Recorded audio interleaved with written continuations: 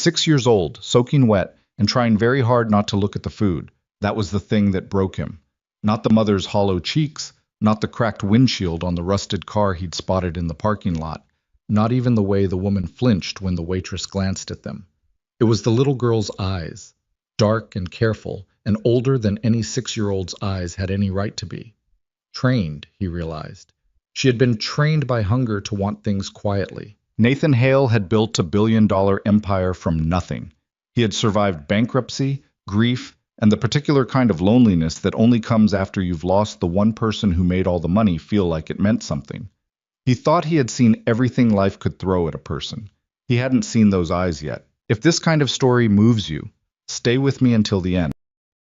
Hit that like button, drop a comment with the city you're watching from. I want to see how far this story can travel.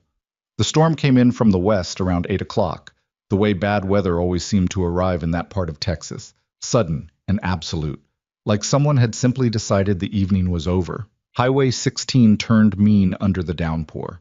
18-wheelers crawled with their hazard lights blinking orange in the dark. Ditches along the roadside filled fast. The few businesses still open along that stretch. A bait shop, a tire place, a self-storage facility with a busted gate looked like they were drowning slowly and had simply decided to accept it. Millie's Diner sat at the edge of all of it, a low brick building with a neon open sign that buzzed and flickered like it was fighting to stay alive. The parking lot had 3 cars in it, puddles already deep enough to swallow an ankle. Inside, the booths were cracked red vinyl, the kind that had been patched with electrical tape so many times the original color was mostly a theory. The coffee was bad. The pie was good. The radio behind the counter had been playing the same rotation of George Strait and Reba McEntire for probably 15 years without anyone changing it. Nathan Hale liked it for exactly those reasons. He pulled the black SUV into the lot without thinking too much about it. He'd been at the warehouse since noon, a distribution hub outside Delmont that was hemorrhaging money in ways his logistics team couldn't fully explain yet, and his daughter had been patient for almost 7 hours. Patient the way Sophie was always patient, which meant she'd read 2 books and eaten a granola bar and not complained once, which somehow made him feel worse than if she'd screamed the whole drive. "Millie's?" she said, looking up from her book when he cut the engine. "Unless you want to eat gas station sushi." She made a face. "Millie's is fine." They ran from the car to the entrance with their jackets pulled over their heads, which didn't help much. Sophie was laughing by the time they got through the door, shaking rain off her sleeves. Nathan was not laughing. He was 32 years old and already felt like his knees hurt when it rained. He didn't examine that feeling too closely. The diner smelled like coffee and fryer grease and something vaguely sweet, pie warming somewhere in the back. A woman behind the counter named Carol, according to her name tag, looked up from a crossword puzzle and nodded at them. "Sit anywhere, hun." They took the booth by the window. Sophie always wanted the window, even when there was nothing outside worth looking at. Tonight there was just rain running down the glass in long, crooked lines. Nathan slid in across from her and picked up the laminated menu, even though he already knew what he was going to order. There were maybe 6 other people in the diner, an older couple at the far end, working through their meals in comfortable silence. 2 men in muddy work boots at the counter, talking about something involving a truck that had broken an axle. A teenage girl in a corner booth staring at her phone with the focused misery of someone waiting for a text that wasn't coming. Ordinary people having an ordinary evening in an ordinary place. Nathan's entire adult life had been anything but ordinary, and he had come to understand that ordinary was not something to take lightly. "Can I get the chicken tenders?" Sophie asked without looking up from the menu, even though she ordered the same thing every single time they came here. "You can get whatever you want." "And fries." "And fries." "And a milkshake?" He looked at her over the top of his menu. She looked back at him with her mother's eyes. That particular shade of gray-brown that he still couldn't look at directly sometimes without something tightening in his chest. "Chocolate or vanilla?" he said. She grinned. "Chocolate." Carol came over and took their order with the efficient friendliness of someone who had been doing this for 30 years and had long since figured out how to be warm without being exhausting. Nathan ordered the turkey club and black coffee. He watched Sophie arrange the little packets of sugar into a pattern on the table while they waited, and he thought, not for the first time, that she was the most interesting person he had ever met, and he had absolutely no idea what he was doing raising her. 3 years. It had been 3 years since the accident on the I-35 overpass, and there were still mornings when he reached for his phone to call Amanda and got halfway through dialing before his brain caught up with reality. The grief counselor had told him that was normal. He'd stopped seeing the grief counselor after 6 months because the sessions made him feel like he was being studied rather than helped, and he didn't have the patience for it. What he had was a daughter who needed breakfast every morning, and a business that needed running, and a quiet lake house where he could sit on the porch after Sophie went to bed and just breathe. I was not, by any standard metric, doing great, but he was upright. He was present. Sophie was fed and loved and enrolled in a school where she had 2 actual friends and was reading at a 5th grade level. Some days that felt like enough. Dad, he looked up. Sophie was looking toward the entrance. He turned. They had come in quietly, the way people do when they're not sure they're allowed to be somewhere. The woman was maybe late 20s, early 30s, though it was difficult to tell because exhaustion had a way of making people look ageless in the wrong direction. She was wearing a coat that might have been beige once, but had faded to something closer to the color of old newspaper. It was soaked through, not just damp, soaked, the way fabric gets when it's been rained on for longer than any coat can reasonably handle. Her dark hair was plastered flat against her forehead, and she was carrying a plastic grocery bag in one hand that seemed to contain everything she had with her. The other hand was holding her daughter's. The little girl was small for her age, whatever that age was. Nathan guessed around 5 or 6. She had her mother's coloring and something careful in her face that children that young usually didn't have. She was wearing a pink jacket that was too thin for the weather, the zipper broken and held together with a safety pin near the collar. Her sneakers were wet. You could see it in the way she walked, that slight reluctance, each step a little heavier than it should have been. They stopped just inside the doorway. The woman looked around the diner with the expression of someone running rapid calculations. Nathan had spent enough time in boardrooms to recognize that look. It was the look of someone figuring out exactly how much something was going to cost them and whether they could afford it. Not just in money, in pride, in the particular currency of having to accept help from strangers. Carol glanced up from behind the counter. "Help you, hun?" The woman opened her mouth. Then she looked down at her daughter. The little girl was looking at Sophie's plate. The food had just arrived. A basket of fries, golden and still steaming, a plate of chicken tenders with a small cup of dipping sauce on the side. Sophie had already eaten 1 fry.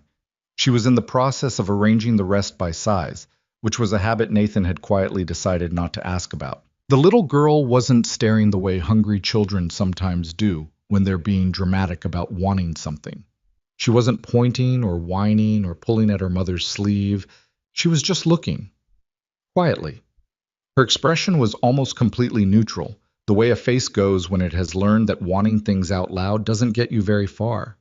Nathan felt something move through him that he couldn't immediately name. He had seen that look before, not on Sophie. Sophie had never wanted for food, not really, not the way that look implied. But 4 years ago, early days, before the Series B funding came through, before Hale Global Shipping was anything more than 12 trucks and a leaking warehouse in South Dallas. There had been a week in March when Nathan had looked at his bank account, and then at his daughter, and then at the refrigerator, and done the same kind of quiet, desperate math. He'd figured it out. He'd always figured it out. But he remembered exactly how that math felt. The woman made a decision. Nathan could see it happen in her face, a small closing off, a pulling inward. She straightened slightly and tugged gently on her daughter's hand. "Come on, baby," she said quietly. "Let's go." She was going to leave. Walk back out into the rain with nowhere to go and a hungry child beside her because she didn't have the money for dinner, and she wasn't going to ask anyone for it. Nathan was standing up before he'd fully decided to. "Excuse me." His voice came out quieter than he intended, which was probably good. The woman stopped, but didn't turn around right away. Her shoulders went up slightly, the involuntary brace of someone expecting something unpleasant. "I'm sorry," he said, moving toward the entrance, aware that everyone in the diner was now paying attention. Would you and your daughter like to join us? We've got more food than we can eat." The woman turned then. Her eyes were dark and sharp and tired, and she looked at him with an expression that was some complicated mixture of gratitude and suspicion and something fiercer underneath both of those things. "We're fine," she said. She said it in the particular way that meant the opposite. Nathan had grown up in a house where his father said, "We're fine with the lights cut off and the refrigerator running on whatever could stretch to the end of the month." He knew exactly what "we're fine" sounded like when it was a wall rather than an answer. "I know," he said. "I didn't mean anything by it. It's just a bad night to be out in this." He gestured vaguely at the rain hammering the windows. "My daughter's been asking for company anyway. She's been stuck with me since noon, and I'm not very interesting." From the booth, Sophie said, "That's true," with complete sincerity. The woman's expression shifted slightly. Not a smile exactly, but the preliminary architecture of one. The little girl looked up at her mother. Then she looked back at the basket of fries on Nathan's table. Then she looked at her feet. The woman's jaw tightened. Her eyes went briefly bright. She blinked hard, twice. Then Rosie's stomach growled. It was not a subtle sound. It was a full-body announcement, the kind of thing that in any other context might have been funny. In this context, it was devastating, and the silence that followed it lasted only about 2 seconds, but felt considerably longer. Emily Dawson closed her eyes. "Okay," she said finally. Her voice was flat and careful, stripped of anything that might resemble emotion. "Thank you." They moved to the booth. Sophie slid over without being asked, making room. The little girl, Rosie, Emily said her name was Rosie, stood at the edge of the booth seat and looked at all the food with an expression of elaborate restraint, like she was trying very hard to be the kind of child who didn't show things. "Hi," Sophie said. Rosie looked at her. "I'm Sophie. I'm 8. I like the fries here because they're not too salty. Some places make them too salty. Do you like fries?" Rosie nodded. "You can't have some. I was just sorting them, but I don't actually need to sort them." Sophie pushed the basket toward the middle of the table. "I don't even know why I sort them." Something in Rosie's face broke open, just slightly. A child's smile, sudden and real, with a gap where a front tooth used to be. Emily made a sound. Just one, quickly covered. She pressed her lips together and looked out the window. Nathan studied the laminated menu like it contained information he urgently needed. Carol came back over and Nathan ordered more food without making any particular announcement about it. He just said, "Can we get another round of chicken tenders and some of that soup, whatever's on tonight? And 2 more milkshakes?" And Carol wrote it down without commentary because she had been in the business of watching people long enough to know when to be quiet about things. Emily looked at him when Carol walked away. "You didn't have to do that." "I know. I'm not—" She stopped, started again. "I don't need charity." "It's not charity," he said. "It's dinner. There's a difference." She looked at him for a long moment. He met her eyes and didn't look away, which he'd found over the years was the most important thing you could do when someone was deciding whether or not to trust you. People could smell the glance away. It meant you were performing rather than meaning it. "Emily," she said finally. "Nathan." They didn't shake hands. It felt too formal for a diner booth in a rainstorm. "And that's Rosie," she said, nodding toward her daughter, who had now eaten 4 fries in quick succession and was attempting to eat a 5th one with great dignity, as if she were not in a hurry at all. "Sophie," Nathan said, even though introductions had already happened. "She's very confident," Emily said, watching Sophie explain to Rosie the correct technique for dipping a chicken tender in honey mustard. "She terrifies me sometimes," Nathan said honestly. Emily almost laughed. The sound got stopped somewhere before it could fully happen, but the shape of it was there. The food came. Rosie ate.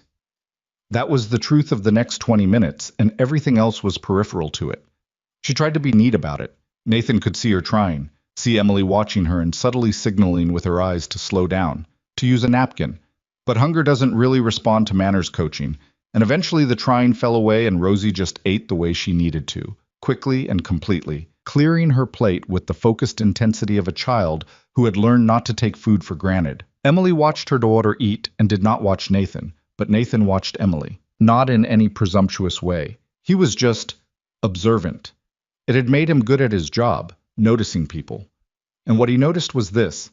Emily Dawson had the face of someone who had been told very clearly by circumstances that she did not get to feel things right now. The grief and the exhaustion and what he suspected was a months-long accumulation of small humiliations had all been pressed flat, compressed into something she carried without showing. But watching her daughter eat, watching Rosie have enough, had cracked something in the surface, just slightly. She was beautiful in the specific way that people are beautiful when they drop the performance of being fine. Nathan looked back at his coffee and drank it. "You mentioned you used to work at a bookstore. he said, because she had mentioned it, somewhere in the fragmented conversation around ordering, and he'd caught the word used to and the particular quality of silence that came after it. Emily's hands tightened slightly around her mug. Yeah, she said. Small place. Morrison's Books, off Clement Street. I know that area. It's closed now. She paused. I mean, it was mine. I worked there for 6 years, and when the owner retired, he offered to let me buy it. Which I did. Which was probably, she made a short, humorless sound. Which was probably not the smartest financial decision I've ever made, in retrospect. When did you open it? 2 years ago? She looked at the table. Closed 8 months ago. He didn't ask why. He had a sense she would tell him if she wanted to, and that being asked might make her close off again. She told him anyway. It started with Rosie getting sick, not catastrophically sick, Emily said. Nathan had the sense she was careful to qualify that, to make clear that her daughter was fine now, that it was not the kind of story that ended in tragedy. But sick enough. A respiratory infection that became pneumonia. That became a hospitalization that lasted 9 days. And Emily had no insurance beyond the bare minimum because she'd been bootstrapping the bookstore on a loan she was barely keeping up with, and the bills had come in stages the way serious debt always does, each one arriving just when you thought you'd gotten your footing back. She'd done what people do. Payment plans. Balance transfers. Borrowed from her sister until her sister stopped returning calls. The store couldn't run itself, she said, and I couldn't be there. And I had a part-time employee who was 22 and lovely, but she'd never run anything. And 3 weeks of me being gone, and essentially the whole operation sort of... Emily made a gesture with her hand, something between a collapse and a scatter. The regulars stopped coming in when the hours got inconsistent. Some of the inventory orders got messed up. And then I came back and tried to fix it, and I almost did. I was really close, actually.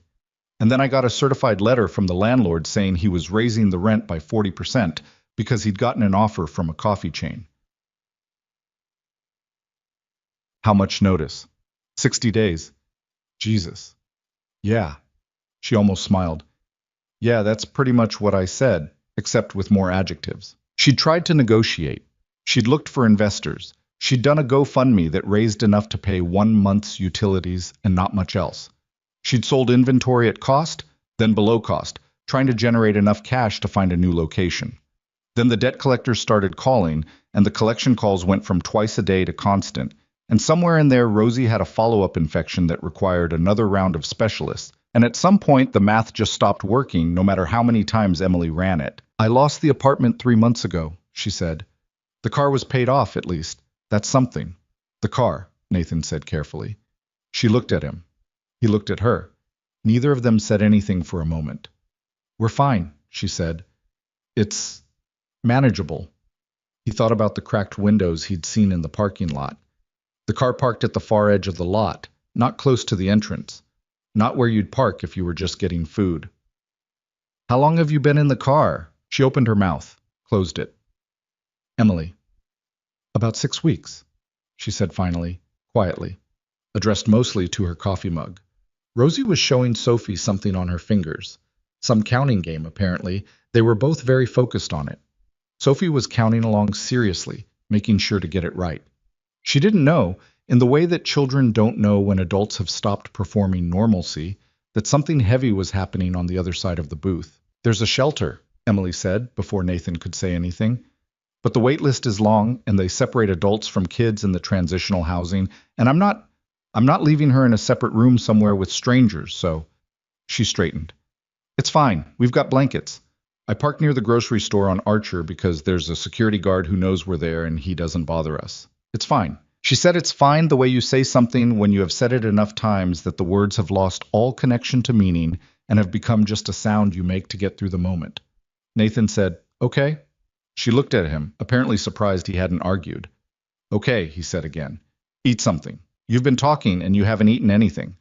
She looked down at her bowl of soup like she'd forgotten it existed. She picked up the spoon. She ate. By 9 o'clock, the storm had escalated from bad to genuinely alarming. Nathan could see it through the diner windows. The rain was now coming sideways, and somewhere out on the highway, there was the red and blue flicker of emergency lights, where something had gone wrong. Carol had turned on the local radio station, and they were broadcasting road closure information. Highway 16 southbound near the 34 interchange is blocked due to flooding. Drivers are advised to avoid the area and seek shelter until conditions improve. Emily was looking at the window. Rosie had fallen asleep sitting up, her head leaning against Emily's arm. Emily had moved without seeming to notice she was doing it, curling herself slightly around her daughter to give her something to lean against. "You can't drive in that," Nathan said. "We'll wait it out. The diner closes at 10. She didn't answer that. "The car's been sitting in a parking lot for 2 hours in 40 degrees and rain," he said. "It's going to be cold." "Nathan." Her voice had an edge to it. Not hostile exactly, more like controlled. She was looking at him the way someone looks when they can see exactly where a conversation is going, and they're not sure they can survive the kindness of it. "I appreciate dinner, genuinely, but we don't know each other. I'm not going anywhere with a stranger." "That's smart," he said. "You're right. That's actually the right call." She blinked. She'd been ready for an argument. "Sophie," he said, without looking away from Emily. "Yeah?" "Would you tell Emily about the lake house? Describe it to her." Sophie considered this. "It's where we live. It's got a big porch with a swing that squeaks. The lake behind it has turtles in it. We counted 14 once, but Dad says I probably counted some of them twice. There's a guest room with a blue quilt. I picked it out because Aunt Vera said I could. It smells like cedar." She paused. "Why?" "Emily and Rosie are trying to decide if they should come stay with us tonight." Sophie looked at Rosie, asleep against her mother's shoulder, and something shifted in her expression that was older than 8. Sometimes Nathan looked at his daughter and could see exactly who she was going to be, and it knocked the breath out of him. "You should come," Sophie said to Emily, simply. No drama, no salesmanship, just the obvious offered plainly. "It's a really bad storm." Emily looked at the window. She looked at her sleeping daughter. She looked at Nathan. "I don't even know your last name," she said. "Hale," he said. "Nathan Hale." Her brow furrowed slightly. The name meant something to her. He could see it. That brief flicker of recognition that people got sometimes when they heard it, the sense of having heard it somewhere before. But she was tired, and the connection didn't quite complete. "One night," he said. "There's a guest room with a blue quilt. In the morning, if you want to leave, we'll drive you wherever you need to go. No obligations, no strings. I've got a security team that you'll see the moment we pull up, so you'll know exactly who you're dealing with." "You have a security team?" She said it flatly, like the sentence didn't quite make sense yet. "I do." She stared at him. "Nathan," she said slowly. "What do you do?" He picked up his coffee. "Logistics." She waited for more. "Shipping," he said. "Shipping," she repeated. "I own some trucks," he said, which was technically accurate the way that the Pacific Ocean contains some water is technically accurate. Outside, the wind hit the diner hard enough to rattle the windows in their frames. Somewhere close, a trash can went over. The emergency radio was still listing road closures. Rosie shifted in her sleep and made a small sound and pressed her face more firmly against her mother's arm. Emily's throat moved. "One night," she said. "One night." She closed her eyes for a moment. When she opened them, something had shifted. Not resolution exactly, more like the temporary lowering of a defense, because the cost of maintaining it had become too high. "Okay," she said. "One night." They paid the bill. Nathan paid the bill, and Emily didn't fight him on it this time, which told him more than anything else she'd said about how tired she was, and gathered themselves to leave. Carol handed Sophie a to-go bag with 2 extra pieces of pie in it that nobody had ordered. "For tomorrow," she said, with the deliberate vagueness of someone choosing not to explain their generosity. Sophie said thank you with complete sincerity and carried the bag like it was important cargo. Rosie was still half asleep, and Emily lifted her with the practiced ease of a parent accustomed to carrying a child in every state of consciousness. They made it to the entrance, and Nathan pushed the door open. The rain hit them immediately, cold and relentless. "Let me get the car," he said, and pulled out his phone. Emily watched him type something and frowned. "Why are you texting someone? Is someone driving for you?" Just a second. From the far end of the parking lot, headlights came on. Not just the SUV's headlights. 3 vehicles arranged around the lot in a pattern that was clearly not accidental. A man in a dark jacket came jogging through the rain toward them with an umbrella. "Mr. Hale," he said, directing the umbrella over Sophie, and then realizing there were more people than expected and adjusting awkwardly. "Sorry, let me get another." It's fine, Marcus. Get the vehicle around front. Yes, sir. Emily had gone very still beside him. The SUV pulled up. Not a regular SUV, she was realizing, but something large and armored and quiet in the particular way of very expensive things. Marcus opened the rear door and Sophie climbed in with the cheerful lack of ceremony of someone who had grown up around this and found it completely unremarkable. Emily stood in the rain with her sleeping daughter and looked at the car and then at Nathan. Logistics, she said. Yeah, Nathan Hale. She said his name differently this time. The connection had finally completed. He could see it happening. The pieces assembling themselves behind her eyes. Hale Global Shipping, one of the largest private logistics operations in the country. Forbes list. The photo she'd seen somewhere, in a waiting room magazine, a news feed, somewhere. The photo of a younger man in a sharp suit at some business conference, captioned something about disrupting the freight industry. She looked at him. You own some trucks, she said. He said nothing. How many trucks? It's a complicated question. Nathan. 14,000, he said, give or take, not counting the rail contracts. The rain fell on both of them. I didn't tell you because I didn't want you to feel... He stopped, searched for the right word. Managed, he said finally. I didn't want you to feel managed. She looked at Rosie, asleep against her shoulder, small and wet and trusting in the way children are trusting even when they've learned not to be. One night, she said again, like an anchor. One night, he agreed. She walked through the rain to the SUV and got in, and Marcus closed the door behind her, and Nathan stood for a moment in the parking lot alone, the rain soaking through his jacket, wondering what exactly he had just started. The drive took 40 minutes through weather that had no interest in cooperating. Emily sat in the back of the SUV with Rosie across her lap, the little girl fully asleep now, and she looked out the window at the dark Texas landscape going past and tried to make sense of the night. Sophie had fallen asleep too, leaning against the window on her side, her mouth slightly open, the to-go pie bag clutched against her chest like a stuffed animal. Nathan sat in the front passenger seat. The security driver, Marcus, navigated without commentary. The two follow vehicles stayed a discreet distance behind. After a while, Emily said quietly, She doesn't act like a billionaire's kid, Nathan said, without turning around. I was going to say she doesn't act like a child who's had things easy. He was quiet for a moment. She lost her mom when she was 5. Emily didn't say anything. There wasn't anything to say to that. Amanda, he said. The name came out flat and practiced, the way you say a word you've said 10,000 times and have worn smooth. 3 years ago, car accident. It happened fast. He paused. Sophie doesn't remember as much as she thinks she does, and she remembers more than she lets on. That's kind of how she is about everything. Emily looked at the sleeping girl with her pie bag. She's something, Emily said softly. Yeah, Nathan said, she is. The lake house appeared out of the dark gradually.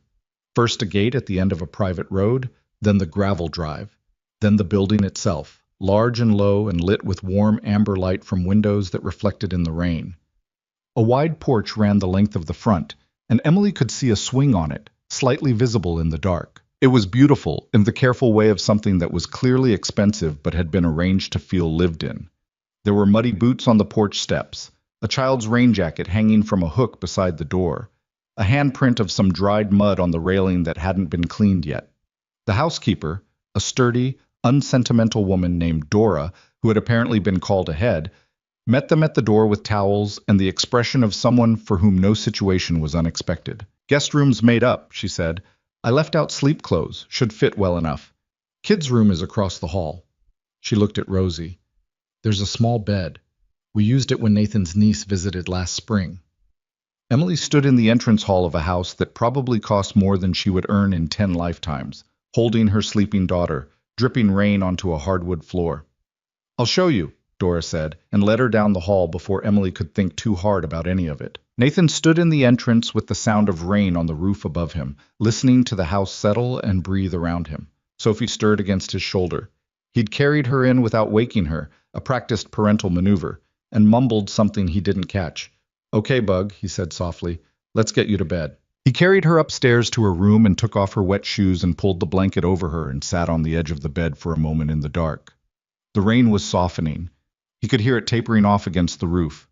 He sat there for a while after Sophie was completely asleep, not thinking about anything in particular. Then he went to the kitchen and made 2 cups of tea because he thought Emily probably wasn't going to sleep right away, and neither was he.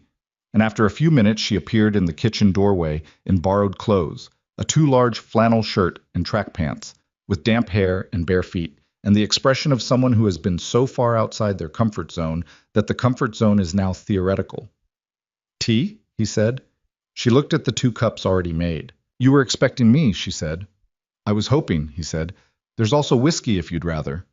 She sat down at the kitchen table, a wide farmhouse table with scars in the wood, and a coffee ring stain near one end that had clearly been there a long time. She put both hands around the mug. "Rosie's out," she said. "She's a hard sleeper once she goes." Sophie, too. Silence. Not uncomfortable, exactly. The particular silence of 2 people who have already said things they don't normally say to strangers and are now unsure where the edges of the conversation are. "I'm not going to be a problem," Emily said suddenly. He looked at her. "In the morning, we'll go." "I won't. I know what this looks like. A woman with a kid showing up in a billionaire's house. And I don't want you to think—" She stopped, pressed her lips together. "I'm not looking for anything from you." "Okay," he said. "I mean it." "I know you do," he said. "That's actually why I offered." She stared at him. "People who want something from me don't usually have that look on their face when I offer to help them," he said. He was quiet for a moment, thinking about how to say the next thing. "My wife used to call it the 'I don't want your help' face. She said it was the only face that was worth trusting." Emily's expression softened around the edges in a way she probably wasn't aware of. "She sounds smart," she said. "She was," he said. Past tense, steady. She really was. They drank their tea in the kitchen while the rain wound down outside. They didn't talk about anything important. Emily asked about the turtles in the lake, and Nathan told her about the time Sophie had tried to name all 14 of them and ran out of names she liked after 6, and had to start using names from whatever book she was reading at the time. So there were now turtles in the lake named Atticus and Gatsby, and one named Mr. Toad. Emily laughed. A real one this time. Small, but real. Nathan didn't say anything about it, didn't make a point of it. He just let it be there in the kitchen with them. Outside the lake house, the storm was finally passing. The rain slowed to something gentle, and then to nothing, and the night went quiet in the way that Texas nights do after rain, that vast, water-clean silence like the whole world had just exhaled. Emily finished her tea. She stood up. "Thank you," she said. And then, before he could give her the standard dismissal of "it's nothing" or "no problem," or any of the comfortable deflections, "I mean it. Thank you." He looked at her and said, "You're welcome." She nodded once and went down the hall to the guest room with the blue quilt. Nathan sat at the kitchen table alone for a while, with his empty mug and the quiet of the house around him, and the smell of rain coming through the screen door he'd cracked open. He hadn't felt that quiet in a long time. He woke up to the sound of giggling. It took him a disoriented moment to process where the giggling was coming from, and why it sounded like 2 separate people. And then he remembered. He found Sophie and Rosie in the kitchen at 7:15 in the morning, both of them in sock feet, standing on separate chairs and apparently very seriously engaged in the task of pouring cereal. Rosie had chosen the wrong bowl size, and the cereal was now slightly beyond the bowl's capacity. Sophie was explaining this calmly. Rosie was listening with great seriousness. Emily was standing in the kitchen doorway watching them, coffee in hand, and she looked over at Nathan when he appeared, and her expression was... It was complicated. Grateful, obviously. But something else underneath that, something that looked like watching 2 children pour cereal together, was the most extraordinary thing she had seen in months. He thought it probably was. "Morning," he said. "Morning," she said. She looked back at the girls. "She woke up and she wasn't scared," Emily said, quietly enough that only he could hear. "She usually wakes up scared. In the car, she stopped, cleared her throat. "She woke up and she saw the blue quilt, and she said, 'Mama, are we at a friend's house?'" Nathan watched Rosie and Sophie negotiate the cereal situation with grave mutual respect. "What did you tell her?" Emily was quiet for a moment. "I told her yes," she said. "I told her yes, we were at a friend's house." He went and got himself a coffee and didn't say anything else about it. Some moments didn't need commentary. He had learned that at least. They had breakfast together at the farmhouse table. cereal for the girls, eggs that Nathan scrambled with more confidence than skill, toast that came out slightly burned and got eaten anyway. Rosie ate everything on her plate and then looked at what was left on Sophie's plate with enormous restraint until Sophie pushed it toward her and said, "I'm full, you can have it," in a way that somehow managed not to be condescending. Outside the windows, the lake was flat and silver in the morning light. The storm entirely gone, the sky washed clean. The 14 turtles, or however many there actually were presumably somewhere in the shallows doing turtle things. Emily helped clean up. Nathan told her she didn't have to, and she did it anyway, which he respected. At some point, she said, "I should figure out our next step. There's a shelter intake office in Delmont that opens at 9, and if I get there early enough—" "You don't have to leave today," Nathan said. She looked at him carefully. "I'm not—" He stopped, considered the sentence. "There's no agenda here. I'm just telling you that the room is there and nobody needs it. That's all." She looked at Rosie, who was showing Sophie something. A drawing she'd apparently done in the night on a piece of paper she'd found somewhere, a house with a big tree and 4 stick figures in front of it. Sophie was studying it intently. "She drew us," Sophie told Emily seriously. "All 4 of us. See, that's your hair." Emily looked at the drawing for a long moment. "You've got excellent hair," Nathan said. She turned to look at him, and whatever she was going to say, she didn't say it. "One more day," he said, "and then you decide." She looked back at her daughter's drawing, at the 4 stick figures in front of the house with the big tree. "One more day," she said. Outside, the lake caught the morning light and held it, bright and still, and somewhere out in the shallows a turtle climbed onto a rock and sat in the sun, because some things are simple when everything else is not. The second day became a third day without either of them making a decision about it. That was the strange thing, and Emily would think about it later.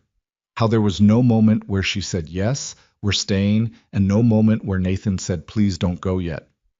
The day just continued the way the morning had, in small, ordinary increments, and by the time she checked the clock, it was 3 in the afternoon, and Rosie was somewhere on the back porch, learning what Nathan claimed were the names of 14 turtles, and the shelter intake office in Delmont had closed at noon. She'd meant to go. She'd genuinely meant to go. She'd also spent 40 minutes sitting at the farmhouse table with a cup of coffee going cold in front of her, looking at her phone and the shelter's website, reading the intake requirements.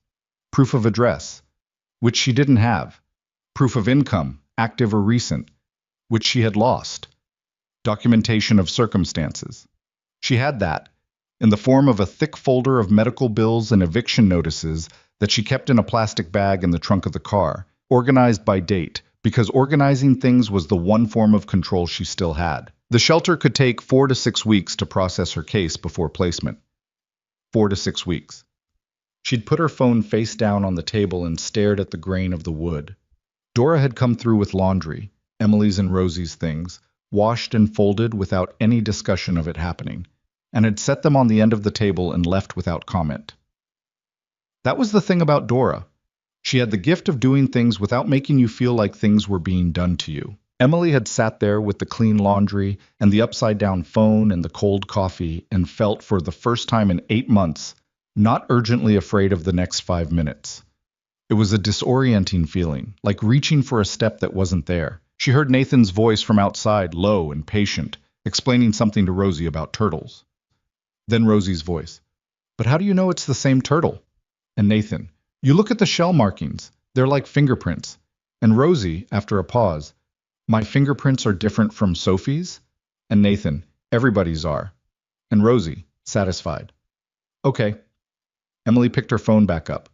Put it back down. She stayed. That night, Nathan made pasta that was correctly described as adequate. He overcooked it by 2 minutes and undersalted the sauce and knew both things while they were happening and couldn't fully course correct in time. Sophie told him it was fine. Rosie ate 2 full bowls. Emily ate 1.5 and said it was good and was clearly being generous, and Nathan appreciated the generosity enough not to argue with it. "I can cook," Emily said while they were cleaning up. "If you want, tomorrow. I'm not should be doing something while we're here. I don't want to just—" "You don't have to earn it," Nathan said. She turned from the sink and looked at him with an expression that was difficult to read. Not offended exactly. More like the sentence had landed somewhere complicated. "I know that," she said. "I want to. There's a difference." He handed her the dish towel. "Okay." Okay, she said, and turned back to the sink. He leaned against the counter and watched the window above the sink go dark with evening, and thought about how the kitchen felt different than it had yesterday. Fuller, somehow. More inhabited. He'd been in this house for 2 years, just him and Sophie and Dora 3 days a week, and the rooms had all been technically in use, but something about them had felt like they were waiting for something he couldn't name. He didn't examine that thought too closely. He was not the kind of man who examined feelings as they were happening. He examined them later, usually at night on the porch, when the lake was dark and there was no one to perform composure for. I saw the news this morning, Emily said. He went still. On my phone, she said. I was looking up the shelter information and I had a news notification. She kept her back to him, still doing the dishes. Hail Global Shipping. You were at some conference in March. The article had your picture. He waited. You said you owned some trucks, she said. I said it was a complicated question. Nathan. She turned around.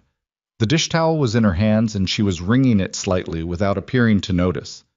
The article said your company moves 30% of domestic freight through 4 states. It said your net worth is... She stopped. It was a number that I don't know how to conceptualize.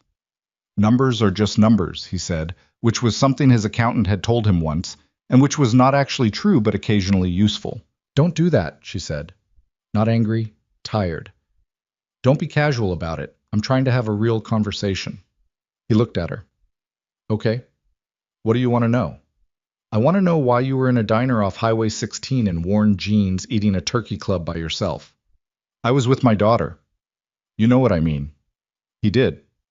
He pulled out a chair from the table and sat down in it sideways, one arm over the back, and thought about the honest version of the answer versus the easier version. I had a meeting at the Delmont warehouse, he said, and I was hungry, and Sophie was hungry, and it was raining. That's all. You could have had someone bring food to the warehouse. I could have, he said. I don't like eating in warehouses, and I don't like having someone bring food to me like I can't go get my own. Emily looked at him for a moment. How long have you been doing that? Going to regular places like nobody knows who you are? Since Amanda died, he said. It came out more direct than he'd intended. Before that too, a little. But after the accident, I stopped caring about the public version of things. The profile, the appearances. Sophie needed a dad, an actual dad. Not a PR asset. He paused. And honestly, I needed not to be Nathan Hale, the logistics billionaire, for a while. I needed to just be some guy eating a turkey club. Emily was quiet, looking at him. You're still him, though, she said finally. Regardless of the genes. Yeah, he said. I know. She turned back to finish the dishes, and they didn't talk for a few minutes, just the sound of water and dishes and the girls' voices from somewhere in the house. Some game that sounded involved and rule-heavy based on the explaining going on. I'm not going to tell anyone, Emily said, about any of this. You and Sophie, the house. I know you probably get people who... I don't think that about you, he said. You don't know me. I know you tried to leave a diner to protect your pride even though your kid was hungry, he said. That's enough. She shut off the water, dried her hands, folded the dish towel, and set it on the counter with the kind of precision that speaks to someone who has been keeping things in careful order under pressure for a long time. I'm going to make dinner tomorrow, she said. Don't argue with me about it. I wasn't going to, he said. She went to check on Rosie. Nathan sat at the table by himself for a while, in the way he'd come to think of as his particular version of rest. Not thinking about anything exactly, just being still in a room that no longer felt empty. The third day was easier than the second. It had its own problems. Rosie had a nightmare around 2 in the morning that woke the house, and Emily sat with her until 4 and looked hollowed out at breakfast, and Sophie spilled an entire glass of orange juice across the table and cried about it with a disproportionate intensity that told Nathan the crying was about something other than the juice. He cleaned up the juice without making a thing of it, and later found Sophie on the porch swing and sat next to her and let the swing move back and forth in silence until she said, Do you think Rosie and Emily will come back if they leave? I don't know, he said, because he didn't. I think they should, Sophie said. She wasn't pleading, she was stating a position, clearly and without performance. Rosie's funny, and Emily looks at things like she's actually looking at them, not just waiting to talk. Nathan looked at his daughter. That's a perceptive thing to notice, he said. Sophie shrugged. Mom used to say most people aren't really listening. They're just taking turns talking. Emily's actually listening. I was quiet for a moment. Sophie almost never talked about Amanda directly. When she did, it was usually like this, casual, matter of fact, a reference dropped in passing. He'd learned not to react visibly to it because reacting visibly made her stop.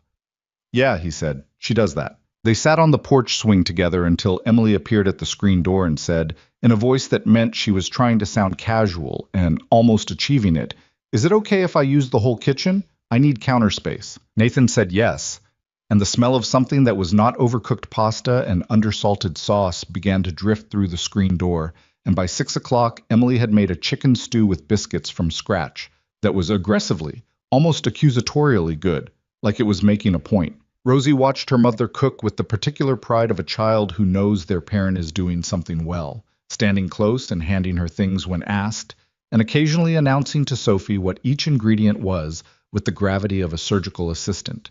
Nathan ate 2 full bowls and didn't say anything sarcastic about his own pasta from the night before, because some things didn't need to be said. My grandmother taught me, Emily said when he asked. She was from Louisiana. She said the secret to any stew was patience and stock, in that order, and anything you added after that was a matter of character. She said it the way people say things that were told to them young, automatically, like reciting something still lodged in the muscle of memory. She sounds like someone worth knowing, Nathan said. She died when I was 12, Emily said. The flatness in it wasn't cold, it was just well worn. But yeah, she was. The girls were eating across the table and debating whether turtles had a favorite color, which was a debate with no possible resolution, and they both seemed aware of that and engaged with it enthusiastically anyway. Nathan watched the 4 of them at the table. The mismatched plates because Dora had done the dishwasher wrong, and some of them weren't dry yet. The biscuit that Rosie had already eaten half of before realizing she should save some for the stew. The orange juice that was slightly past its date, but still fine. And felt something happen in his chest that was unfamiliar enough that he didn't immediately have a name for it. Not happiness exactly. Or not only that. Something more specific. Something that had a quality of, oh, so this is what I've been missing, which was simultaneously good and terrible. The way realizing you've been hungry always makes you hungrier. He looked at the biscuit on his plate and ate it and didn't say anything. That night he sat on the porch for a long time after everyone was in bed. The lake was still, moonlight flat on the surface, the frogs doing their relentless overnight work. He drank half a beer and thought about his lawyer, Marcus Trent, and about the debt collection situation Emily had described. The calls, the letters, the amount that had accrued from the medical bills, and the back rent combined, which she'd mentioned in passing once and tried to minimize, but which Nathan, who had once been intimately acquainted with the specific mathematics of being over your head, had quietly extrapolated into a realistic number. It was solvable. He knew that without doing much calculating. The number was significant to Emily and manageable to him in the same way that a single board is heavy to carry across a field and inconsequential to move with the right equipment. He knew how to move it. The question was how you did something like that without making someone feel like a problem being solved, rather than a person being helped. I thought about Emily in the kitchen, making stew from her grandmother's Louisiana recipe, moving through a space that wasn't hers with the purposeful efficiency of someone who needed to contribute something in order to feel that they had a right to be there. He thought about Rosie handing her mother ingredients with surgical seriousness. He thought about Sophie's voice on the porch swing. She looks at things like she's actually looking at them. He finished the beer and went inside. The phone call he made to Marcus Trent the next morning was one of those calls that took 7 minutes and set things in motion that would take several weeks to fully resolve. Nathan kept it brief. He gave Marcus the relevant information: Emily's name, the approximate nature of the debt, the collection agencies likely involved, and Marcus, who had worked for Nathan for 6 years and had the gift of not asking questions that weren't his to ask, said he'd look into it and be in touch. Nathan did this from the dock, standing at the end of it with his shoes off and his feet above the water, while Emily and the girls were inside doing something that involved construction paper and what sounded like an elaborate craft project. He kept his voice low, not because anyone was nearby, but because some things felt like they should be said quietly. He didn't tell Emily. Not that morning, not that day. He told himself he'd tell her when there was something concrete to report, which was true, and also that he didn't want to make it into a thing before he knew whether it was going to work, which was also true. And also he knew she'd argue with him about it, which was the truest thing of all. What he did tell her that afternoon was that she should stay through the weekend. It was Thursday. He had nothing pressing at the office. His executives were capable people who had learned to manage without him physically present, which had been a difficult lesson for all of them in the early years. And Sophie didn't have school until Monday. It made sense, he said, practically speaking. Emily looked at him for a long time from across the kitchen table. Nathan, she said. Just the weekend, he said. You're doing a thing, she said. What thing? The thing where you make something sound logical and practical when it's actually something else. He opened his mouth, closed it. What's the something else? He said. She looked at her hands on the table. I don't know, she said quietly. That's the part I'm trying to figure out. He didn't answer that directly because there wasn't an answer to it yet. That wasn't either too much or not enough. Instead, he said, the girls are good for each other, which was true and also not what they were talking about, and they both knew it, and nobody called it out. Through the weekend, Emily said. Yeah. She nodded once and got up and went to find Rosie. The weekend arrived the way weekends do when you're not actually resting, full of small events that assembled themselves into something that felt, from the outside, like regular life. Saturday morning, Nathan took all 4 of them out in the small motorboat he kept at the dock, which he operated with the confidence of someone who had been on this particular lake enough times to know where the shallow spots were, and the humility of someone who had also run aground on them twice. Emily sat at the back of the boat, with her face turned slightly up toward the sky and her eyes half closed. Not asleep. Just receiving, Nathan thought. Just letting something in. Rosie sat in the middle of the boat and dragged her hand through the water and announced the temperature. Sophie counted turtles on the bank with great seriousness and disputed Nathan's count. That one moved, Sophie said, pointing. It went behind that log. So it's a different spot, but the same turtle, so we shouldn't count it twice. Good logic, Nathan said. Dad, are you actually paying attention, or are you just saying that? I'm driving the boat. You're going 3 miles an hour. Speed is relative. That doesn't mean anything, Emily laughed from the back of the boat. The open-air kind, no catch in it, just a laugh. Sophie turned around to see and looked pleased with herself, like she'd been the cause of it, and was glad. Nathan kept his eyes on the water ahead and allowed himself, briefly, to notice that he was somewhere that felt like forward instead of standing still. That night, Emily made something else from her grandmother's mental cookbook, a cornbread that she described as not fancy, just correct. And Nathan grilled chicken on the back porch with an aggressively average level of skill. Rosie fell asleep on the couch with the TV on low before 8 o'clock, Sophie close behind her, and somehow neither of them made it to their actual beds. Nathan got a blanket from the hall closet and covered them both without waking either, which was a skill acquired through years of practice, and found Emily already on the back porch with 2 glasses of sweet tea when he came back out. He sat down. The night was warm. The lake was doing its quiet thing. I need to start thinking about next steps, Emily said. She said it to the lake, not to him, practically. The shelter system has a wait list, I know that, but there are some transitional housing programs that work differently, ones that don't separate parents from kids. I looked them up on my phone this week. She paused. The bookstore idea is, I know it sounds crazy, starting over on that, but it's the only thing I've ever been actually good at. You're good at other things, Nathan said. Name one. Cooking. That's a hobby. Making a child feel safe, he said, even when you're scared yourself. That's not nothing. She was quiet. And you're honest, he said. Annoyingly honest. Like you'd rather have an uncomfortable conversation than a comfortable lie. Most people don't have the stomach for that. Annoyingly honest, she repeated. I meant it as a compliment. It sounded like a personality flaw. It's both, he said. Most good qualities are. She looked at him sideways. He was looking at the lake. The frogs were at it again. What were you like before? She said. Before Amanda. It was a question that most people didn't ask, because most people in his life knew the before and the after separately, and were careful about the boundary between them. He thought about it honestly. More focused, he said, on the business. All of it. The growth, the numbers, the next thing. Amanda thought I worked too much. She was right. I was good at it, and I liked it, and it was easier than a lot of other things. He picked up his glass of sweet tea and held it without drinking. After I worked less and felt it more, like I'd been walking with my eyes down for years and I finally looked up and didn't recognize where I was. That sounds lonely, Emily said. It was, he said. Is, she said, more gently. A correction, not a wound. He looked at her.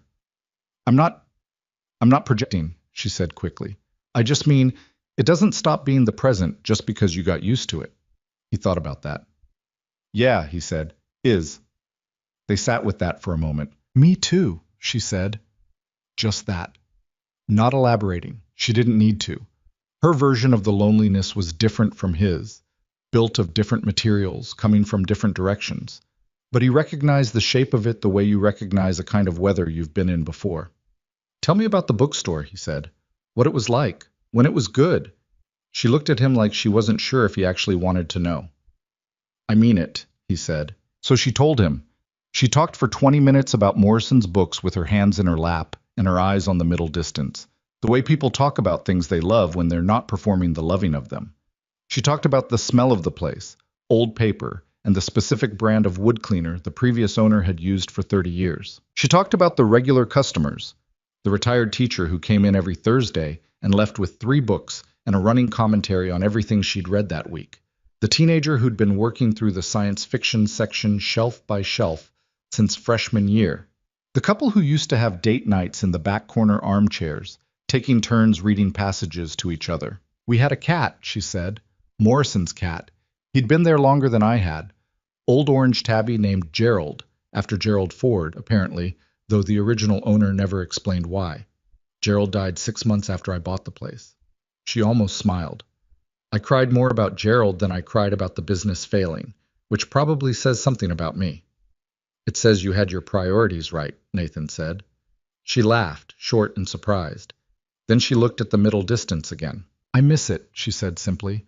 I miss having a place, somewhere I was supposed to be. Understood that the way you understand things you felt in your body rather than thought with your mind. He'd built Hale Global from nothing in his late 20s, from 12 trucks and a leaking warehouse and a business plan that his first bank had rejected twice.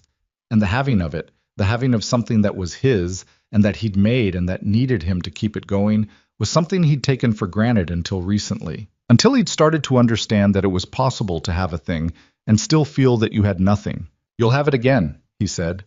She looked at him. I'm not saying that to be nice, he said. I'm saying it because you talk about it the way people talk about things they're not actually done with. She was quiet for a long time, looking at the dark lake. Then she said, You're annoyingly perceptive. Personality flaw, he said. Also a compliment, she said. They sat on the porch until past 11, talking about things that didn't matter, and things that did, in the way that long conversations work when the important parts sneak in sideways while you're discussing something else. At some point, Emily mentioned her sister, Carla, who lived outside Austin, and who had stopped returning calls after the 3rd loan request, and something in her voice around the edges of Carla's name told Nathan that the money had been the smaller wound. At some point, Nathan mentioned the distribution hub in Delmont, the accounting irregularities that had brought him to Highway 16 in the first place, and Emily asked a question about logistics routing that was sharper than he expected, and they ended up talking about supply chain economics for 20 minutes in a way that surprised them both. How do you know about distribution networks? He said. The bookstore, she said. Small business supply chain is its own whole thing. I spent 18 months trying to figure out why my distributors' lead times were inconsistent. She paused. It was the secondary warehouse in Memphis. They were routing around it without telling anyone. He stared at her. What? She said. My Delmont problem, he said slowly. The accounting irregularities. It's a routing issue. Someone's running freight around the primary hub. To cut costs? Or to skim, he said. Off the top of the rerouted routes. Emily looked at him. Yeah, he said, already thinking, already pulling at the thread of it. Yeah, I need to make a call in the morning. It's midnight. In the morning, he said again. Yes, I said in the morning. She looked at him with something in her expression that was not entirely unlike amusement. Okay, she said. Sure. You might have just saved me a very expensive audit. You might have accidentally hired me as a consultant, she said. He looked at her. She'd said it lightly. A joke. But under the lightness was something real and earnest and slightly frightened, like a sentence that had come out further than she'd intended. He let it sit for a moment without filling it in. Good night, Nathan, she said, and stood up. Good night, Emily. She went inside, and through the screen door he could hear her checking on the girls on the couch, the soft sound of a blanket being adjusted, a murmured word. Then her footsteps down the hall to the guest room. The guest room with the blue quilt that she'd been in for 4 days now. One night that had become a weekend, that had become what exactly? Nathan wasn't certain. Something that had its own momentum. Something that he wasn't sure he wanted to stop. He sat on the porch for another half hour and thought about the Delmont warehouse, and about Marcus Trent, and about the way Emily talked about the bookstore, with her hands in her lap and her eyes on the middle distance, and about the four of them on the boat that morning, Rosie's hand dragging in the water, Sophie counting turtles with elaborate seriousness. He went inside. He did the thing he almost never did, and locked the front door without checking it twice, because the house felt, for the first time in 2 years, like something was actually inside it worth locking in. He went to bed. He slept. Woke. The Monday conversation happened in the kitchen, while the girls were outside and the morning was still early and golden through the windows. And it started the way a lot of important conversations started, which was sideways and by accident. Emily was making coffee. Nathan was standing at the counter pretending to read something on his phone, which was not what he was actually doing. He was thinking about how to say a thing and whether to say it and how much of it to say. "I called my lawyer," he said. She turned around. "I asked him to look into the debt situation," Nathan said. "The medical bills and the back rent and the collection accounts. I wanted to know what the actual picture was before I said anything." Emily's face went very still. "The picture," he said carefully, "is manageable. From my position. Meaning I could have Marcus make some calls and get the collection agencies to settle and clear the accounts, and it would take a few weeks and cost me. Not much by my standards, which I understand is an almost offensive thing to say." He paused. "I'm not asking permission.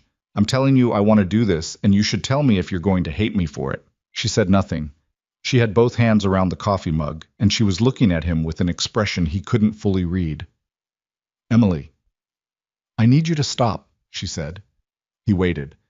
"I need you to stop for a second because—" She put the mug down. "This is happening very fast."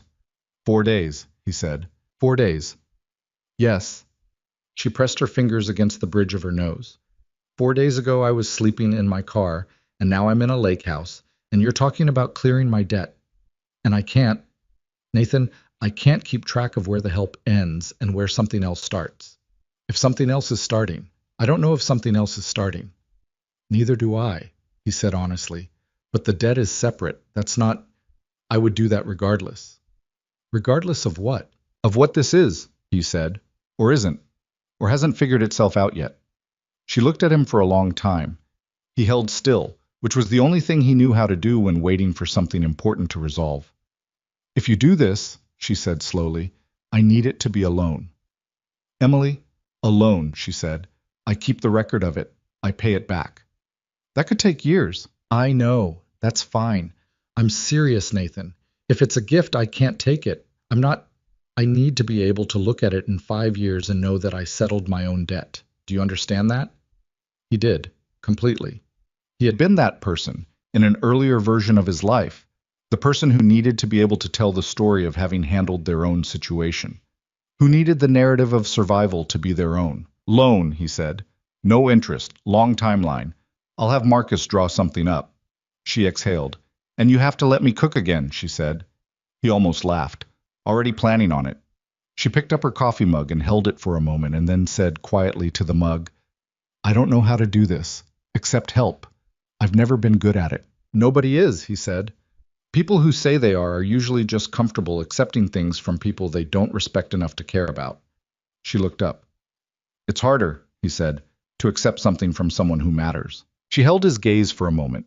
Then she looked out the window at the lake where Rosie and Sophie were doing something on the dock that involved sticks and a complicated debate. The morning light was doing that thing it did sometimes over still water, that particular flat gold that made everything look briefly like it was lit from inside. "Okay," she said. Just that. One word, no drama. Just the simple, effortful, human thing of letting herself be helped. Outside, Rosie and Sophie's debate escalated into laughter, something tipping from argument into absurdity, the way children's arguments often do. Emily watched them through the window, and something in her face settled, slowly, like silt coming to rest in still water. Nathan watched her watch them. said nothing.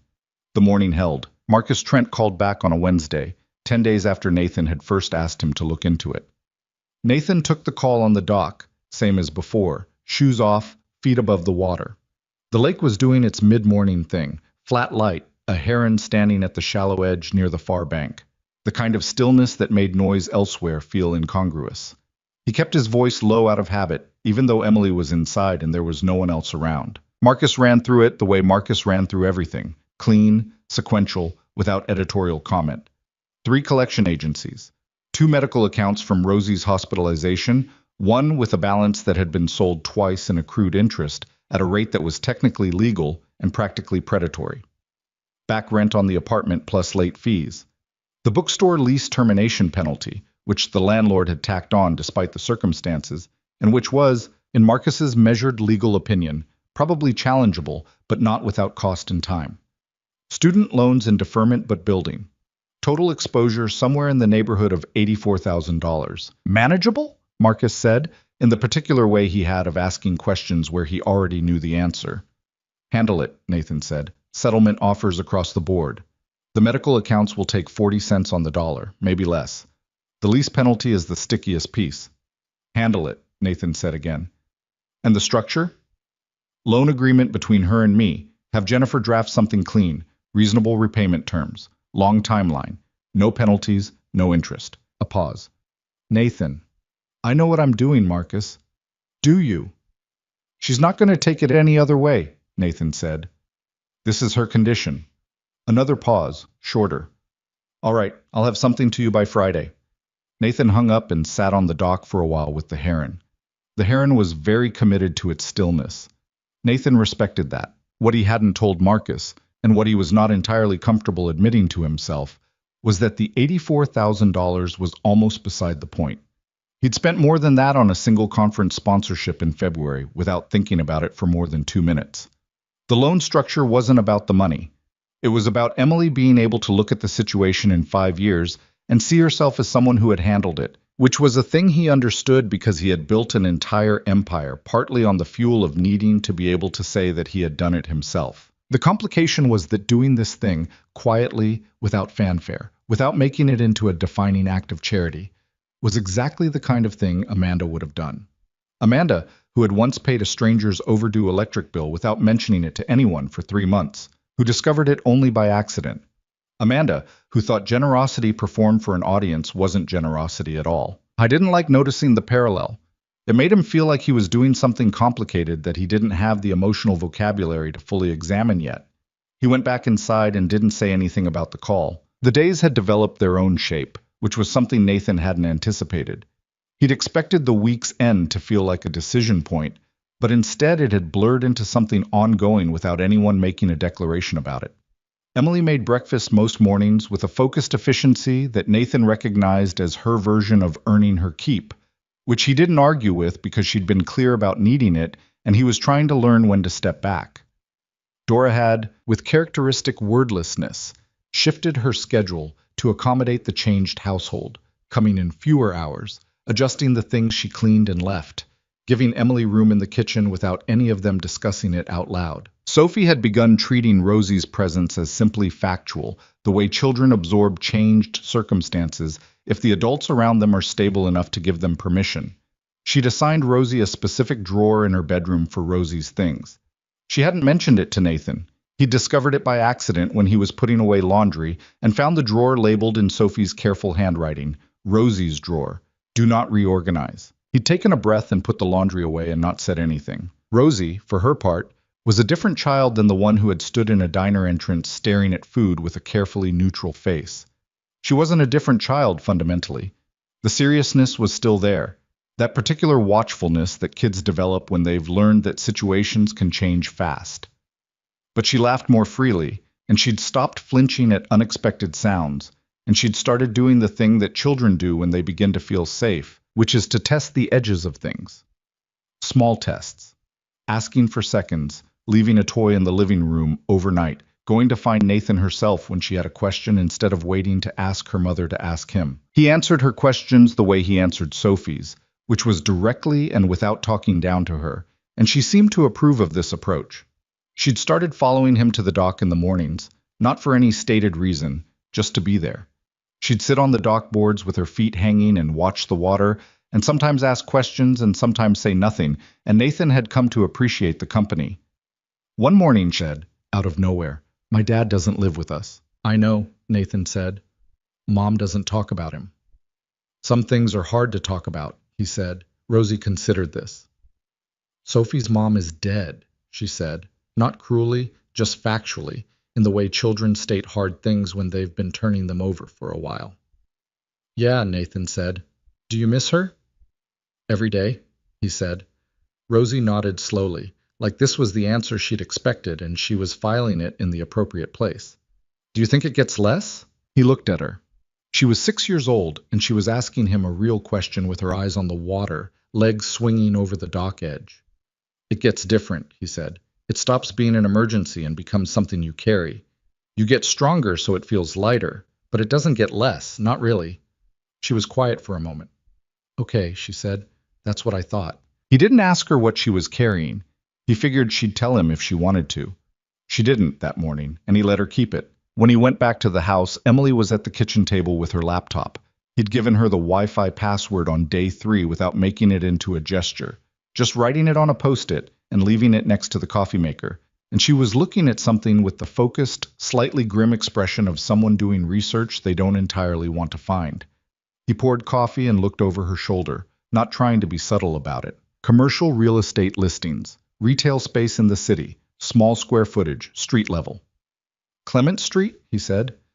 "Different parts of town," she said. "Clement's priced out." She didn't look up. "I'm just looking. I'm not making any moves yet. I just need to know what the landscape is." "That's smart," he said. "Know the market before you plan." She did look up then, slightly suspicious, like she'd expected pushback. "You're not going to say anything about it being too soon?" "Why would I?" "Because I have no capital and no credit line and a debt situation that is currently being handled by your lawyer." "Marcus is finishing the settlement paperwork this week," Nathan said, sitting down across from her. "Once those accounts close, your credit picture changes. And there are small business programs, SBA loans, local development funds, that look at current situation, not just history." She stared at him. "You already looked this up." "I might have asked my business development team to pull some information," he said. "Nathan, I run a company. I have people who pull information. That's not—" "You had your business development team research my theoretical future bookstore. I had them pull publicly available data on small retail financing programs in this metro area," he said. It's not specific to you. It's general information."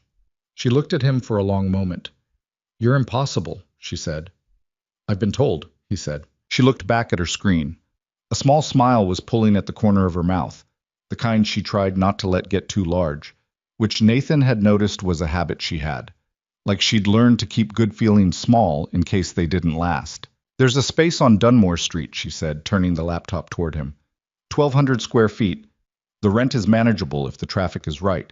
It's close to a residential neighborhood, good foot traffic, demographics skew toward the kind of people who actually buy books. He looked at the listing.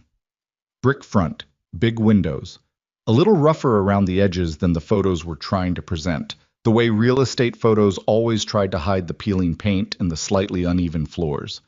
But the bones were right. He could see why she'd lingered on it. "It needs work," she said. "The photos don't show the whole place. I can tell from the angles." "How can you tell from the angles?" "When a photographer doesn't show you the left side of a room, there's something wrong with the left side of the room," she said, matter-of-factly. He looked at the photos again. She was right. "What do you think is wrong with it?" "Water damage, probably. Or a bad electrical situation.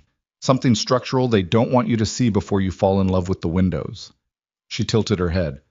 "I'd want a full inspection before I got attached to it." "Have you contacted the listing agent?" "Nathan, I haven't. I'm looking. I'm not in a position to—" "Contacting a listing agent to ask about an inspection isn't making a move," he said. "It's gathering information, which is what you're already doing." She looked at him. "You said you wanted to do this yourself," he said. "I'm not arguing with that. I'm saying doing it yourself doesn't mean doing it blind. Contact them. Get the facts. Then decide." She looked back at the laptop screen and he watched her do the particular internal negotiation that he'd come to recognize over the past week and a half. The weighing of pride against pragmatism. The testing of whether accepting advice was the same as accepting charity, the checking of her own motivations. I'll think about it, she said. He let it go and drank his coffee. The call from his operations director, Carol Huang, came that afternoon and derailed the rest of his day. Carol had found what the audit was struggling to locate. A logistics coordinator at the Delmont hub named Roy Estes, who had been rerouting approximately 8% of weekly freight volume through a secondary carrier he had a quiet financial interest in. It was not a sophisticated scheme. It was the kind of scheme that worked because it was small enough not to trigger automatic flags, and because Roy Estes had been with the company for 9 years and nobody had thought to look carefully. Nathan spent 3 hours on the phone. He was not loud about his anger, which was a thing people who didn't know him well sometimes underestimated. They expected volume and got instead a very quiet, very precise dissection of what had happened and what was going to happen next, delivered in a voice that didn't rise above conversational volume and somehow landed harder for it. By the end of the 3 hours, Roy Estes had been suspended pending a full investigation. The secondary carrier contract had been terminated, and Carol had a clear mandate for what the full audit needed to cover. He came out of it somewhere around 4:30 and found Emily in the living room, reading. She looked at his face and said, "Bad afternoon?" "Manageable," he said, which was the word she'd used about the car situation back at the diner, and he watched her notice that. "Do you want to talk about it?" "Not really."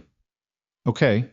She went back to her book. He sat down at the other end of the couch and put his feet on the coffee table, which Dora disapproved of, but Dora wasn't here this afternoon, and stared at the ceiling for a while.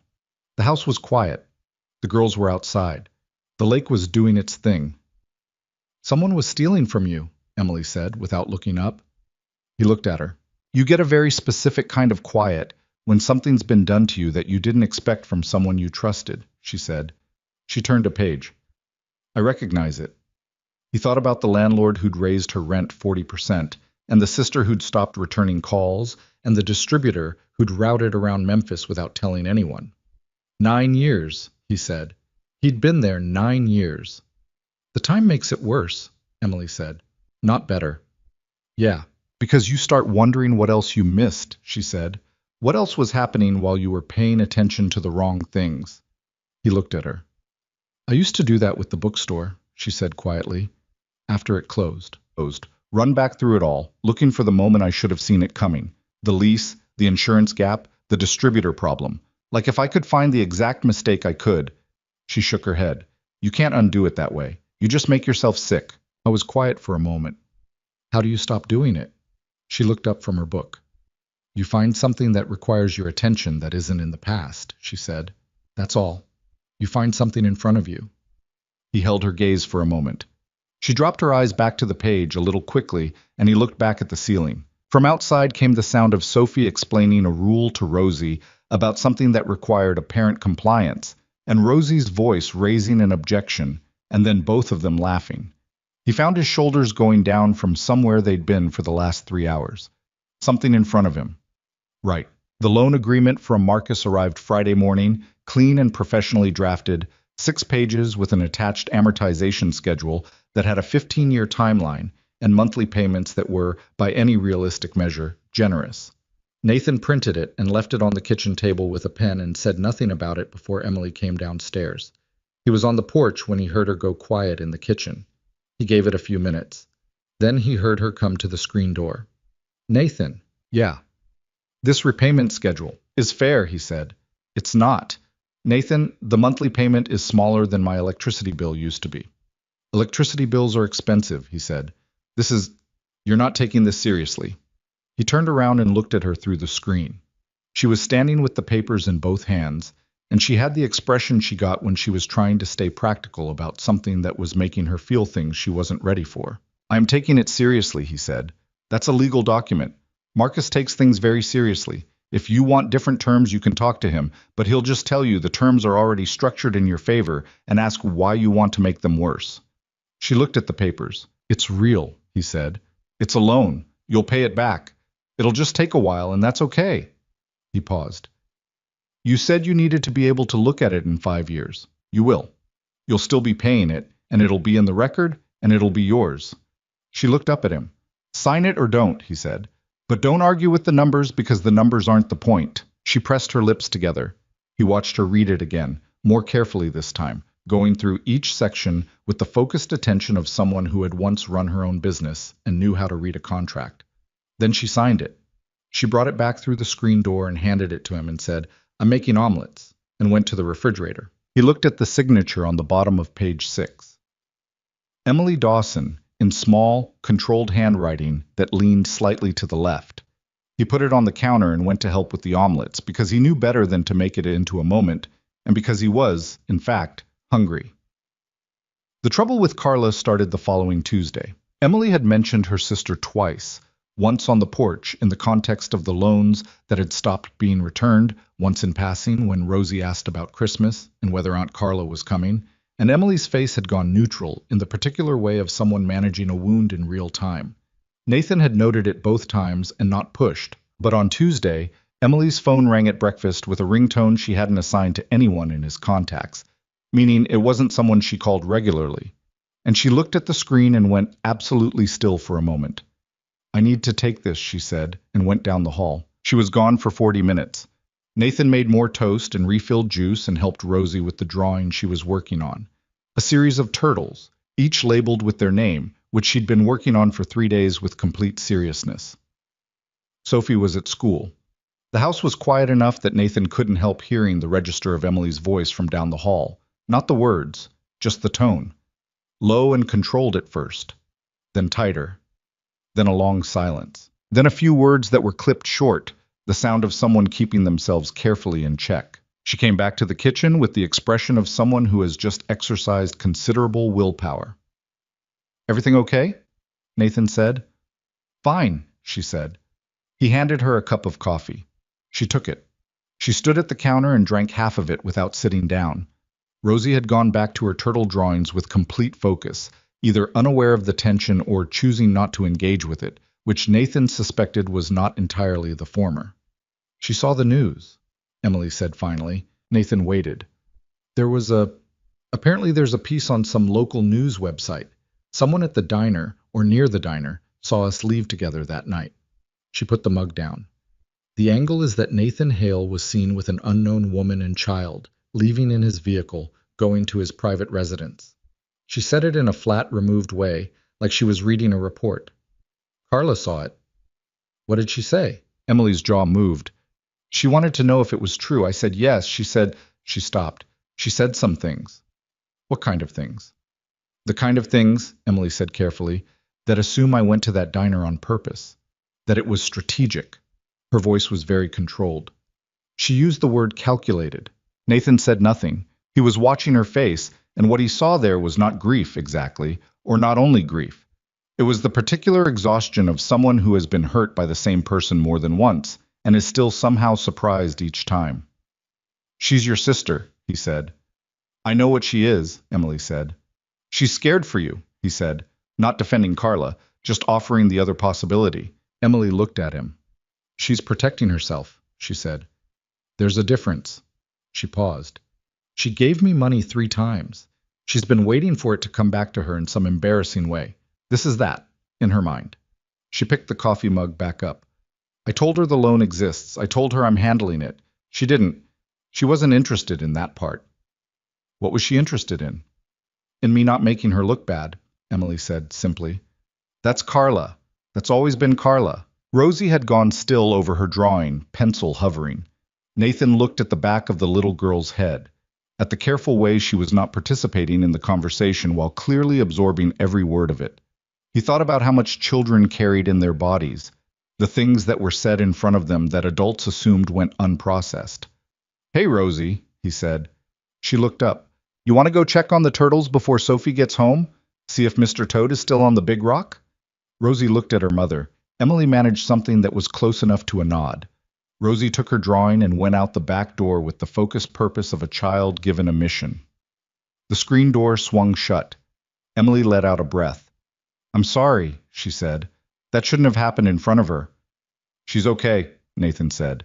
"You don't know that. She's worried about you, not about herself," he said. "Kids who've been through hard things watch their parents more than their own feelings. She went out the door because she thought you needed the room." He paused. "That's not nothing. That's a kid who loves her mother." Emily looked at the back door. Something moved through her face. Carla's not entirely wrong, Emily said, quietly, to the window. That there's something to wonder about. Me being here. It doesn't look uncomplicated. Is it uncomplicated? Nathan said. She turned to look at him.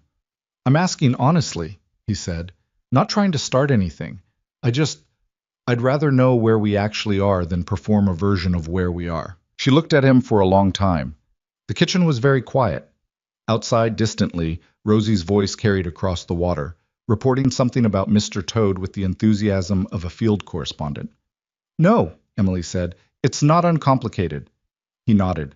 And I don't know what to do with that, she said. Nathan, I'm still finding my feet. I'm still figuring out what the next year of my life looks like. I can't also be... She stopped. I don't have the bandwidth to be starting something I can't see the shape of. Okay, he said. Okay? She looked like she'd expected more resistance. I'm not trying to push anything, he said. I just needed to know what's real. Now I know. He picked up his coffee. We're in the same house and we're both paying attention to each other, and it's not nothing. That's where we are. That's real enough to work with. She stared at him. What? He said. You're very... She seemed to be searching for the word. Steady, she said finally. You're very steady. It's a little unnerving. I'm not steady, he said. I'm just patient. There's a difference. She almost smiled. What are you being patient about? The shape of things, he said. Things have shapes. You just can't always see them while they're forming. She looked at him for another moment. Then she looked out the window at the lake where Rosie was crouched at the edge of the dock, leaning over to look at something in the shallows. I want to go see the space on Dunmore Street, Emily said. The listing I showed you. I want to call the agent and set up a showing and go look at it with my own eyes. Do it, he said. I don't need you to come, she said. I'm saying it out loud because it makes it more real when I say it out loud. I know, he said. Do it. She nodded once, definitive, like something had been decided. She picked up her phone and went to find the listing agent's number, moving through the kitchen with the particular energy of someone who has just located the next thing to put her hands on. Nathan stayed at the table and looked out at the dock, where Rosie was now standing up and pointing at something in the water, narrating the discovery to nobody in particular with complete enthusiasm. He drank his coffee and thought about the space on Dunmore Street with the big windows and the probably damaged left wall, and about the loan agreement with Emily's left-leaning signature, and about the phone call from Marcus that would come in the next few days confirming that the collection accounts had been settled. He thought about the shape of things while they were forming. I was not a patient man by nature. He was efficient and direct, and he had spent most of his adult life moving toward objectives with the systematic intensity that had made him very successful and had occasionally, Amanda had pointed out, made him difficult to live with.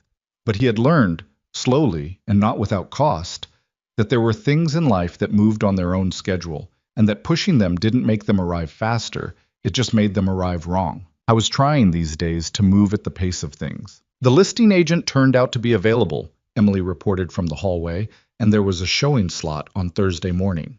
She said it with the brightness of someone working hard to feel hopeful and mostly managing it, and Nathan said Thursday was good, and she said she wasn't asking him to come. And he said he wasn't offering, and they looked at each other with the slight mutual exasperation of two people who had, somewhere in the last 2 weeks, developed a dynamic that neither of them had a clean name for. Rosie came in through the back door at that moment with muddy knees and the information that Mr. Toad was indeed on the big rock, and that there was also a new turtle she hadn't seen before that she believed should be named Gerald. Why Gerald? Emily said. Because Rosie says so, Rosie said, with a 6-year-old's perfect circular logic. Nathan looked at Emily. Emily looked at Nathan. Gerald it is, Nathan said. Rosie went to wash her hands, satisfied. The screen door swung behind her. Emily stood in the kitchen doorway for a moment with her phone in her hand and the listing agent's number pulled up, and her appointment on Thursday, and the shape of something that didn't have a name yet, happening around her in a house that didn't belong to her but had started, in the way that places do when you live in them long enough to feel like it might not be entirely foreign either. She looked at Nathan. Thank you, she said. Not for any specific thing, for the whole of it, he nodded. Just that. Because some things didn't need more than that. She went to make the call. Outside, the lake held the afternoon light the way it always did, flat and bright and indifferent to everything that happened around its edges, which was somehow, Nathan thought, Exactly what you needed from something you could see every morning, something that was just still and present and there. He stayed at the kitchen table and listened to Emily's voice from the hallway, professional and clear, and the voice of someone who had not stopped knowing how to be herself, regardless of what the last 8 months had done to her circumstances. Thursday was 3 days away. 3 days was nothing. He could be patient for 3 days. Thursday came with low clouds and the particular flat light of a Texas morning that couldn't decide whether it wanted to rain again or just threaten it all day. Emily left at 9:15 in her car, the car she'd been sleeping in 6 weeks ago, which she'd had serviced at the garage down the road from the lake house, without saying anything about it until Nathan noticed the receipt on the counter, and she said only that she'd used part of the grocery money and would account for it, which he didn't argue with because he'd learned which arguments were worth having. She dressed carefully, not formally. She wasn't trying to look like a businesswoman meeting a bank. She'd put on dark jeans and a gray button-down and her hair back, and she looked like someone who was competent and taking something seriously, which was exactly right for a showing with a listing agent. Nathan noticed all of this and said nothing except, "Good luck," and she said, "I'm just looking," and he said, "I know," and that was that. Rosie went to the elementary school down the road with Sophie that morning. This had begun 4 days earlier, quietly, as a temporary arrangement. The school's principal had known Nathan since a fundraiser 2 years back, and had been accommodating about a short-term enrollment for a child who was between permanent addresses. Rosie had gone the first morning with the expression of someone expecting to be tested and had come home with paint on her elbow and a detailed account of a boy named Theodore, who had very specific opinions about dinosaurs, which she both disputed and seemed to find fascinating. The house was empty for the first time in 2 weeks. Nathan sat at the kitchen table with his laptop and tried to work and mostly stared at the lake through the window. He answered 12 emails. He reviewed 2 quarterly reports. He read the same paragraph of a contract 3 times without retaining it and gave up on the contract. He made a second cup of coffee and stood at the counter and thought about the space on Dunmore Street with the promising windows and the probably damaged left wall. He thought about Emily walking into it with the listing agent, doing what she'd done when she looked at those real estate photos, reading the angles, reading what wasn't being shown, finding the truth of the place underneath the presentation. He thought about how she talked about Morrison's books, the retired teacher on Thursdays, Gerald the cat, the couple in the corner armchairs reading to each other.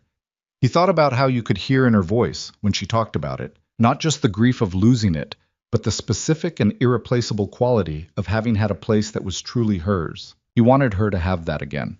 He didn't examine the wanting too carefully. He just noted it and let it be there, the way you let something sit on a counter until you figure out where it belongs.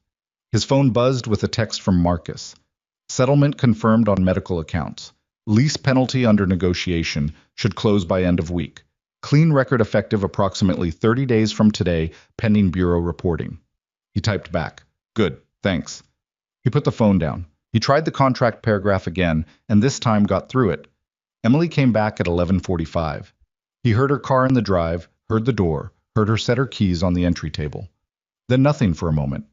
Then she came into the kitchen and stood in the doorway, and he looked up from the laptop. Her face was doing several things at once. "Tell me," he said. She sat down across from him. She put both hands flat on the table. She looked at her hands.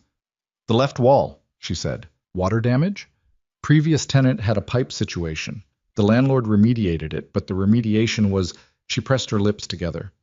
It was the cheap version. The wall is structurally fine, but there's cosmetic damage that's going to need real work. He tried to say it was minor. She paused. "It's not minor." "Did you say that to him?" "I said I'd need a contractor's assessment before any further conversation," she said. "He did not love that." "That's the right call." "I know it's the right call." She looked up. "The rest of it, Nathan." She stopped, started again. "The rest of it is exactly right. The bones are right. The windows are... There's this afternoon light that comes through the front windows, and it hits the floor at this angle, and I stood in it for maybe 30 seconds, and I thought..." She stopped again. Her jaw worked slightly. "I thought, this is where the armchairs go." He looked at her. "That's the corner with the best light," she said. "The reading corner. That's where it goes." She said it like she was confessing something. "I've been in there 40 minutes, and I'm already placing furniture, and I don't have any furniture, and I don't have any capital, and I have a water-damaged left wall situation, and I've already decided where the armchairs go." That's not a problem, Nathan said. It feels like a problem. It feels like I'm getting ahead of myself again. It feels like the thing I do where I love something before I've verified that it can hold the weight of it. He thought about what to say and decided that less was better here. Is the rest of it viable? He said. Square footage, rent, location? She took a breath. The rent is higher than I'd want, but within range if the foot traffic delivers what I think it will. The neighborhood demographics are right. There's no other independent bookstore within a mile and a half. The square footage is tighter than Morrison's, but I've been thinking about the layout, and actually tighter might be better. More curated, less overhead. Did you ask about lease terms? 3-year initial with an option to renew. No exclusivity clause for retail type, which I specifically asked about because of what happened with the coffee chain. Good. He said there's another interested party, she said. Nathan kept his expression neutral. Did he say who? He said he wasn't at liberty, which probably means there isn't one, and it's a standard pressure tactic. She looked at him steadily. I've done enough leases to know the difference between real competition and manufactured urgency. What's your read? My read is that the space has been sitting for 4 months based on when the listing went up, and an interested party would have moved faster if they were serious. She paused. But I'm also aware that I want that to be true. He nodded. What's the contractor situation? I have a name from... She hesitated. I asked Dora. She said her brother-in-law does commercial renovation work. I have his number. I was going to call him today and see if he can do an assessment this week. He noted that she'd asked Dora rather than him, and he noted that she'd noted him noticing it, and the brief exchange of acknowledgement that passed between them about this. The fact that she was doing this herself, sourcing her own contacts, pulling her own strings, happened without either of them saying a word about it. Okay, he said. I might need your advice on reading the contractor's assessment, she said. Once I have it, commercial construction. I know what I'm looking at in terms of books and inventory and customer flow, but structural repair bids are... I'll look at it with you, he said. You don't have to come to the... I'll look at it with you, he said again, gently. Here, after you have it. You run the showing and the contractor meeting. I'll help you read the paperwork. She looked at him for a moment. Division of labor, she said. Something like that. She nodded. She looked at her hands on the table again, then back up. I need an SBA loan, she said. A small one. The kind for businesses relaunching after hardship. I need to understand the application process. I can connect you with someone at First Central who handles small business development, Nathan said. She's straightforward. She'll tell you exactly what you need without the runaround. Is she going to treat me like a client or a charity case? She's going to treat you like a loan applicant, Nathan said, which is what you are. Something in Emily's posture eased subtly. Set up the meeting, she said. I'll text you her number. You set it up yourself. The corner of her mouth moved. You're doing the thing again. What thing? The thing where you anticipate what I need before I ask for it, and then arrange it so I feel like I asked for it myself. He looked at her. Is it working? She stood up from the table. I'm calling Dora's brother-in-law, she said, and went down the hall with her phone. He listened to her voice from the hallway, professional, clear, asking specific questions about timeline and availability for an assessment, and felt the particular satisfaction of watching someone move into themselves. He'd seen it happen in business 100 times, the moment when someone stopped second-guessing and started executing. He'd never felt this specific about it before. He went back to the contract. He got through the whole page this time. The contractor, whose name was Pete Okafor, and who turned out to be a large, deliberate man with the hands of someone who had been doing structural work for 30 years, came on Saturday morning.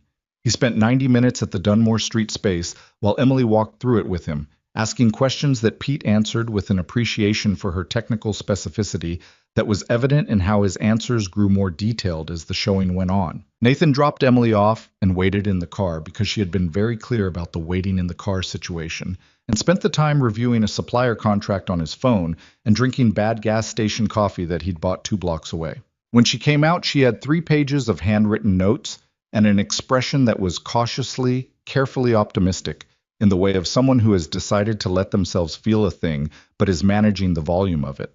She got in the car and said, "It's repairable." Yeah? The water damage is cosmetic, like Pete thought. The actual structure is fine. The electrical situation is old but functional. Needs an upgrade, not a replacement. He says the whole remediation plus electrical update plus general prep is probably 42 to 48,000 depending on materials. She paused. That's a lot. That's not as much as you were worried it was going to be, he said. It's still a lot. It's a known number, he said. Unknown numbers are worse than large known numbers. She looked at her notes. The SBA loan won't cover build-out costs as a separate line. I'd need a commercial improvement clause or a separate equipment and renovation financing vehicle. She said this in the clipped, technical way of someone who had spent the last several days reading about small business financing until it became language she could use. Pete said he can work with a 60-day start timeline if I have financing in place. Do you want me to look at the notes? She handed them over without the usual moment of hesitation. He went through them, reading Pete's estimates, the breakdown of materials versus labor, the phasing options. Pete had organized it well. There was a minimum viable version and a full version, and the gap between them was about $12,000 and 6 weeks of timeline. Start with the minimum viable, Nathan said. Open the store, generate revenue, phase the rest in. That's what I was thinking, she said. Do you have inventory contacts? Some, she said. Morrison's old distributor. I'd want to rebuild that relationship carefully. They knew me before, which helps, but I burned through a lot of goodwill with the late orders at the end. She paused. And there are some publishers who do consignment arrangements for new independents. I know a few acquisition people from the Regional Bookseller Association I was part of. He handed the notes back. You have more infrastructure than you're giving yourself credit for, he said. She looked at him. You're acting like you're starting from nothing, he said. You're not. You have relationships, you have knowledge, you have a clear vision of what the space should be. That's not nothing. That's actually most of the hard part. She looked at the notes in her hands. The hard part is the money, she said. The money is a problem with a solution, he said. Solutions are easier than vision. She was quiet for a moment. They were still parked outside the Dunmore Street space, and she was looking at the front windows, the afternoon light that she'd described coming through them and hitting the floor, the angle that told her where the armchairs went. I'm scared, she said, flat and simple, not asking for anything, just stating a fact. I know, he said. Last time I was scared too, and I did it anyway, and it fell apart. Last time you also had a sick kid and a predatory landlord and a distributor problem and no insurance safety net, he said. Those aren't the same conditions. Some of them might come back. Some of them might, he said. You can't failure-proof a business. You can reduce specific known risks, and you can build better margins, and you can read the lease more carefully, and you've already done most of that in the last 48 hours. He paused. But yeah, it might still go wrong. That's the real answer. She looked at him. I'm not going to tell you it won't, he said. You'd know I was lying. She was quiet for a moment, then she said, I appreciate that more than you know. I know, he said. She almost laughed. Let's go get the kids, she said. He started the car. The bank meeting with Elena Vasquez at First Central happened the following Wednesday, and Emily went alone, which Nathan respected so entirely that he made a point of scheduling a call with Carol Huang for the same time slot, so he'd have something to do with his attention that wasn't tracking the clock. Emily came back 2 hours later with a folder and the expression of someone who has been told a thing they needed to hear without embellishment. She sat down across from Nathan at the kitchen table, which had become their default location for things that mattered, and opened the folder. She said yes, Emily said. He kept his face level. What are the terms? SBA 7A program, Small Business Restart Provisions. Primary loan covers working capital and initial inventory. Separately, there's a commercial improvement financing option she thinks I qualify for based on my previous operating history that covers the renovation. She paused. The interest rate is higher than I'd want. The monthly payments on the combined package are, she did the mental math, manageable if my revenue projections are conservative and right. Conservative and right is a good target, he said. She said my projection methodology was sound, Emily said. There was something in her voice when she said it, a small, specific pride. She said most small business applicants either overcook the projections or have no methodology at all. She said mine were structured the way she'd want to see them. He looked at her. I spent 3 nights on those projections, she said. I want you to know that. I didn't ask anyone for help on them. I know, he said. How do you know? Because you didn't ask me to look at them. She looked at him for a moment. She wants a 30-day processing period, she said. Then she said I should be able to move forward on the lease. 30 days, he said. 30 days, she confirmed. He nodded. There was something expanding in the room, Not loudly, not with any announcement, just the simple atmosphere change that comes when something is shifted from possible to probable. Emily felt it too. He could see it in how she sat, something slightly different in her shoulders. "There's one more thing," she said. He waited. "She asked about my address," Emily said. "For the loan application, current residence." She looked at the folder. "I gave her this address." He said nothing. "I told her it was a temporary arrangement," she said. "While I'm in transition." She didn't ask more than that. She looked up. Is it okay that I did that?" "Of course it's okay," he said. "It's been 3 weeks," she said. "I know how long it's been. I want to make sure that we both know that I'm not moving in," she said. "I'm in transition. And when the store opens and the loan comes through and I have income, I'll find my own place. My own and Rosie's own." "I know," he said. "Emily." "What?" "I know all of that," he said. "You've told me clearly where we are. I heard you. The address is fine. Stay as long as you need while the loan processes. That's just practical." She looked at him. "And then when you're ready to go," he said, "that will also be fine." The second part of that sentence cost him something he didn't show. She probably knew it did. She was perceptive enough to know it, and honest enough not to pretend she didn't, and careful enough not to pull at it. "Okay," she said. "Okay," he said. She closed the folder and went to start dinner, and Nathan went out to the dock and sat at the end of it with the heron, who had developed a habit of appearing when he came out here alone, which he was aware was a coincidence, but appreciated anyway. The thing he hadn't said, the shape of the thing he was being patient about, had gotten considerably harder to be patient about in the last 20 minutes. Knowing that she was planning to leave, knowing she had a timeline now, 30 days processing, then the lease, then the renovation, then the opening, and somewhere in there she'd find an apartment and she and Rosie would go, and the guest room with the blue quilt would be empty again, and Sophie would lose Rosie's drawer full of things, and the kitchen would go back to smelling like the pasta he overcooked. He sat with that for a while. He was not going to make the timeline about himself. He was not going to let the fact that he didn't want her to leave become pressure on someone who had just spent 8 months having no options and was finally building some.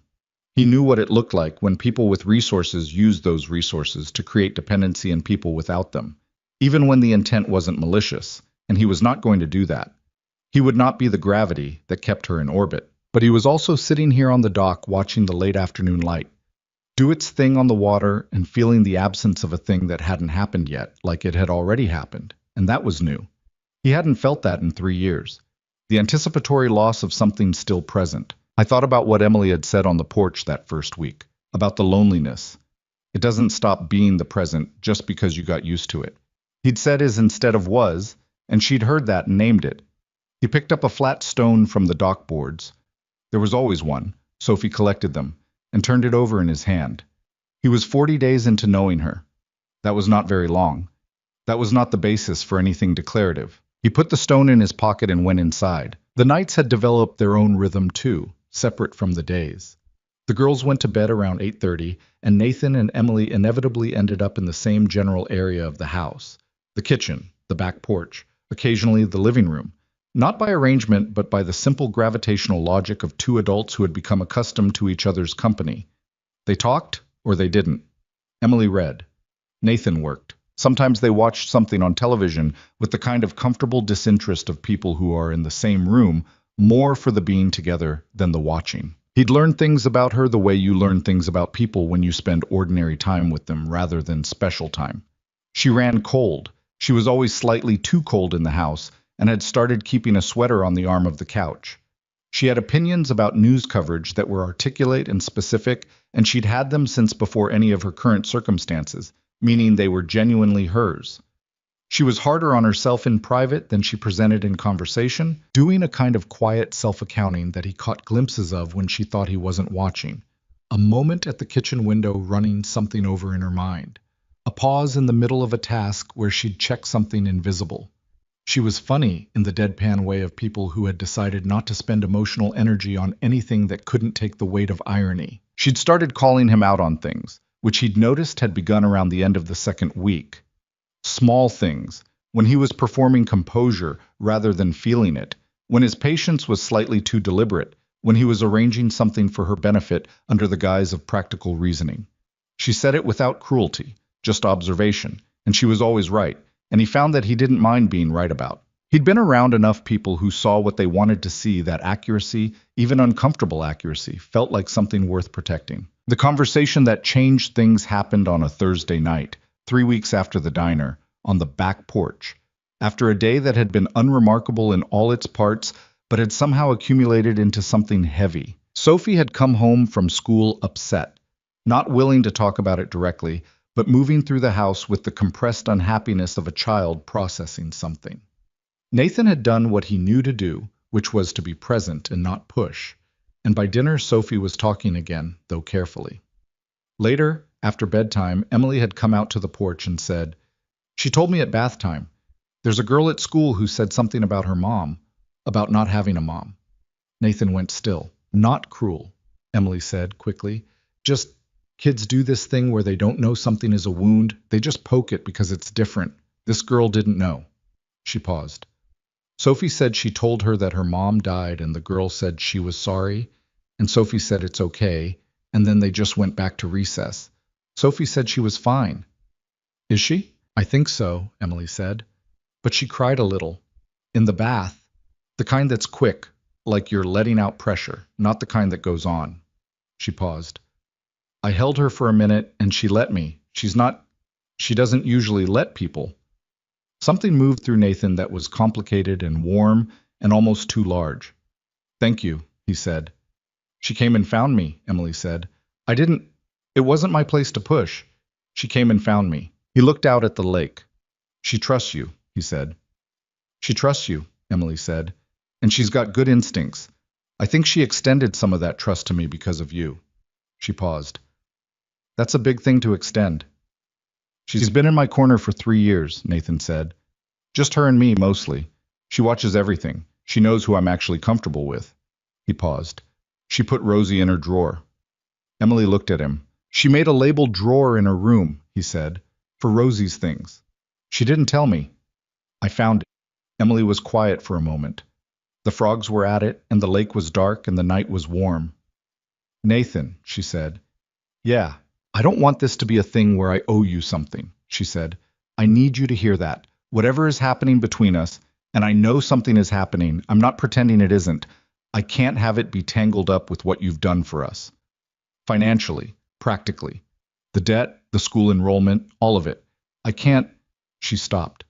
"I need those things to be what they are, which is generosity, and I need what's between us to be a separate thing that either exists on its own or doesn't. Do you understand what I'm saying?" "I understand completely," he said. "Because if I feel something because you saved us from a bad situation, that's not real," she said. "That's gratitude with better lighting. I don't want that. And I don't think you want that either." "No," he said. "I don't." She was looking at him. He was looking at the lake. "So I need to ask you something," she said. "Directly." He looked at her then. "If none of this had happened," she said, "no diner, no storm, no loan, no any of it. If we had just met somewhere in a normal way, and you were just a person and I was just a person, would you?" She stopped. "Is this?" She pressed her lips together. "Do you feel something for me that's about me, specifically, or is it about the situation?" He looked at her for a long moment. "You're the most honest person I've met in years," he said. "You walked out of a diner in a rainstorm to protect your pride rather than let a stranger feel sorry for you. You made stew from your grandmother's recipe in my kitchen to stay even. You came back from a property showing and told me you were scared and it might go wrong because you thought I deserved the real answer. You argued with me about a loan repayment structure because you needed the story of it to be yours." He paused. "None of that is about the situation. All of that is about you." She was very still. "I was in that diner because of a logistics problem," he said. "I noticed you because of how Rosie was looking at the food. Everything after that is because of you." He paused. "That's the real answer."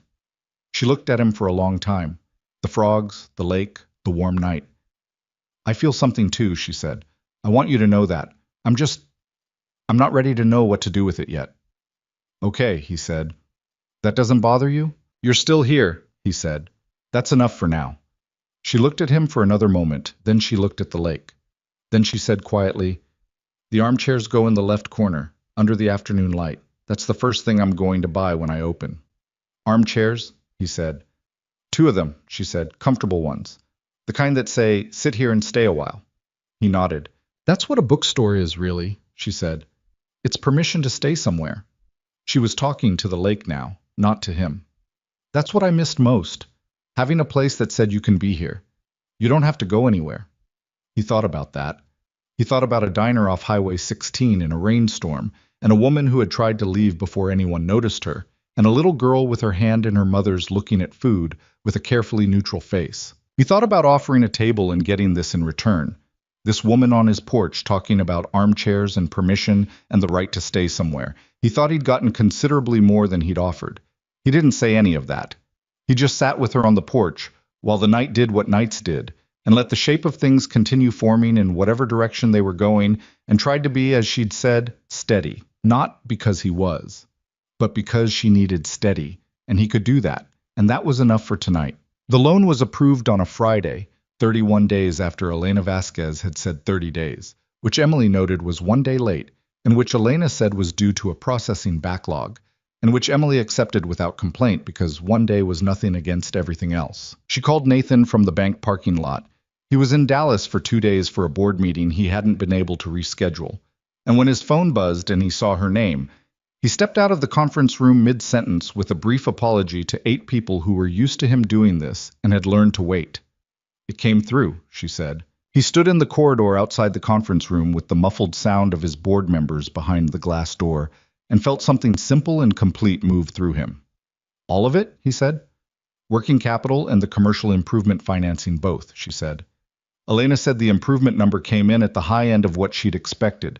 "The renovation can start on schedule." A pause.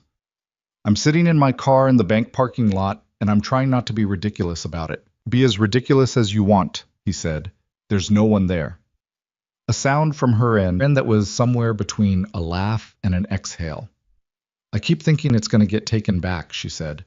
"Like someone's going to knock on the window and say there was a mistake." "Nobody's knocking," he said. "I know." Another pause. "Nathan." "Yeah. Thank you," she said. "For Elena. For the referral." "You did the projections," he said. "Elena said they were sound. That's not me." "I know, but you opened the door." She paused. "I'm going to stop saying thank you for individual things because there's too many of them, and I'm losing track, so this is a standing thank you. For the whole of it. I want you to know that I know." He leaned against the corridor wall. Down the hall, someone's phone rang twice and went to voicemail. "I know you know," he said. "Okay," she said. "Good." He heard her take a breath. "Go back to your meeting.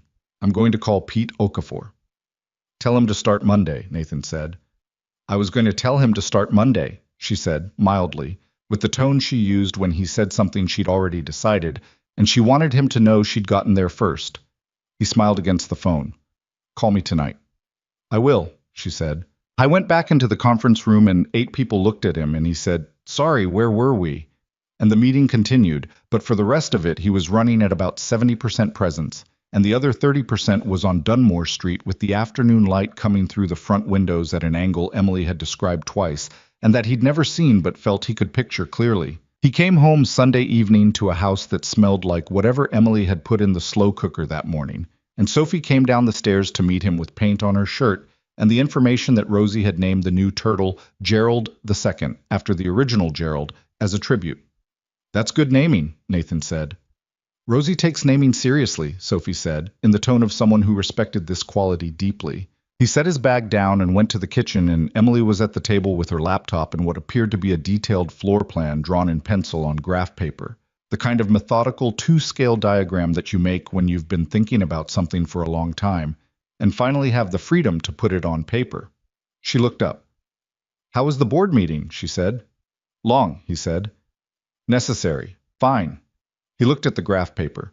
"Is that the floor plan?" "I've been doing it for 2 days," she said, slightly defensive. "I needed to know where everything goes before Pete starts the walls." He sat down across from her. She turned the graph paper toward him. It was meticulous. The dimensions were labeled. the shelving runs sketched in their designated positions, traffic flow indicated with light pencil arrows. In the left corner, two small rectangles with a narrow table between them. She'd labeled them simply chairs. He looked at the chairs on the paper for a moment. You put them exactly where you said, he said. Where else would they go? She said, which was not a question. He studied the rest of the plan. She'd thought about the children's section, tucked in the back corner, low shelves, presumably because low shelves were less threatening to small people, and because the back corner meant children wouldn't be right at the entrance getting underfoot during heavier traffic. She'd put the staff counter off-center rather than centered, which most retail spaces did reflexively, because centering the counter cut the room in half and made it feel like a transaction rather than an invitation. The counter placement is smart, he said. I hated how centered counters feel like a checkpoint, she said, like you have to get past someone to be allowed in. She paused. A bookstore should feel like you walked into someone's living room. The counter should be the place you end up, not the place you start. He handed the plan back. She looked at it with the expression she had when something was both finished and just beginning, the same expression she'd had in the bank parking lot, he imagined, the verge of something held carefully. Pete says 4 weeks on the renovation if nothing goes wrong, she said, and then inventory setup, which I can do myself mostly. And then, she stopped, looked at the plan, and then it's open. Have you thought about the name? He said. She looked up. What do you mean? The store name, he said. Morrison's is gone. This is something new. She looked at him for a moment like the question had arrived from an unexpected direction. I've been thinking about it, she said slowly. I haven't said it out loud yet. You don't have to, he said. Dawson's, she said. Just that. Simple and clean. He nodded. It sounds presumptuous, she said. It sounds like yours, he said. Something settled in her face. Yeah, she said quietly. That's the idea. The renovation started Monday as planned, and Emily went to Dunmore Street every morning for the first week to check Pete's progress and ask questions that Pete answered with the patient thoroughness of a man who had worked with enough anxious clients to know that the anxiety was usually about something larger than the specific question being asked. He gave her honest answers about what was going well and what wasn't, which she appreciated because the previous landlord's contractor had told her only what she wanted to hear, and that had cost everyone time and money later. The left wall came down and went back up in 5 days.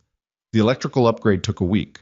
The floors, which were original wood underneath 2 layers of poorly installed vinyl, turned out to be salvageable, beautiful even, once Pete's crew stripped them back.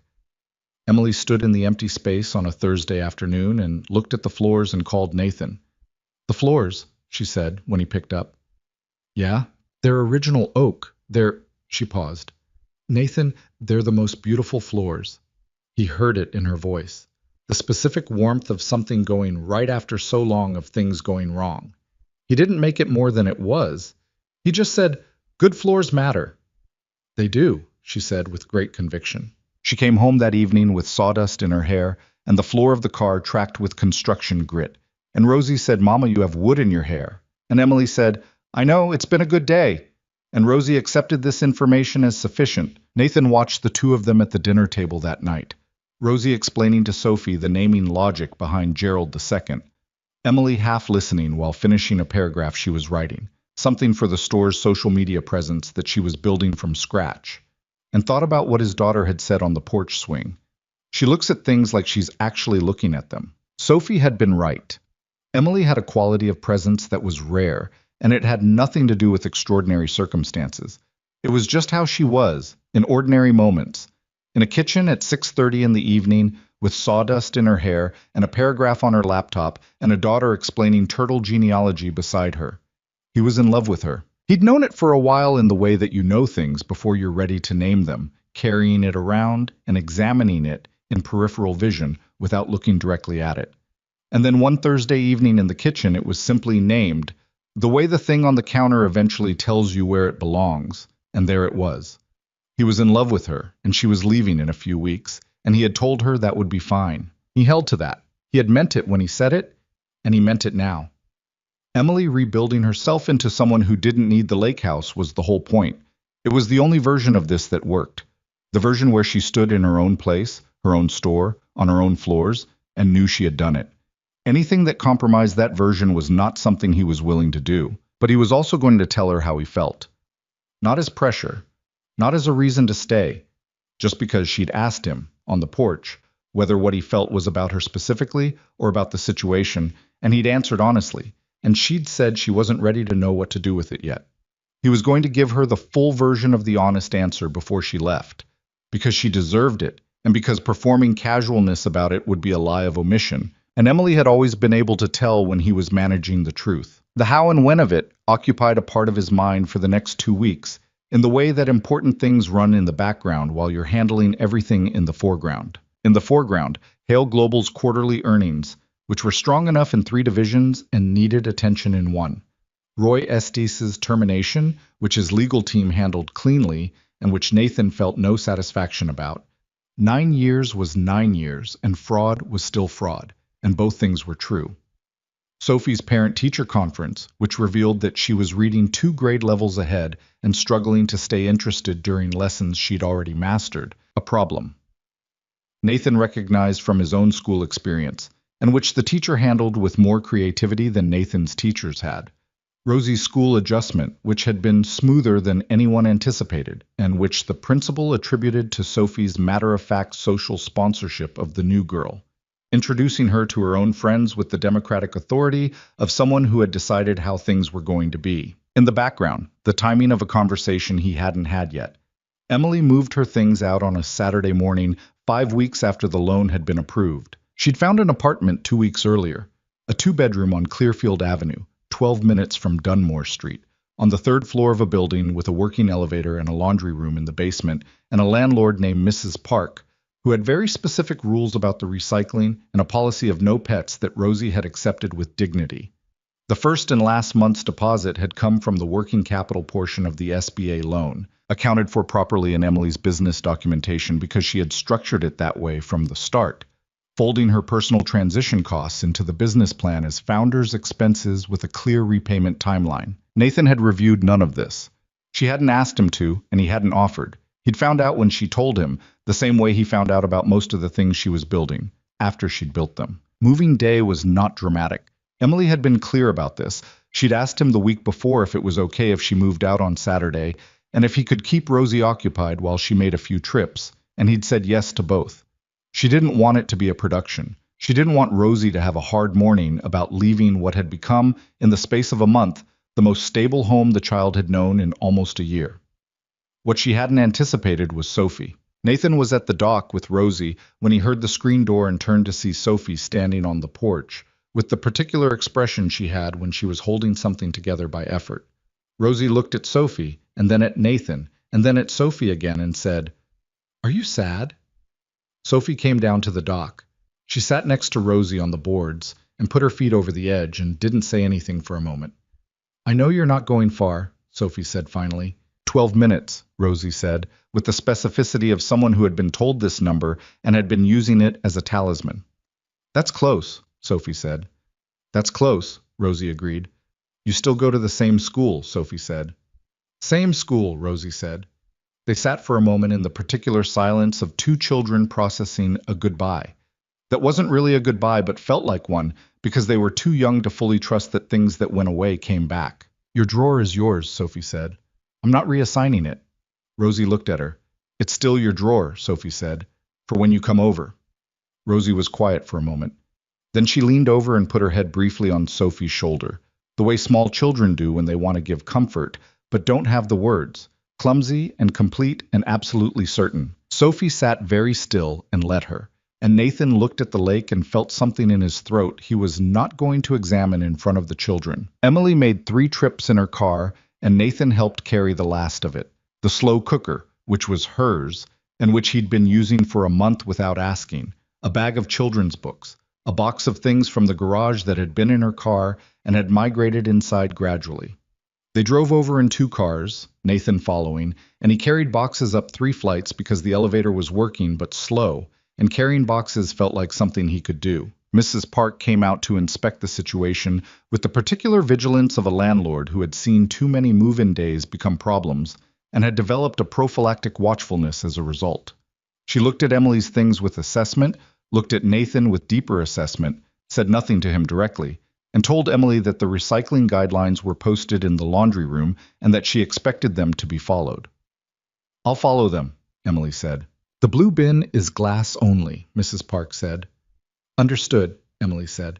Mrs. Park nodded once, satisfied, and went back inside.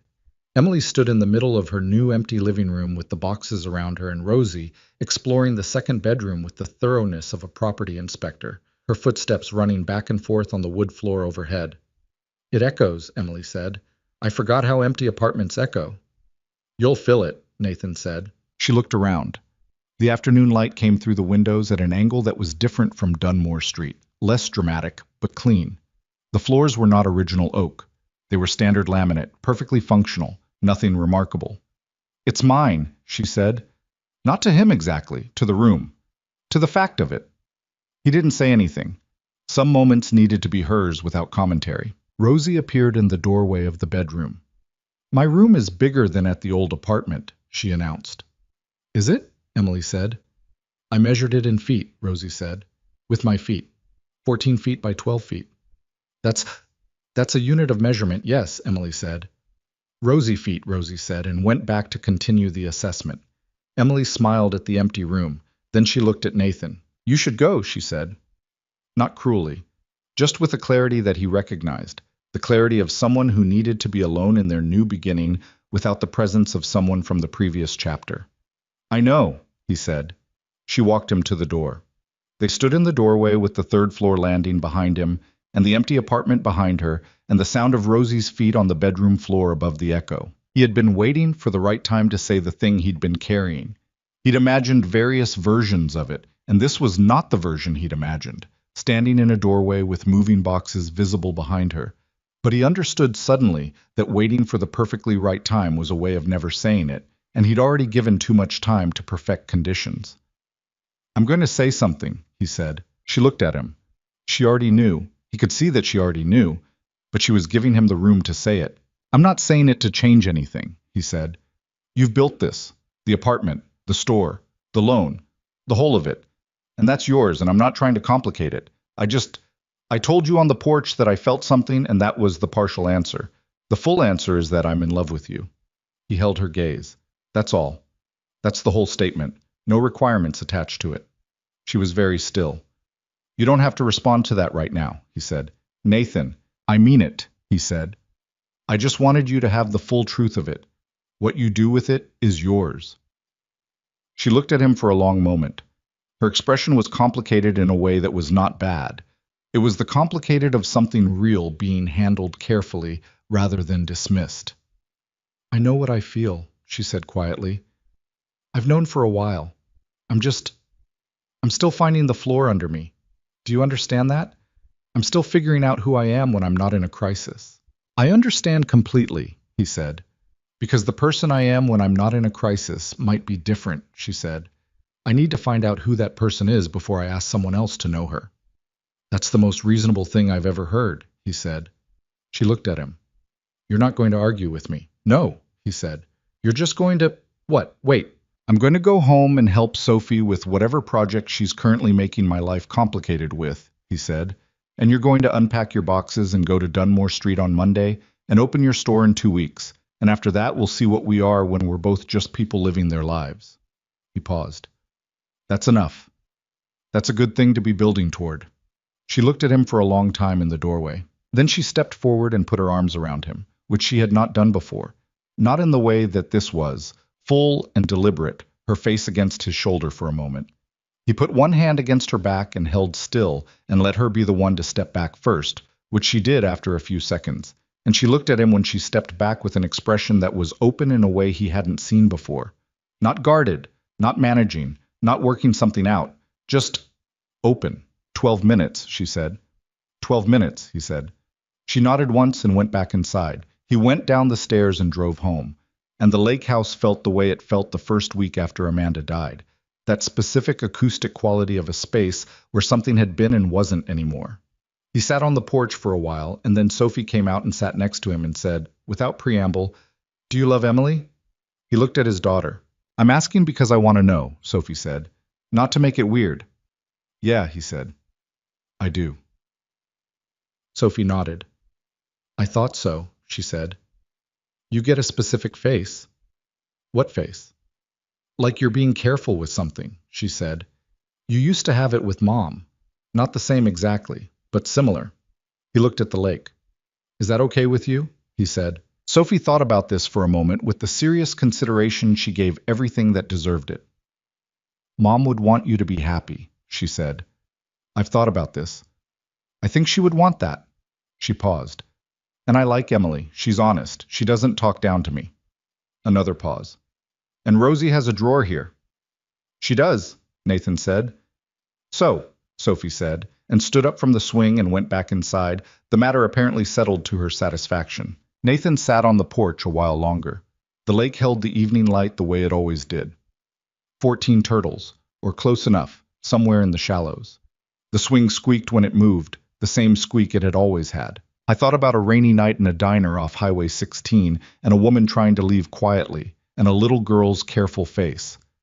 He thought about the things that hinge on a moment, the ones you can see coming and the ones that arrive sideways and change the entire direction of a life before you've understood what's happening. He had done a simple thing, stood up from a booth and said, "Would you like to sit down?" That was all. And from that one ordinary act of paying attention had come every single thing that followed. The stew from a Louisiana grandmother's recipe, the loan agreement with the left-leaning signature, the turtle named Gerald II, his daughter's arms around a smaller girl on a dock, a woman in a new apartment standing in afternoon light saying it's mine to an empty room. It wasn't a lesson he could clean up into something neat.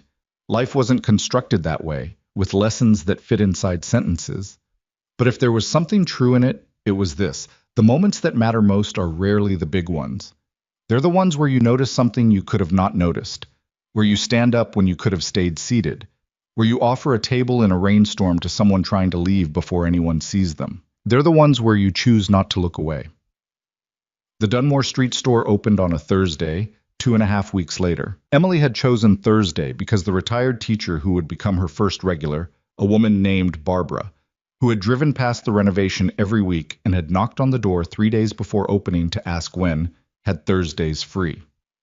Emily had not told anyone else this reason. Nathan had figured it out when he saw Barbara already in the left corner armchair at 10:15 in the morning, 20 minutes after opening, with a book open in her lap and the expression of someone who had been waiting for this specific chair for longer than she'd known it existed. The 2 armchairs had arrived the week before.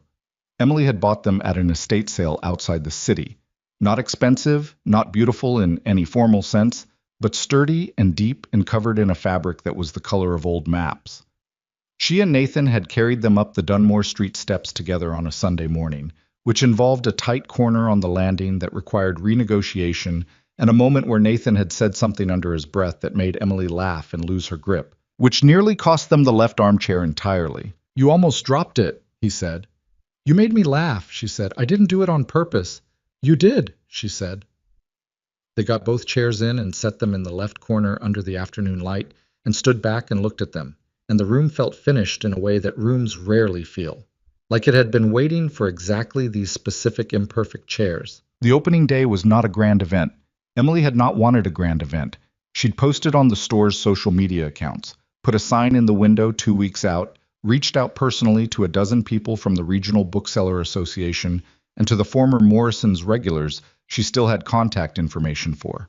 By noon there were 11 people in the store, which for a first day in a 1,200-square-foot independent bookstore in a neighborhood that didn't know it yet was, by any honest measure, a strong start. Nathan came at 11:30 with Sophie and Rosie, having been specifically told he was welcome after 11 because Emily wanted the first hour to be hers alone.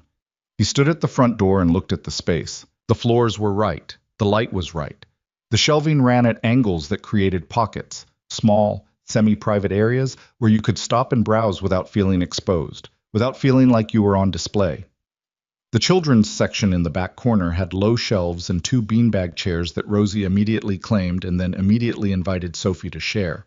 The staff counter was off to the right, exactly where the floor plan had put it, not a checkpoint, but a landing spot. And in the left corner, Barbara sat in one of the armchairs with her book, and across from her sat a man Nathan didn't recognize, maybe 65, reading something with the focused ease of a person who has been given permission to stay somewhere and has taken it fully. Emily was behind the counter talking to a woman about a recommendation, using her hands the way she did when she was genuinely engaged with something, specific and direct and unhesitant.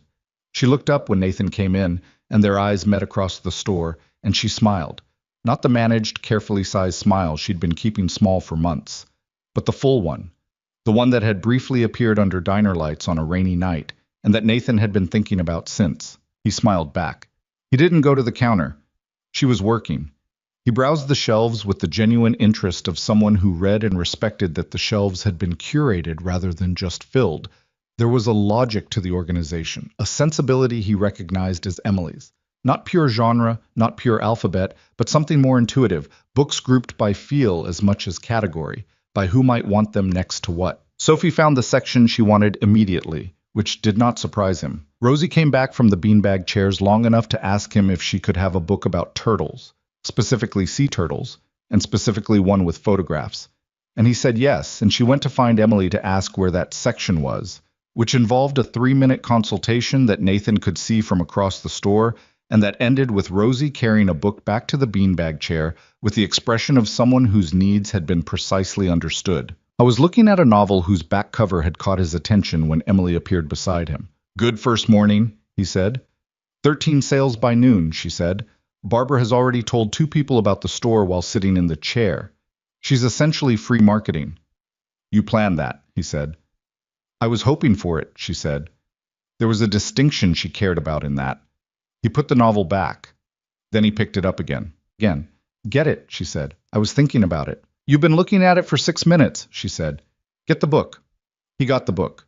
She rang it up at the off-center counter, and when she handed him the bag, she held it for 1 extra second, not long, just a beat, and looked at him the way she had in the doorway of the Clearfield Avenue apartment. Open, not managed. 12 minutes, she said quietly. 12 minutes, he said. She let go of the bag and went to help another customer, and he stood at the counter for a moment with his novel in a paper bag, and the afternoon light doing its thing across the oak floors, and Rosie in the beanbag chair with her sea turtle book, and Sophie in the back shelves probably reading the first 3 chapters of something she was going to ask him to buy. He thought about what Emily had said on the porch, about a bookstore being permission to stay somewhere. You can be here. You don't have to go anywhere. He looked around the room, at Barbara in the left armchair, and the stranger across from her and Rosie's feet visible above a beanbag chair, and Emily's voice from somewhere in the shelves saying something specific and warm to a customer. I thought that was it, actually. That was the whole thing that mattered. Not the money, not the logistics empire, not the 14,000 trucks, or the Forbes profile, or any of the scaffolding that the public version of his life was built on.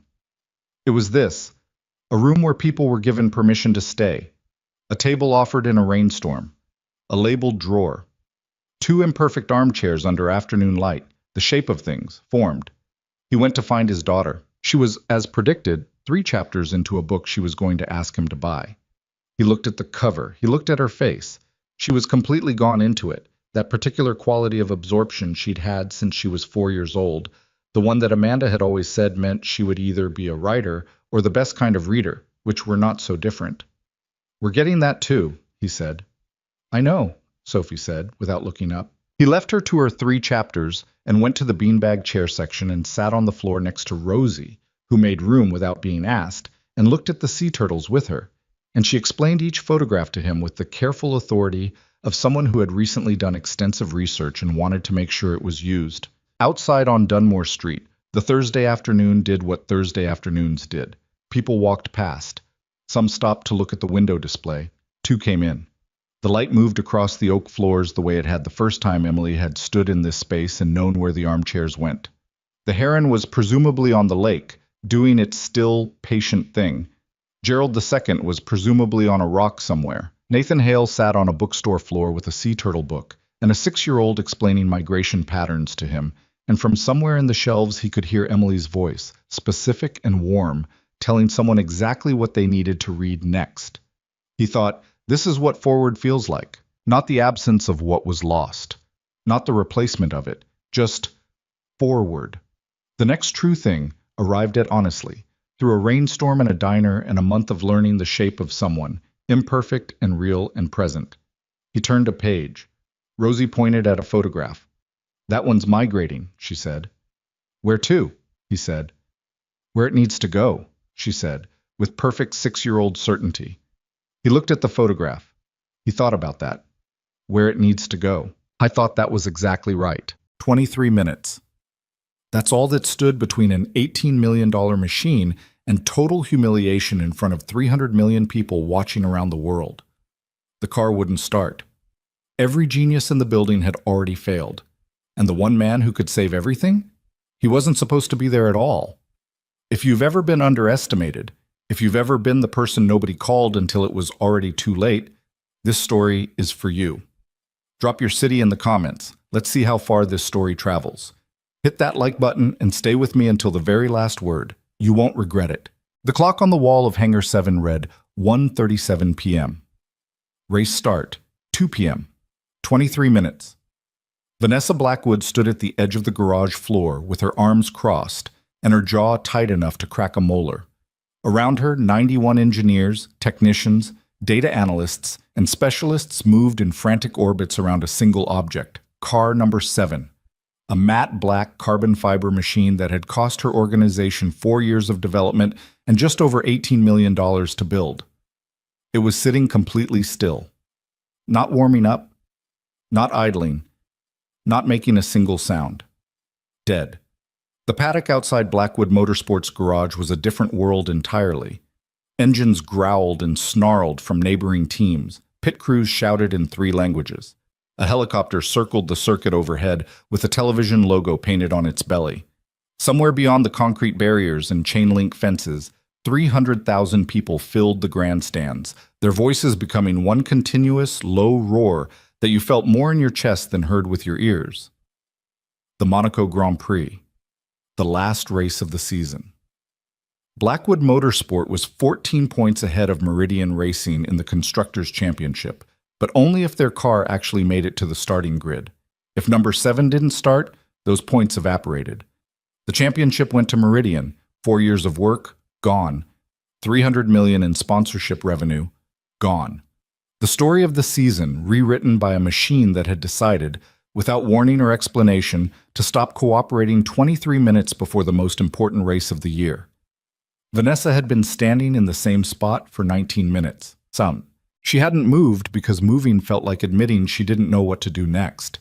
And Vanessa Blackwood had spent 30 years training herself never to visibly not know what to do. Talk to me, Chen. Her voice was flat, controlled, the kind of calm that comes after you've burned through panic and arrived somewhere colder on the other side. Dr. David Chen, head of powertrain engineering, MYT doctorate, 11 years in formula racing, looked up from a laptop balanced on a rolling cart. His collar was damp. His glasses had slipped down his nose, and he hadn't bothered to push them back up. "We've run full diagnostics 3 times, he said. "The system isn't throwing a single fault code. Everything reads nominal. And yet it won't start. And yet it won't start." Vanessa looked at the car. The car did not look back. "What about the ECU? Swapped it out 40 minutes ago. Didn't change anything. Fuel system?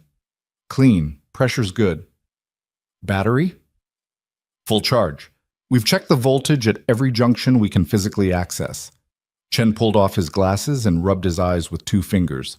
He was a man who had built hybrid powertrains capable of producing over 1,000 horsepower from a package the size of a carry-on suitcase. He was not a man who was supposed to look this lost. "Vanessa, I've got 6 of the best powertrain engineers in the world standing 10 feet from me, and none of us can explain what's happening." The paddock radio on the wall crackled. A voice from race control, calm and bureaucratic in the way that only people with genuine authority can afford to be. "Teams, 15-minute notification, grid formation in 15 minutes. 15 minutes. Someone knocked over a water bottle somewhere behind her. She heard it hit the floor, heard the liquid run across the concrete, heard nobody stop to pick it up because nobody had time to stop for anything. Vanessa pressed 2 fingers to her temple and thought about the press conference she would have to give if the car didn't start.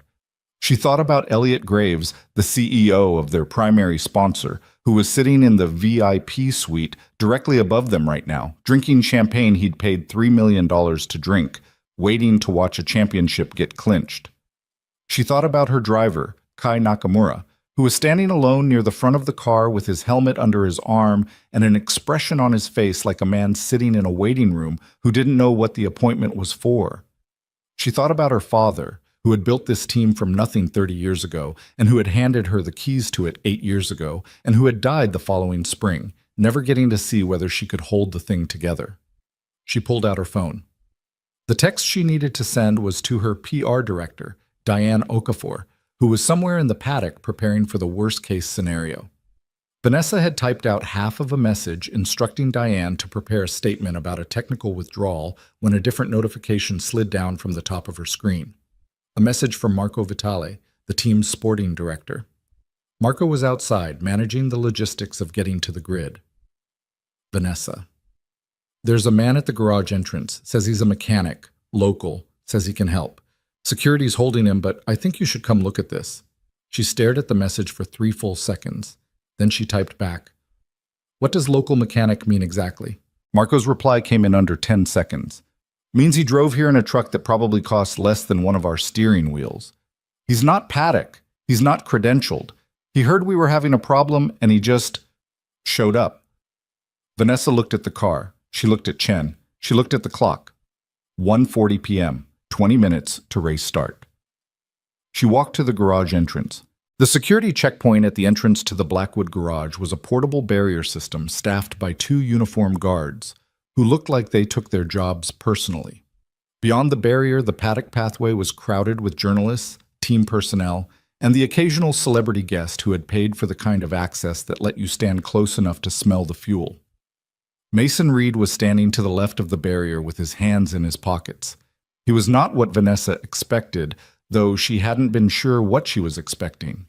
He was a big man, not gym big, but the kind of large that comes from actual physical work done over years.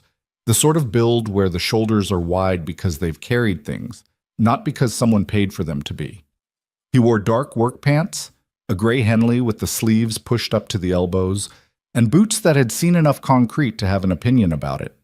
His hair was dark, a little past neat, and he had the kind of face that seemed like it might default to quiet, not unfriendly, but not performing anything either. He looked like a man who was used to being in rooms where people didn't immediately look at him, and who had long since made peace with that. He was maybe 32, possibly younger. It was hard to tell because something about the way he stood made him seem like someone who'd had time to become a certain kind of person. Not old, just settled.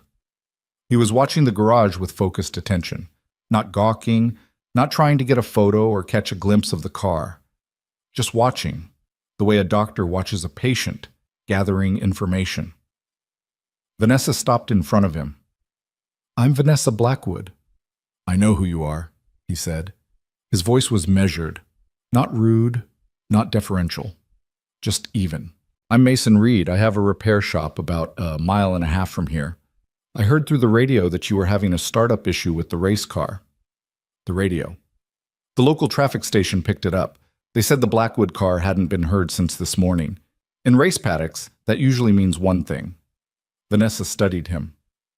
"And you thought you'd come by?" "I thought I'd offer to look at it." He paused. "I understand if that seems like a strange offer." "It seems like an extremely strange offer."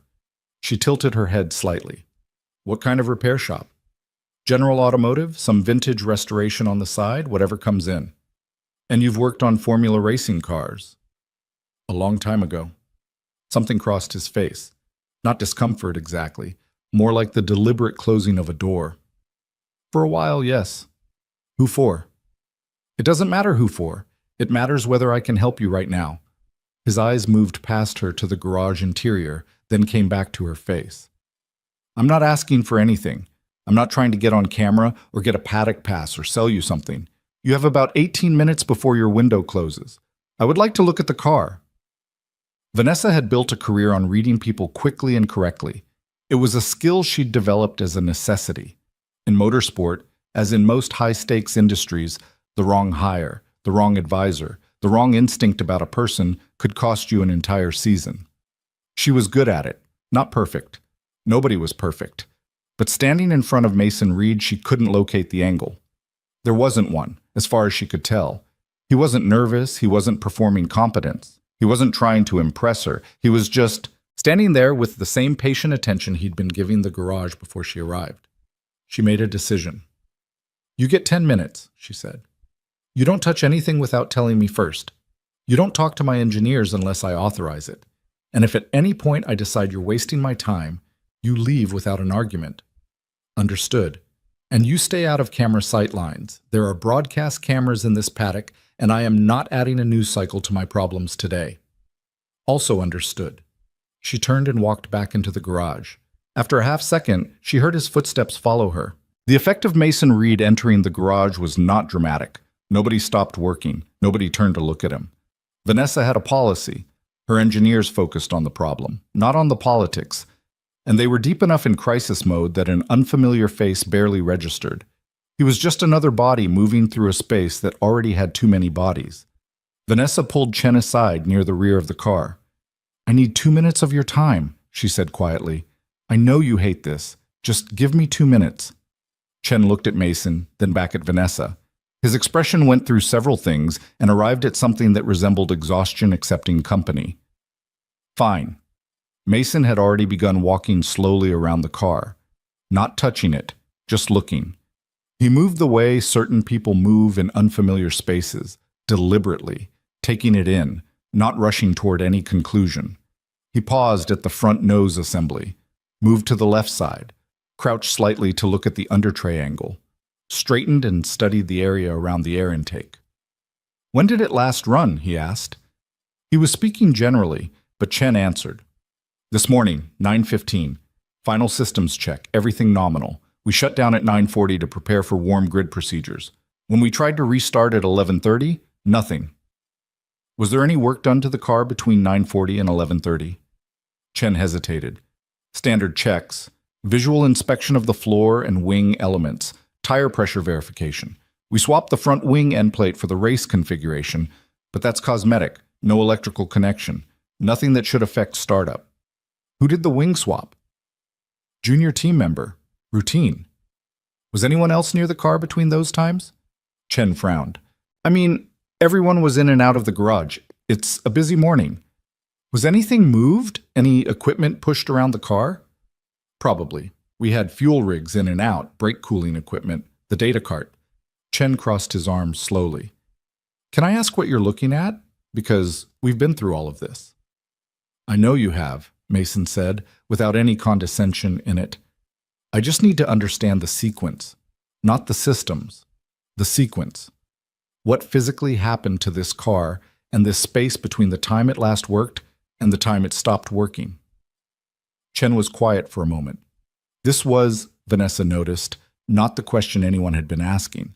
For the last 2 hours, the conversation had been entirely about what the car's systems were reporting, what the diagnostics showed, what the data said.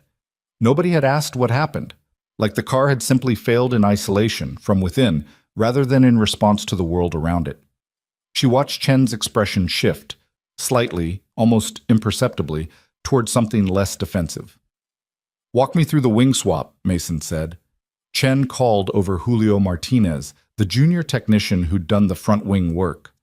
Julio was 24, talented, and currently looked like a man who had spent 2 hours wondering if this was somehow his fault. He gave a quick, nervous explanation of the procedure. Removed the qualifying end plate configuration, installed the race configuration, checked the wing positioning, locked the fasteners.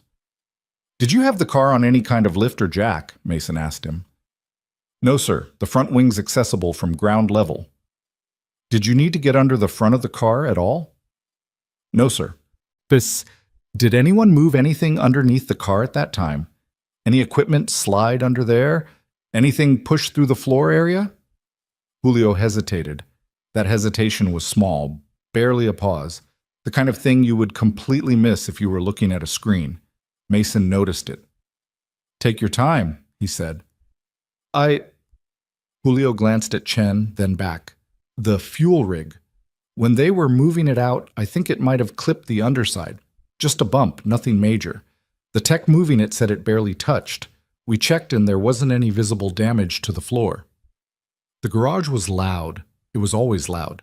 But in the small bubble of that conversation, something had gone quiet. Mason looked at Vanessa. She looked back at him. I need a flashlight, he said, and I need about 2 square feet of space under the front left area of the car. Getting 2 square feet of space under car number 7 was, in practice, a negotiation. Chen cleared the area himself, which took approximately 45 seconds and required telling 3 engineers and a data analyst to step back without explaining why in any satisfying way. One of the engineers, a senior electrical specialist named Priya, who had been with the team for 7 years, gave Vanessa a look that very clearly communicated several opinions without using any words. Vanessa kept her face neutral. Mason took the flashlight offered by a nearby technician and crouched beside the car. Then he lay down on his side on the garage floor, which nobody in the building had done in the past 2 hours, because the floor of a Formula racing garage is not somewhere engineers typically go unless they're doing specific underfloor work, and they'd already determined the issue wasn't in the floor. The flashlight beam moved slowly. Vanessa crouched slightly, watching. She couldn't see what he was seeing from her angle. 23 seconds. Then, there it is. His voice was quiet, not triumphant, more like someone reading a word they'd expected to find. What? Chen was already moving. Main grounding lug, front left harness, behind the lower wishbone bracket. It's been displaced. Mason's arm shifted. The clip that secures it to the chassis contact point. It's been pushed maybe a centimeter off position. The lug itself is still connected, but the ground contact is intermittent. The car's computing systems are seeing everything as nominal because they're getting just enough signal. But when you try to initiate the startup sequence, the power draw spikes and the ground can't hold the connection. The system shuts down before it throws a fault because the shutdown is faster than the diagnostic cycle. Silence. Not complete silence. The paddock was still roaring outside, the clock was still running, helicopters were still circling. But in the garage, something had stopped. Priya was the first engineer to move. She crossed the floor in 4 steps and got down on one knee with her own light. She was quiet for a long time. Then she said, in a very careful voice, "The fuel rig." "Yeah," Mason said. When it clipped the underfloor, it pushed the lug bracket just enough. Not enough to damage it. Not enough to show on any visual inspection of the floor. Enough to shift the clip position and break the stable ground contact. Priya sat back on her heels. She had the expression of someone who has just been told something obvious that they very much wish someone had told them 2 hours ago. Chen had gone the particular color that comes from understanding something and simultaneously wishing you didn't. "We swapped the ECU," he said. "We checked every diagnostic circuit. We checked the battery and the fuel system and the hybrid unit." "The grounding lug is behind the wishbone bracket," Mason said, not rubbing it in, just stating the geography. "You can't see it from any standard inspection angle. You'd have to know to look specifically there. And you knew." "I followed the sequence." He got up from the floor. His shirt had a concrete smear on the side. He didn't seem to notice or particularly care. "The car ran fine. Something happened during the downtime.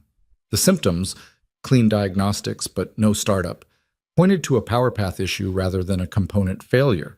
And the fuel rig story pointed me to the underfloor area. The rest was just looking." Chen stared at him for a moment. Then he turned to the rest of the garage, and his voice went from conversational to operational in a single syllable. "Priya, get the grounding repair kit. Julio, I need the bracket access tool from Bay 4. Everyone else, clear the nose area. We're doing an emergency ground repair. Move." The garage, which had been moving in panic circles for 2 hours, suddenly moved with direction. Vanessa looked at Mason. He was watching the team reassemble around the car with quiet attention. He didn't look satisfied. He didn't look like he was waiting for anything. He just looked like a man who had done the thing he came to do. 12 minutes, she said, to race start. "It's a straightforward repair," he said. "Maybe 5 minutes. Your team can handle it. How confident are you?" He looked at her. "If I'm wrong, you'll know in 5 minutes, and you're exactly where you were before I arrived." A pause. "But I'm not wrong." The repair took 6 minutes and 40 seconds. Priya performed it herself, on her back, with 2 assistants holding equipment and Chen watching over her shoulder. The procedure was not complicated. It was, in the vocabulary of electrical engineering, a straightforward correction of a grounding path.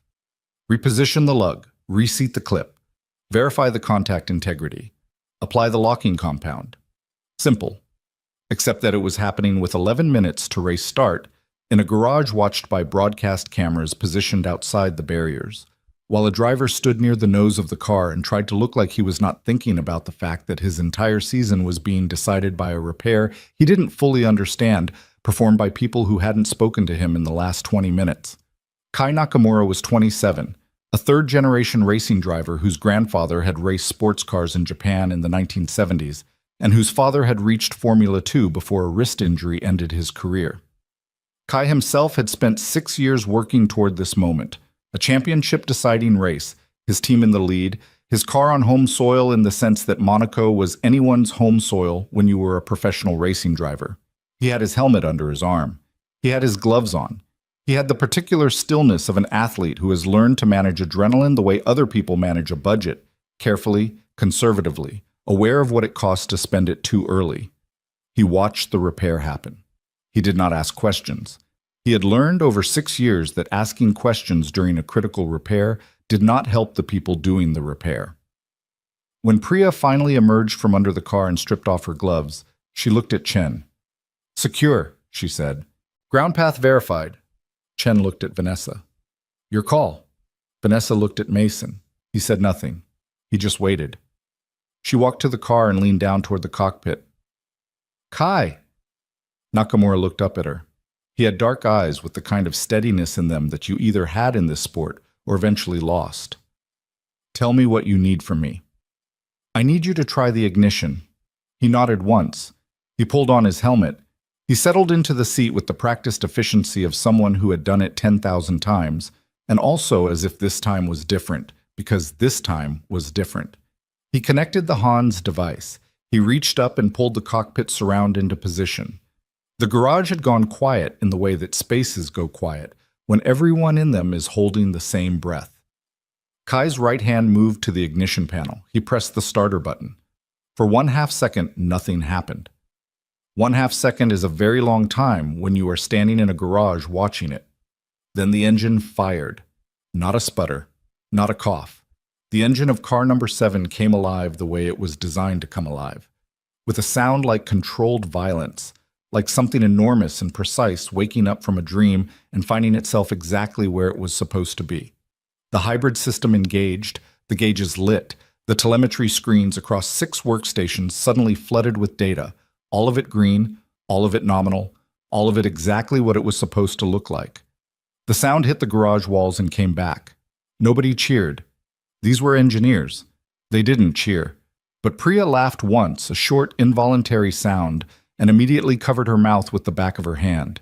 Julio Martinez turned away and stood facing the back wall of the garage for about 4 seconds. Chen took off his glasses, looked at them, and put them back on. Outside from the grandstands, a distant roar. The crowd had heard the engine. Vanessa Blackwood stood in the middle of her garage and felt something she hadn't felt in 2 hours, which was the sensation of a future that was possible. They made it to the starting grid with 4 minutes to spare. Not comfortable, not the way you'd want, but they made it. The process of getting car number 7 out of the garage and onto the starting grid in 4 minutes was, from the outside, a piece of organized violence. The car moving at walking pace through the paddock lane, surrounded by crew members jogging alongside. The sporting director on the radio managing the clearances. The crowd noise rising as the car emerged from the paddock and turned onto the pit lane, and then finally reached its grid position on the circuit itself, where the mechanics sprang forward to make final tire temperature checks and wing angle confirmations while Kai sat in the cockpit and the clock counted down. Vanessa watched from the pit wall. She was aware, distantly, that she should be feeling the particular combination of relief and pre-race tension that this moment normally produced. Instead, she was thinking about the man she'd left in the garage. When the car had fired, she'd turned to say something to Mason Reed. Something appropriate, something that communicated how extraordinary the last 10 minutes had been. He was already walking toward the garage exit. She had called his name. He'd stopped, turned. "Your car needs to get to the grid," he'd said. "Go." And she had, because he was right, and because the car needed to get to the grid, but she'd told Marco to get his information. Name, contact, anything. Do not let that man leave without it. Now she stood on the pit wall with 90 seconds to race start and the flag lights above the circuit ready to count down and the sound of 30 engines warming to fever pitch. And she thought about a man who had walked into her garage with his hands in his pockets and had found, in 6 minutes, what 91 specialists had missed in 2 hours. She thought about the question he'd asked. Not what does the system show, but what happened. Not what does the data say, but what did you see. Not a search for a complicated explanation, but a sequence, an order of events, a story that led somewhere if you followed it carefully instead of jumping to the sophisticated answer. The lights above the circuit came on, 5 red lights, one by one, the way they always did. 1, 2, 3, 4, 5. The lights went out. The race began. The garage was quieter when the race started. About half the engineering team moved to the pit wall. The rest stayed to monitor telemetry feeds and manage pit stop preparation. The enormous screens on the back wall of the garage showed the live feed from 11 cameras mounted on and around the car, plus the broadcast feed from the circuit's television director, who is currently showing car number 7 in clean air through the first corner, holding position in 4th place, exactly where the race strategy called for it to be. Nobody was looking at Mason Reed. He stood near the back of the garage, out of the way of the remaining crew. He was watching the telemetry screens with the quiet attention he'd given everything else since arriving, not reading them the way the engineers read them, not tracking specific parameters, just watching. Marco Vitali approached him. Marco was a practical man. He'd spent 15 years managing the logistics of Grand Prix racing, which meant he was fluent in the language of not wasting time. "Vanessa wants your contact information," Marco said, "and she'll want to speak with you after the race. She doesn't have to do that." "I know she doesn't have to." Marco produced a business card. "This is mine. She'll want to talk, whatever you're comfortable sharing." Mason looked at the card. He took it. "I have a daughter to get back to," he said, "but I can be reached." "How old?" 8. Something in his face changed when he said it. Not softened exactly, but opened slightly, the way a window lets in light without making a room cold. "She's at school right now. I've got until 3:30 before I need to be there." Marco nodded.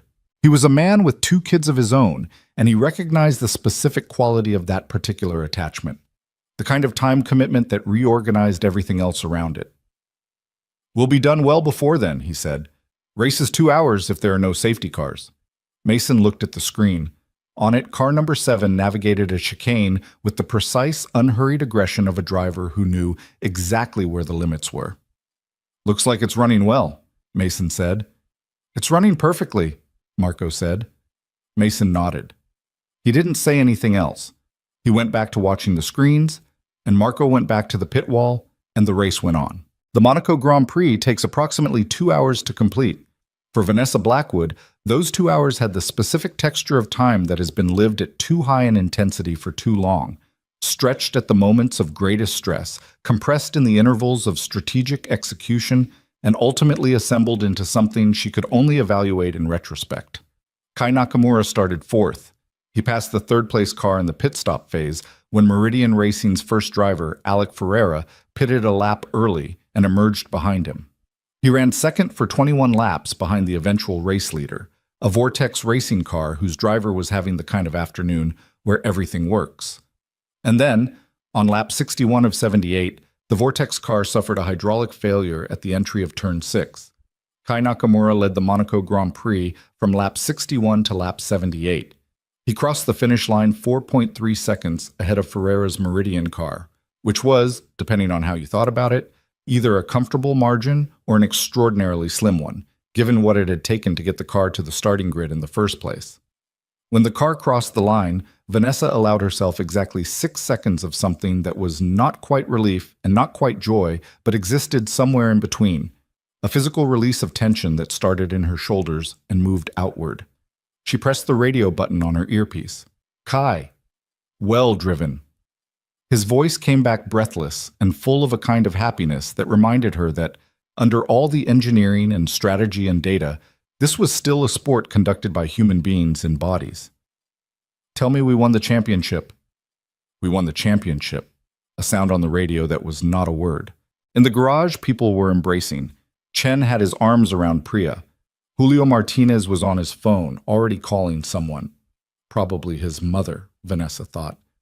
The screen showed Kai emerging from the car in Parc Fermé, his helmet still on, his arms raised. Vanessa looked toward the back of the garage. Mason Reed was still there.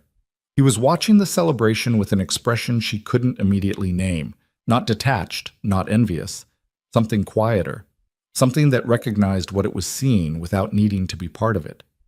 Their eyes met across the garage. He raised one hand briefly, a gesture that was not a wave and not a salute, just an acknowledgement. She walked toward him. The celebrations in the garage had the organized chaos of a moment everyone had planned for without quite believing would happen. There was champagne that appeared from somewhere. Someone had been hiding it since the morning, optimistically. There were phones everywhere, photos being taken, people calling people who needed to be called. Elliot Graves had descended from the VIP suite and was shaking hands with engineers he'd never met, generating the particular energy of a man who wants to be proximate to victory. Vanessa moved through all of it to the back corner where Mason had been standing. He was sitting on an equipment case, looking at his phone. "My daughter sent me a drawing," he said, before she could speak. He turned the screen toward her. It was a crayon drawing, a stick figure man working on a car, somewhat aggressively colored in orange and blue. "She does this when she knows I'm working. She sends me drawings of what she imagines I'm doing." Vanessa looked at the drawing. It was not technically sophisticated. It was extremely accurate in the emotional sense. "That's quite good," she said. "She's 8. She doesn't know what she drew."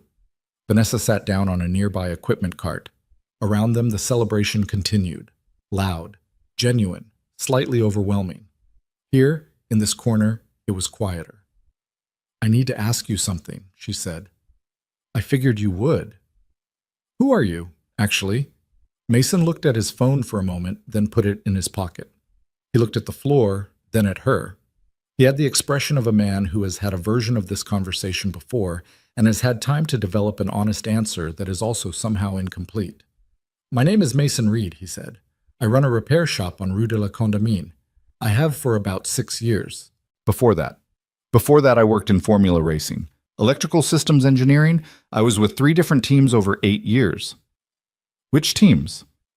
He told her. She recognized 2 of them immediately. The third she knew by reputation. A midfield team from a decade ago that had produced, in its brief competitive window, some genuinely innovative engineering work before a financial collapse had ended it. "You were at Cavalier when they had the hybrid controversy," she said slowly. It wasn't a question. "I was on the team, yes." The Cavalier controversy had happened 9 years ago. It had involved allegations of illegal energy recovery systems. Allegations that had ultimately been investigated, found to be based on a misinterpretation of the regulations, and formally resolved with no penalty. But the process had been ugly. Several engineers had left the sport during it, some by choice, some less so. "Did you leave because of that?" she asked. "Partly." He was quiet for a moment. "My wife died that year, during the investigation. Ovarian cancer. She was diagnosed in January and she was gone by July. I had a 2-year-old. He said it in the way people say things that have been said enough times to become facts rather than wounds, even though the wound is still there underneath. The investigation gave me the professional reason to stop. My daughter gave me the real one." Vanessa was quiet. "I don't regret it," he said. "In case that's your next question." It wasn't, actually. She looked at him. "My next question was going to be about the grounding lug." That surprised him. A small thing, a slight shift in his expression, a fraction of amusement appearing around the eyes. "What about it?" "You said the diagnosis was a power path issue, not a component failure, based on clean diagnostics but failed startup. How certain were you of that before you looked under the car?" "About 70%. "And the other 30? "The other 30% thought maybe it was a firmware issue in the hybrid control unit, but that felt less consistent with the fuel rig story." He tilted his head slightly. "Why?" "Because it seems like a significant inference from incomplete information. Most diagnoses are." He shifted on the equipment case. "The diagnostic systems in these cars are designed to catch known failure modes. They're very good at it, but they have a structural blind spot, which is that they can't report on conditions they're not programmed to recognize. A displaced grounding lug that doesn't fully break circuit continuity isn't in the failure catalog. The system doesn't know to look for it. So the system reports nominal, because from the system's perspective, it is nominal. The fault is in the physical world, not in the data. Vanessa processed this. So the more sophisticated the diagnostic system, the harder it becomes to see the simple things it's not designed to see, Mason finished. Yeah. She looked at him for a long moment. I'd like to offer you a position, she said. He didn't look surprised. He looked like a man who had been waiting to hear this and had his answer ready. I appreciate that, he said, and I'm going to say no. Before you finish saying no, my answer is no. Not hard, not cold, just final. I have a repair shop, I have a daughter who gets out of school at 3:30, I have a life I built deliberately, and I'm not interested in rebuilding it again. The position wouldn't require Vanessa. He said her name for the first time, and something about the directness of it made her stop. I've heard this conversation before.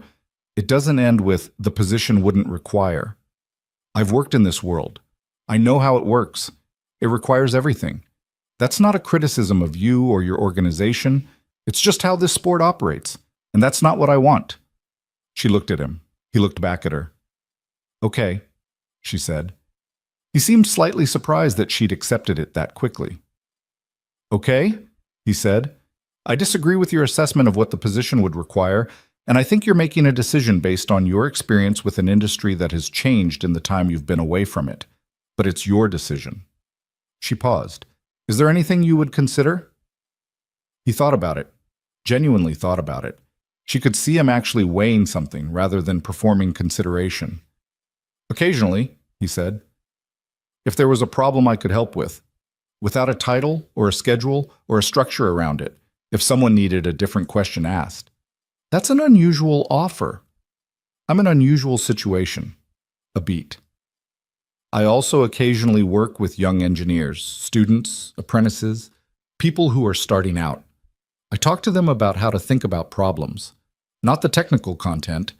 They get that elsewhere. But how to ask questions. How to follow a sequence rather than jump to a theory. Vanessa thought about the career she had spent building this team. The years of recruiting and developing talent. The early engineers who had become senior engineers who had become department heads. She thought about what it might mean to have someone teach young engineers how to ask a different kind of question.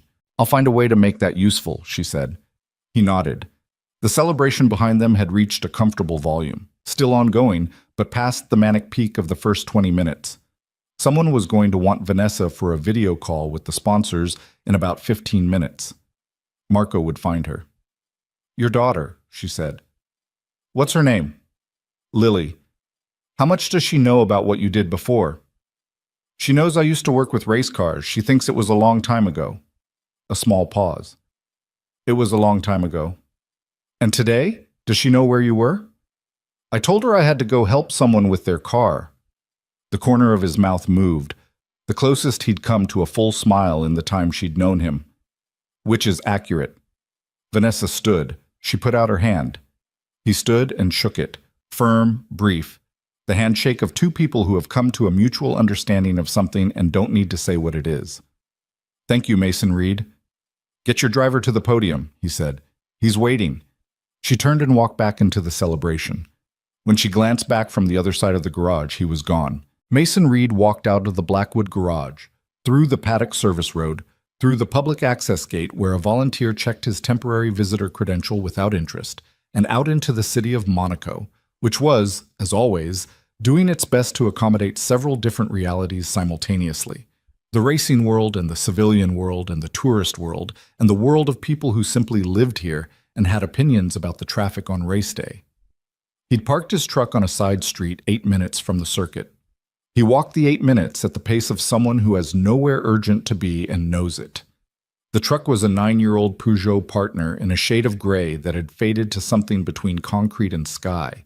The cab smelled like motor oil and the particular synthetic scent of the seat covers Lily had picked out at a market 2 summers ago, bright blue with small yellow stars. emphatically not the gray ones that had been there before. He got in. He sat for a moment. He didn't feel triumphant. He'd solved a problem, which was what he did when problems appeared in front of him. He'd also met someone who had looked at him the way people in this industry sometimes looked at him, with a particular kind of attention that was recognition plus calculation, the look of someone adding up what they're seeing and arriving at a number they want to use. He'd been looked at like that before.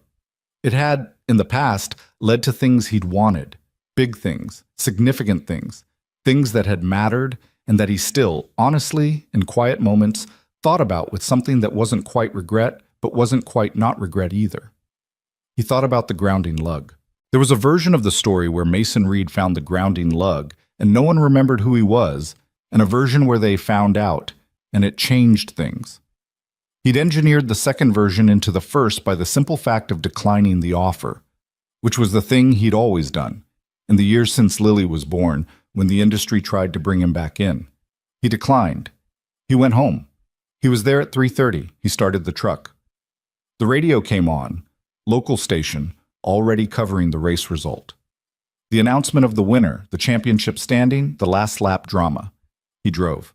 The school was a 10-minute drive from the circuit, 15 with post-race traffic. Mason arrived at 3:28 p.m. and parked in the parent pickup area, which was already filling with the specific combination of minivans, compact sedans, and carefully maintained older cars that characterized the school pickup lane at the International Primary School on Avenue Sainte-Marie.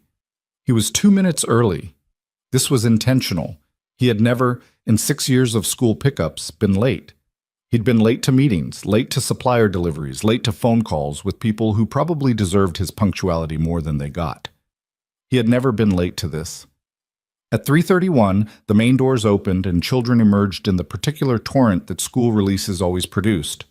An explosion of small people with large backpacks who somehow managed to locate their specific parent or caregiver in the crowd with the efficiency of biological homing devices.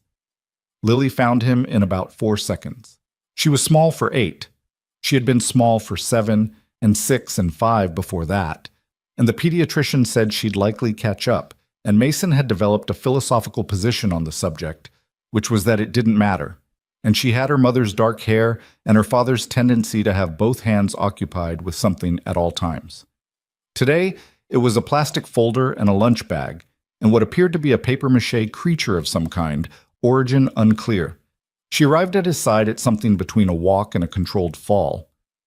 "Dad? Hey, Bug. I made a hedgehog." She held up the papier-mâché creature, which was, now that he saw it up close, recognizably hedgehog-shaped, if you extended the definition generously. "It's for the science fair table? That's a great hedgehog. It's not done. I still have to paint the spines." She assessed him with the particular evaluative look she'd developed somewhere around age 6, a look that scanned for information about his day with the efficiency of a device running a diagnostic. "Your shirt has something on it." He looked down. The concrete smear from the garage floor. He'd forgotten about it. "Yeah. What were you fixing?" He thought about car number 7, about a grounding lug behind a wishbone bracket, about 91 engineers and one question. "A car," he said. "Was it hard?" "Not really." He took the papier-mâché hedgehog from her so she could manage her backpack. "How was school?" "Good. Mathieu said hedgehogs don't hibernate in Monaco, but I looked it up and they do. Well, some of them." She fell into step beside him. "We heard a race car during lunch. Everyone said it was the Grand Prix." "It was." "Did you hear it?" "I was pretty close to it, actually." She looked up at him. "How close?" He considered the question honestly. "Close enough to hear the engine start." She seemed to find this satisfactory. She accepted the hedgehog back as they reached the truck, tucking it carefully under her arm while she climbed in. Mason started the engine. "Dad?" Lily said, settling the hedgehog on her lap with care. "Yeah. I sent you a drawing." "I saw it. It was good." "It was you fixing the car." She looked at the hedgehog, then out the window at the pickup lane traffic. "I drew it small because I didn't know how big the car was." "The car," Mason said, pulling out of the parking space, "is actually quite large. Bigger than our car. Much bigger.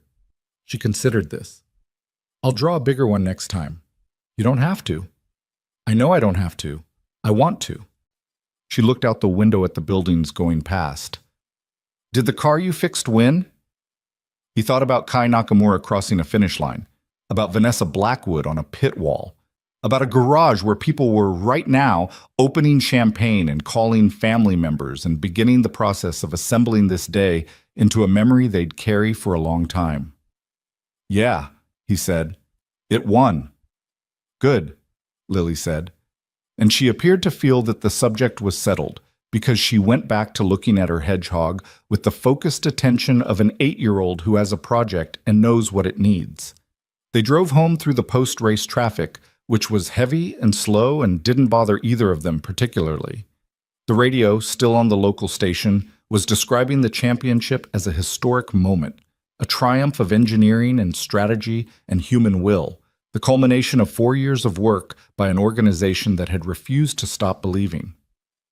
Mason turned it down. Not off, just down. Just quiet enough that you had to pay attention to hear it. The celebration at Blackwood Motorsports Monaco base lasted until nearly midnight. Vanessa knew this because Marco sent her updates on it. The team dinner that started at 7 and became something louder and less structured by 9. The engineers, who had been awake for 36 hours, finally allowing themselves to decompress in the specific way that people decompress when the thing they've been holding together finally holds on its own. She got a photo from Chen at 10:47 p.m. of Priya asleep in a chair in the corner of the restaurant with a glass of wine still in her hand, which Vanessa saved to her phone without fully understanding why. She herself had not made the dinner. There were obligations after a championship win that most people didn't see. The sponsor calls, the FIA documentation, the press obligations, the logistics of getting the team and equipment back from Monaco without the adrenaline that had carried them through the past 48 hours. She'd done all of it in the 3 hours following the podium ceremony, sitting in the hospitality unit with Diane Okafor on one side and the team's commercial director on the other, managing the public face of a victory that felt, from the inside, significantly more complicated than it looked from the outside. Elliot Graves had found her during the podium champagne and shaken her hand and said, "Extraordinary work, Vanessa, as always." He'd said it the way people say things they mean as compliments that land slightly differently than intended, as always suggesting that this was expected, that anything less would have been the anomaly. She'd smiled and thanked him and moved on, because that was what you did, and because she understood that men like Elliot Graves genuinely didn't hear what they were saying when they said things like that, and it wasn't worth the energy of explaining it. By the time she got back to her hotel room, it was past 11. She sat on the edge of the bed with her shoes still on and her jacket over the back of the chair and her phone in her hand, and she thought about Mason Reed. She'd had Marco get his contact information, a phone number, a business address on Rue de la Condamine, nothing else. No social media presence that anyone could find. No professional profile. He existed in the digital record of professional motorsport only in the way that people exist who left before social media made leaving harder.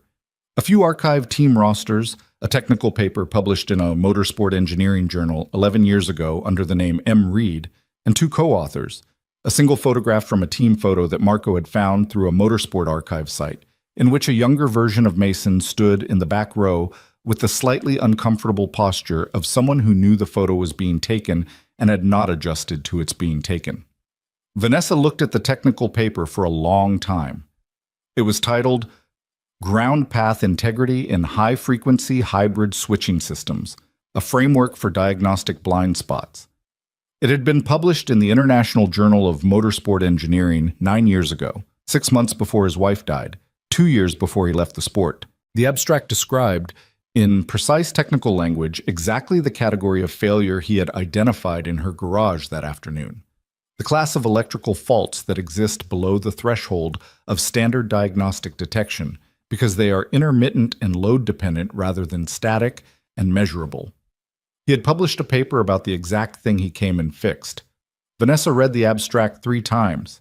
Then she put her phone face down on the nightstand and looked at the ceiling for a while.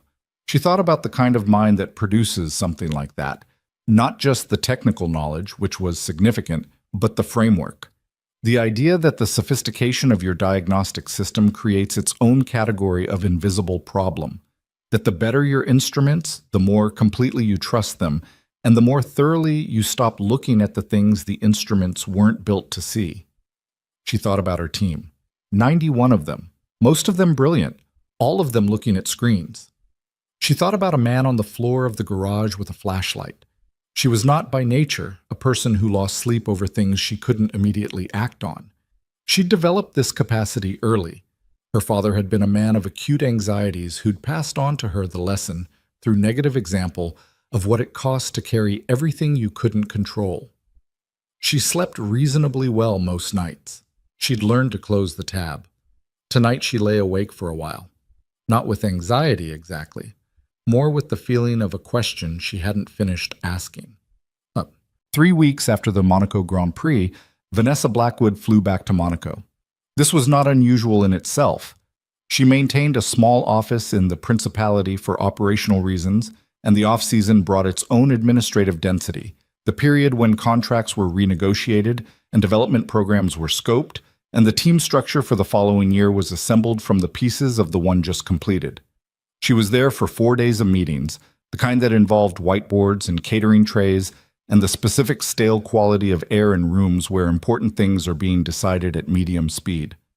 On the third morning, she had a gap in her schedule between 9 and 11. She drove herself to Rue de la Condamine. The repair shop was a single-bay unit on the ground floor of a building that had probably been built in the 1960s and had been maintained since with the philosophy of fixing what broke and leaving what didn't. The bay door was open. Inside, a gray Citroen was elevated on a 2-post lift, and Mason Reed was standing beneath it with a grease-covered hand wrapped around something in the suspension area, frowning at it the way he'd frowned at the underside of car number 7. That same focused, unhurried attention. He didn't hear her pull up, or he did and didn't react. She wasn't sure which. She got out of her rental car. A modest thing, because she didn't perform wealth in contexts where it was beside the point, and walked to the bay entrance. She stood there for a moment. "I'm not here to offer you the job again," she said. Mason looked over his shoulder. Whatever he'd been expecting, which was probably a customer, he adjusted to the reality of Vanessa Blackwood without visible disruption. He straightened, wiped his hand on a rag that was already well past its useful life, and turned around. "Okay," he said. "I'm here because I read your paper." He was quiet for a moment. Something moved across his face. Not discomfort exactly. The particular expression of a person encountering something they'd thought they'd filed away. "Which paper?" "The one on ground path integrity and diagnostic blind spots." She paused. "Published 9 years ago." He nodded slowly. "You found that." "Marco found it. I read it." She tilted her head. "You described the exact failure mode you fixed in my garage. You published a paper about it 9 years ago." "I did." "And you've been running a repair shop for 6 years." "Also true." "Does that—" She stopped, reshaped the question. "Does it not frustrate you, having that kind of knowledge and applying it to—" She gestured at the Citroen on the lift. "Civilian suspension work?" Mason looked at the Citroen, then back at her. "That car belongs to a 73-year-old woman named Hélène Marchetti. She drives it to see her sister and niece twice a month. The suspension's been deteriorating for about a year. She didn't notice because it happened gradually, and she brought it in because someone at her building told her it sounded wrong. If I don't fix it properly, she might have a handling failure on the auto route." He paused. "I don't think the work is beneath the knowledge. I think that's the wrong way to look at it." Vanessa looked at him for a moment. "Fair point," she said, which was not what she'd intended to say. He set the rag down on his workbench. "You want coffee? I've got a machine in the back. It's not good coffee." "Sure." The back of the shop was a narrow space with a workbench, a filing cabinet, a small table with 2 metal chairs, and a coffee machine that appeared to have been purchased sometime in the early 2000s and kept alive through a combination of maintenance and stubbornness. On one wall there was a shelf with technical manuals, some factory service manuals for common European models, some older automotive engineering texts, and she noticed, on the end, a row of motorsport engineering journals dating back about 15 years, their spines marked with colored tape at specific pages. On the table was a child's drawing, a car, bigger this time, in orange and blue crayon, more detailed than the one on his phone screen 3 weeks ago. She could see wheels, a vague approximation of a cockpit, what might have been a number on the side. She updated it, he said, handing her a cup of coffee. He glanced at the drawing. After I told her the car was bigger than she'd drawn, Vanessa picked it up carefully. The number on the side was recognizable, a 7, thick and slightly crooked. She drew car number 7, Vanessa said. She asked what number it was. Vanessa set the drawing back down with care. She drank the coffee, which was exactly as not good as advertised. Tell me about the paper, she said. Mason sat down in one of the metal chairs. He didn't look reluctant exactly, but more like someone deciding how much of a landscape to describe when asked a question about it. I wrote it during my second year at Cavalier. We'd had an intermittent startup fault on the car that took us 3 races to diagnose. Every time we tried to reproduce it in the controlled environment, we couldn't. The diagnostic systems showed nothing. We eventually traced it to a grounding issue in the hybrid motor control circuit, a connection that was stable at low power loads but degraded under the spike of the startup sequence. The same failure mode. A cousin of it. He drank his own coffee. After we solved it, I spent about 6 weeks writing up the framework, not just the specific fix, the general principle. The idea that when you build a diagnostic system, you're also building the map of what the system knows how to find. And anything outside that map is, by definition, invisible to it. You don't just solve problems with better instruments. Sometimes you solve them by stepping away from the instruments and asking what they were built to miss. Vanessa held her cup in both hands. Outside, a delivery truck moved slowly past the bay entrance, its engine loud and diesel heavy. Monaco traffic. Did anyone at Cavalier act on the framework after the paper was published? Some people read it. I got a few responses from people at other teams, academics, a couple of engineers. But it's not the kind of thing the industry moves fast to implement, because the industry is optimizing for speed and data density. And what I was describing was essentially an argument for slowing down and looking at the floor. A beat. Nobody moves to the front of the grid by slowing down. Except in this case. Except in this case. A silence settled between them. Not uncomfortable. The kind of silence that happens when 2 intelligent people have arrived at the same point from different directions and are deciding whether to keep walking. Why did you come today? Mason asked. Really? Vanessa considered being evasive. She rejected it. Because I think there's something wrong with how my team thinks about problems, and I think you understood something in about 10 minutes that my senior engineers hadn't understood in 2 hours. And I want to know if that's something that can be taught. She set down her cup. Not because I want to recruit you, because I think you're right that the best diagnostics can create the worst blind spots, and I run an organization of 300 people who are all looking at screens. Mason was quiet for a moment. What do you want me to say? I want your honest opinion on whether it's a teachable thing, the way you think about problems. He looked at the shelf of journals. He looked at the drawing on the table. He took a long breath through his nose and let it out slowly, the way people do when they're not performing reluctance but are genuinely working something through. It's teachable, he said, but it's not a curriculum. You can't put it in a training module and have people do it online and tick a box. It's more like... He stopped. Tried again. It's a habit of the mind. You have to practice asking what the system was built to miss before you trust the system. You have to practice narrating the sequence before you theorize about the cause. You have to get comfortable with the feeling of not knowing and staying in that feeling long enough to actually look, instead of jumping to the most sophisticated available explanation. He paused. Most highly trained people hate that feeling. They've spent years developing sophisticated explanations. The sophisticated explanation is what their career is built on. So you have to unlearn expertise. Not unlearn. Hold it looser. He glanced at her. There's a difference. You don't throw away the knowledge. You just stop letting it tell you what to look for before you've looked. Vanessa thought about Chen, on his knees next to the car, telling her they'd been through everything, the specific exhaustion of a man who had run out of sophisticated explanations. She thought about Priya, brilliant, thorough, precise, who had looked at the same area Mason had focused on and had not seen what he'd seen. Not because they weren't smart enough, because they were looking for something their training had taught them to recognize. "Would you be willing to come talk to some of my engineers?" she said. "Not a formal session, not a workshop with a title and a certification, just a conversation about how you think, with people who think differently." Mason looked at the drawing on the table for a long moment. "When?" he said. It took another 2 weeks to arrange. The logistics were deliberately simple. Vanessa had learned from 30 years of managing organizations that the more structure you put around an unconventional thing, the more it resembled a conventional thing and stopped working. She didn't put Mason's name on an agenda. She didn't circulate a bio or a summary of what happened in Monaco.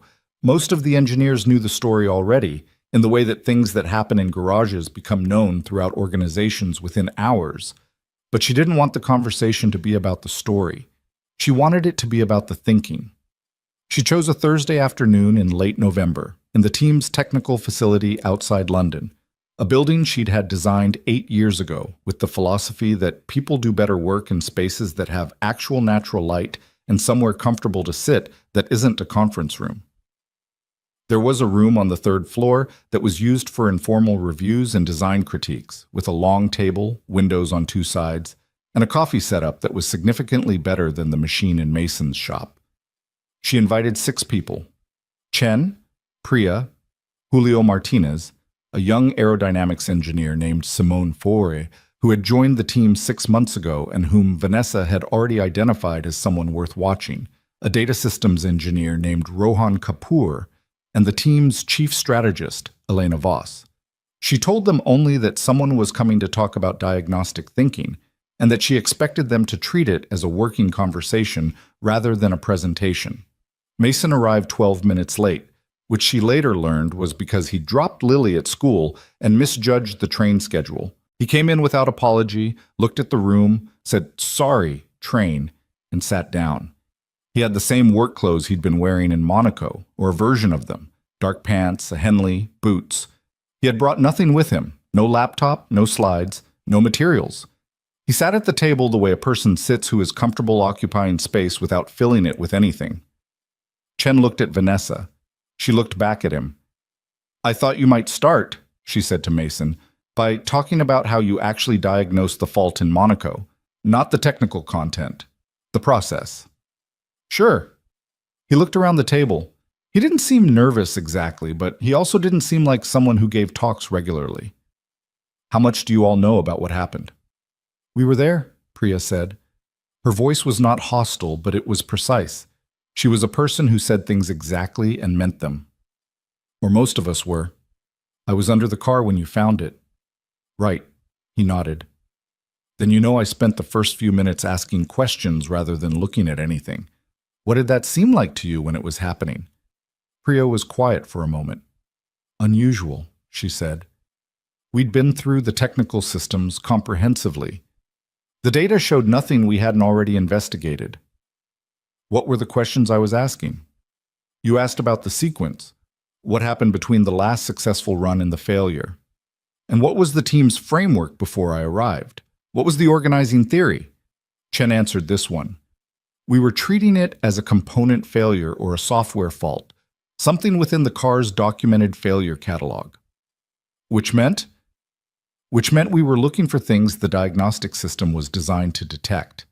Chen said it with the flatness of a man who has had 3 weeks to sit with this realization. "We were searching within the map." "Right." Mason put both hands on the table. They were mechanic's hands. There was no other word for it. The kind of hands that have spent enough time on physical problems that the evidence shows in the skin and the joints. The car's systems were telling you everything was nominal. You believed them because the systems are very good. But the systems were built to detect a specific category of failure, and what happened to the car was outside that category. The systems weren't wrong, they were just limited. And the limitation was invisible because the systems themselves can't tell you what they can't see. "So how did you know to look outside the catalog?" Simone Faure asked. She was 26, French, with the direct quality of someone who'd learned that asking the obvious question was almost always worth it. Because it seems like the reasonable assumption, when the diagnostics show nothing, is that the fault is very subtle within the known categories, not that it's in a category the diagnostics can't detect. That's exactly the reasonable assumption, Mason said. And it's usually right. Most faults are in the catalog, the diagnostics find them. He paused. But there's a tell. When a fault is in the catalog, the system will eventually show something, even intermittently, even as a partial signal. If you run enough tests, you'll get a ghost of it.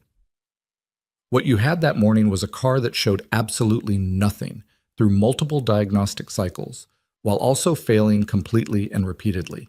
That combination, clean data plus consistent failure, points away from catalog faults and towards something the system genuinely cannot see. The room was quiet in the way rooms go quiet when people are thinking rather than waiting for something. Rohan Kapoor, who was the youngest person in the room and had been silent for the first 15 minutes, leaned forward. "That's actually a signal," he said slowly. "Clean diagnostics plus consistent failure is itself diagnostic. It tells you something about the category of fault."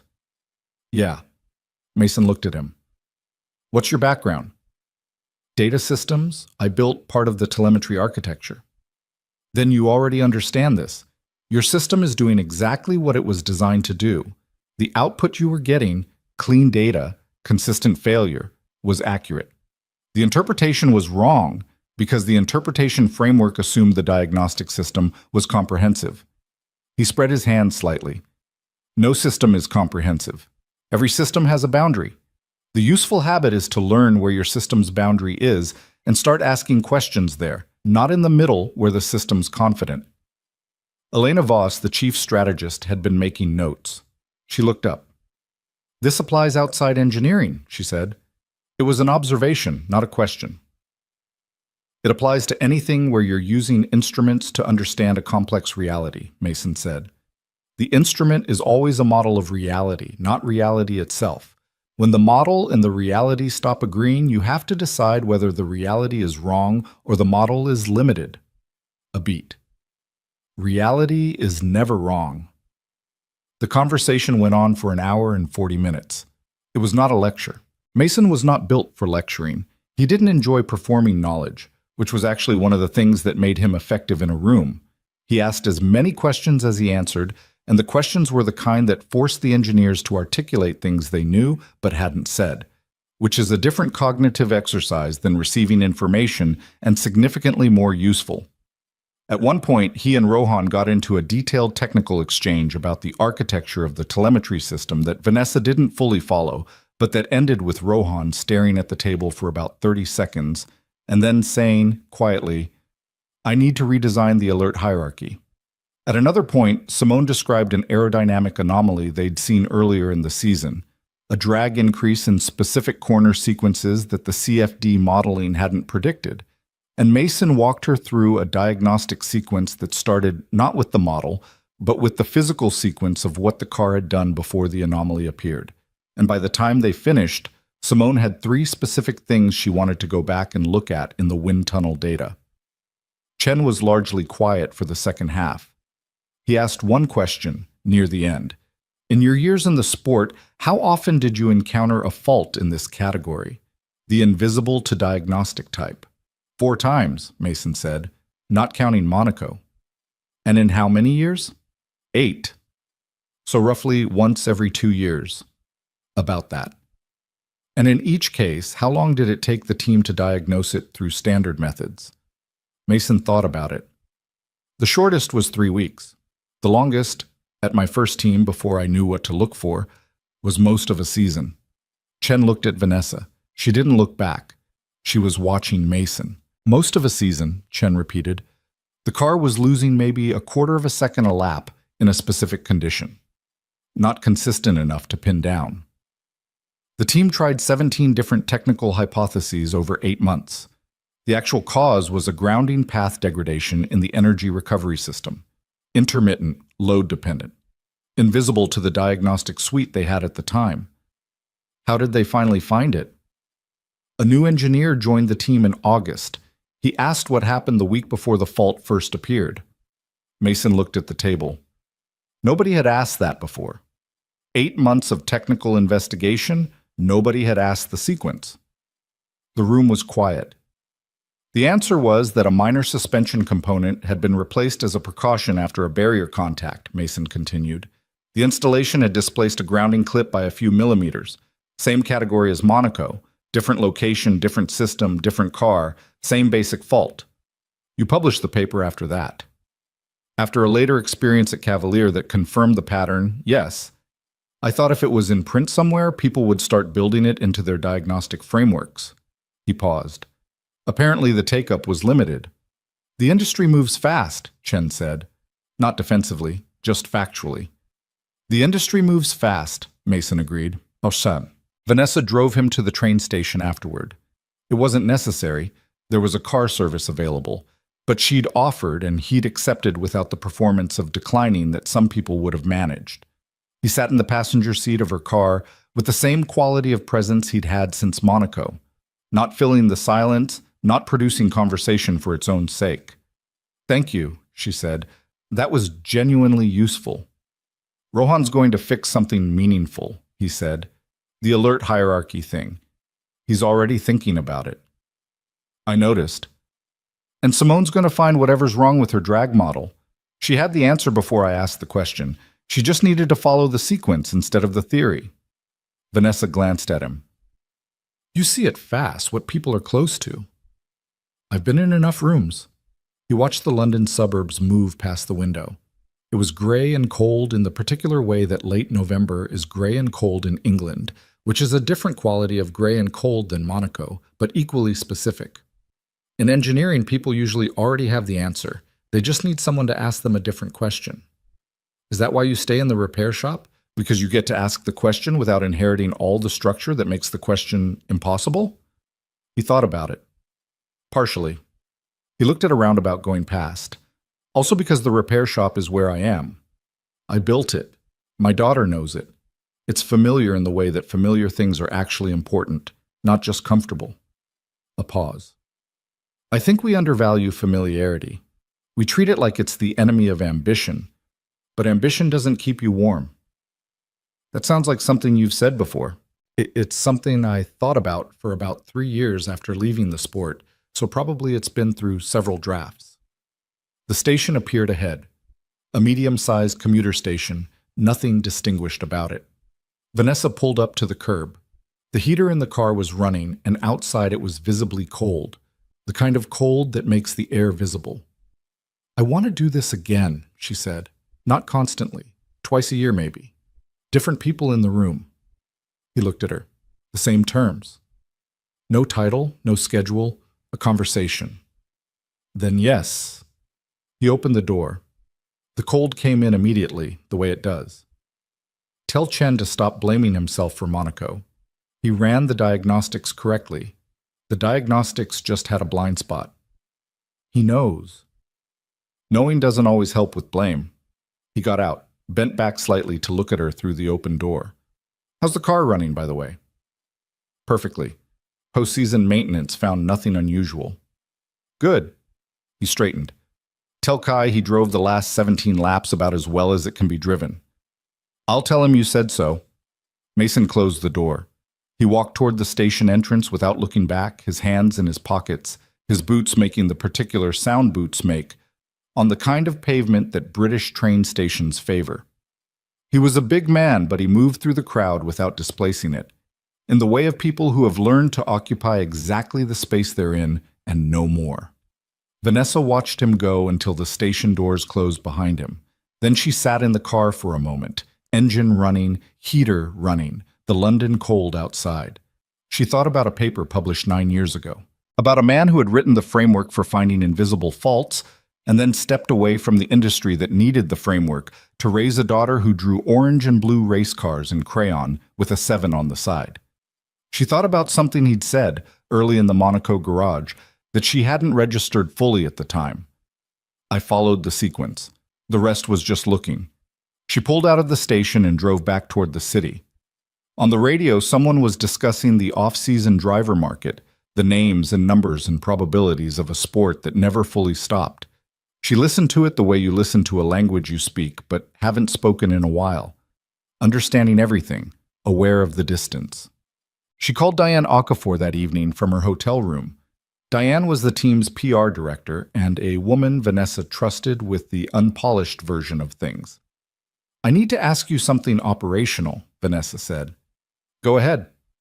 "If I wanted to bring in an external consultant, not formally, not on retainer, not with a contract, someone who talks to our people twice a year about how to think, how would you recommend we handle it internally without it becoming a thing?" Diane was quiet for a second. "Who is the person?" "Mason Reed." "The mechanic from Monaco." "He's not—" Vanessa stopped. "He's a former professional engineer who now runs a repair shop." "Yes." "Vanessa, the story of what he did in Monaco has been internal team gossip for 3 weeks. 3 separate engineers have asked me independently whether we're going to hire him." "I know." "So bringing him in twice a year as an unofficial consultant is going to generate a certain amount of attention." "I know." "And he doesn't want the attention." "I know." Diane was quiet again. When she spoke, it was with the careful tone of someone choosing words precisely. "Then I'd suggest we don't call it consulting. We don't list him anywhere. He comes in, he talks to people, he leaves. No badge, no meeting notes, no HR file. Informally, on a handshake. That's probably what he'd want. It's also probably the only way it works. The moment you put a structure around him, he stops being the thing he is." A pause. "What is he exactly? Do you know yet?" Vanessa thought about a man on his back on a garage floor with a flashlight, about a paper published 9 years ago that nobody implemented, about a metal chair in a repair shop and coffee that wasn't good, and a crayon drawing on a table. "I think he's the person who asks what happened," she said, "in rooms full of people asking what's wrong." "Is that different?" "Completely." Diane digested this. "Okay," she said, "I'll figure out the internal handling. You just make sure he keeps showing up." "He'll show up," Vanessa said. "He does what he says he'll do." She knew this with the particular certainty of having observed it once, in a 23-minute window, under significant pressure. Some people you needed a long time to understand. Others, you only needed to see them once in a crisis. Outside her hotel window, London was doing what London did at night in November, absorbing the dark slowly, the streetlights and the headlights, and the lit windows of 100,000 lives arranged in no particular pattern. She thought about Lily Reed, 8 years old, asleep right now probably, in whatever bedroom belonged to her in the apartment above the repair shop on Rue de la Condamine, surrounded by drawings and a papier-mâché hedgehog and the ordinary furniture of a life that had been deliberately and carefully chosen. She thought about what it cost to choose something deliberately, to know what the alternatives were worth and still choose the smaller thing, the quieter thing, the thing that didn't get photographed. She turned off the lamp. She stared at the ceiling. The heater in the room made a small sound. Outside, the city made its low, continuous sound. She slept. In Monaco, Mason Reed came home to Rue de la Condamine at 7:45, which was later than usual, later than he liked. He could hear from the bottom of the stairs that Lily was still awake, the specific sound of a child who has been told to be in bed and has interpreted this instruction creatively. He went up the stairs. He knocked on her door. He opened it. She was in bed, which was technically compliance, and she had a book open, which was the creative interpretation. She looked at him with the expression of someone who knows they're caught and has decided confidence is the better strategy. "I was reading," she said. "I can see that. What time is it?" "Past 7:30. She considered this. "I finished my homework." "I know," Mrs. Petrova texted. He sat on the edge of her bed. She shifted to make room with the automatic ease of a child who has been sharing this geography with one parent for her entire remembered life. "How is the hedgehog today?" "I painted 3 spines. I'm doing 5 at a time so they dry evenly." She looked at her book, then at him. "How was your meeting?" "Good." "Did you talk to the engineer people?" "Yeah." "Were they smart?" He thought about Chen's expression when he understood the blind spot. About Simone Four leaning forward to ask the obvious question that turned out to be the important question. About Rohan Kapoor saying, "I need to redesign the alert hierarchy," and meaning it, the particular look of someone who has just seen something they can fix. "Very," he said. She nodded like this was satisfying information. "Did you teach them something?" "I asked them some questions. Maybe that helped." She appeared to find this answer philosophically acceptable. She looked at her book again. It was a story about a girl who could talk to animals, which she had been reading for 2 weeks with the focused attention she brought to things she genuinely liked. She turned a page. "Dad?" "Yeah." "You know how I drew the car bigger after you told me it was big?" "Yeah." "If the car wins again next year, should I draw a trophy?" She looked up. "Or is that showing off?" He looked at her. 8 years old. Her mother's eyes, his father's stubbornness, her own specific quality of attention that belonged entirely to her. "It's not showing off," he said. "You can draw whatever you want." "Okay." She went back to her book. "I'll add a trophy then."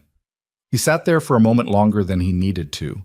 The room was small and warm, and the lamp on her nightstand made everything the color of late afternoon. Outside, Monaco at night made its specific sounds: water, traffic, the distant echo of the harbor. He got up. He straightened her blanket without being asked, which she tolerated without comment, which was its own form of affection. 10 more minutes, he said, then light out. 15. 10. Fine. She turned a page. 10. He went to the kitchen. He made himself a bowl of something minimal and ate it standing over the counter, looking at nothing in particular. He thought about the conversation in London, about the engineers and what they were close to and what they couldn't see yet. He thought about Vanessa Blackwood sitting across from him in a repair shop, asking whether the thinking was teachable. He thought it probably was. He washed the bowl. He dried it. He put it back in the cabinet where it went. In Lily's room, the lamp went out at almost exactly 10 minutes. He heard the click of it from the kitchen. He stood there in this quiet of his apartment, in the city he'd chosen, in the life he'd built around the one thing that mattered most, and he felt, not happiness exactly, because happiness was too simple a word for something this complicated, but something that had weight to it, the specific gravity of a thing that is real because you made it real on purpose. He went to bed. The second session happened in February, 4 months after the first. Vanessa had initially planned it for January, but January had swallowed itself whole. The off-season in professional motorsport was a fiction, a word that existed on calendars without existing in reality. The new chassis was in development. The engine supplier had changed a specification that required 3 weeks of integration work. Kai Nakamura's contract renewal had gone to the wire in a negotiation that produced on both sides the specific exhaustion of people who respect each other but disagree about money. By the time January ended, Vanessa had slept an average of 5.5 hours a night and had eaten approximately 40% of her meals at her desk, which she knew and had chosen not to examine too closely. February arrived and she made the call. Same room, different people. She rotated deliberately the way you rotate things that work, to spread them rather than concentrate them. This time she invited 4 engineers from the chassis development group, the team's test driver, a simulation specialist named Tobias Weir, who was 23 and had joined from a gaming company and still carried the slightly dazed quality of someone who couldn't fully believe the job was real, and Elena Voss again, because Elena had said after the first session that she wanted to come back and Vanessa didn't refuse people who wanted more of something useful. Mason arrived on time this time. He had a travel coffee cup that said nothing on it. No logo, no team name, just a plain dark blue cylinder. And he sat down and looked around at the faces and said, "Different people. Good." "I try to spread useful things," Vanessa said. "Like a disease," he said, and the room laughed, which loosened something immediately. The conversation this time moved in a different direction. The first session had been about the diagnostic blind spot, about learning to see outside the instruments. This one drifted toward something adjacent but distinct, the problem of expertise as a filter. One of the chassis engineers, a man named Bertrand, who had been in the sport for 16 years and who wore his experience the way people wear coats that have been with them a long time, asked Mason a question that seemed simple and wasn't. How do you know when your expertise is helping you and when it's getting in the way? Mason held his coffee cup. He looked at the table for a moment. Tell me about a time you were certain about something that turned out to be wrong, he said. Bertrand didn't hesitate, which surprised the room slightly. Silverstone 3 years ago. We had a floor efficiency drop that I was certain was an end plate issue. I'd seen it before, same symptom. Spent 2 weeks on the end plate. It was a floor seal delamination on the opposite side of the car. How did you finally find it? A junior engineer pointed it out. She'd been looking at the airflow visualization data from a slightly different angle, literally a different camera position in the CFD run. And she saw it. He paused. She'd been trying to tell me for 4 days. I kept explaining to her why it was the end plate. The room was quiet in a productive way. That's the answer to your question, Mason said. Your expertise was helping you with the technical analysis. It was getting in the way when you were evaluating someone else's uncertainty. You knew what the symptom meant because you'd seen it before. And that knowledge made it harder to hear someone say they weren't sure. Because certainty is contagious, Elena said. She was making notes again. In both directions. Certainty and uncertainty both move through a team the way temperature moves through a room. If the most senior person is certain, the juniors stop offering alternatives. If the most senior person says, "I'm not sure, tell me what you see," the juniors speak. He looked at Bertrand. How long had she been on the team? 4 months? And she could see something you couldn't. Because she didn't know it was the end plate, Bertrand said, with the flatness of someone who has fully absorbed a lesson that was uncomfortable to absorb. She had no reason to assume, she was just looking at the data. Fresh eyes solved this, Tobias said from the end of the table.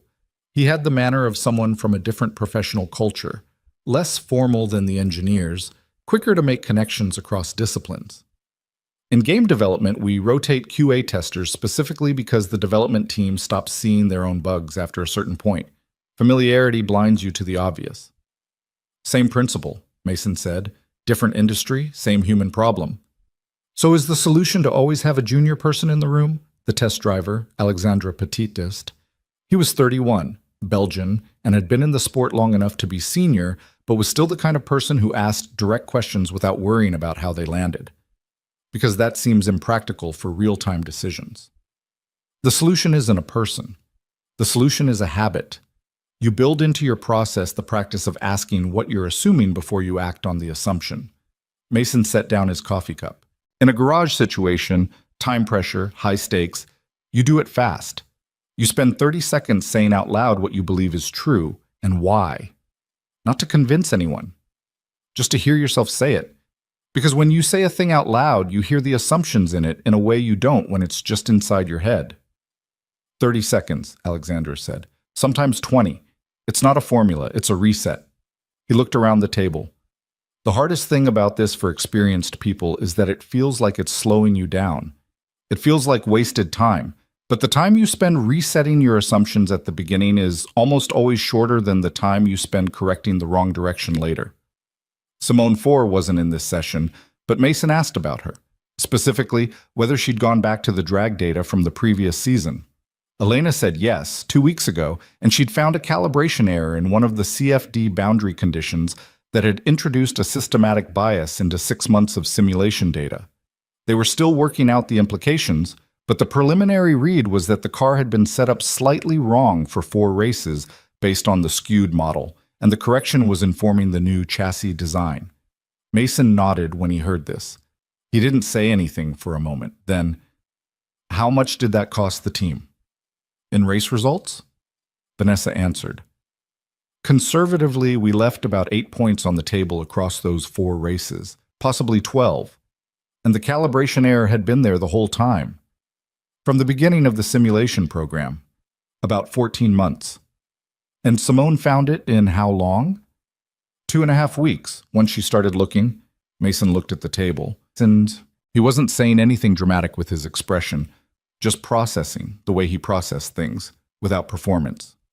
14 months, he said. 2.5 weeks. Yeah, Vanessa said. The cost of not asking the question is always higher than it looks, he said, because you don't see the cost. You just see the result, and you attribute the result to other things. The competition, the conditions, bad luck. You don't see the 14 months of running on a wrong assumption because you can't see what the assumption was hiding. Bertrand was quiet. The junior engineers were writing things down. Tobias was staring at the middle distance with the particular expression of someone rearranging the furniture of how they think about something. Elena looked up from her notes. "This is why you wrote the paper," she said. "What paper?" Bertrand asked. "He published a framework paper 9 years ago," Elena said, "about diagnostic blind spots in hybrid systems. It describes the category of fault he found in Monaco." She looked at Mason. "You were trying to get the industry to build the question into the process." "I was hoping," he said. Not bitterly, just honestly. "It didn't work." "Not very fast, no." "Why not?" He thought about it. "Because a paper about how your diagnostic system has invisible limits is, functionally, a paper about how to trust your systems less. And the industry's entire development trajectory for the past 20 years has been toward more systems, better systems, faster systems.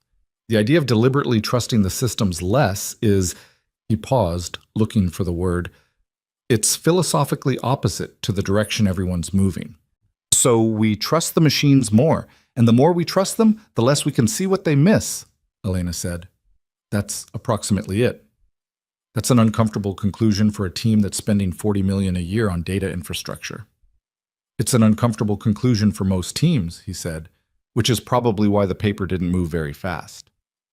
The session went 2 hours and 20 minutes, which was longer than the first one. Afterward, Vanessa walked with Mason to the building exit, while the others drifted back to their work, carrying whatever they were carrying from the conversation. In the lobby, Mason stopped to zip his jacket. It was colder than February had any business being, even by English standards. Outside the glass doors, the car park was gray, and the sky was the specific flat white of a day that couldn't decide whether to rain. "Bertrand?" Mason said. "What about him?" "He's carrying that Silverstone thing." He pulled on his jacket collar. 3 years ago, and he still had it right there. He didn't have to think about it. He's that kind of engineer. He keeps his mistakes. That's not always a bad thing. He looked at the gray car park, but it makes him risk-averse in a specific way. He won't trust junior analysis until he's run it twice, which means he slows down the people who might catch things he can't. Vanessa looked at him. "I know. You've seen it. I've been managing around it for 2 years. She paused. "Is there a way to address it directly, without making it personal?" "Give him a junior engineer he trusts and tell him they're a team, not a hierarchy. Tell him the junior's job is to say what they see without filtering it, and his job is to take it seriously." He pushed the door open with his shoulder, letting in a wave of cold. He'll push back, but if the junior actually finds something useful in the first month, he'll convert. He's the type. You got all of that from 90 minutes in a room with him. He told me himself, Mason said. The Silverstone story. Everything I said about him was in that story. You just have to listen to what the story's actually telling you. He walked out into the cold. Vanessa watched him go to the car she'd arranged, one of the team's fleet cars, driver included, that would take him to the station, and get in without looking back. She stood in the lobby for a moment. She was thinking about what he'd said. Everything I said about him was in that story.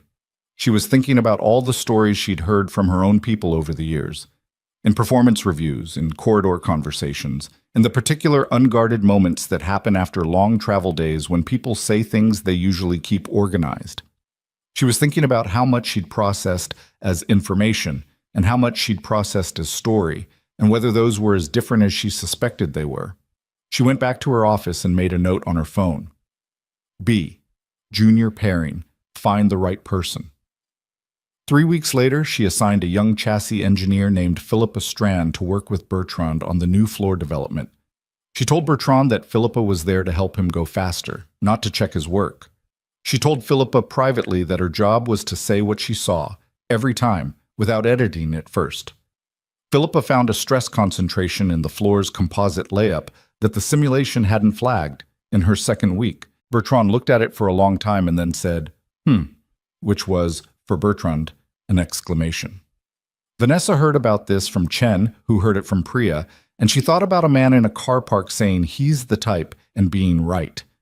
She did not call Mason to tell him. That felt like the wrong kind of thing to report.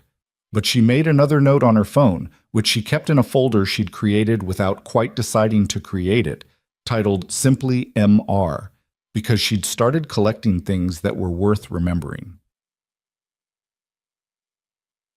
The thing about Mason Reed that Vanessa had not expected, because she had not thought to expect it, was that he was not consistent in the way that capable people are often consistent. The first 2 sessions had been, productive was too small a word for what had happened, but it was the available word. The conversations had moved things, had opened things, had produced in the engineers a quality of attention that Vanessa recognized as genuinely different from what they'd had before. She had started anticipating the 3rd session with the specific appetite of someone who has found a thing that works and wants more of it. The 3rd session was in May, preseason testing having concluded, and the first race of the new calendar 2 weeks away. She'd assembled 8 people this time, a mix of familiar and new faces, including Rohan Kapoor, who had said after the 2nd session that he wanted to come back, and 2 engineers from the race strategy team who hadn't been included before. Mason arrived and sat down and was fine. He was present, he was engaged, he asked good questions. But something was different, not broken. Nothing was broken. The conversation was still useful, still did what it was supposed to do. But the quality of attention he'd had in the first 2 sessions, that precise focused thing that made the room reorganize itself around him, was slightly dimmer. Not gone. Just turned down. Vanessa noticed it. She suspected no one else did because no one else had the previous 2 sessions to compare it to. But she noticed. Afterward, when the room had cleared, she sat at the table across from him. He was drinking the last of his coffee. "Is everything okay?" she said. He looked at her. "What do you mean?" "You were a little bit elsewhere today." He didn't deny it. He set down the cup. He looked at the window where the May light was doing what May light did in England, trying harder than it could quite manage, still cold enough to matter. "Lily's been having a hard few weeks," he said. Vanessa waited. She's been asking about her mother more. She goes through periods of it. She's 9 now, and she's old enough to understand the shape of what she doesn't have, but not old enough to fully process it. So she asks questions, lots of questions. He turned the coffee cup in his hands. "Most of them I can answer. Some of them I can't." "What kind of questions can't you answer?" He was quiet for a moment. What she would have been like. Whether she would have come to school events. Whether she would have liked the hedgehog. A short pause. "I can tell her what Sophie was like. I can't tell her who Sophie would have become because I don't know that. Nobody does. And Lily's starting to understand that there's a difference between the 2 things." Vanessa was quiet. The room had the specific stillness of a space that has held a loud conversation and is now holding a quiet one. "How do you answer the ones you can't answer?" she said. "I tell her the truth, that I don't know. That there are some questions where the honest answer is that nobody knows, and that's not the same as the question not mattering." He set the cup down. "She hates that answer. She's 9. She wants the question resolved, but she's also..." He paused. "She's also starting to understand that some things don't resolve. She's doing better with it than I would have at her age." "Better than most adults," Vanessa said. "Don't romanticize it." She cried for 40 minutes on a Tuesday because she found a photo of Sophie holding her as a newborn, and she'd never seen that specific photo before. He said it matter-of-factly, not as a performance of grief, but as the simple truth of what the week had contained. "It's not beautiful. It's just hard." "Yeah," Vanessa said. "Just that." He looked at the window again. "I told her the story of Monaco." This surprised Vanessa. "You did?" She kept asking what I did that day. She knew I helped someone with a car, but she wanted the details, so I told her. He almost smiled. She was most interested in the fact that there were 91 engineers, and none of them found it. What did she say? She said that 91 people looking at the same thing is basically the same as one person looking at it, because they'd all be looking the same way. He did smile then, briefly, with the specific quality of pride that parents have when children say things that are more right than expected. "She's 9. That's not bad. That's not bad at all, Vanessa said. I told her it was basically the lesson. She said she'd write it down. Did she? Yeah. He shifted in his chair. She has a notebook she uses for things she wants to remember. She wrote, 91 people looking the same way is the same as one person. Her words, not mine. He looked at the table. I told her the actual lesson was slightly more specific than that, and she said hers was better. Vanessa laughed. It came out more genuinely than she'd expected. A short, real thing. She's probably right, Vanessa said. Probably. He stood, picking up his jacket from the back of the chair. I'm sorry if today wasn't what the last two were. It was useful, Vanessa said. Different useful, but useful. She paused. You don't owe me consistency. You're not on retainer. I know, but I said I'd do this, and when I do something, I do it properly. He pulled on his jacket. Next time I'll be more present. Next time bring Lily if you want. He looked at her. She'd ask everyone very pointed questions and take notes. I know, that's why I said it. He looked at her for a moment with an expression she'd seen once or twice now. The expression of someone recalibrating a person they've been thinking about in one dimension and discovering a different one. Maybe, he said. He left. Vanessa sat at the table alone for a while, in the May light, thinking about a 9-year-old girl with a notebook and her own version of the lesson. She thought, 91 people looking the same way is the same as one person.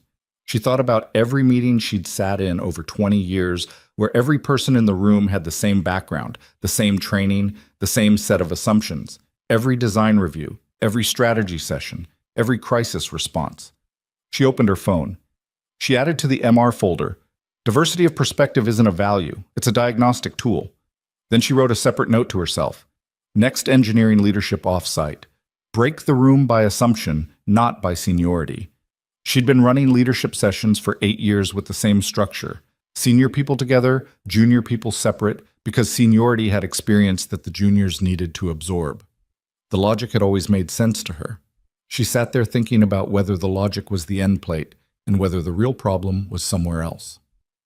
June came, and with it, the season's second race, which took place on a street circuit in a different city from Monaco, but with the same quality of compressed, unforgiving asphalt that made street circuits the particular test they were.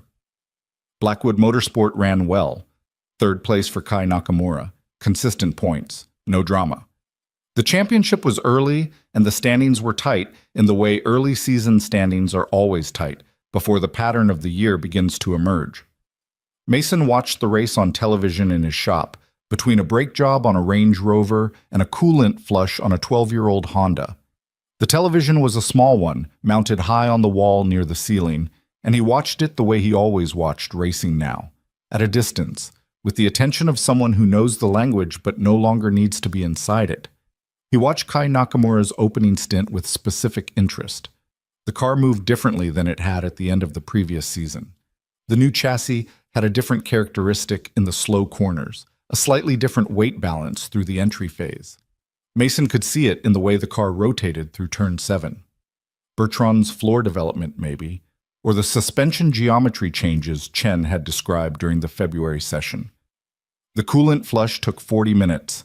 By the time he finished, the race was in the final phase and Kai was holding 3rd. Mason watched the last 8 laps while writing up the Honda's service record. When the checkered flag fell, he turned the television off. The shop was quiet. Monaco's street noise outside reduced on this particular Tuesday afternoon because the racing world was in a different city and the tourists who followed it had followed it there. He sat at his workbench for a moment with the service record in front of him, thinking about the floor characteristic he'd seen in turn 7 and whether it was a deliberate setup choice or a development limitation they hadn't solved yet. He picked up his phone. He almost called Vanessa. He put it down. There was a line between the thing he'd agreed to do, show up twice a year, ask different questions, help people think differently about problems, and the thing he'd declined to do, which was become part of the team again in the way that meant being part of the team. The line was not always in the same place. It moved depending on the day and the question, but it was there. He put the phone in his pocket and went to start on the next job. The next job was a 2009 Renault Megane, whose owner, a 60-year-old Monegasque man named Alain, brought it in every 6 months with a different thing that needed attention and stayed an hour longer than necessary to talk about whatever Alain wanted to talk about, which today was the racing season, and specifically the new Blackwood car. "I saw you watching," Alain said, gesturing at the blank television. He'd been in the waiting area during the Honda job. "Old habit," Mason said, moving around to the Méjean's driver's side. "You used to work with racing cars." Alain said this as fact, not question. He'd lived in Monaco long enough to absorb its particular community texture, the way every person had a story that the city knew and the city kept. "A while ago."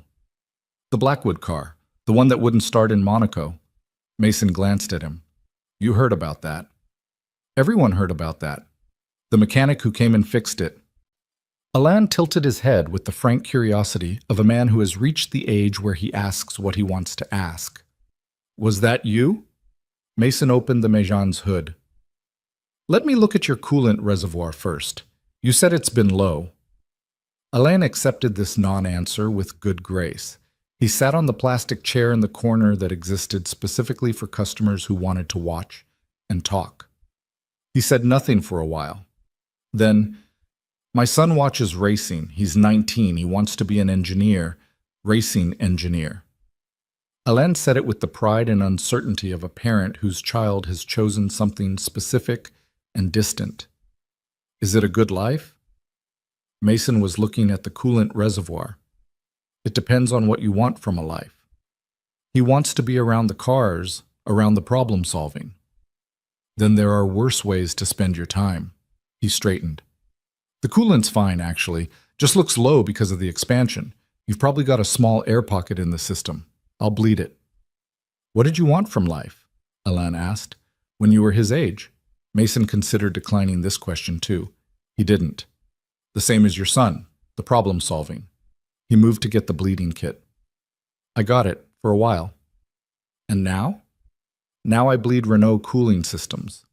He said it without irony, which was its own kind of answer. Alain looked at the car, then at Mason. "Is that enough?" Mason attached the bleeding kit. He started the process, which required a few minutes of mechanical attention. Alain waited. "Some days more than others," Mason said eventually. "Honestly." "Today it is." Alain nodded. He seemed to find this a satisfactory answer, or at least an honest one, which he appeared to value equally. He asked no more questions on the subject. He talked about his son. The boy's name was Marc. He was studying mechanical engineering in Lyon. He'd been watching racing since he was 6. Mason listened while he worked, in the way he listened to things that weren't his problem but were worth hearing. When the job was done, Alain paid and drove away in the Méjean, and the shop went quiet again. Mason stood in the bay door for a moment, looking at the street. Late afternoon Monaco. The light at this hour came between the buildings at an angle that made everything slightly golden, which was probably why people paid so much to live here. This particular quality of late light. He thought about Alain's question. Is it enough? He thought about it honestly, the way he tried to think about most things, without performing an answer, without reaching for the one that sounded right. Some days the repair shop was exactly what it needed to be, concrete and immediate, a problem with a solution, a person helped, a thing working that hadn't been working. Some days it was small in a way that he could feel, a smallness that wasn't quite regret, but pressed against regret the way two things can be adjacent without being the same. Those days were less frequent than they'd been at first.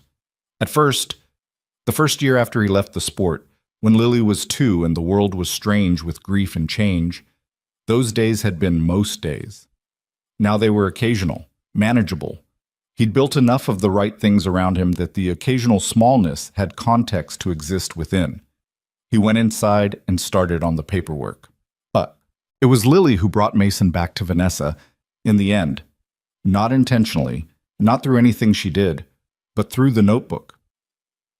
In late June, 3 weeks before the 4th racing session of the season, and about 6 weeks before Mason was scheduled to come in for the 4th conversation with the Blackwood engineers, Lily came home from school with a school project assignment.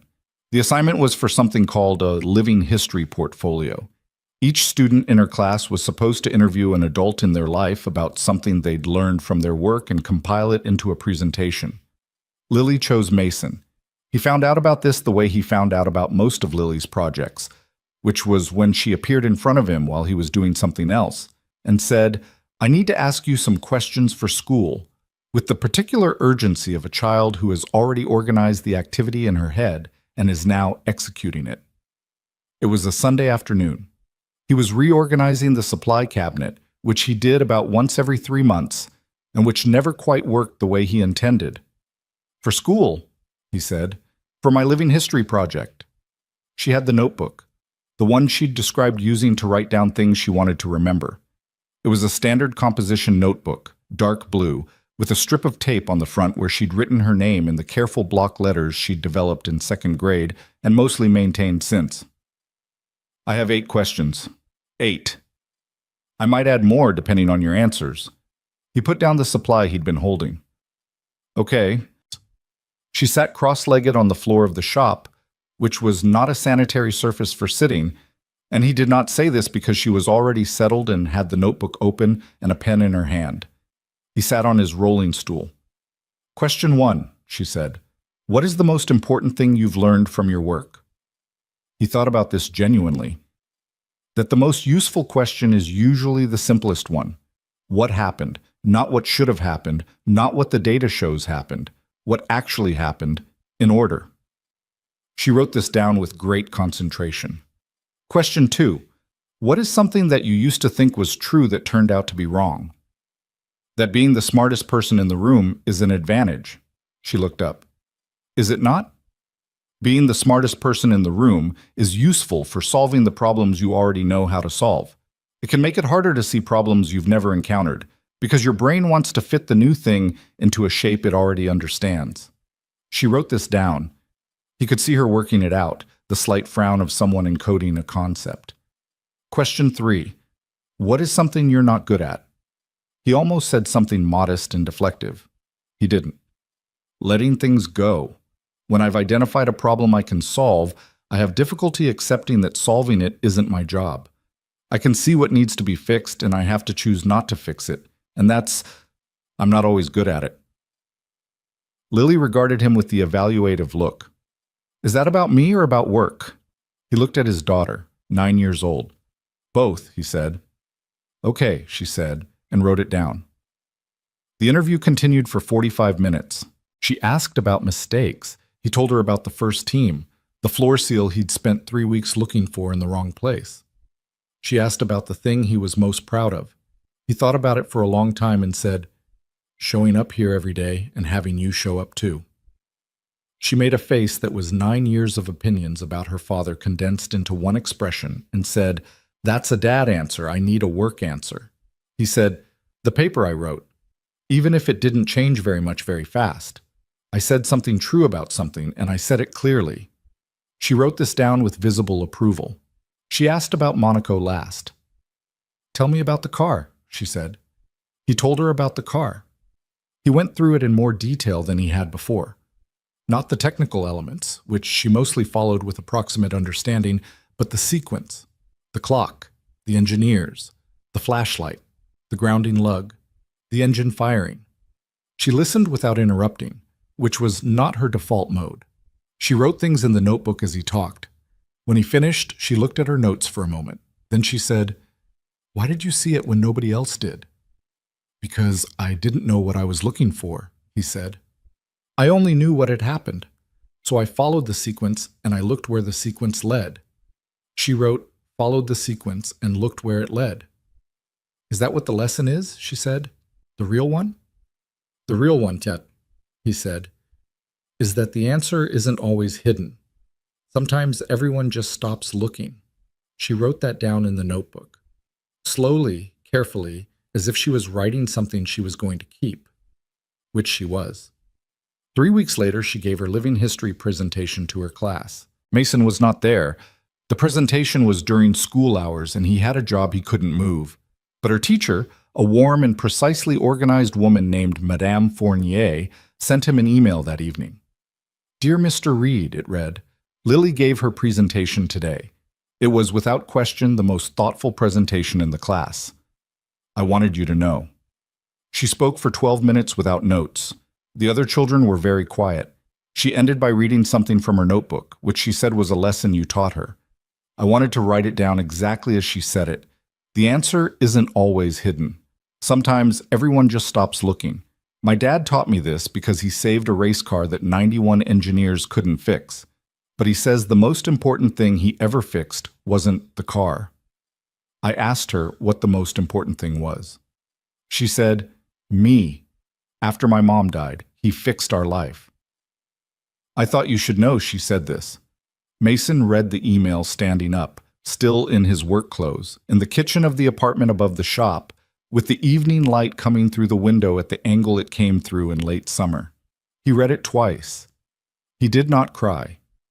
He was not the kind of person who cried easily, and also he was in the kitchen and Lily was in the next room, and if he cried she would know and she would ask, and he would have to explain, which would mean explaining what Madame Fournier had written, which he was not ready to do. He put his phone in his pocket. He went to the refrigerator and stood in front of it for a while, not looking for anything specific, just doing the thing people do when they need a moment, and the refrigerator is a socially acceptable reason to pause. Then he went to Lily's room and knocked. What? She said, which was how she said yes. He opened the door. She was on her bed doing homework, the notebook open beside her, though she appeared to be working on something different. How was the presentation? He said. She looked up. She had the expression of a person who had already processed the event and moved on to the next thing, but was willing to return to it briefly. Good. Mathieu asked 3 questions, and Madame Fournier said that meant it was interesting. What questions did Mathieu ask? He wanted to know how big the garage was, how much the car cost, and whether you got paid. Mason looked at his daughter. Did you tell him? I said the garage was big, the car cost more than our building, and you didn't get paid. She tilted her head. Should you have gotten paid? No, he said. She seemed to find this satisfactory. She went back to her homework. He stood in the doorway a moment longer. The room was the room he'd helped her decorate 2 years ago. A project that had taken 3 weekends and produced a result that was entirely hers, in colors she'd chosen with total confidence and no artistic justification. On her wall, the larger crayon drawing of car number 7 was still there, taped up beside a poster of a deep-sea creature she'd been briefly obsessed with in March. Lily, he said. What? I'm proud of you. She looked up. She had the expression of someone receiving something genuine and processing it as such, without deflection. I know, she said. You always say that. It's always true. She held his gaze for a moment. Then she went back to her homework. He went back to the kitchen. He took out his phone. He opened the MR folder on Vanessa's phone, and he thought about that. Then he opened his own contacts and found Vanessa's number and typed, Lily gave her school presentation today. She used the Monaco story. Her version of the lesson was better than mine. He sent it before he could second-guess the sending. The reply came back in 4 minutes. What was her version? He typed it out. 91 people looking the same way is the same as 1 person. A pause. Then, she's right, I know, he typed. Another pause, longer this time. Then, I've been thinking about the next session.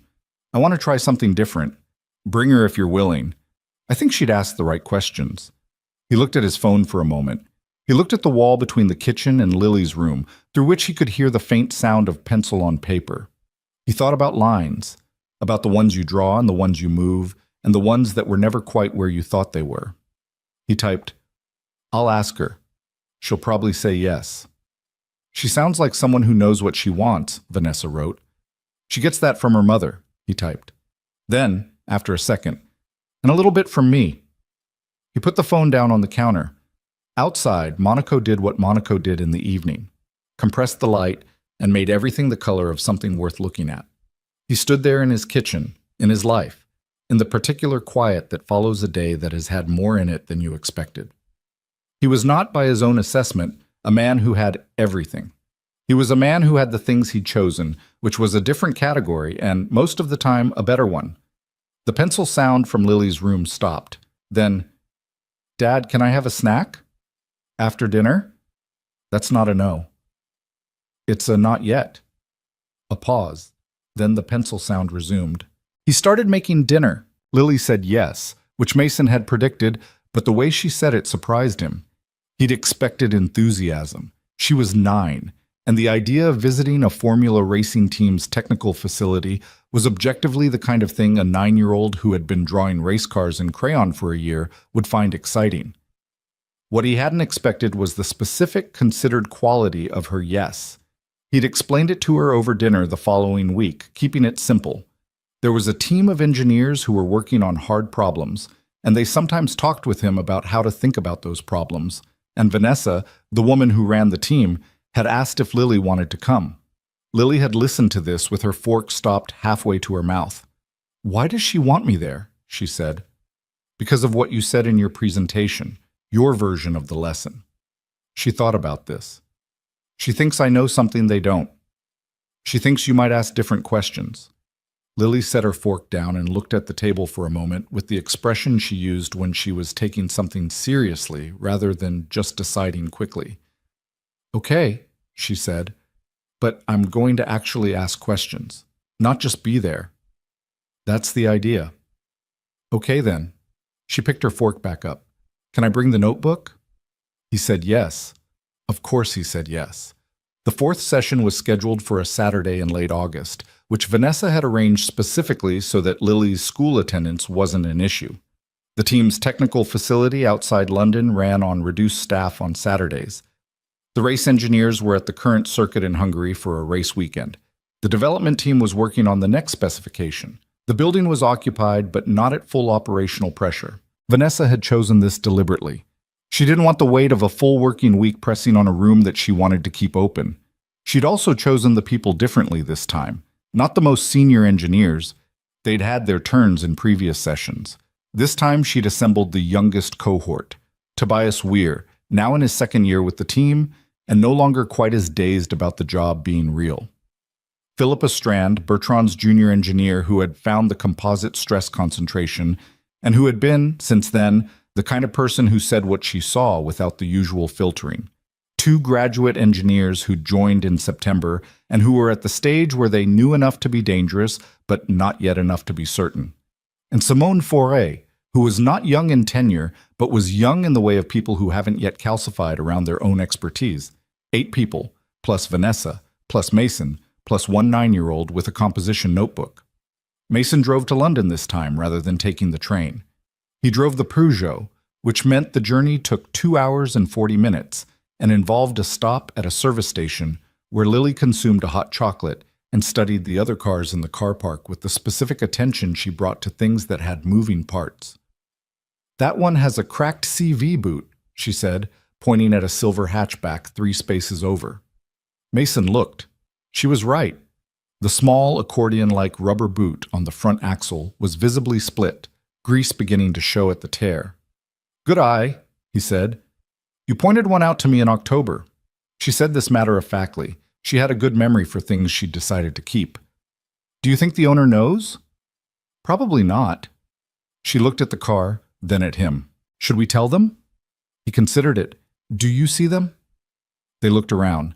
The car appeared to be unoccupied, its owner presumably inside the service station. "We could leave a note," Lily said. They left a note. Mason wrote it on the back of a receipt from the service station. CV boot cracked, front right axle, worth getting looked at before it fails, and tucked it under the windshield wiper. Lily watched this with the satisfaction of someone who has correctly identified a problem and done something about it. "We didn't have to do that," he said, getting back in the Peugeot. "I know," she said, "but the answer was right there." He pulled out of the service station and merged back onto the motorway. He thought, 91 people looking the same way is the same as one person. He thought about what it meant that he'd raised a child who left notes about CV boots on strangers' cars, and whether that was a thing he'd taught her or a thing she'd arrived at herself. Probably both. Probably neither. Probably it was just who she was, built from the parts of 2 people and the years and the particular apartment above the repair shop where she'd grown up watching someone fix things. He drove. The building impressed Lily, which she did not say, but which Mason could read in the way her head moved when they walked through the lobby. taking in the ceiling height, the materials, the photographs on the walls that documented 15 years of the team's history in circuits and garages and pit lanes. She looked at everything the way she always looked at new things, systematically, without performing amazement. Vanessa met them in the lobby. She was dressed differently than she'd been in Monaco or in London. Casual, a dark sweater and trousers, no jacket. It was Saturday, and the building was at half capacity, and she'd dressed for the building as it was rather than as it usually was. Mason noticed this and thought it was the right call. She crouched slightly when she met Lily. Not in the exaggerated way that adults sometimes do with children, compressing themselves into false smallness, but genuinely adjusting to the eye level, the way you do when you mean the conversation to be between equals. "I'm Vanessa," she said. "I know," Lily said. "You're the one who runs the team." "I am." "Did you build it or inherit it?" Vanessa blinked. "Both," she said. "My father built it. I've been running it for 8 years. Is that harder? Inheriting something. Because you have to be good enough for it, but also different enough to make it yours." Vanessa looked at Mason. He looked back at her with the expression of someone who has presented a natural phenomenon and is waiting to see how it's received. "Yes," Vanessa said to Lily. "That's exactly what it's like." Lily nodded. She wrote something in the notebook. Vanessa watched this with the expression of someone recalibrating their expectations for the next several hours. They took the elevator to the 3rd floor. The room was as it always was. Long table, windows, coffee setup. The 8 engineers were already there, and they did what people do when a child enters a professional space. They adjusted, some more naturally than others. Tobias Weir immediately moved his laptop to make room and said, "Hey, cool notebook," which Lily accepted without comment. The 2 graduate engineers, a man named Declan, who was 24 and Irish, and a woman named Una, who was 23 and had come from Seoul via Imperial College, looked at each other with the particular expression of people who hadn't fully understood the session format from the briefing and were now encountering the reality. Simone Four smiled at Lily and said, "I heard about your presentation." And Lily said, "Did my dad tell you?" And Simone said, "Vanessa told me."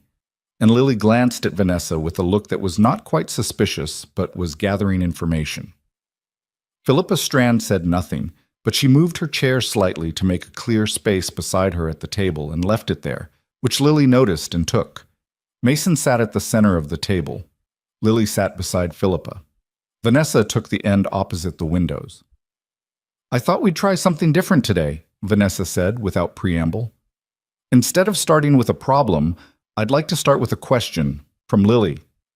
Everyone looked at Lily. Lily was ready. She had the notebook open. "I have a question for everyone," she said. Her voice was the voice of a child, which meant it was smaller than the room, but she spoke without hesitancy. "What's the last thing you were wrong about at work? And how did you find out you were wrong?" The room received this. Tobias said, "Oh, that's a good one," almost immediately, which broke something loose. Declan went first. He'd been wrong about a software optimization that he'd been certain would reduce simulation processing time. It had, but it had also introduced a rounding error in the output that had taken 3 weeks to catch because the error was small enough to look like normal variation. He'd found out when Una, cross-checking an output against a hand calculation, had flagged a number that didn't quite fit. "How did Una know to do the hand calculation?" Lily asked. Declan looked at Una. "She was being thorough," he said. "Was she checking your work specifically?" "No, she was checking the model generally." "So she found it by accident?" "I guess, yeah." "If she hadn't done that calculation, would you have found it another way?" Declan thought about it. "Eventually, when the results diverged from real-world testing." "How long would that have taken?" "Maybe 3 months? Maybe longer." Lily wrote something in the notebook. "Thank you," she said. Una went next. She'd been wrong about an aerodynamic load assumption that had informed a wing specification. The assumption was correct in isolation, but failed to account for an interaction effect with the floor when the car was in dirty air behind another car. She'd found out when Alexandre Petit, the test driver, had reported a handling characteristic that didn't match the model's prediction. "When he reported it, did you believe him right away?" Lily asked. Una paused. Not immediately, she said carefully. Why not? Because the model was very complete. I trusted the model. More than you trusted him? More than I trusted my uncertainty about the model, yes. Is that the same thing? Una looked at the table. No, she said. It's not. Mason watched this happening. Lily was 9 and she was doing naturally and without any framework exactly the thing he'd spent 4 sessions trying to describe. She was following the sequence. She was asking what happened. She was not accepting the first answer as the complete one. She was doing it without knowing she was doing it. She was just curious, and curiosity in a room full of experts was a diagnostic instrument of exceptional sensitivity. Simone told her story next. The drag model, the CFD calibration error, the 14 months of running on a wrong assumption. Lily listened to the whole thing and then asked, "When you found it, were you angry at yourself?" "Yes," Simone said. "For how long?" "About a week, if I'm honest." "And then?" "And then I fixed it and moved on." "My dad says the mistake isn't the problem," Lily said. "Not finding it is the problem." She glanced at Mason. "Is that what he tells your engineers too?" "Something like that," Simone said. She was looking at Lily with an expression that was professional and also genuinely delighted, the expression of someone who has been asked a child's question and discovered it was the adult question they'd been avoiding. Philippa's turn came and she talked about the end plate assumption, Bertrand's end plate assumption, though she was careful not to use his name, which Mason noticed and respected. She described the 4 days of trying to raise the floor seal possibility and being redirected to the end plate, and the moment when she'd shown it in the visualization data and the response had been silence. "What did silence feel like?" Lily asked. Philippa looked at her. "What do you mean?" "When you showed them and they were silent, what did it feel like?" A pause. "Like I might be wrong even though I was right," Philippa said. "Like being certain and uncertain at the same time." Lily wrote this down. Mason could see the words from where he sat, certain and uncertain at the same time. When you know something the room doesn't believe yet. "That happens to me at school," Lily said. "When I know the answer but the teacher hasn't called on me yet." She looked at Philippa. "What did you do?" "I showed it again, with more data." "Did that work?" "Eventually." "How many times did you show it?" 3. "Would it have been okay to stop after 2? Philippa thought about this carefully. "Probably not. The 3rd time I had an extra camera angle that made it unambiguous," she paused. "Though I almost didn't do the 3rd time. I was starting to doubt myself." "But you did it anyway." "Yeah." Lily wrote, "Show it again even when you're starting to doubt yourself." She underlined it twice. Philippa watched this and didn't say anything, but she reached over and adjusted Lily's notebook angle slightly. Not to read it, just a gesture of companionship, and Lily let her. Tobias went last. He told a story about a simulation parameter he'd set incorrectly for 6 weeks of a development program, a mistake that had been his and nobody else's, that he'd found by going back to reread documentation he thought he already knew. "Why did you go back to the documentation?" Lily asked. "Because something felt off. A result that was technically correct but didn't match my intuition about how the system should behave." "What's intuition?" she asked. Not because she didn't know the word, Mason sensed, but because she wanted Tobias's definition of it in context. A feeling based on experience. When you've worked with something long enough, you develop a sense of how it should behave. When it doesn't match that sense, it doesn't always mean something is wrong. But it's worth checking. Is intuition more reliable or less reliable than instruments? Neither, Tobias said. Different. The instruments tell you what the measurements say. The intuition tells you when to distrust the measurements. Lily thought about this. My dad said something like that. He said instruments show what they were built to see. She looked at Tobias. Is that the same as intuition being the thing that sees what they weren't built to see? The room was quiet for a moment. Tobias said, Yeah, that's actually a really clean way to put it. I got it from my dad, Lily said. I know, Tobias said, but you made it cleaner. Mason looked at the table. He was not going to smile in a room full of people, because his daughter had articulated something more precisely than he had. He was not. He looked at the table very carefully. They broke for lunch at 12:30. Vanessa had arranged food, sandwiches, fruit, the kind of practical catering that was about sustenance rather than experience. They ate in the room, conversation fragmenting into smaller pieces, the specific social physics of a group that has been in structured conversation and is now off duty. Lily ate half a sandwich and spent the rest of the break talking to Philippa, which Mason observed from across the table where he was in conversation with Simone about the wind tunnel testing schedule. He couldn't hear what Lily and Philippa were saying. The table was long, and the ambient sound absorbed the specifics. But he could see that Lily was asking questions with the notebook open, and Philippa was answering them, leaning slightly forward in the posture of someone who has found a conversation unexpectedly interesting. He looked away when he realized he was watching. Simone had been talking about a specific corner characteristic in the new car's balance, a tendency she'd noticed in the simulation data that didn't have a clear explanation yet. She'd been describing it for 2 minutes, and Mason had been listening with part of his attention, and now she stopped and looked at him. "I've been describing this to Chen for 3 weeks," she said. "He thinks it's a damper characteristic. But you don't. The damper explanation fits about 80% of the behavior. The other 20% doesn't match." "What does the other 20% look like?" She described it. Mason listened. He thought about it for a moment. The specific characteristics she was describing, the way she'd couched the behavior, what she'd said about the conditions under which it appeared. "It sounds like it's load-dependent," he said, "not speed-dependent." She went still. "Say more." "The 20% that doesn't match the damper explanation, does it occur in the corners where the vertical load is highest, independent of speed?" She looked at him. Her expression was the expression of someone running something in their head quickly. "Yes. I think, yes. The 2 occasions where it's most pronounced are both high-load, slow corners. Then it's probably not the damper. Dampers work with velocity. What you're describing sounds more like a structural compliance issue, something in the chassis or the suspension geometry that deforms under high load and changes the effective geometry momentarily. A structural flex? Or a bearing preload that's been set slightly off?" He picked up a water bottle. "I don't know your car well enough to be specific, but the load dependency is the tell. Chase the load, not the speed." Simone was quiet for a moment. "I need to go pull the load data by corner specifically, not by speed." "Yeah," she wrote on her phone. Then she looked at him. "You see these things very fast." "I'm not in the problem," he said.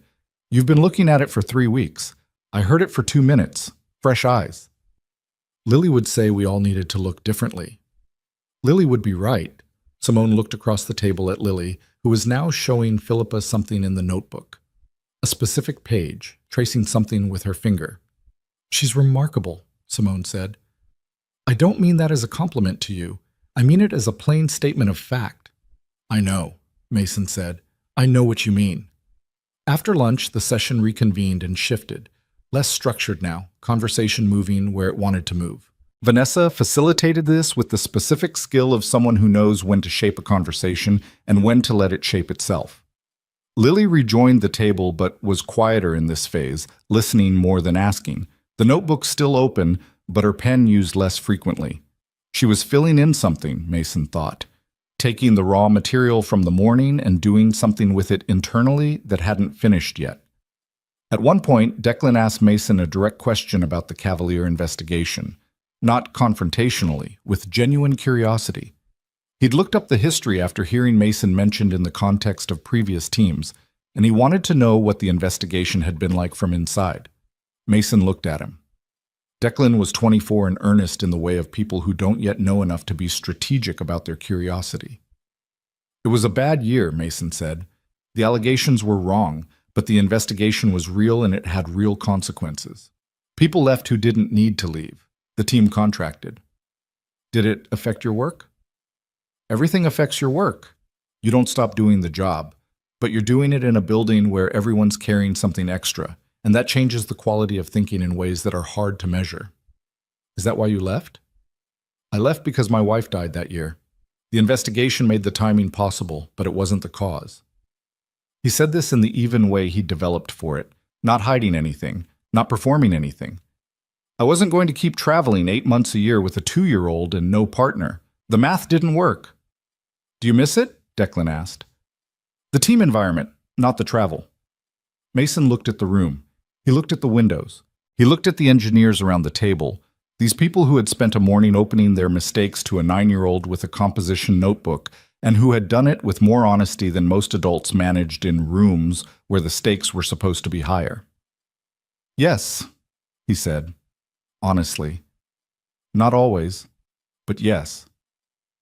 Lily looked at him when he said this, just a glance. She looked back at her notebook. He thought, she heard that. She's filing it. She'll come back to it later. He thought, that's fine. It's true. She can have the truth.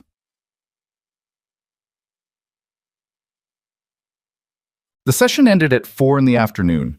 People gathered their things with the slow drift of a group that has been in a good conversation and doesn't want to admit it's finished. Tobias asked Lily if she was going to come back, which she said she'd think about, which Tobias correctly identified as meaning, probably yes.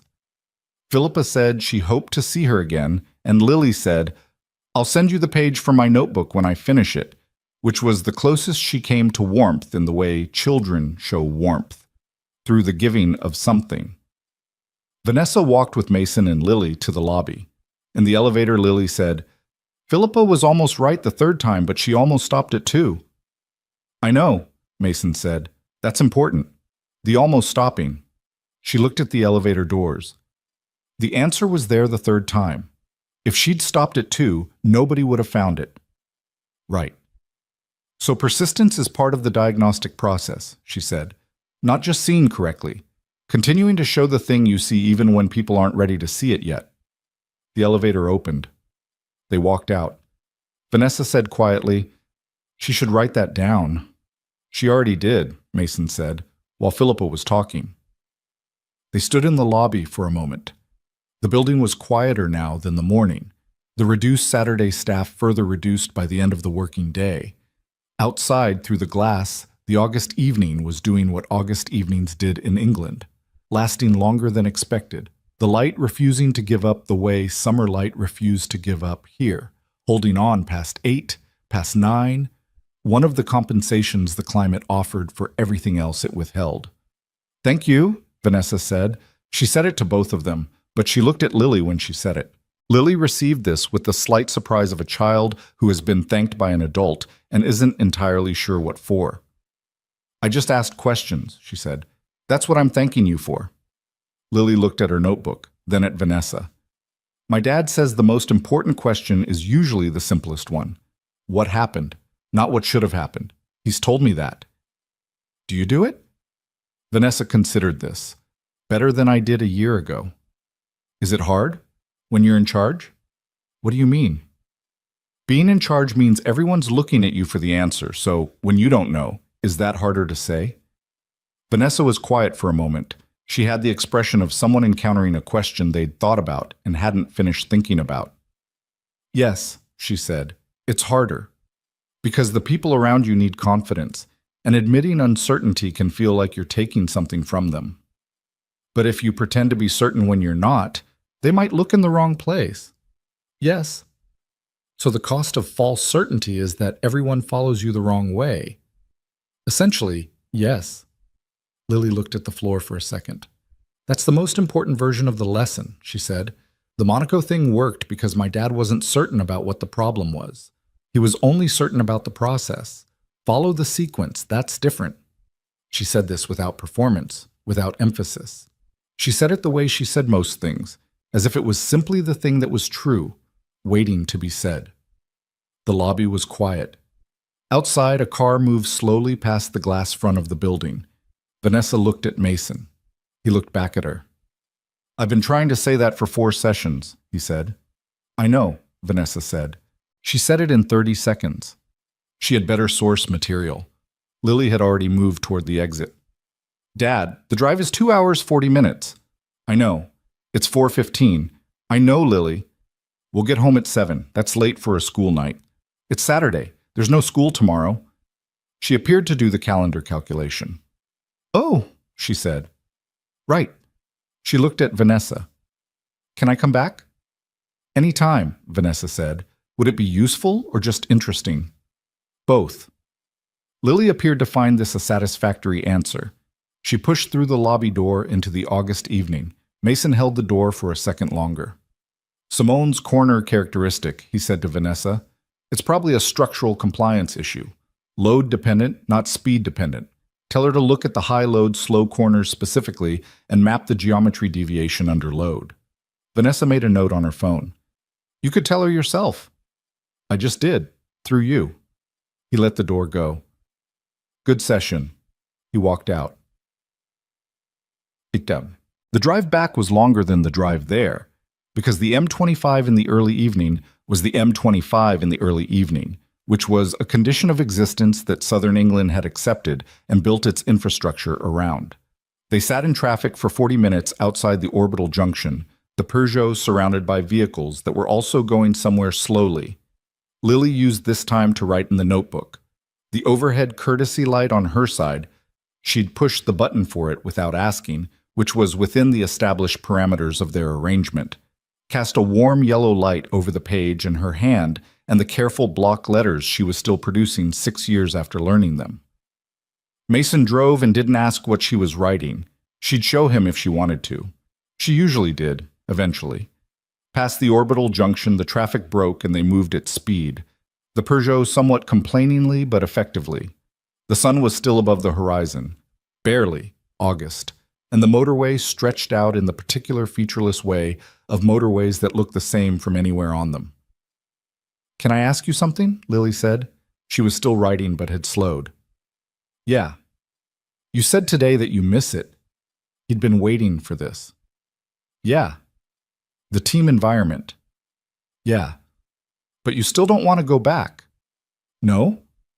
Why not, if you miss it? He thought about this carefully because she was asking it carefully, the way she asked things she actually wanted to understand. Because missing something and wanting it back are different, he said. Sometimes you can love something and also know that it's not right for your life. The missing doesn't go away, but that doesn't mean the leaving was wrong. She was quiet for a moment. Do you miss Mom like that? He kept his eyes on the road. Yes. You love her. And you know she's not coming back, so you're not waiting for her, but you still miss her. Yeah, that's right. So the missing is just part of having had something. Yeah. He paused. That's a good way to put it. She considered this. She went back to writing. After a few minutes, I don't remember missing her. I remember missing the idea of her. She said it without distress, in the matter-of-fact tone she used for things she'd thought about enough to have settled. Is that the same thing? No, he said. But it's real. The missing is real either way. Yeah. She closed the notebook. Madame Fournier says grief is different for everyone. She said some people miss what they had, and some people miss what they were supposed to have. Which one are you? The second one, she said. Is that okay? It's honest, he said. That's better than okay. She leaned her head against the window. The glass was cool, and the evening was warm, and the combination apparently felt good because she stayed there. Dad? Yeah. Vanessa's good at her job, but she's lonely. He glanced at her. What makes you say that? She talks to everyone like she's responsible for them. She's always a little bit behind a window. Lily said this with her eyes on the road ahead, head still against the glass. Even when she's being nice, like she's used to being watched and she can't fully stop. He didn't say anything for a moment. You got all that from one afternoon. I got it from the way she listened. She listened hard because she doesn't get to be listened to very often. A pause. You listen to me all the time. She doesn't have someone who listens to her all the time. He thought about Vanessa on the pit wall in Monaco, in the repair shop, asking honest questions, in the car park in the November cold outside the London train station. He thought about a woman who had built something significant and held it together and who said thank you to a 9-year-old with genuine weight behind it, because she didn't receive thanks very often and wasn't sure what to do with it. You might be right, he said. I usually am, Lily said, and he could hear in her voice that she was half joking, which meant she was half not. They drove the rest of the way in companionable quiet. Lily fell asleep somewhere past the Channel Tunnel terminal, her head still against the window, the notebook on her lap. Mason drove. The Peugeot did its best. The night came down the way it came down in late August, reluctantly, as if it hadn't quite made up its mind yet. He thought about the session, about Declan and Una and Philippa, and what each of them had produced when asked to describe the last time they were wrong. He thought about the specific quality of honesty that the question had generated, honest in the way that rooms were sometimes honest when the frame around the conversation was different enough to make the usual defenses irrelevant. Lily had done that. She'd walked in with a composition notebook and 9 years of unfiltered curiosity, and the room had responded to it the way rooms responded to disarming things. He thought about what she'd said about Vanessa. He thought about his own loneliness, which he didn't think about often or productively, but which was there the way things are there when you've decided not to look at them directly. Not the social loneliness of someone without connections. He had people, the Monegasques who brought their cars and stayed too long, the teachers at Lily's school who'd known him for years now, the occasional phone call with his brother in Toulouse. Not that. The other kind.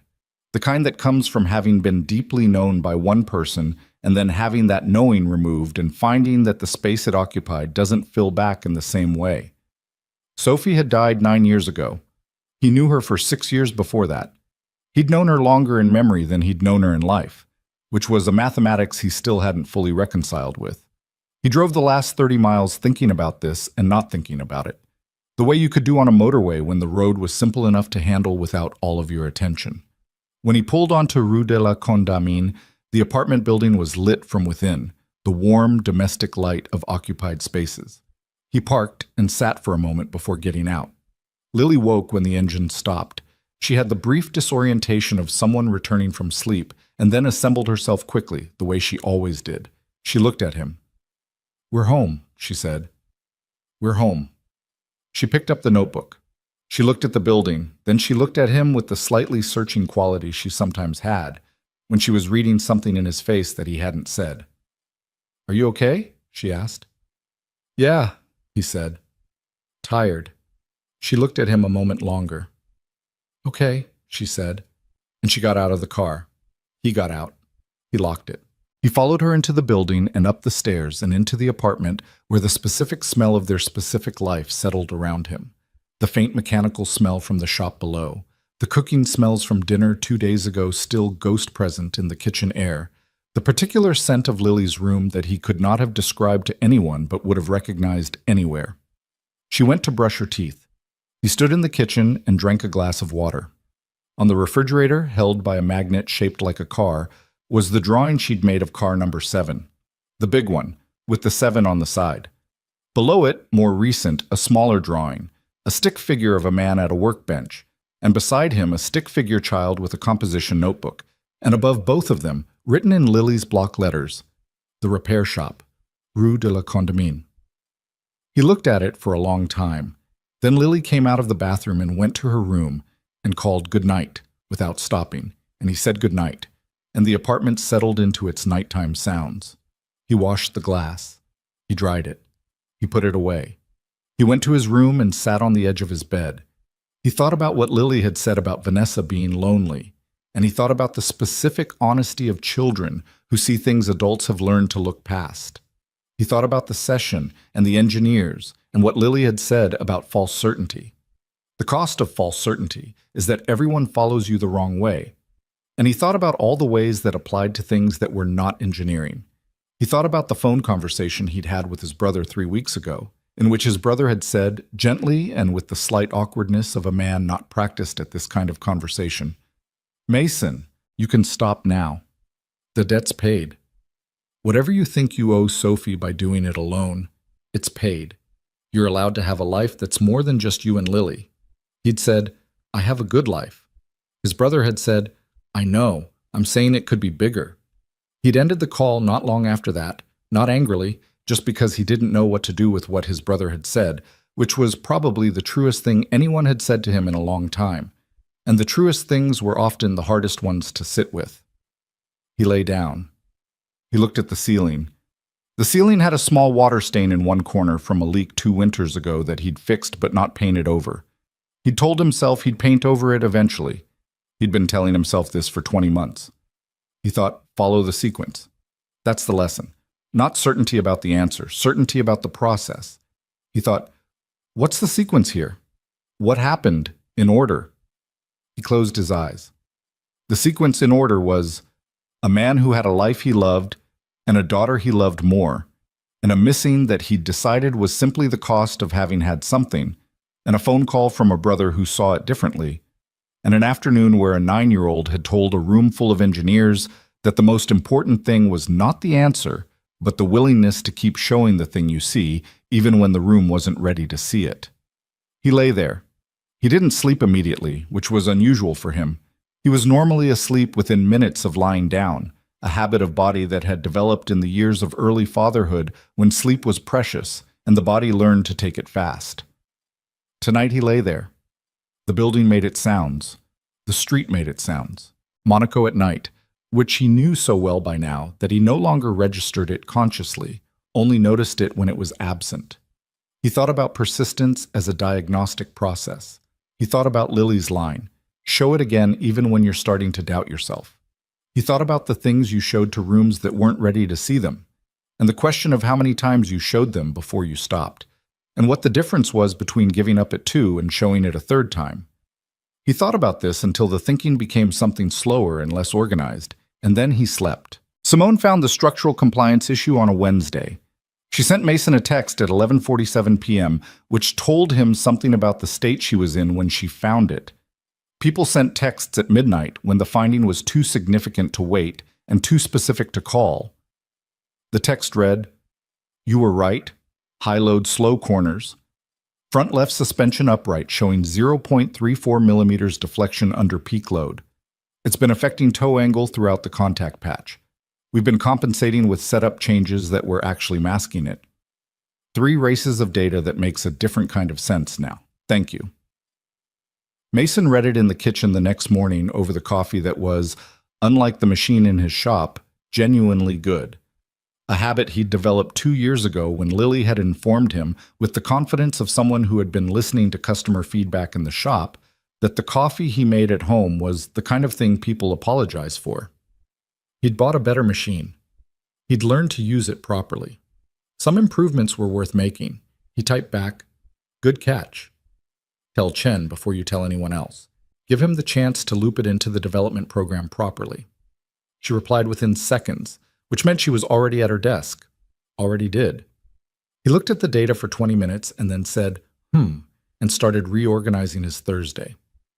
Mason thought about Chen saying, He thought about the specific weight of that sound coming from David Chen, who was not a man who wasted syllables on things that didn't deserve them. He thought about 0.34 millimeters of suspension deflection across 3 races of data, and what that meant in tenths of seconds, and what tenths of seconds meant in points, and what points meant in championships. He put his phone in his pocket and went to open the shop. The morning was ordinary in the way that mornings in Monaco were ordinary. The particular quality of light that came off the harbor, the delivery vehicles that made the narrow streets their business before the tourists claimed them, the smell of something baked coming from the cafe on the corner. He rolled up the bay door and stood in it for a moment, drinking his coffee, looking at the street. He thought about his brother's phone call. He thought about the ceiling stain. He thought about lying awake following the sequence of his own life and arriving at questions he hadn't finished asking. He thought about Philippa Strand showing the data a 3rd time, even when she was starting to doubt herself. He went inside and started the day. 3 weeks later, in mid-September, Vanessa called him on a Tuesday afternoon. Not a text, a call, which was unusual. They communicated mostly by text, the occasional email when something required documentation, rarely by phone. The phone meant something that didn't fit in a message. He was under a Volkswagen when she called. He came out, checked the screen, wiped his hands on a rag. "Vanessa, are you busy? I was under a car. Can you talk? Give me 2 minutes." He set down the rag. He walked to the back of the shop, to the narrow space with the metal chairs and the not good coffee machine and the shelf of journals. He sat in one of the chairs. "Okay. I need to tell you something," she said, "and I want to say it properly rather than in a text." "All right." She paused. Not long. Vanessa didn't do long pauses without reason. The structural compliance issue Simone found. The front left upright. Chen ran it backward through the season data, accounting for the masking effect of the setup changes they were using to compensate. We lost 4/10 per lap in specific conditions at 3 circuits. How many points does that translate to? Conservatively, 11, possibly 15. Another pause. We're currently 12 points ahead of Meridian in the Constructors' Championship. Mason was quiet. If the compliance issue had been found before the season started, or even mid-season, we'd be looking at a 23-point lead right now, potentially a championship that isn't this close. Her voice was level, which meant she was working to keep it level. You told me in May. You said chase the load, not the speed. I passed it to Simone. She found it 6 weeks later. 6 weeks is fast for a structural investigation. Mason, his name again, the way she said it, when she was setting aside the professional register and going somewhere more direct. I'm not calling to manage the narrative. I'm calling because you walked into my garage in Monaco 14 months ago, and you have been, since then, quietly changing the way this organization thinks about problems. And the cumulative effect of that is visible in the data now. Real points. Real championship margin. I wanted to say that to you directly. He looked at the shelf of journals, at the spine of the paper published 9 years ago, at the faded colored tape marking the pages he'd gone back to enough times that the tape had started to lose its adhesive. The engineers did the work, he said. I know they did. I'm not calling to give you credit instead of them. I'm calling because... She stopped. He heard her gather something. Because you made a choice 14 months ago to offer something you didn't have to offer, and you've kept making that choice every time I've asked. And I wanted to acknowledge that directly, person to person, not as a team principal to a consultant. I'm not a consultant. I know. That's part of what I'm acknowledging. He sat with this for a moment. Outside the back window, Monaco made its sounds. A gull somewhere, a motor somewhere else. The ordinary texture of an ordinary Tuesday.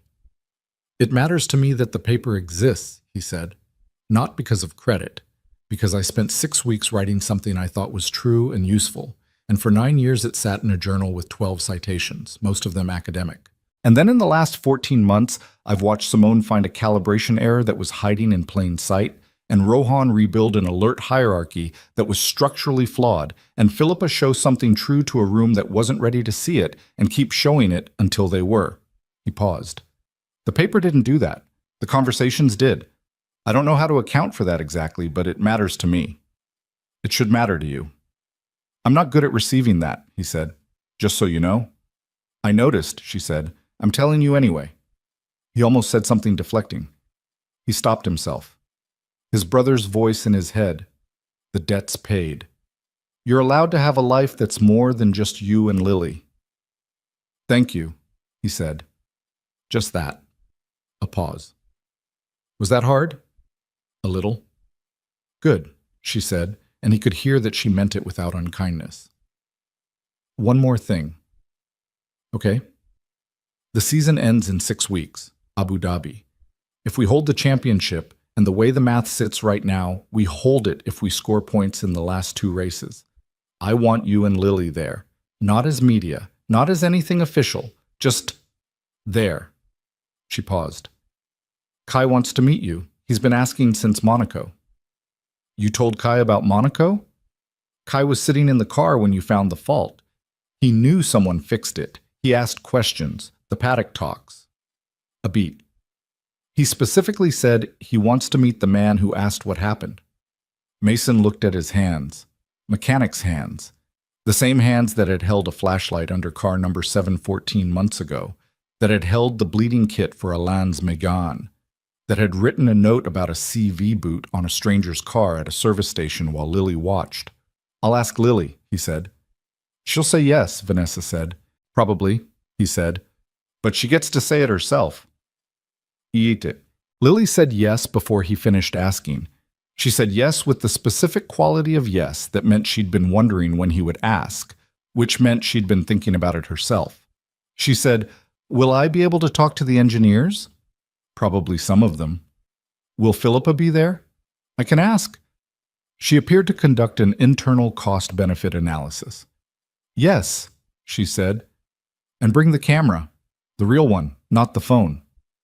He owned one decent camera, a second-hand mirrorless that he'd bought 3 years ago for no specific reason and had used to photograph Lily's school events and the occasional car that came through the shop and deserved documentation. Lily had appointed herself its primary operator sometime around age 8, with a thoroughness that had produced, over the past year, an archive of approximately 400 photographs of approximately 80% of which were genuinely good. He told her he'd bring the camera. He called Vanessa back and said yes. Abu Dhabi was hot in a way that Monaco was not. Not the damp Mediterranean heat of summer, but the dry architectural heat of the Gulf, the kind that came at you from every surface simultaneously, from the ground and the buildings and the air itself, with a commitment that felt almost personal. They arrived 2 days before the race, which Vanessa had arranged because she'd said there were things worth seeing before the circuit went into race mode pressure and stopped being anything except that. She was right. Lily spent the first day with a camera around her neck, photographing the circuit from every angle she could find access to. She photographed the pit lane at rest, the garages in their preparatory state, the barriers and runoff areas, and the specific architecture of a permanent circuit that had been designed to look like something from the future and had landed, in reality, somewhere between spectacular and strange. She photographed mechanics at work without asking their permission, which she'd learned from Mason produced more honest photographs than the kind where people knew you were taking one. She photographed Tobias Weir running a simulation check on a laptop with his shoes off, which he didn't know she'd taken until she showed him later, and which he said was the most accurate photograph of his working life that had ever existed. Vanessa walked the circuit with them on the first evening after the day's preparations had wound down. It was cooler after dark. Not cold, but bearable. And the circuit at night before a race had a specific quality that Mason hadn't been in the presence of for a long time. The grandstand's empty. The track surface lit by the circuit's lighting system, throwing everything into the high-contrast clarity of artificial light. The distant sound of the city outside the circuit walls, which in Abu Dhabi was the sound of something very large and very certain of itself. They walked the pit straight. Lily was quiet, which was unusual enough to register. "What are you thinking?" Mason asked her. "About the scale," she said. "In the drawings, it's all one size. Everything fits on a page." She looked at the pit lane, the length of it, the width. "It's bigger than you think when you're inside it." "Most things are," Vanessa said. Lily looked at her. "Is that a general statement or about this specifically?" "Both," Vanessa said. Lily took a photograph of the empty pit lane from ground level, the camera low, the shot looking down the length of it, the concrete stretching away under the lights into something that looked, in the image, like a statement about perspective. Mason saw her take it and thought, she's going to want to print that one. They stopped near the end of the pit lane. The circuit curved away from them into the first corner, and beyond that the track disappeared behind a barrier and came back somewhere in the distance. The sound of the city continued, indifferent. "Can I ask you something?" Lily said. She was looking at the track.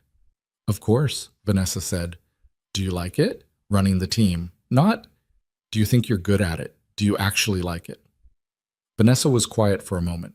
Mason watched her receive the question, which she did the same way she received Lily's questions in general, without the defensive adjustment that adults usually made when a child asked something that sounded simple and wasn't. "Yes and no," Vanessa said. "I like the problem solving. I like when a team figures something out together that none of them could have figured out alone. I like being in a position where I can resource good ideas and remove obstacles for people who are smarter than me at their specific thing." She paused. "The parts I don't like are the parts where I have to manage things rather than work on them. The sponsorship politics, the media management, the decision-making by committee, when the committee has 19 different priorities and none of them align. But you do those parts anyway. Someone has to. Is that why you do it? Because someone has to? Vanessa looked at the track. Partly. And because my father built this and I didn't want it to be less than he made it. She was quiet for a moment. And because occasionally something happens that couldn't have happened without this exact organization existing and working the way it does, and that feels like enough. Like Monaco, Lily said. Like a lot of things since Monaco, Vanessa said. Lily took another photograph. The shutter click was the only sound for a moment. My dad says the missing is just part of having had something, Lily said. I think the same is true for the hard parts.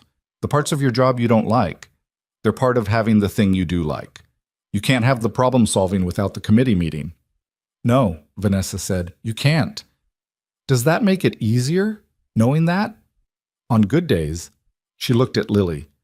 On bad days, it just means you know why it's hard, which isn't the same as it being less hard. Lily appeared to find this satisfactory. Honest, at least, which she valued equally. She put the camera to her eye and took a photograph of the curve where the pit lane met the circuit, the exact point where the contained order of the garage world gave way to the track. Mason stood beside Vanessa and said nothing for a moment. The night was warm and the lights were bright, and the city hummed on all sides like something enormous breathing. She's going to be extraordinary, Vanessa said quietly. Not to him exactly, just into the space between them. She already is, he said. She just hasn't decided yet what she's going to be extraordinary at. Does she know about the shop? What it was before? She knows I worked in racing. She knows I left. She's never asked me to explain why beyond what I've told her. He put his hands in his pockets. I think she understands that some things don't need the full explanation, that the decision was what it was, and that the life after it was real. She understands that better than most adults. She's had to, he said. Simply. Without self-pity. Vanessa looked at him. He felt it without turning. Mason. Yeah. My father, before he died, he said something that I've thought about a lot since then. She said it carefully, the way you said things you'd carried a long time and wanted to say correctly. He said, the organization will outlast you. What you build inside it won't. So be careful what you're building. A pause. I've spent 8 years trying to understand what he meant. I think he was saying that the systems and the championships and the commercial relationships, those are the organization and they persist. But the way people think, the habits of mind you create in a team, the culture of how problems get approached, that's more fragile. It needs to be actively maintained or it disappears when you do. He sounds like he was a careful thinker, Mason said. He was. He was also difficult and demanding and right about most things in ways that were sometimes hard to be around. She almost smiled. The combination made him a good team principal and a complicated father. Yeah, Mason said. I understand that combination. She looked at him. Are you a complicated father? He thought about it honestly. I'm a father who made decisions that shaped Lily's life before she could decide anything, and who has tried to make those decisions worth the shaping. He paused. Whether that's complicated or just parenting, I genuinely don't know. I think it's both, Vanessa said. They stood there a moment longer. Lily had moved further down the pit lane and was crouching to get a low angle on something, the camera close to the ground, her posture the same focused, unbothered thing it always was. She does that like she was born doing it, Vanessa said. She taught herself, Mason said. I showed her how the camera worked. The seeing. That was hers. Quote. Kai Nakamura met Mason on the morning of the race day. He came into the garage where Mason and Lily were standing. Lily with the camera, Mason with his hands in his pockets, and the expression of someone trying to locate the appropriate version of being somewhere that had once been his world and was not anymore. And he was smaller than he looked on television, which was true of almost everyone who existed in high-definition broadcast and then appeared in person. He put his hand out. I've wanted to do this since Monaco, he said. Mason shook it. You drove well in the last 17 laps. Kai blinked. Vanessa told me you said that. It's still true. The car ran well after. He stopped. He looked at Mason with the specific expression of a driver looking at the person who made the car able to run. It was a look that Mason had seen before, in previous professional lives, and it had never been comfortable to receive. I didn't know what was happening in the garage. Nobody told me until afterward.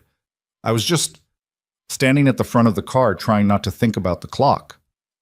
That's the right thing to be doing, Mason said. Let the engineers work.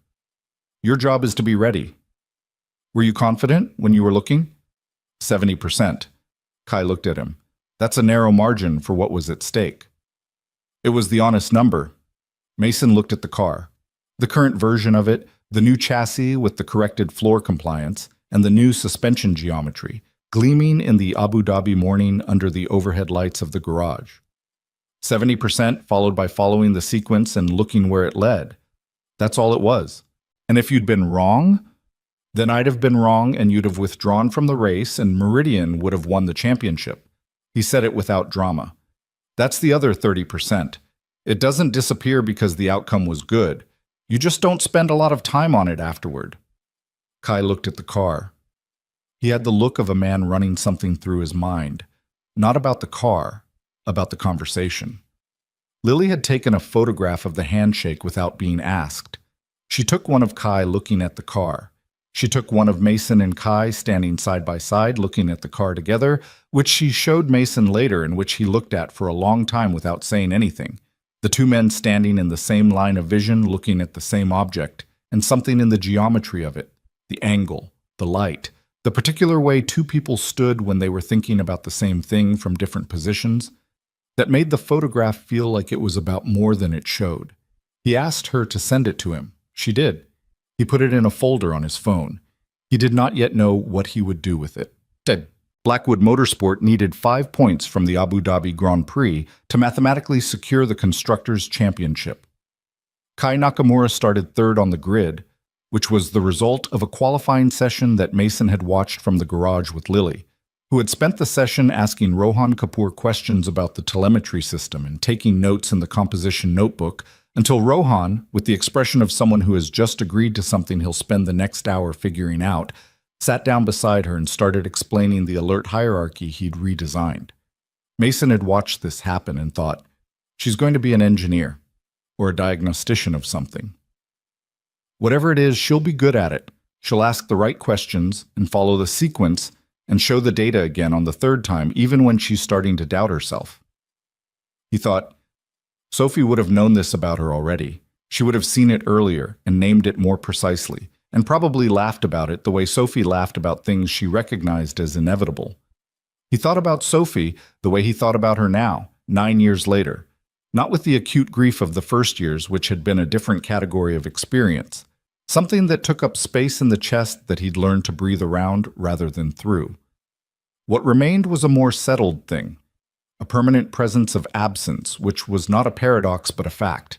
The way weather was a fact. Something that shaped your days without being something you could change. He still missed her. He'd told Lily that the missing was part of having had something, and he'd meant it. He'd also meant that it didn't stop. You just learned to carry it in a way that didn't prevent you from putting your hands to other things.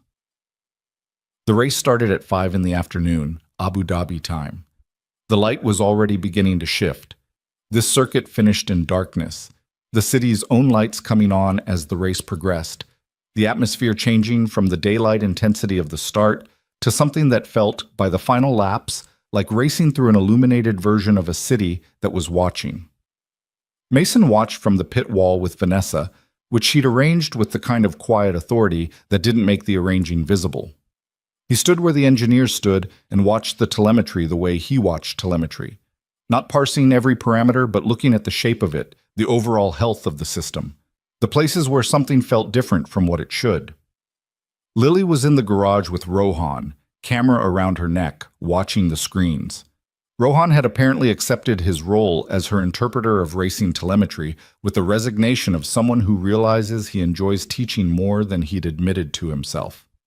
Kai ran second for the first 20 laps. He ran third after a pit stop timing that worked out in the race leader's favor. He ran fourth for 6 laps when Meridian's first driver, Ferreira, made his undercut and came out ahead. And then, on lap 41, Ferreira made contact with the barrier at turn 9. Not a crash, a brush, slight front wing damage. and the subsequent pit stop to change the damaged wing dropped him to 7th. Kai moved to 3rd. The points position was clear. 3rd place at Abu Dhabi was worth 15 points, enough to secure the championship even if everything else stayed exactly as it was. Vanessa, beside him on the pit wall, did not visibly react to Ferreira's contact. She was on her radio, receiving information, processing it. Her face stayed level. He'd watched her do this in Monaco, and he was watching her do it now, and the thing he noticed, 14 months later, was that the level face was slightly different. Not less controlled, but less alone. She was still doing the thing she did, which was carrying the weight without showing it. But she looked like someone who had, in the past year, permitted herself to set the weight down occasionally. It showed in something small, the way her shoulders sat, the way she held the radio earpiece. Not the high-wire tension of Monaco, something with more floor under it. He wasn't sure if he was the reason for that, partially, in the way that people could be partial reasons for things in other people's lives. He thought maybe. He thought the conversations had done something, not just for the engineers, but for the person running the engineers. The person who had been watching from behind a window, as Lily had said, because she was used to being watched. The last 20 laps of the Abu Dhabi Grand Prix were not dramatic in the way Monaco had been dramatic. There was no crisis. There was no 23-minute window. There was a car running 3rd on an illuminated circuit in the Gulf, managed with precision by a team that had spent a year learning to ask different questions. And the car did what well-engineered, well-understood machines did when everything had been found and fixed and properly known. It ran. When Kai crossed the finish line in 3rd place, the championship numbers were confirmed immediately. The radio erupted. The garage erupted. Mason could hear it from the pit wall. The particular sound of a room full of people who had been holding something for 2 hours, finally letting it go. Vanessa pressed the radio button. Kai, well driven. Tell me the number, Kai said. 19 points, final margin. A sound on the radio, then, last year was 12. Last year we had a problem we didn't know about, Vanessa said. This year we found it. A pause. Then, give me the name of whoever fixed my car in Monaco. I shook his hand this morning, but I want to know properly. Mason Reed, she said. Former electrical systems engineer, currently runs a repair shop on Rue de la Condamine in Monaco. Is he there? He's standing next to me.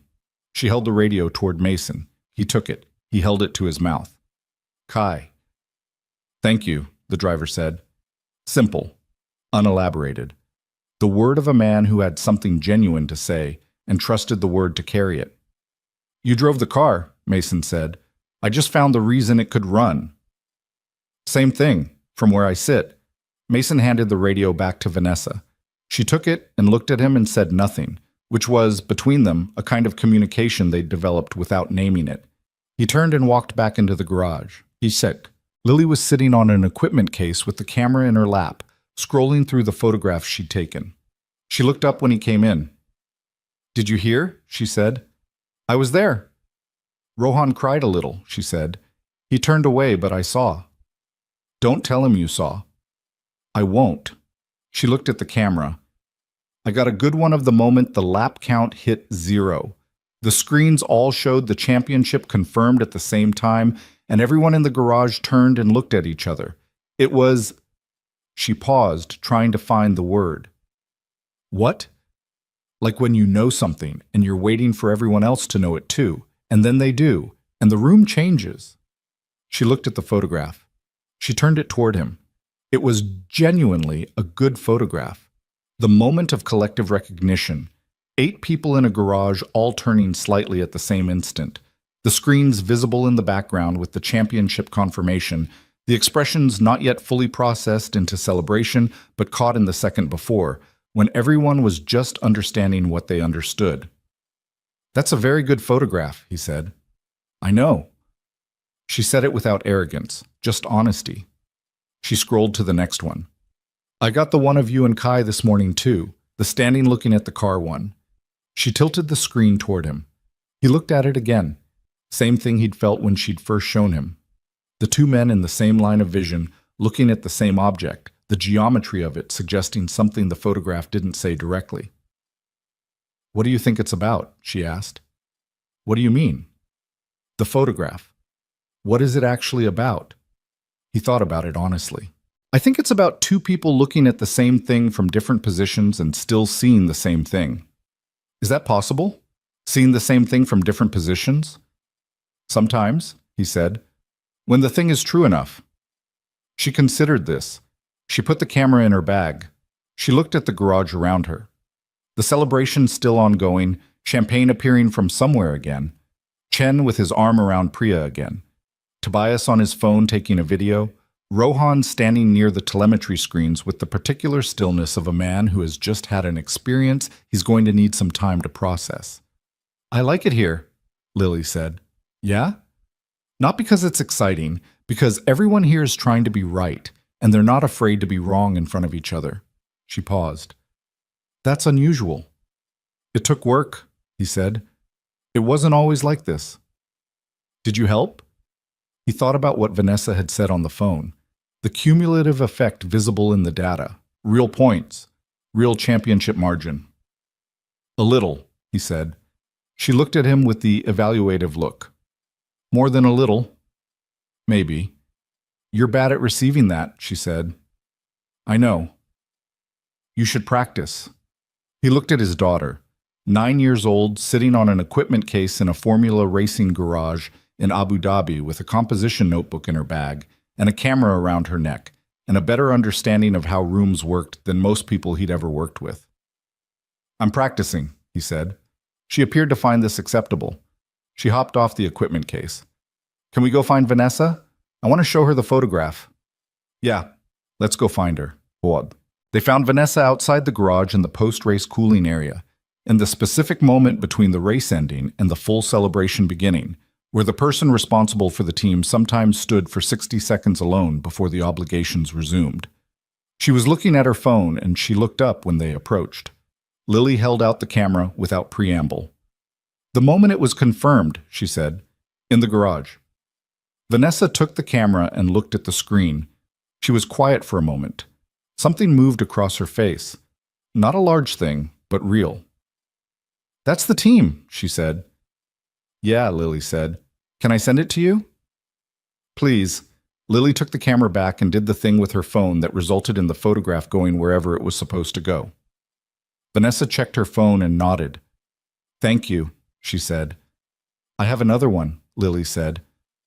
Of my dad and Kai this morning, looking at the car. She found it and held the camera out again. Vanessa looked at it for longer. She looked at Mason, then back at the photograph, then at Mason again. What do you think it's about? Lily asked. Vanessa looked at her. Did you ask your dad the same thing? Yes. What did he say? He said it was about two people seeing the same thing from different positions. Vanessa looked at the photograph a third time. I think it's about that, she said, and I think it's also about two people who both know what the other one chose not to have, and respecting that. Lily thought about this. That's more than my dad said. I had more time to think about it, Vanessa said. Lily took the camera back. She looked at the photograph herself for a moment. Then, is it okay that he chose not to have it? The team, the career. It's his choice to make, Vanessa said. I know, but is it okay from your side? Vanessa looked at Mason over Lily's head. He looked back. This was, he thought, the most direct version of a conversation they'd been having for 14 months in various forms, now being conducted through a 9-year-old with a camera and without any of the professional register that usually shaped their exchanges. Yes, Vanessa said. It's okay from my side. What he does instead is valuable, different and valuable. She paused. And he comes when I ask. That matters. Lily appeared to process this. She looked at her father. She means it, she said. The whole thing. I know, he said. Okay then. She put the camera strap over her shoulder. Can we get food? I've been thinking about dinner for 2 hours. They got food. A late dinner in the sort of restaurant that existed for the racing world's post-race needs, where the tables were full of people from 15 different teams speaking 7 languages over food that was decent, and portions that were large and service that had been doing this specific thing for race weekends long enough to be completely unfazed by any of it. Mason and Lily sat with Vanessa and eventually Chen and Simone, who found them and joined without formal invitation, which was its own evidence of something. Lily interrogated Simone about the structural compliance finding for 20 minutes, and Simone answered with the detail of someone who had spent 3 weeks finding something and was genuinely pleased to talk about it to someone who was going to listen completely. Chen ate his dinner with the quiet satisfaction of a man whose team had won a championship and who had personally found, with Mason's indirect assistance, a fault that the instruments hadn't been able to see. At one point, Chen looked across the table at Mason. "The paper," he said. "Just that." "Yeah," Mason said. "I read it this week. After the structural thing, I went and found it." He drank some water. "It's good. It's clearly right. I don't understand why it didn't get more uptake." "The industry moves fast," Mason said. I know that's the reason. I'm saying I don't understand why that's an acceptable reason." He set down the glass. "The things you've described to us in the sessions, the diagnostic blind spot, the assumption as a filter, the sequence over the theory, it should be part of every engineering curriculum in this sport, not an informal conversation twice a year. Standard." "Standard is hard to maintain," Mason said. "It becomes routine. Routine becomes the thing people do without thinking about why." "So, how do you keep it alive?" Mason looked at Lily, who was deep in conversation with Simone about wind tunnel boundary conditions and the limits of computational simulation. She was making notes. She was asking the question underneath the question, the way she always did. "You need someone in the room who doesn't know what they're looking for," he said. "Not as a permanent state. You need the expertise. You need the trained eye. But occasionally, deliberately, someone who follows the sequence instead of the theory." "We have you for that," Chen said. "Twice a year," Mason said. "That's not enough for an organization of 300 people. "So what's the answer?" Mason thought about Lily asking Philippa how many times she'd shown the data, about Declan's rounding error and Yuna's hand calculation, about Tobias and the parameter he'd set wrong for 6 weeks, and the documentation he'd gone back to reread because something felt off. "Build it into the culture," he said. "Make the habit structural, not a checklist. Habits don't live in checklists. Make it a question you ask at the beginning of every diagnosis meeting. What are we assuming? Say it out loud. Every time until saying it out loud is the thing you do before you do anything else." "That sounds simple," Chen said. "It is simple. Simple things are hard to sustain." "Yeah," Mason said. "That's why you need someone who cares about sustaining them." He looked at Chen. "You care about it. That's not nothing." Chen looked at his plate. He had the expression of a man receiving something he didn't entirely know what to do with. He picked up his fork. "The championship margin was 19 points, he said. "I know. Last year it was 12. "I know. 7 of those points were from the structural compliance correction." "Simone found it," Mason said. "She did the work." "You told her where to look." Chen looked at him with the directness of a man who had decided to say the thing.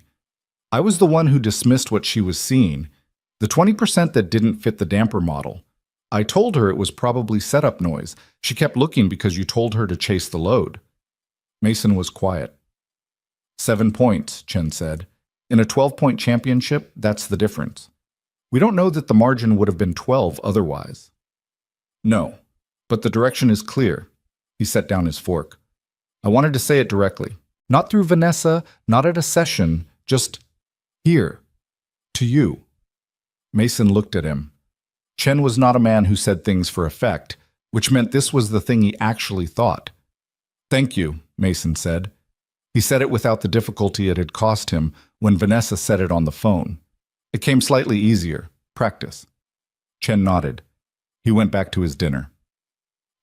They flew back to Nice the following morning, the 3 of them, Mason and Lily and Vanessa, who was also on the flight because it was the most direct route, and the team's logistics had arranged it, which was either coincidence or one of those things that wasn't coincidence, but was arranged without being discussed. Lily fell asleep over the Mediterranean, which was becoming a pattern. The notebook was on the tray table in front of her, open to the last page she'd written on. Mason could see it from his seat.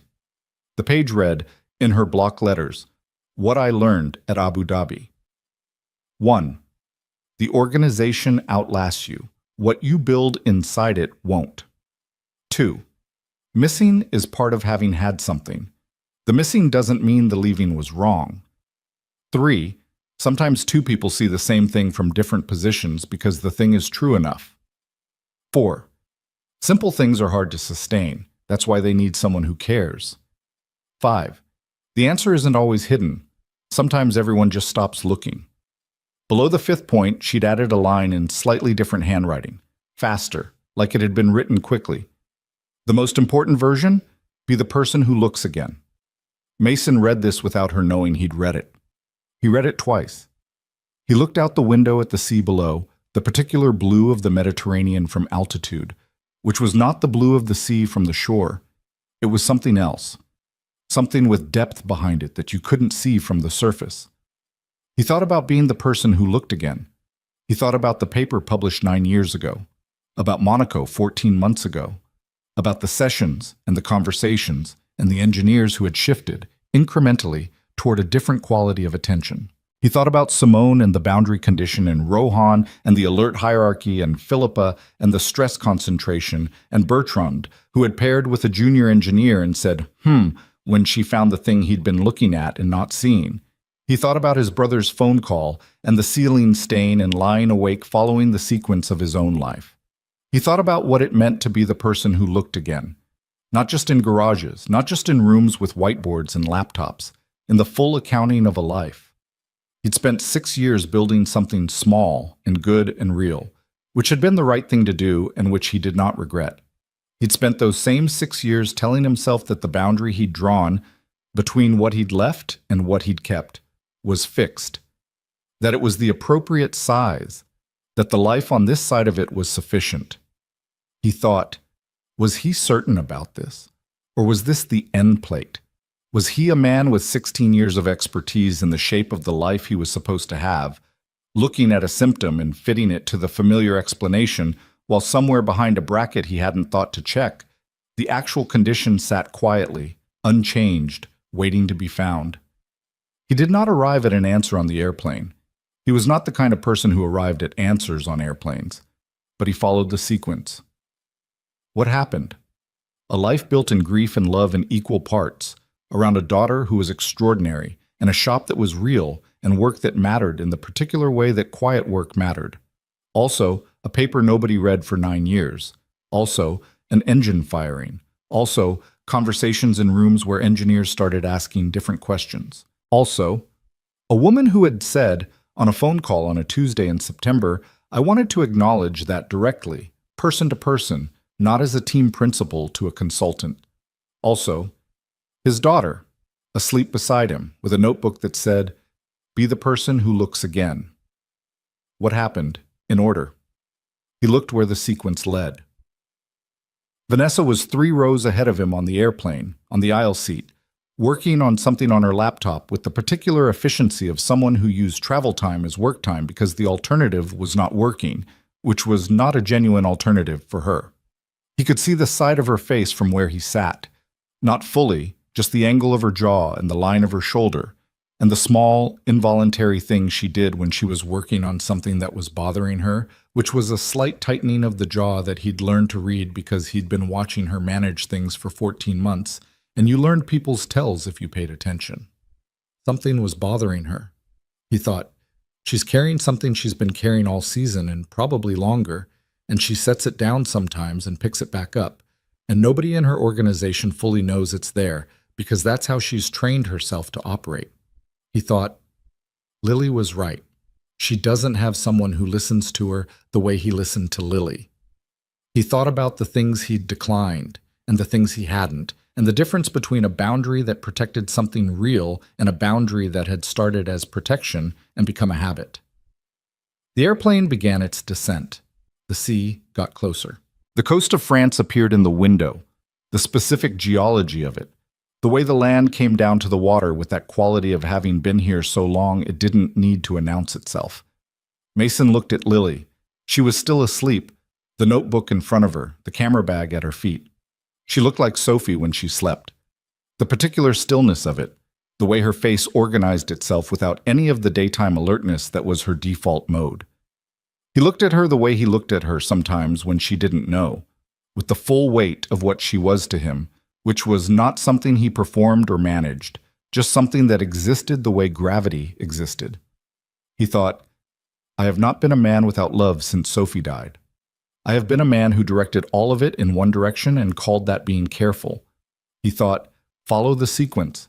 He thought, look where it leads. The plane landed in Nice at 11:40 a.m. local time. Lily woke when the wheels hit and assembled herself in the efficient way she had, closing the notebook and stowing it in her bag and straightening without drama, already oriented toward the next thing. They came off the plane into the terminal, the three of them, the particular transition from pressurized air to the specific quality of Mediterranean airport air that was different from everywhere else, even when it shouldn't be. In the terminal, Vanessa had a car waiting. She usually did. She traveled with the efficient infrastructure of a person whose time was systematically managed. She would go to the Blackwood operational office in Monaco for the afternoon. She had calls. She stopped near the exit. Mason and Lily stopped beside her. Safe travels, she said. Then to Lily, send me the other photographs when you've had a chance to go through them. I will, Lily said. She looked at her father, then back at Vanessa. You should come to the shop sometime, she said. Not for a meeting, just to see it. Vanessa looked at her. I'd like that.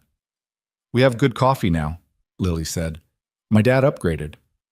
I heard, Vanessa said, and looked at Mason with an expression that contained within its professional composure something that was genuinely warm and also slightly amused, and also something else that he recognized because he'd been carrying a version of it himself. He recognized it because it was the same thing he was carrying. Come by the shop, he said, whenever. He paused. He let the pause be a real pause, not a filled one. Not because of the work, just come by. She looked at him. Okay, she said. Just that. She got in her car. The car moved into the Nice traffic and disappeared in the direction of Monaco. Mason and Lily stood on the curb for a moment. She'll come, Lily said. Probably. Not probably. Definitely. She adjusted the camera bag on her shoulder. She just needed someone to look again. He looked at his daughter, 9 years old, Sophie's eyes, his stubbornness, her own entirely specific quality of seeing, which belonged to neither of them and had been hers from the beginning. Yeah, he said. You're right. They walked to his car parked in the short stay. They drove the familiar route back to Monaco, along the coast road that Lily knew as well as any road she'd ever traveled. She'd been driven this way since she was small enough to sleep in a car seat, and the sea and the rock and the particular architecture of the coast had become part of her geography of home. She didn't sleep this time. She looked out the window. Near the border, she said, Dad, what's the most important thing? He knew what she was asking. She'd asked variations of it before, for the school project, in the shop, in a dozen conversations over years. He'd given different answers at different times. He tried now to give the most honest one he had. Knowing what you're looking for, he said, and knowing when you've been looking for the wrong thing. She was quiet for a moment. How do you know when you've been looking for the wrong thing? When the data looks clean, but the problem's still there, he said. When all the sophisticated explanations don't add up. When someone asks a simple question and you don't have an answer. She looked out at the sea. And then? And then you get back on the floor, he said, with the flashlight, and you follow the sequence. She turned and looked at him, this girl who was made of his choices and her own nature and the space between them. Okay, she said. Okay, Dad. They drove home. The shop was where they'd left it. The bay door closed for the Abu Dhabi trip, the tools in the right places, the jobs waiting for Monday, the coffee machine on the counter, the drawing of the repair shop taped to the refrigerator with the magnet shaped like a car. The ordinary furniture of an ordinary life that was, in the ways that mattered, not ordinary at all. Mason unlocked the bay door and rolled it up. He stood in it for a moment, looking at the street, the way he did most mornings. The answer isn't always hidden. Sometimes everyone just stops looking. He picked up his tools. He started the day. She sold it for $1,000. Didn't look twice. Didn't ask questions. Just signed the paper, dropped the keys on the table, and turned away laughing with her assistant like the whole thing was a joke she'd already forgotten. a crumbling garage, a grease-stained mechanic, a check so small it wouldn't cover one night at the hotel she'd slept in the night before. Scarlett Vaughn thought she was getting rid of garbage. She had no idea she was handing a quiet, broken man the exact thing he needed to rebuild everything she never believed he deserved. Hit like. Drop your city in the comments. Let's see how far this story travels. The cold that February morning wasn't the kind that politely announced itself. It came sideways off the Detroit River, cut through jacket collars, found the gaps between scarf and skin, and stayed there. The kind of cold that made your fingers go numb inside your gloves and made your coffee go lukewarm before you even reached the car. The kind that made sensible people stay inside. Mason Reed was not a sensible person, or at least that's what his friend Tyler had been telling him for the past 3 weeks. He was standing outside the Krause building on Vernor Highway at 7:42 in the morning, hands shoved deep into the pockets of his old Carhartt jacket. A jacket that had seen better days, better winters, better versions of him, staring up at a building that most people had stopped seeing years ago. The windows were boarded. The metal roll-up doors were locked with a padlock that looked like it had been there since the Carter administration. Graffiti ran across the lower brick in faded blues and reds, the tags of kids who had long since grown up and moved on. A gutter hung loose from the roofline on the left side, swinging slightly in the wind like it was tired of holding on. It was ugly. There was no getting around that. Mason pulled out his phone and looked at the listing again. Former automotive service garage. 4,800 square feet. Structural issues. Sold as is. The price was listed at $1,000, and even that felt like whoever typed it had made a typo and been too embarrassed to correct it. He put his phone back in his pocket and kept staring. There was something about the place. He couldn't explain it in words that would have satisfied anyone logical. Tyler had asked him twice why this particular building, why this particular wreck, and Mason hadn't been able to give him a straight answer. It just felt like something. And after the year he'd had, after the layoff, after the custody battle, after the months of scraping by on side jobs and favors, and too much pride to ask for help, feeling something about anything was more than he'd had in a long time. He heard the SUVs before he saw them. 2 black Cadillac Escalades pulled up to the curb with the kind of quiet confidence that expensive vehicles carry, and 4 people climbed out. 3 of them were assistants. Mason could tell by the way they moved, slightly too alert, slightly too eager, tablets and folders already in hand. The 4th was Scarlett Vaughn. He recognized her from the magazine cover he'd seen at the dentist's office 6 months ago. Detroit's youngest real estate titan. She'd been photographed on a rooftop somewhere downtown, arms crossed, skyline behind her, wearing a coat that probably cost more than Mason's car. In person, she was smaller than he'd expected, but everything else about her was exactly as advertised. Sharp, polished, moving like someone who had never once in her adult life been made to wait for anything. She was 30 years old, though she carried herself like someone who had skipped the years where you still made mistakes and felt bad about them. Her lead assistant, a woman named Priya, who wore glasses and spoke in rapid, efficient sentences, walked beside her holding a leather portfolio. Behind them, a man in a gray peacoat was already on his phone, presumably doing something important, and a younger guy with a laptop bag over his shoulder was struggling to keep pace on the icy sidewalk. Scarlett stopped a few feet away from Mason and looked at the building. Not the way Mason had been looking at it. Not with any particular curiosity. She looked at it the way you'd look at a dead plant you needed to throw out. Something to be dealt with and moved on from. Then she noticed Mason standing there. Her eyes moved over him once, fast, the way people scan something when they've already decided it isn't worth a second look. Old jacket, work boots that had been resoled at least twice, a face that was tired in a way sleep alone wouldn't fix. "Mr. Reed?" Priya said, stepping forward with a professional smile. "Yeah," Mason said. "That's me." Priya opened the portfolio and started talking. The address, the parcel number, the condition disclaimer, the ass's clause, the transfer of liability. Mason listened, nodded, watched Scarlett out of the corner of his eye. Scarlett had already turned away.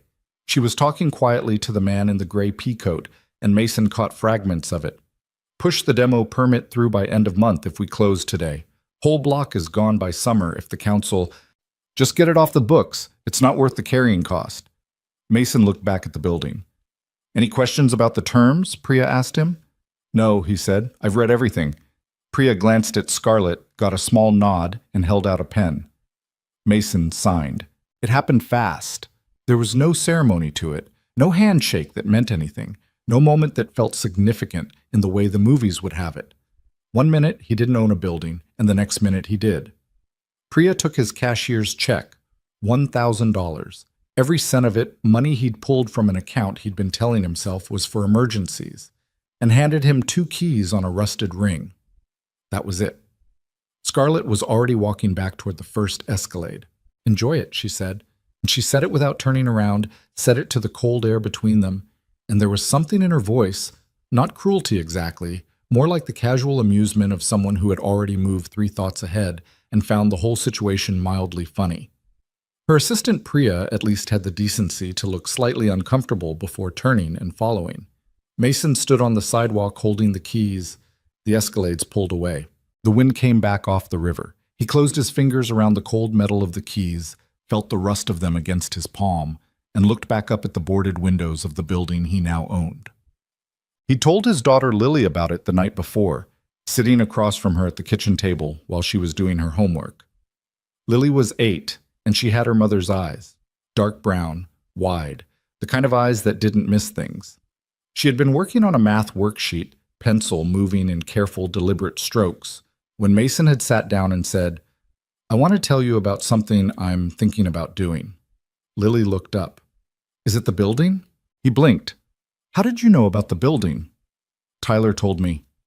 She went back to her worksheet. He said you were going to buy a broken garage for $1,000 and fix it up, and that it was either a great idea or a terrible one, and he wasn't sure which. Mason made a mental note to have a conversation with Tyler about what counted as adult business. What do you think? He asked.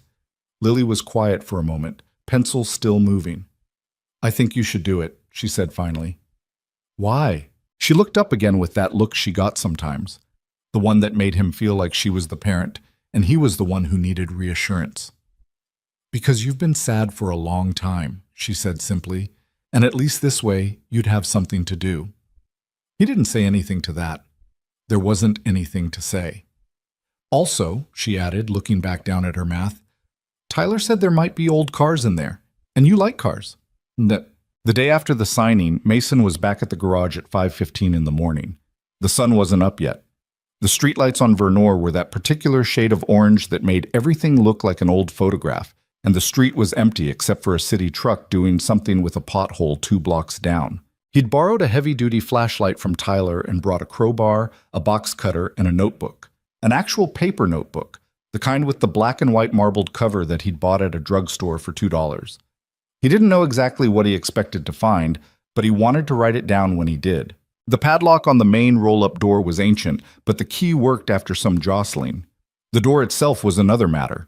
The rollers had seized up from years of disuse, and it took Mason 20 minutes of brute force and creative swearing before he got it up high enough to duck under. The smell hit him first. Oil. Old rubber. Dust so thick it had its own texture. And underneath all of that, something else. Metal. Cold metal. The particular scent of machines that had been sitting in the dark for a long time. He clicked on the flashlight and swept it across the interior. The space was bigger than it looked from the outside. 4 bays, maybe 5. A concrete floor cracked in places, stained dark with decades of oil. A metal workbench running the length of the back wall, covered in tools that had been left like someone walked out one afternoon and never came back. A stack of old tires in the corner, flat and cracked. Shelving units along the walls, loaded with cans and bottles and boxes whose labels had faded into illegibility. And in the middle of it all, the tarps. 7, 8, maybe 9 of them. Heavy canvas tarps, dark with dust, draped over shapes that filled most of the floor space. Some were smaller, car-sized. Some were larger. They were arranged in rows like sleeping animals, and they'd been there long enough that the dust on them had formed a kind of skin. Mason stood there for a moment, flashlight pointed at the nearest one. He'd had a hunch. That was the thing he could never quite explain to Tyler, or to himself, really. He'd seen the shape of things under those tarps from a gap in the boards on the side window when he'd come to look at the listing 3 weeks ago. Just a glimpse, a curve of metal, a spoke of a wheel. Enough to make him wonder. Enough to make him think the garage might not be entirely empty. He had not expected this. He walked to the nearest tarp and grabbed a corner of it. The canvas was stiff and heavy, and when he pulled it away, a cloud of dust rose up and sent him back 3 steps, coughing and waving his free hand in front of his face. When the air cleared, he pointed the flashlight at what was underneath. A 1969 Ford Mustang Mach 1 sat in the first bay. The paint, what was left of it, was original fastback green, though it had gone dull and chalky under years of darkness. The chrome around the headlights was pitted but intact. All 4 tires were flat, sunk into the concrete under the weight of the car, but the body itself— Mason moved the light slowly across it. The body was solid. No catastrophic rust, no collision damage, just years of neglect, sitting still in the dark like it had been waiting. Mason put his hand on the hood. It was cold. Obviously cold, but there was something almost physical about touching it, like making contact with something that had been forgotten but hadn't yet given up. He opened his notebook and started writing. He pulled every tarp that morning. It took him almost 3 hours, working methodically from front to back, pulling each canvas away carefully and giving himself time to look before moving to the next. His notebook filled up fast. The Mustang. A 1970 Chevrolet Chevelle SS, dark blue under the grime, with a hood that had a small dent on the passenger side, but was otherwise remarkable. A 1967 Pontiac GTO with its original 400 cubic inch engine still under the hood. He had to use the flashlight just to see the engine block. But he knew what he was looking at.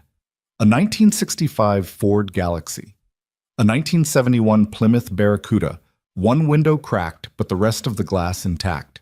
A 1968 Dodge Charger, the car that made his breath catch for a second because it was so complete, sitting there in the dark like a prop from a film. And then the last bay.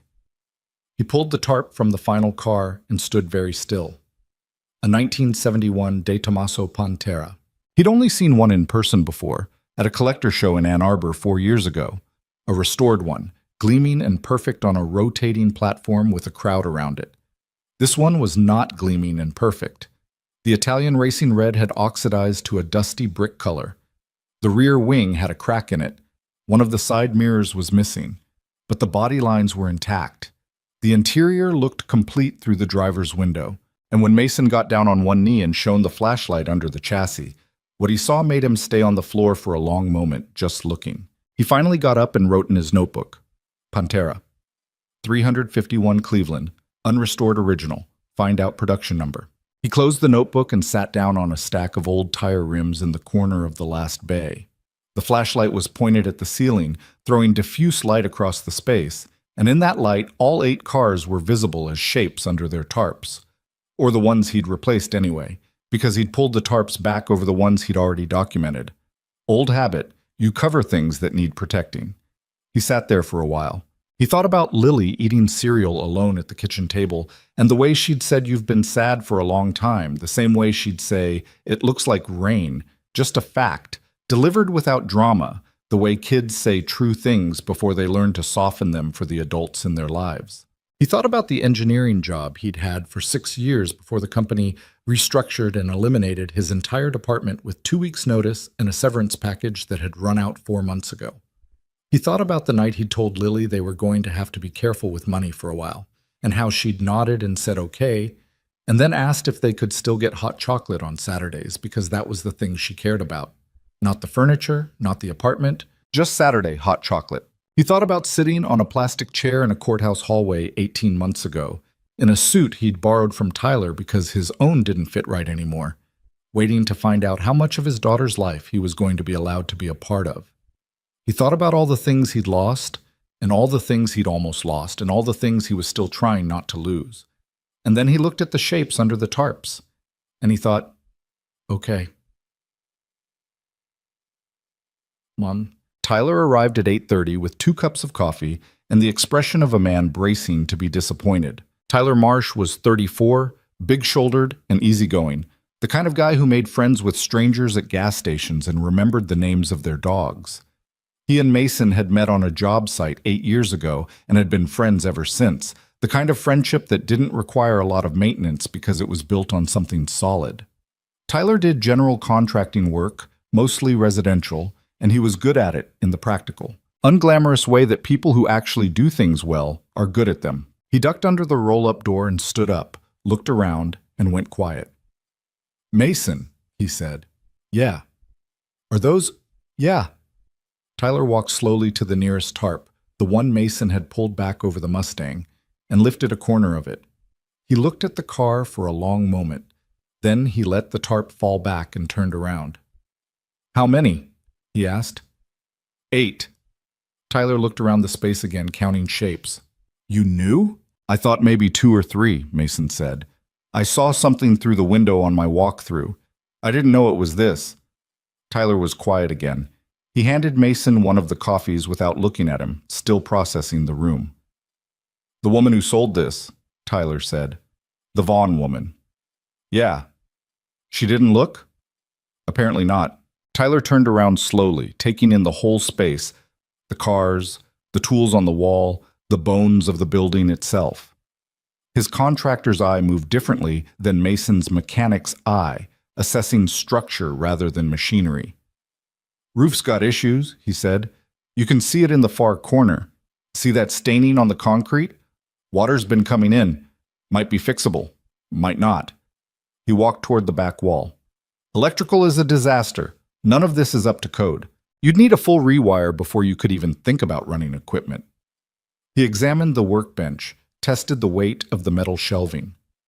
"Foundation looks okay, though, and the floor is solid."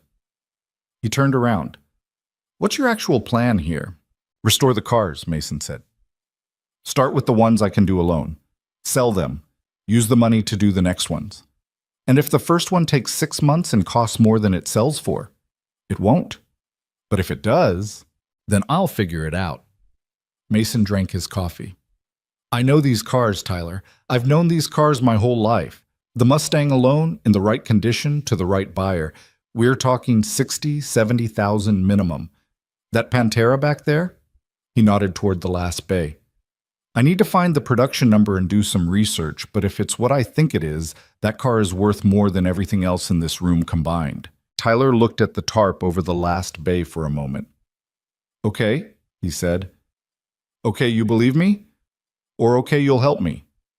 Tyler looked at him. "I already said I'd help you. I said that 2 weeks ago. I just wanted to understand what we were walking into." He looked around the room one more time. "It's a lot of work." "I know." "The roof alone." "I know." "And you've got Lily 4 days a week, so the timeline is—" "Tyler." Mason looked at him. "I know. I know all of it. I know it's a lot of work, and I know the timeline is going to be hard, and I know there are 12 ways this could go wrong. I know." He paused. "But I also know that 6 months ago I was sitting in my car outside a Home Depot at 11 at night, trying to figure out if I could afford to take Lily to a movie on her birthday." He stopped. "I need to try something." Tyler was quiet for a moment. Then he nodded once, the kind of nod that closes an argument without winning it. "Okay," he said. "Let's figure out the roof first." March came in cold and stayed that way. Mason established a rhythm that would have exhausted most people and simply became normal for him. When Lily was with him, Sunday through Wednesday, he would drop her at school at 8, work in the garage until 2:30, pick her up, make dinner, help with homework, get her to bed, and then sometimes go back to the garage for a few hours at night when he could manage it without falling asleep over the workbench. When she was with her mother Thursday through Saturday, he worked as many hours as his body would hold. Tyler came on weekends and some weekday evenings. He fixed the roof first, a 2-week job that turned into 4 because what looked like minor water damage turned out to be 3 layers of patched issues going back decades.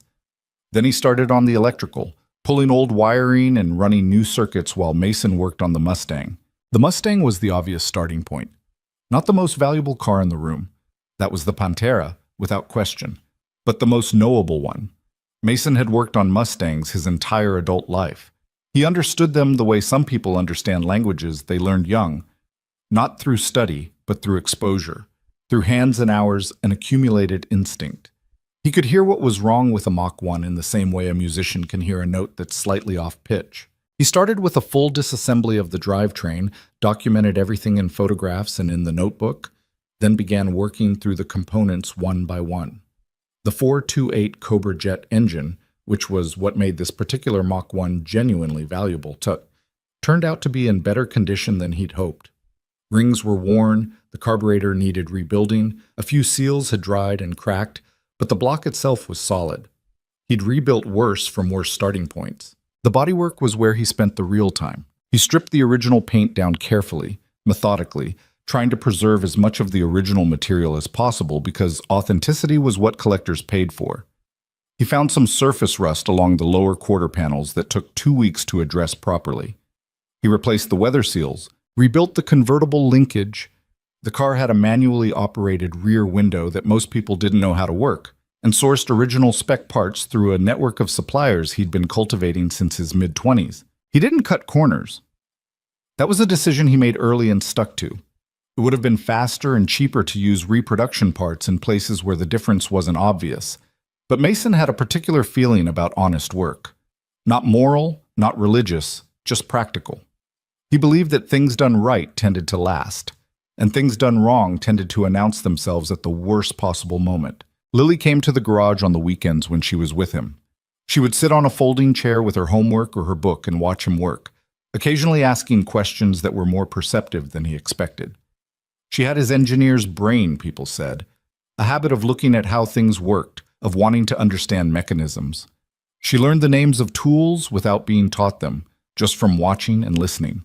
She learned how to hand him a wrench the right way, socket end toward him without being asked. One Saturday afternoon, in late March, she was sitting on the chair reading when she looked up and said, "Dad, why do people pay so much for old cars?" Mason was under the Mustang's chassis. "What do you mean?" "Like, this car is old and broken, but you said someone might pay $60,000 for it. Why?" He thought about it.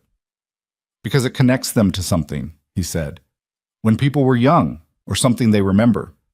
Or because it's rare and rare things have value. Or sometimes just because it's beautiful and it was made well and beauty is worth something." He paused. "All three, usually." Lily considered this. "Is it beautiful?" "It will be. It doesn't look beautiful right now." "No," he agreed. "Right now it looks like a project." She went back to her book. A few minutes later, without looking up, she said, "I think it'll be beautiful when you're done." By the end of March, Tyler had the electrical done and had started working on the structural reinforcement of the rear wall, which had some subsidence issues that needed addressing before Mason could safely run heavy equipment. The roof was patched and sealed. The lights were on. The space had begun to feel less like a ruin and more like a garage. Mason was deep in the Mustang restoration, engine rebuilt and back in the car, bodywork moving toward primer, when he got a call from a number he didn't recognize. He almost let it go to voicemail. He was elbow deep in a fuel line issue, and the phone was on the workbench across the room. He wiped his hands and picked it up. "Is this Mason Reed?" A woman's voice, professional but not cold. "Yeah, who's this?" "My name is Karen Walsh. I got your number from a guy named Dennis Kowalski. He said you restored his '66 Chevelle last year." "I did." "Yeah." Mason leaned against the workbench. Dennis Kowalski was a retired auto plant manager from Dearborn, who Mason had done a side job for during the worst of the lean months. A partial restoration on a car Dennis had been keeping in his garage for 20 years and never had the time to work on himself. "He said you were the best he'd ever seen," Karen said. His words. "Dennis is generous. He's also particular, which is why I called you instead of one of the bigger shops." A brief pause. "I have a 1965 Shelby Mustang, GT350, original. My late husband bought it in 1972, and it's been in a climate-controlled storage unit for the last 11 years. Mason was very still. A 1965 Shelby GT350 original was not a side job. It was not a project. It was a serious collector vehicle worth, depending on condition and provenance, somewhere between $200,000 and $400,000. "What kind of work does it need?" he asked carefully. "Cosmetic mostly. Some mechanical. Dennis thinks it needs a full assessment first." Another pause. "Could you come look at it?" "Yes," Mason said. "I can do that." He told Tyler about it that evening while they were cleaning up. Tyler stopped sweeping and looked at him. She said, Shelby GT 350, 1965. Original. And she wants you to restore it. She wants me to look at it first. Tyler was quiet for a moment, leaning on the broom handle. Mason, that car, if it's what she says, I know what it is. That's a different conversation than selling the Mustang. That's a different category of business. He paused. You'd need a real shop for that. Insurance, liability. You can't do a car like that under... He gestured at the space around them. Under a repaired roof. I know, Mason said. So what are you going to do? Mason looked around the space. The Mustang and its bay, gleaming now in primer, almost ready for paint. The other cars still under their tarps, waiting. Tyler's electrical work clean and solid on the walls. The floor that he'd spent a weekend cleaning until it looked like a floor again instead of a decade of automotive sediment. I'm going to finish the Mustang, he said. I'm going to sell it. And then I'm going to have the conversation about the Shelby with what I get from it. He paused. One thing at a time. Tyler picked up the broom again. One thing at a time, he repeated in the tone of a man who had heard that phrase before and was reserving judgment on whether it was wisdom or denial. The Mustang was finished on the second Saturday of April. Mason had been awake until 2 a.m. the night before, finishing the final detail work. The chrome, the glass, the interior, which he'd had reupholstered by a woman in Hamtramck who'd been doing classic car interiors for 30 years, and who had looked at the original material and told him what dye formula she'd need to match it exactly. The paint was fastback green, mixed to the original factory specification, applied in 2 coats with a clear coat over the top that made the color look like it was lit from the inside. He drove it out of the bay at 9 a.m. just to hear it run in the open air. The 428 fired clean and loud and settled into a rumble that you felt in your sternum, the kind of engine note that made people stop walking and turn around. He let it idle for a moment, listening to it, then took it slowly around the block once with both windows down and the cold April air coming in. When he pulled back into the bay and turned it off, Tyler was standing there with his arms crossed and a look on his face that was trying very hard to be neutral and failing. Well, Tyler said. Yeah, Mason said. That's a car. That's a car, Mason agreed. He sat in the driver's seat for another moment, hands on the wheel, looking out through the windshield at the garage wall. Then he got out and walked around it once, slowly, looking at it the way he'd looked at it that first morning under the flashlight. Except now it was the opposite of that. Now it was the thing it had been before all those years of darkness, the thing it had been made to be. He took out his notebook and wrote, Finished, April 13th, start calls Monday. Karen Walsh came to the garage the following week to see the Mustang before Mason listed it anywhere. She was a woman in her late 50s with silver hair and the no-nonsense manner of someone who had spent a career in a field that didn't reward sentiment. She walked around the Mustang 3 times without saying anything, then crouched down and looked at the undercarriage, then opened the hood and stood there looking at the engine. Dennis was right, she said finally. About what? About you being the best he'd ever seen. She closed the hood. I'll give you $95,000 for it. Mason blinked. He had been prepared to list it at 75, hoping for 80. 95 was a number that changed the math on everything else in the room. That's generous, he said carefully. Karen looked at him over the hood. It's not generous, she said flatly. It's fair value. The restoration is flawless, and the engine is correct, and everything is documented. I've bought enough of these to know what they're worth. A brief pause. Also, I want you to do the Shelby, so I have an interest in making sure you have operating capital. Mason looked at the car, then at Karen. Okay, he said. Okay, I accept? Okay, I accept. Karen nodded once, the way people do when they've been expecting a yes but are relieved to have it confirmed. I'll have my accountant contact you this week. She looked around the rest of the garage, at the shapes under the tarps, at Tyler's work on the walls, at the bones of the space. How long have you been here? About 2 months? And before this? Engineering. I got laid off. Karen looked at him for a moment with an expression that was hard to categorize. Not quite sympathy, not quite admiration, something more practical than either. What kind of engineering? Mechanical. I was doing design work for an automotive supplier. So you know what you're doing? I know what I'm doing, he said. She picked up her coat from the chair where she'd left it. I'll tell you something, she said, pulling it on. I've dealt with a lot of restoration shops over 30 years. Big operations, small operations, everything in between. She looked at the Mustang one more time. The good ones aren't the ones with the most equipment. They're the ones where the person doing the work actually gives a damn about the cars. She glanced at him. This car knows it was cared for. That sounds insane, but it's true. After she left, Mason sat on the tire rims in the corner of the last bay. He was sitting in almost exactly the same spot where he'd sat that first morning, flashlight pointed at the ceiling, 8 cars under their tarps. Now there were 7, and in his phone was a number, $95,000, that was going to become a wire transfer by the end of the week. He thought about calling Lily. She was at her mother's until Thursday, and it was only Tuesday. He picked up his phone and called her anyway. She answered on the 3rd ring, slightly breathless, the way kids answer when they've been in the middle of doing something. Dad? Hey, Bug. What's up? Are you okay? I'm okay. He paused. I sold the Mustang. A beat of silence. How much? He told her. There was a longer silence, and then, Dad, that's a lot of hot chocolates. He laughed. It came out loud and sudden and surprised him, and it was the best he'd felt in longer than he could easily remember. Yeah, he said, that's a lot of hot chocolates. Chat. That night he drove back past the garage on his way home. He hadn't intended to stop, but he slowed down when he passed it and pulled to the curb and sat there for a minute with the engine running. The building was dark inside, just the way he'd found it, but the roll-up door was fixed now. The broken gutter had been replaced. The boards were off the windows on the side, and if you walked up close, you could see inside.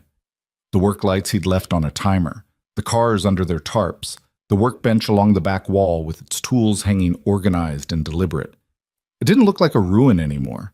It looked like a place where something was happening. Mason sat there for another minute, not thinking about anything in particular, then pulled back onto Vernor and drove home through the dark Detroit streets, the heater running, the radio off, the city moving quietly around him the way cities do at night. Indifferent, enormous, full of things going on in buildings that people drove past every day without looking. He got home, took off his boots at the door, and went to bed. He slept without dreaming, which was the first time in months he'd managed that. The wire transfer came through on a Thursday morning. Mason was under the Chevelle when his phone buzzed on the concrete floor beside him. He was on his back, checking the front suspension geometry, and he reached over without looking and picked it up the way you do when you're in the middle of something and you don't want to lose your place. He read the notification, put the phone back down, kept working for another 30 seconds, then stopped. He slid out from under the car and sat up on the cold floor and looked at his phone again. $95,000. His account. Confirmed. He sat there on the concrete for a long moment, grease on his forearms, a socket wrench in his hand, looking at the number on the screen the way you look at something you've been waiting for long enough that when it actually arrives, there's a half second where your brain doesn't quite accept it as real. Then Tyler came through the side door with 2 sandwiches in a paper bag and said, "Lunch," and stopped when he saw Mason's face. What happened? Money cleared. Tyler set the sandwiches down on the workbench. All of it? All of it. Tyler was quiet for a moment, and then he did something Mason hadn't expected. He sat down on the floor next to him. Just sat down, cross-legged on the concrete, right there in the middle of the bay, like it was the most natural thing in the world. He looked at the Chevelle in front of them. So what do we do now? Same thing we were doing, Mason said. Keep going. With what? Mason looked around the room. The Chevelle, the GTO, the Charger, the Barracuda, and in the last bay, still under its tarp, the Pantera. I want to do 2 more before I touch that one, he said, nodding toward the last bay. Build the business right first. Establish the reputation. By the time I pull that tarp off for real, I want people to already be talking about this place. Tyler picked up one of the sandwiches and handed the other to Mason. And the Shelby? Karen Walsh's car? I called her yesterday. I'm going to the storage unit next week to do the assessment. Mason unwrapped the sandwich without looking at it. That's a different kind of job. That's not a flip. That's a long-term restoration for a specific client, probably 6 months minimum. I need to figure out how to run both at the same time. You're going to need help, Tyler said. Not just me on weekends, actual help. Someone who knows engines the way you do. Mason bit into the sandwich. I know. Do you know anyone? He thought for a moment. Maybe, he said. There's a guy, Andre Simmons. He was at the supplier with me before the layoff. He got cut 6 weeks before I did. Phenomenal with drivetrain work. Last I heard he was doing oil changes at a Jiffy Lube off Michigan Avenue. Tyler looked at him. You haven't called him? I wasn't ready to hire anyone until now. You sure you're ready now? Mason looked at the room, the cars, the tools, the space that had gone from ruin to something else over the past 2 months of punishing, expensive, unglamorous work. No, he said honestly, but I'm going to call him anyway. He called Andre Simmons that evening, standing outside the garage in the fading April light with his hands in his jacket pockets. The phone rang 4 times, and Mason was already composing a voicemail in his head when Andre picked up. Yeah? Andre, it's Mason Reed. A beat of silence. Mason? A sound in the background, or a TV maybe, or a radio. Man, it's been a minute. It has. How are you doing? I'm working, Andre said, which was not quite the same thing as answering the question, but Mason let it go. You? I'm working too. I bought a building down on Vernor, old garage. I've been restoring classics. He paused. I just sold a 69 Mach 1 for 95. Silence on the other end, then 95,000? Yeah, another silence. What kind of condition was it in when you got it? Rough. Hadn't moved in 30 years. You did it solo? Tyler Marsh helped with the structure and electrical. The mechanical and body was me.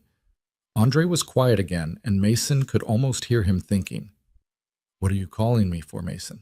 I've got 7 more cars in the building, Mason said. I need someone who can do what you do. He paused. I can't pay you what the supplier was paying, not yet. But I can pay you, and I can tell you honestly that if the next 6 months go the way I think they're going to go, the conversation about money changes. 6 months is a long time on a maybe. I know it is. What kind of cars are we talking about? Chevelle SS GTO, Charger, Barracuda, Galaxy. A pause. And a De Tomaso Pantera.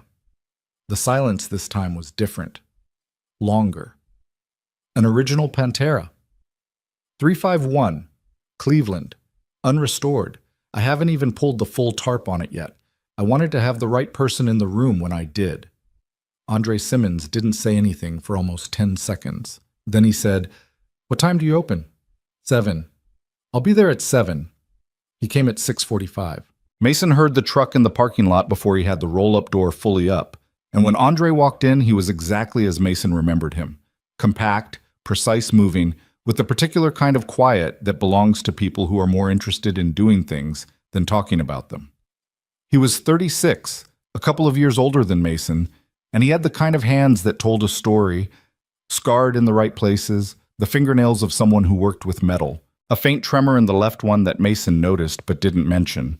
Andre stopped inside the door and stood there looking at the space the way Tyler had on that first morning, taking inventory, processing, going quiet with it. How long did this take, he said. 2 months to get the building workable. Another 2 on the Mustang. Andre walked to the Chevelle and ran his hand along the roofline, walked to the GTO, lifted the corner of the tarp on the Charger. He moved through the space slowly, methodically, and Mason let him do it without narrating, which was the right call because Andre was the kind of person who needed to reach his own conclusions. Finally, Andre walked to the last bay and stood in front of the tarp over the Pantera. This it? He said. That's it. Andre looked at Mason. Mason nodded. Andre reached out and grabbed the corner of the tarp and pulled it. The canvas came away differently than it had that first dark morning under the flashlight. Now there was actual light in the building. The overheads Tyler had installed, warm and strong, and what emerged from under the tarp looked different in light than it had in the beam of a flashlight. The oxidized red, the damaged wing, the missing mirror, the dust still caught in the body seams, all of it visible and detailed and specific. Andre crouched down and looked at the nose, then the side, then the rear. He got on his knees and looked under the chassis the way Mason had done. He stood up and looked through the driver's window at the interior. He went around the passenger side and checked the door gaps. He went back to the front and stood there with his arms crossed, looking at the car the way people look at something that requires a decision. "What's the production number?" he asked. "Still working on that. The VIN decodes to a mid-year 71 build. I've got a contact at the Pantera registry. I'm waiting on confirmation." "What's the story on it? How did it end up here?" Mason shook his head. "I don't know yet. The building changed hands 3 times between the 80s and when the Vaughn Company acquired it. Whoever owned it last either forgot about the cars or just stopped caring." He paused. "I've tried to track down the history. It's murky." Andre stood looking at the car for another moment. "It needs a full mechanical overhaul," he said. "The cooling system on these was always the weak point.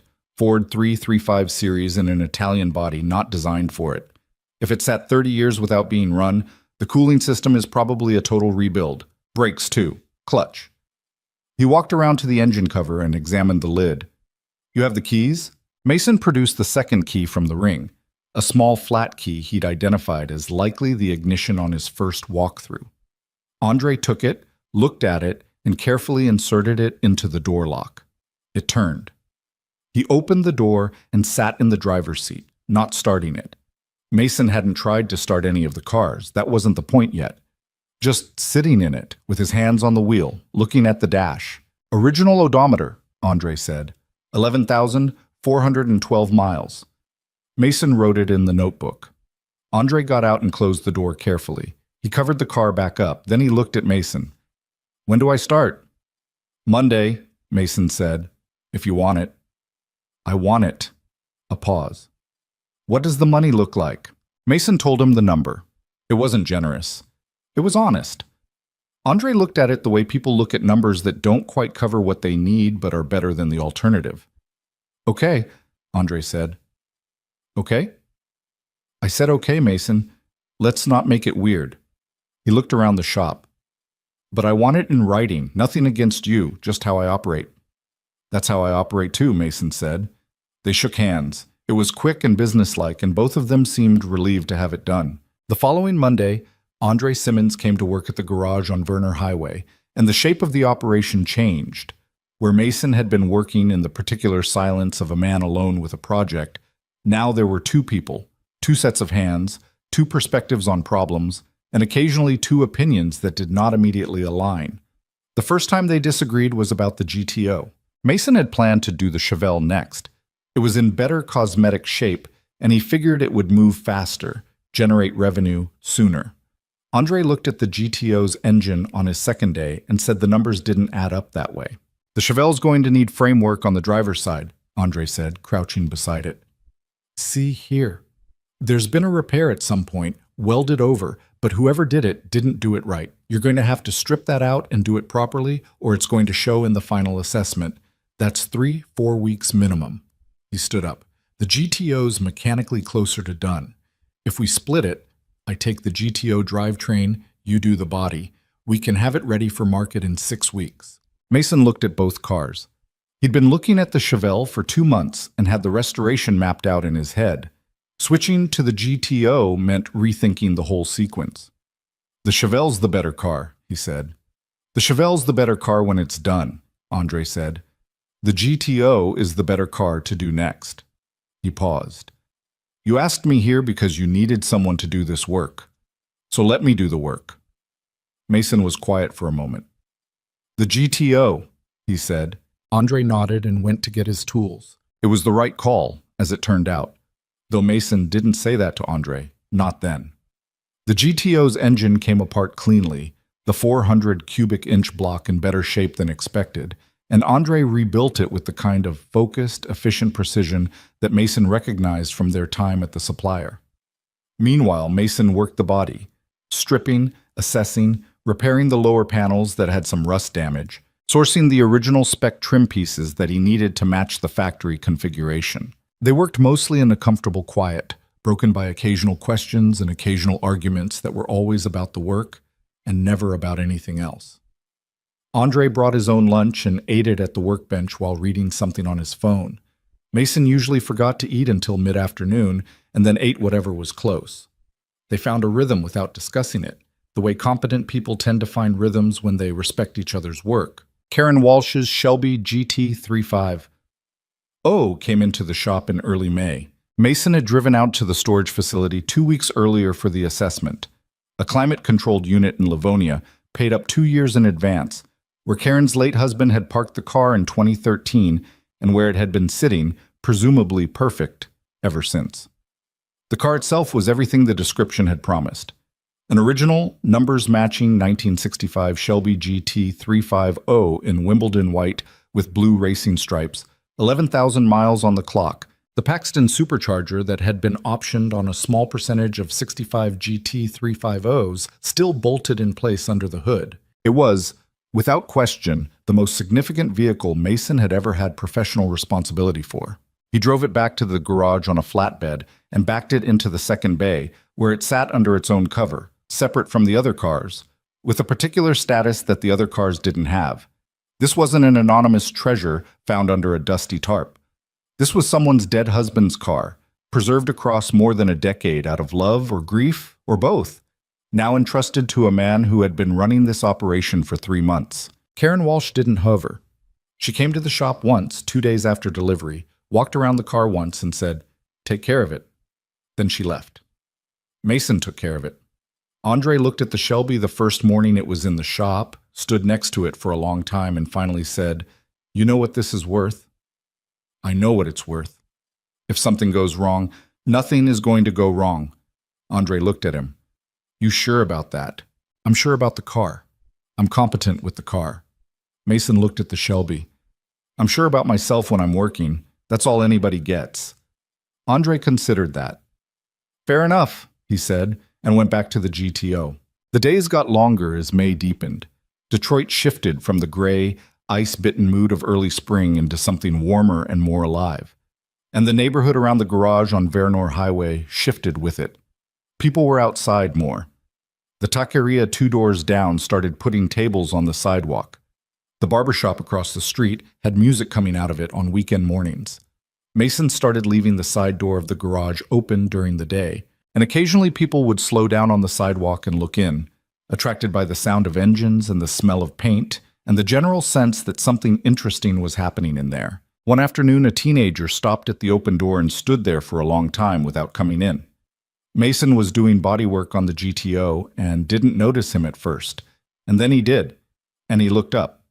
The kid was maybe 16, skinny, in a hoodie that was too big for him, staring at the GTO with an expression that was trying hard to look like nothing. "You can come in," Mason said. The kid looked startled, like he'd thought he was invisible. "I'm just looking." "I know. You can come in and look if you want." The kid came in slowly, stopping a few feet inside the door, looking around the space the way people look at things they want but have been told are not for them. "That's a GTO?" he said, nodding at the car. 1967, Mason said. Tri-Power 400. The kid looked at the engine, which was out of the car and on a stand, because Andre had finished the rebuild and Mason needed to do a detailed surface clean before reinstallation. "What's Tri-Power?" 3 2-barrel carburetors instead of 1 4-barrel. Pontiac did it in the mid-60s for performance. More carbs, more fuel-air mix, more power. The kid nodded. He was looking at the engine with the same expression Mason had seen on Lily's face sometimes. That particular combination of genuine interest and careful effort not to seem too interested. "You work on these every day?" "Every day." "You make money doing this?" Mason looked at him. Yes. The kid absorbed this. He looked around the shop, at the other cars, at the tools, at the Shelby under its cover in the second bay, at the wall where Tyler had mounted a board with photos of the finished Mustang, the in-progress work, the before and after documentation. "How'd you learn?" the kid said. "My uncle had a shop when I was young. I started hanging around when I was about your age." Mason paused, looking at the kid. "You in school?" "Yeah." "You taking any technical classes?" The kid looked slightly defensive. "Why?" "Because if you're interested in this kind of work, there are programs," Mason said. He wasn't lecturing. just saying it the way you'd say the weather was good. Macomb Community College has a classic vehicle restoration program. I know someone there. He went back to what he was doing. I'm not telling you what to do, just that the path isn't as long as it looks from the outside. The kid stood there for another minute, then said, "Thanks," and left. Mason watched him go and then went back to the GTO. Andre came in from his lunch break about 20 minutes later and said, "Who was that? Neighborhood kid? You recruiting?" "No, just talking." Mason picked up a polishing cloth. "He reminded me of something." Andre looked at him. "What?" "Nothing specific," Mason said. "Just something." The GTO was finished on a Friday in late May. It came out dark blue with silver rally stripes, the 400 rebuilt and correct, the interior restored in original black vinyl, and it ran with the particular confident power of a muscle car that had been done properly. Not overstated, not modified beyond its original spec, just exactly what it was supposed to be. Mason drove it twice around the block, same as he had with the Mustang, same half-open windows and engine noise and the city moving past. And when he came back, Andre was waiting in the parking lot with his arms crossed. "Well?" Andre said. "It's right," Mason said.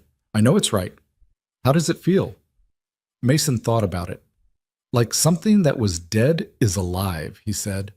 Andre made a sound that might have been a laugh, or might have been something less identifiable. "Yeah," he said, "that's the thing about these cars." The GTO went to a collector in Birmingham, Michigan, for $88,000. Slightly less than the Mustang, which was expected, but still a number that hit the account like a physical thing, something you could feel. Mason transferred a portion of it to the business account he'd opened the previous month, paid Andre's back wages and the month ahead, paid Tyler for materials and labor on the ongoing structural work, and put the rest against the equipment he'd been planning to buy. A proper frame machine, a better welding setup, a paint booth that wasn't the makeshift arrangement he'd been using. And that was fine for most things, but wasn't going to be good enough for the Pantera when the time came. He also, on an impulse he didn't entirely understand, put $5,000 into a separate account and labeled it in his notebook, Lily, College. It was an absurd thing to do. She was 8, but he did it anyway. Somewhere in the middle of May, Mason had gotten a call from a journalist named Patrick Osei, who wrote for a regional business magazine called Great Lakes Quarterly. Osei was working on a piece about non-traditional entrepreneurship in the Detroit area, businesses that had started from almost nothing and grown in unexpected ways. And someone had mentioned Mason's operation as a possible subject. Mason had almost said no. His instinct was to stay quiet, stay under the radar, finish the work before talking about the work. But Tyler, who happened to be at the shop when the call came, and who overheard the conversation, spent 10 minutes afterward making the case that visibility was not the enemy of a small business. It was oxygen. "You're doing something real," Tyler said. "Real things should be seen." "I'm not ready to be a story," Mason said. "You're already a story. The question is whether you're going to be a story that people find out about or a story that gets told about you." Mason thought about this for longer than he wanted to admit, and then he called Patrick Osei back and said yes. Osei came to the shop on a Tuesday morning in early June with a notebook and a photographer named Sandra, who moved quietly and shot things from angles Mason wouldn't have thought of. Osei asked good questions, not the obvious ones about how much the cars were worth or what his business revenue was, but the harder ones, the ones about how he'd found the garage and what he'd seen in it, and why he'd spent everything he had on a building that most people had driven past for years without looking twice. Mason answered as honestly as he could, which was not always comfortably honest. When Osei asked him about the period after the layoff, Mason said, "It was bad. I'm not going to make it sound like it wasn't. I had a daughter to take care of and no income, and I was trying to figure out what I was worth outside of a job title." He paused. "That's not a comfortable place to be." Osei wrote that down. "And the garage changed that?" "The garage gave me something to work on," Mason said. "The rest of it, I'm still working on it." It was an honest answer, and he wasn't entirely sure he should have said it, but there it was. Andre had made himself scarce during the interview, which Mason appreciated. Not because he didn't want Andre in the story, but because Andre would have been awkward about it. And awkward people make interviewers nervous.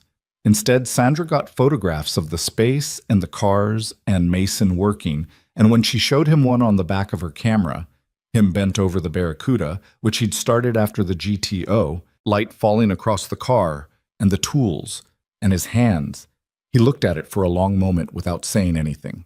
"That's good," he said finally. Sandra looked at the image. "The light in here is good," she said. "Old buildings always have better light than new ones."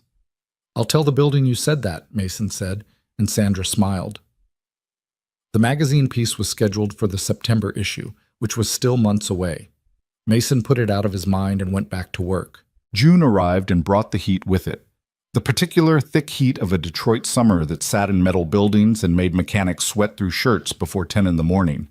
Tyler installed 2 industrial fans in the rear of the shop that helped, mostly.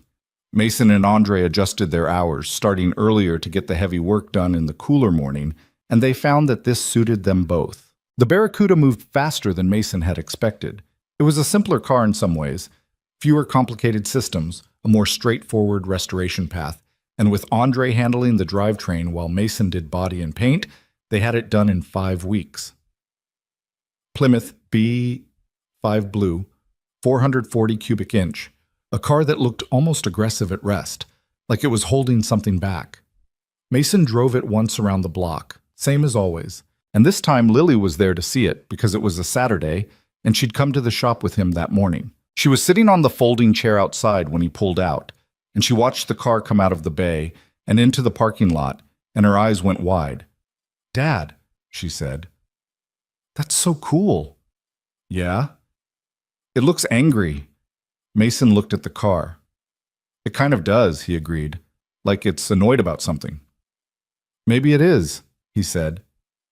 30 years under a tarp would annoy me too. Lily laughed at that. A real laugh, full and easy. The laugh of a kid who isn't performing happiness but actually feeling it. And Mason held on to that sound the way he held on to the memory of the first night he'd slept well in months. Small things. The kind of small things that, when you added them up, made a life. The Barracuda sold at a private collector sale in Ann Arbor for $72,000, which was slightly below what Mason had hoped, but exactly what the market was willing to pay for that configuration and year. He put it in the ledger, paid the bills, looked at the numbers, and let himself sit with the math for a few minutes. 3 cars sold, $255,000 gross. Expenses had been significant. Andre's wages, materials, Tyler's ongoing work on the building, the new equipment, but the net was holding, more than holding. The business was real. The business was working. He hadn't told anyone that. He'd kept it to himself the way you keep things when you're still not sure they're real, still half expecting the ground to shift and the numbers to change. That evening, after Andre had left and the shop was quiet, Mason pulled the cover off the Pantera. He didn't do it for any practical reason. The Pantera wasn't next. The Charger was next, and then the Galaxy, and then the Pantera, if the timeline held. He pulled the cover off because he needed to look at it. Because it had been sitting there for all these months, the last thing in the room, the thing he was working toward, and sometimes you needed to remind yourself of the destination. He stood in front of the car in the quiet shop, shop lights humming overhead, the evening light coming in gold through the side windows, the oxidized red, the cracked wing, the body lines that, even under years of neglect, carried the specific elegance of Italian design work, the way the rear flanks swept out over the wheels, the way the windshield raked low, the aggressive forward posture of the nose. He thought about what it was going to take. The full mechanical overhaul Andre had outlined. The bodywork, more intensive than the other cars because Italian panel work from that era was unforgiving and any mistake would show. The paint, the restoration of the interior, which was going to require sourcing materials that hadn't been manufactured in decades. He also thought about the money, what the car would be worth, done correctly, to the right buyer. He'd done enough research by now to have a number in his head, and the number was significant enough that he wrote it down once in the notebook and then crossed it out because writing it felt like tempting something. He put the cover back on carefully, smoothing the edges down the way you'd tuck something in. He turned off the shop lights, locked the roll-up door, and stood outside in the warm June evening for a minute before getting in his truck. The city was doing what cities do in summer evenings. People on stoops, music from somewhere up the block, the smell of food from the taqueria 2 doors down. A world that had been going on all winter while he was inside working, indifferent and alive and ordinary. He'd been in such a tunnel for so long, head down, hands moving, one task then the next, that he sometimes forgot there was a world outside the shop, sometimes forgot that other people existed in different ways, were dealing with things he knew nothing about, were watching things from angles he couldn't see. He thought about Scarlett Vaughn. He hadn't thought about her in weeks, which surprised him when he realized it. In the beginning, in those cold February nights when the roof was leaking and the electrical was a disaster and he was eating crackers and peanut butter over the workbench at midnight, he had thought about her occasionally, not with anger exactly, but with the particular edge that comes from having been underestimated by someone who had no reason to think twice about doing it. The way she turned away before the ink was dry, the comment she'd made to the cold air behind her. Enjoy it. He'd used it in the way you use small humiliations, turned it into something that kept him at the workbench when he should have gone home to sleep. But somewhere in the months of actual work, real work, hard work, the kind that requires all of you and doesn't leave much room for resentment, the edge had worn down. Not gone, just worn. The way sharp things do when you're too busy to sharpen them. He thought, she made a mistake. Not a malicious one, not even an interesting one particularly, just the ordinary mistake of looking at something and seeing only what she expected to see, and walking away before she'd actually looked. He thought, that's not unusual. He thought, I've probably done that too. He got in his truck and drove home. Lily had left a drawing on the kitchen table. She did this sometimes when she'd been at the house. Left something small, like a note she didn't need to write but wanted to. This one was a drawing in colored pencil. A garage with its roll-up door open, a car in the bay, and a stick figure with curly brown hair standing next to it. Under the car was a tiny stick figure that he could only identify as himself by the wrench in its hand. He stood at the table for a moment looking at it. He picked it up and put it on the refrigerator with a magnet. Then he made himself a cup of tea, something he'd started doing in the evenings instead of the second or third cup of coffee that used to keep him up too late, sat down at the kitchen table, and opened his notebook to the next blank page. He wrote the date at the top. Under it, he wrote the names of the remaining cars in order: Charger, Galaxy, Pantera. Under that, he wrote a number. The number he'd crossed out before, the number he couldn't quite bring himself to write where he might look at it and get superstitious. He wrote it here, in the privacy of the kitchen with no one watching, and looked at it for a long moment. Then he closed the notebook, finished his tea, and went to bed. He didn't sleep immediately. He lay in the dark and listened to the neighborhood. Traffic sounds, something happening 2 houses down, the ordinary nighttime voice of a city that never fully went quiet. He thought about the garage, the cars, Andre's rebuilt GTO engine and the particular sound it made on the first start. The way Lily said it looks angry about the Barracuda, and laughed. He thought about the Pantera under its cover. He fell asleep somewhere in the middle of thinking about it, which was usually how it happened. Not a decision to sleep, but a gradual surrender to it, the body finally winning the argument the mind had been refusing to concede. Outside, Detroit did what it had been doing for 100 and some odd years. Kept going, kept changing, kept carrying in its bones all the things that had been built there and broken there, and sometimes, in certain places, in certain buildings, on certain streets, quietly put back together by people who knew how to look at damage and see what was underneath it. The Charger took 8 weeks, not because it was the most technically demanding car in the shop. That was still the Pantera, waiting in the last bay with the particular patience of something that knew its turn was coming.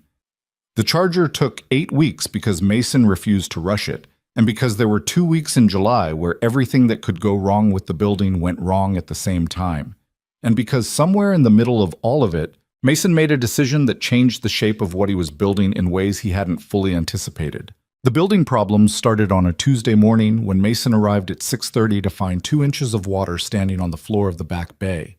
Not from the roof this time. Tyler had fixed the roof properly, and it had held through a week of hard rain without complaint. This was a drain. An old floor drain in the rear of the building that had been backing up quietly for weeks, finally losing the argument with whatever blockage had been accumulating in it since approximately the Reagan administration. The water smelled like 40 years of automotive history, which was not a pleasant smell, and it had reached the feet of 2 of the remaining covered cars before Mason got there. He called Tyler before 7. How bad? Tyler said, still audibly half asleep. The drain backed up, 2 inches in the back bay. A pause. Did it reach the cars? The covers got wet at the bottom. I don't think it got to the paint. Don't move the cars until you check underneath the covers. I know that, Tyler. I'm just saying. I know. How soon can you get here? Tyler was there by 8. Andre came in at his usual time, and the 3 of them spent the morning pulling the water with a shop vac and then a pump Tyler had in his truck, checking the cars. No damage to the paint, the covers had done their job, and then assessing the drain situation, which turned out to involve a plumber, and 3 days of work and a bill that Mason paid without showing anyone his face when he looked at the number. While the plumber was working, they couldn't use the back half of the shop, which meant Mason and Andre were working in reduced space, which meant the charger's timeline slipped. Mason adjusted the schedule in his notebook, redrew the lines, and didn't say anything about it except to Karen Walsh, who called that week to check on the Shelby. There's no issue with the Shelby, Mason told her. We had a plumbing situation in the rear of the building. I kept it away from the Shelby, and the Shelby is fine. I'm just updating you because I told you I'd tell you if anything happened. Karen was quiet for a moment. I appreciate that, she said. Some shops would have just not mentioned it. I'm not some shops, Mason said. No, she said. You're not. A brief pause. How's the work going on it? Carefully, he said, which was the most accurate word he had. The Shelby work was the thing that was keeping him up at night, not because it was going badly, but because it was going in the way that high-stakes work always goes, which is slowly and with complete attention and with the constant awareness of how much was riding on each decision. The car was as good as Karen had said, original, numbers matching. The Paxton supercharger intact and functional in ways that most 30-year-old forced induction setups were not. But good original cars were also unforgiving in a specific way. Every choice you made in the restoration either honored the car or compromised it, and there was rarely a middle ground. Mason was sourcing original spec parts through 3 different suppliers and 2 private collectors who had parted out GT350s over the years. He was talking to a leather specialist in Tennessee about the interior, which needed work but needed to look like it hadn't been worked on. The hardest kind of restoration, the invisible kind. He was documenting everything in the notebook and in a separate digital file that he'd started keeping for the Shelby specifically, because Karen Walsh deserved paperwork that matched the quality of the work. He didn't talk about it much at the shop. Andre knew the status because Andre was in the shop.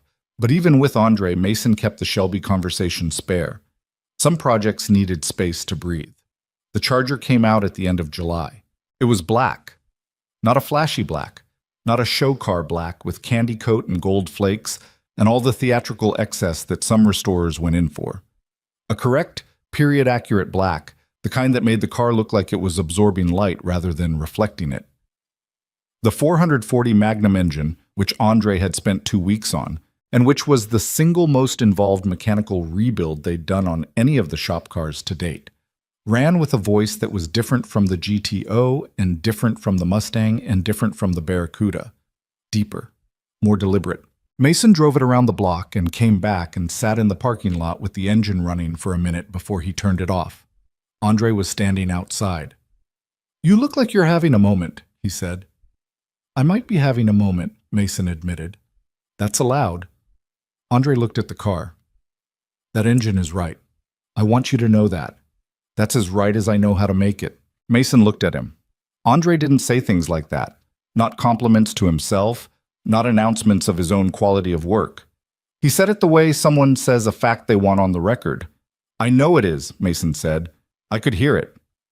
The Charger went to a buyer in Chicago for $104,000. It was the first car Mason had sold for over $100,000. He looked at the number in the account, and then he looked at it again. Then he transferred Andre's share of the bonus he'd promised, a structure they'd agreed on in writing, a percentage of any sale over $90,000. And he sent Tyler the final payment on the structural work, which Tyler had been carrying at a discount for months and had never once mentioned. Tyler called him that evening. You didn't have to send the full amount, he said. We agreed on a number. I know we agreed on a number. I'm saying I wasn't going to hold you to it. Tyler, Mason said, I'm going to hold me to it. A pause. You fixed my roof in February in 20-degree weather, and you didn't take a check for 3 months. That number is what the number is." A long silence. Then Tyler said, "You're the most stubborn person I've ever been friends with. And I was friends with Danny Kowalczyk for 12 years, so you understand the significance of that statement." "I'll take it," Mason said. He also, that same week, finally made the call he'd been putting off about the real estate. It had started as a half-formed thought back in March. When he'd been looking at the city planning documents Tyler had pulled up on his laptop one evening while they were waiting for the plumber's epoxy to cure. Tyler had found a reference to a proposed infrastructure project, a transit expansion, the kind of large-scale city investment that took years to go from proposal to reality, but that, when it did, tended to change the value of every piece of land within half a mile of the corridor. The corridor in question ran directly through the neighborhood where the garage was located. Mason had looked at the documents and said nothing, but he'd started paying attention after that. He'd started walking the streets around the garage differently, not just as someone going to and from work, but as someone reading the terrain. He'd started looking at which buildings were vacant and which were occupied by businesses with month-to-month leases versus long-term ones. He'd started looking at who owned what, using the county property records that were public and available to anyone who knew where to look. He'd identified 4 properties within a 2-block radius that were priced below their likely future value if the transit project moved forward. He'd also talked, very carefully and quietly, to a real estate attorney named Patricia Cho, whom he'd found through Karen Walsh's recommendation, and Patricia had walked him through what it would take to acquire them without triggering the kind of market attention that came when a single buyer started picking up parcels in a concentrated area. He hadn't done anything yet. He'd waited, the way he'd waited before buying the garage, until he was sure. Now he called Patricia. "I want to move on the Fenwick Street property," he said, "the one we talked about in May." "The warehouse?" "Yeah." "The asking price is still—" "I know the asking price. I want to offer 12% under, see if they move." A pause on Patricia's end. "Mason, that's a bold opening. The building has been sitting empty for 14 months and the owner is paying carrying costs on it. He'll move." Patricia was quiet for a moment in the way she got quiet when she was running numbers. "Okay," she said finally. "I'll reach out this week." "Don't rush it," Mason said. "Patient money." "Where did you learn that phrase?" "Karen Walsh," he said. Patricia laughed. "That sounds like Karen." He didn't tell anyone about the real estate. Not Andre, not Tyler, not Lily. Some decisions you needed to make alone, not because other people's input wasn't valuable, but because the decision was still taking shape and premature conversation could knock it off its axis. He'd learned that about himself over the years, that he needed to hold certain things quietly until they were solid enough to be held by more than one pair of hands. The September issue of Great Lakes Quarterly came out on a Thursday. Mason found out about it the way he found out about most things that happened in the world outside the shop. Late, and by accident, when Tyler texted him a link at 8 in the morning with no message attached, just the link. Mason was already at work, under the Galaxy, which he'd started the previous week and which had a frame alignment issue he was working through. He came out from under the car, opened the link, and read the article standing at the workbench with grease on his forearms. The piece was titled "The Man Who Looked Inside." Patrick Ossie had written it well, better than Mason had expected, if he was being honest, because his expectation had been something that felt like a press release with quotes inserted. This felt like actual writing. It was about the garage and the cars, yes, but it was also about something harder to explain.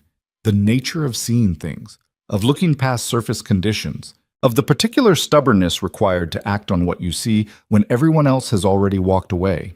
Ossie had quoted Mason accurately, including the uncomfortable parts.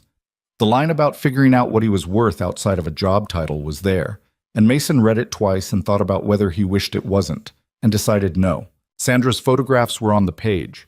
The one she'd shown him on the back of her camera. Him bent over the Barracuda, light falling across his hands and the car, was there, and it looked different on the page than it had on a 3-inch screen. It looked like something worth looking at. He put his phone down and went back under the Galaxy. Andre came in at his usual time and didn't say anything about the article for the first 2 hours, which was very Andre. Then, mid-morning, while Mason was doing something with the Galaxy's exhaust system and Andre was prepping materials for the Shelby interior, he said without looking up, The article's good. You read it? Mason said from under the car. Yeah. When? This morning. My cousin sent me the link at 7. Mason came out from under the car and sat up. What did you think? Andre was quiet for a moment, looking at what he was doing. I think it says true things about you, he said, and I think it's going to bring people to the door. Is that good or bad? Both, Andre said.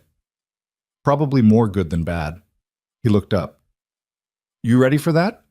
Mason thought about it honestly. No, he said, but I'm not going to not be ready by sitting here.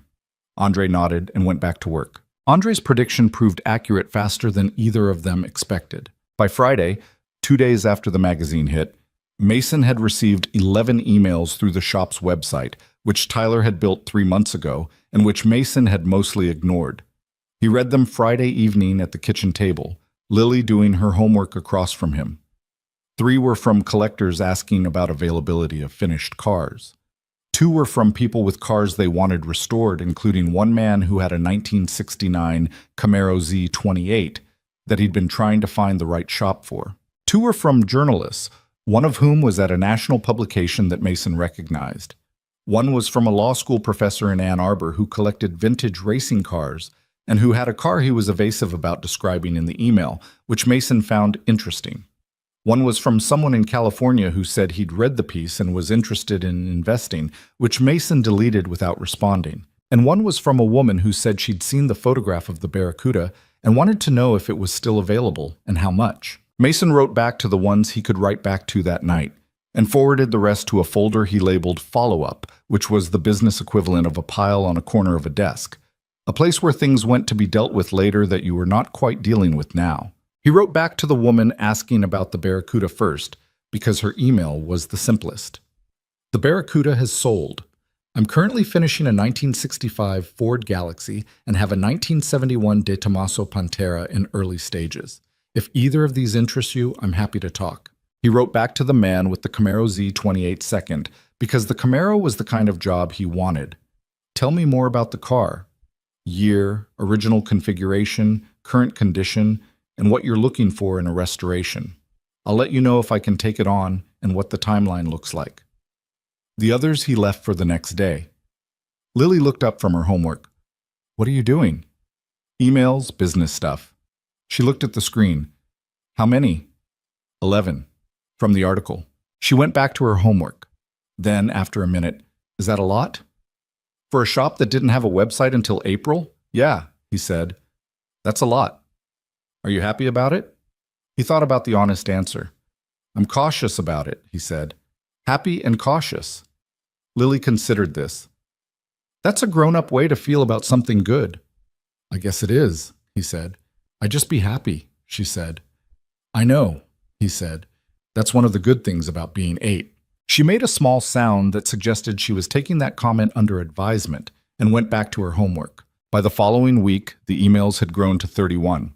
Mason answered everyone personally, which took more time than he had, but which felt necessary because the alternative, a form response, a template, the impersonal machinery of a business trying to manage volume, felt like a betrayal of something he couldn't quite name.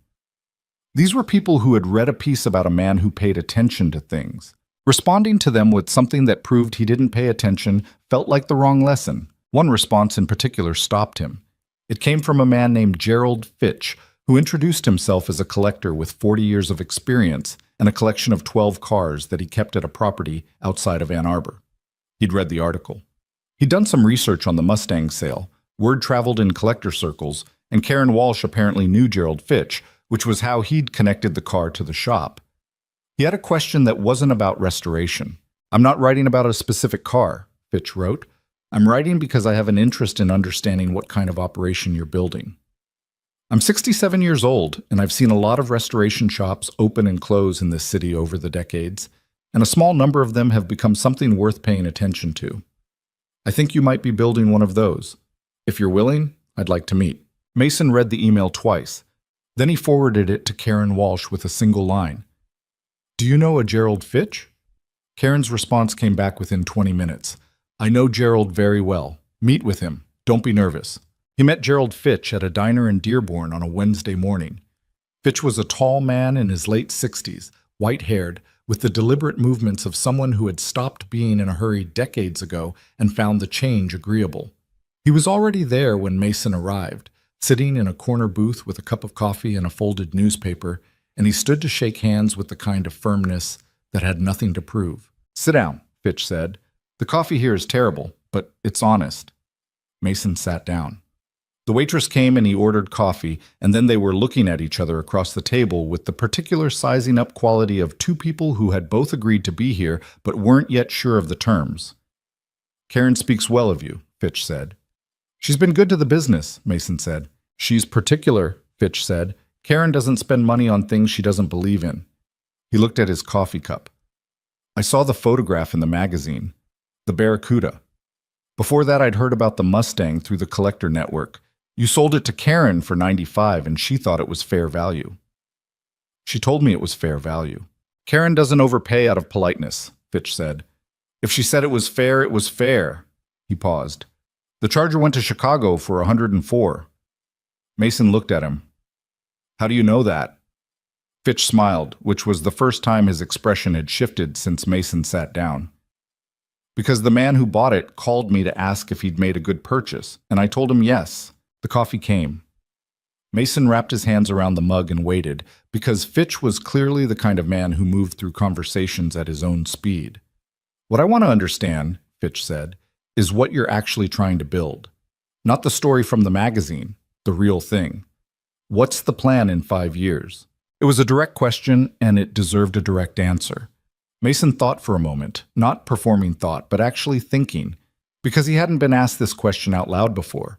And the answer in his head was more formed than he'd realized until he started trying to put it into words. "A real shop," he said, "not a flip operation, not a place that churns out restored cars for quick margin. A place with a reputation for doing it right, long-term client relationships, the kind of work that gets referrals because the people who know cars talk to each other." He paused. "And I'm looking at real estate in the area. The neighborhood has value that isn't being recognized yet. I want to own the building I'm in before that changes." Fitch was quiet, looking at him. "You know about the transit project?" "I know about the proposal. I've been watching it."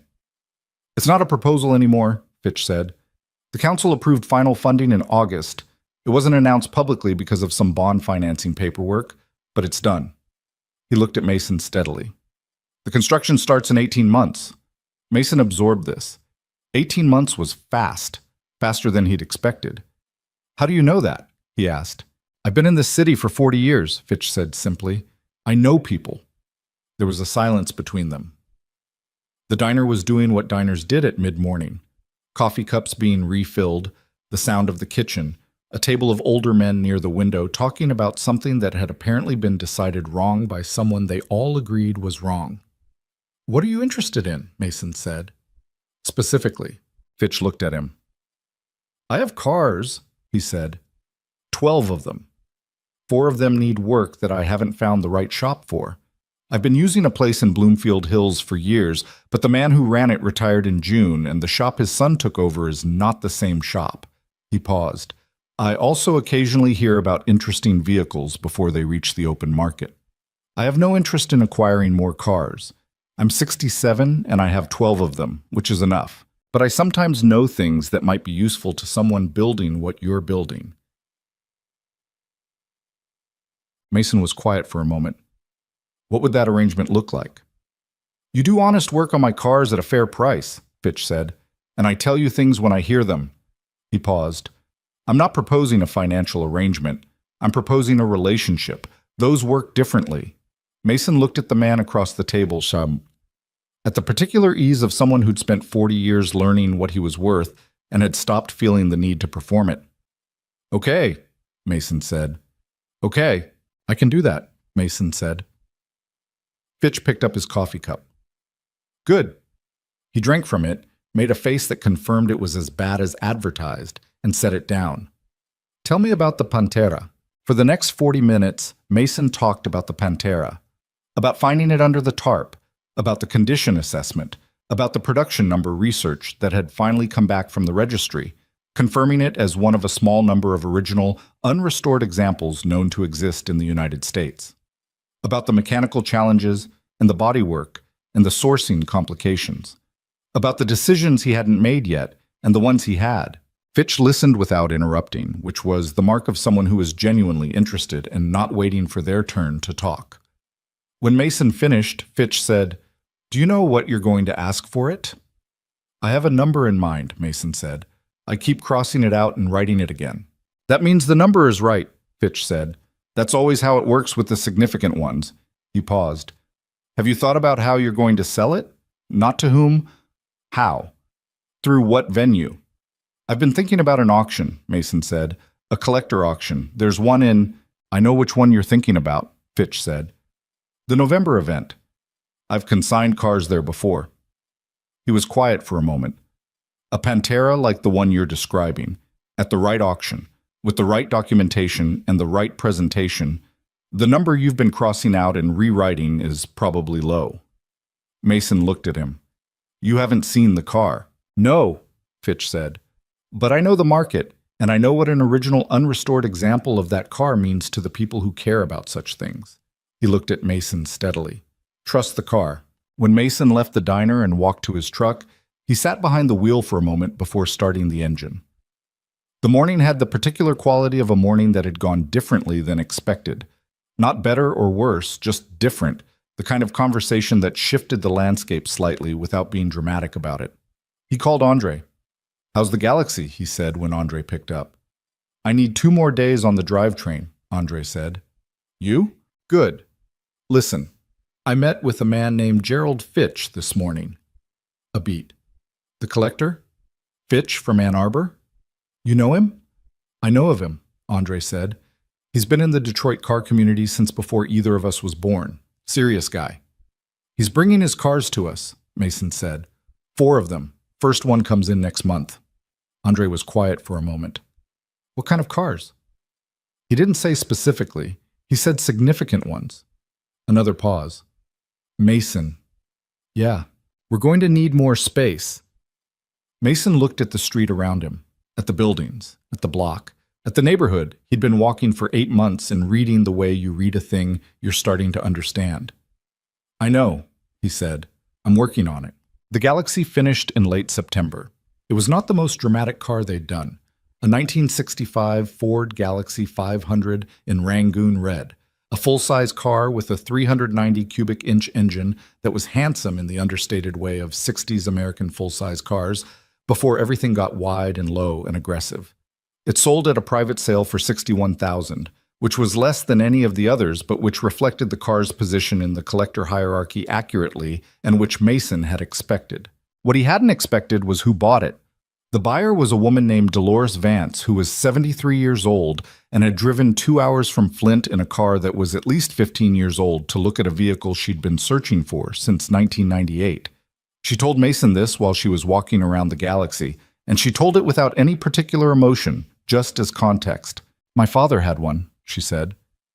"Same color. I rode in it my whole childhood." She looked at the car. "I don't have what people who buy these cars have, but I've been saving for a long time." Mason looked at her. Then he looked at the car. Then he said, "What are you comfortable with?" She told him a number that was below his asking price. He looked at the Galaxy for a long moment. "Okay," he said. Andre, who had overheard this from across the shop and who said nothing about it until after Dolores Vance drove away, carefully, slowly, like someone transporting something precious, came to stand beside Mason in the parking lot while they watched her go. "You took a loss on that," Andre said. "No, I didn't," Mason said. "I sold it for what it was worth to the right person." Andre looked at him sideways. "That's the kind of thing that sounds good, but doesn't pay the electric bill." "I know," Mason said.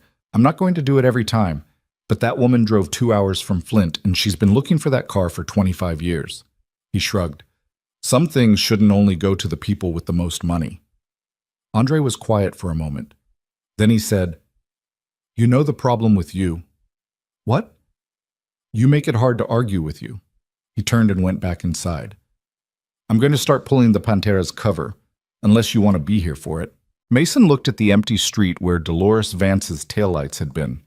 "Give me 5 minutes," he said.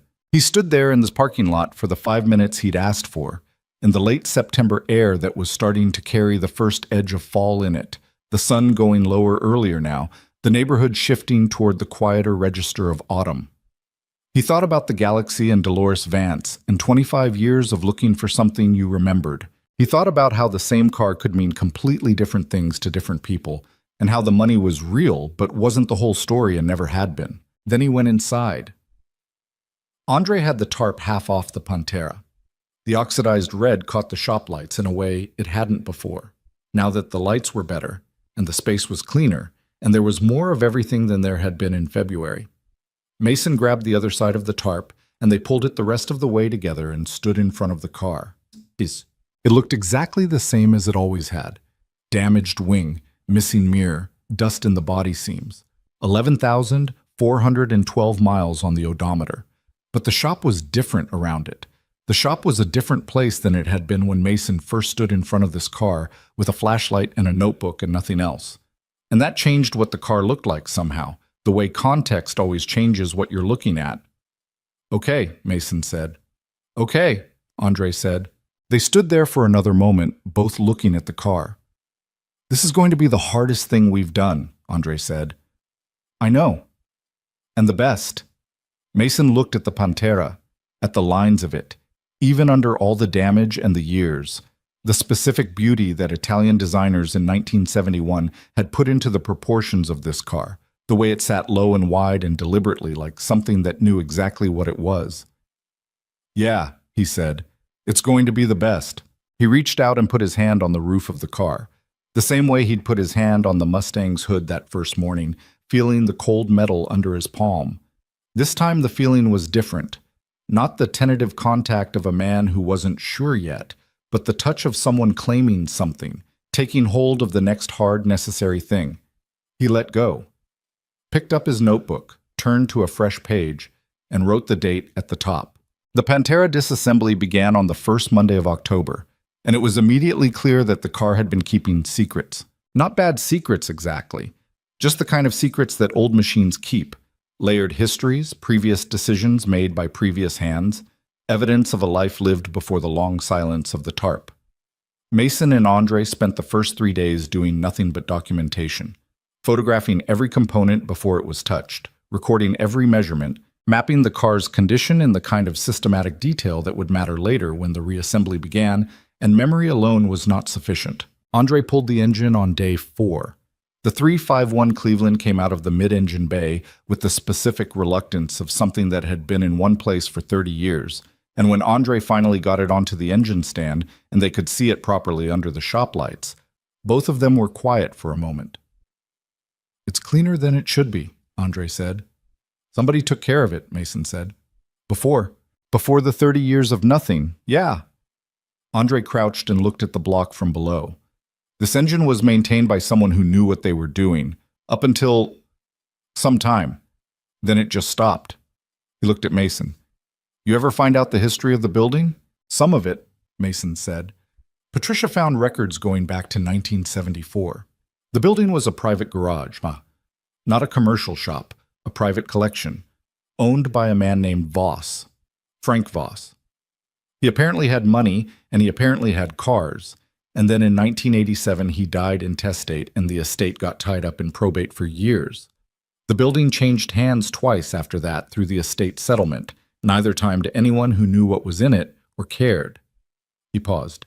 The last entity that owned it before the Vaughn Company was a holding company out of Ohio that bought distressed properties and sat on them. Andre looked at the engine. "So Voss drove this car." "Voss drove this car," Mason said. 11,000 miles, and then it stopped. Andre was quiet for another moment. "That's sad," he said, which was not the kind of thing Andre usually said, and which Mason noted without commenting on. They worked on the Pantera the way you work on something you know is important, carefully, but not gingerly. There was a distinction Mason had developed over years of this work between care and timidity, between respect for a machine and the kind of excessive caution that was really just fear of making a decision. The Pantera deserved the former, not the latter. Frank Voss, whoever he had been, had loved this car enough to maintain it properly. had driven it only 11,000 miles, had, presumably, covered it and left it in a building that he either believed someone would return to or had simply stopped being able to think about. The least Mason could do was approach the restoration with the same seriousness the car had been given in its first life. The cooling system was everything Andre had predicted. The original radiator was beyond saving. Andre had a word for it that Mason had heard him use exactly once before, and the word was catastrophic, and he used it quietly, almost respectfully, the way you'd describe a natural disaster. The water pump had seized. The hoses had dried and cracked to something that was more archaeology than automotive.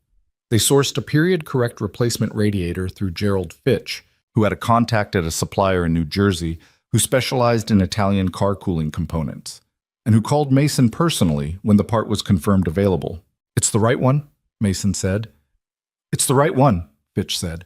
"I had my man verify the part number against the factory spec. You'll need to have it record, but the tank dimensions are correct." "How did you find it that fast?" "I've been in this business for 40 years, Fitch said. "I have a list of phone numbers that would surprise you." Mason believed him. Gerald Fitch's first car came into the shop the third week of October, a 1966 Ferrari 275 GTB that arrived on a closed enclosed trailer with a driver who didn't speak and a handwritten note from Fitch that said simply, "Be careful with it. It knows if you're not." Andre looked at the note and then at Mason. "Does he mean the car, or does he mean him?" "Both, probably," Mason said. The Ferrari changed the atmosphere of the shop in a way Mason hadn't anticipated. It wasn't about the money, though the money was significant. Fitch's cars were in a different price tier than anything Mason had worked on before. It was something else, something harder to articulate. The Ferrari was a European car, a different philosophy of engineering, a different set of principles about what a car was supposed to be and how it was supposed to accomplish it. Working on it required Mason to reach into parts of his knowledge that he hadn't used in a while, to think differently about the problems, to be more deliberate in ways that were uncomfortable in a useful way. He found himself enjoying it in the specific, slightly pained way that you enjoy things that are difficult. Andre adapted faster than Mason had expected. Andre, whose background was purely American muscle, took to the Ferrari's engine with a curiosity that Mason recognized as the best thing a mechanic could bring to unfamiliar work. He asked questions. He read the factory manual, which Fitch had provided along with the car, with the same attention he brought to everything. He got something wrong on the second day and caught it before it became a problem, and told Mason immediately and without embarrassment, which was the kind of thing Mason had come to depend on from him without quite acknowledging it. The days shortened. October became November. The auction where Mason planned to present the Pantera was scheduled for the third weekend in November, which gave him 7 weeks from the start of October. It was tight, tighter than he'd wanted, but the timeline was what the timeline was. And Mason had learned over the course of this year that tight timelines clarified things. You stopped deliberating about peripheral decisions. You stopped reorganizing the priorities. You just worked. Andre was on the Pantera's drivetrain. Mason was doing bodywork. Tyler came 4 days a week now instead of weekends, working on the expansion of the shop into the adjacent space, the Fenwick Street warehouse that Patricia Cho had negotiated down to a price that Mason had paid in cash, which was the most money he had ever spent in a single transaction, and which had required him to sit in Patricia's office for a full minute after signing before he trusted his legs enough to stand up. "You okay?" Patricia had said. "Yeah," he said, "just letting it settle." "That's a normal response," she said. "Is it?" "For someone who was repairing cars for spare money 8 months ago, paying cash for a commercial property." "Yes," she said. "That's a completely normal response." He'd driven past the Fenwick property on the way home that night, the way he'd driven past the garage on Vernor the night he'd first looked at it. It was a larger building, 8,000 square feet to the garage's 5, with a loading dock and a section in the rear that could be converted to a paint facility. Tyler had been over it twice and had a plan for the renovation that was aggressive but executable. By spring, if everything went to schedule, they'd have a facility that could handle 6 cars simultaneously and that had the infrastructure to do the kind of work that serious collectors expected from serious shops. He hadn't told anyone he was thinking about a name for the company. It had been Reed Restoration on the website Tyler had built, a placeholder, a functional description. But a real company needed a name that meant something, and Mason had been turning it over in his mind for weeks without landing on it. He'd written down options in the back of the notebook, pages of them, crossed out, reconsidered, crossed out again. Nothing had felt right yet, and he decided not to force it. Names either came or they didn't, and forcing a name was like forcing a restoration. The result looked finished, but wasn't. Lily came to the shop on a Saturday in early November when the Pantera was deep into the bodywork stage.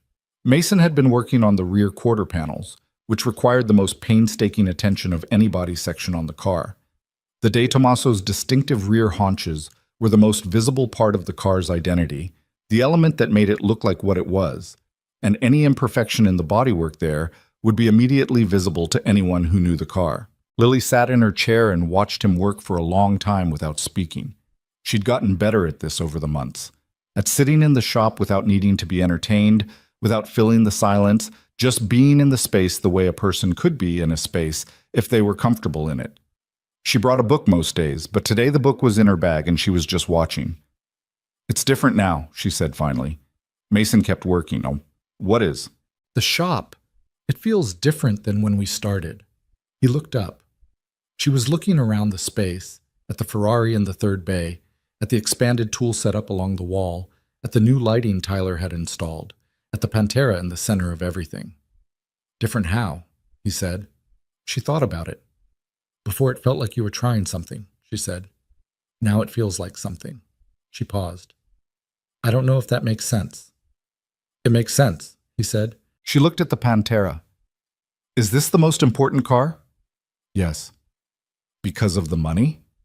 He thought about the honest answer. "Because of what it means if we do it right," he said. "The money is part of it, but not all of it." Lily considered this. "What's the rest of it?" Mason set down the tool he was holding.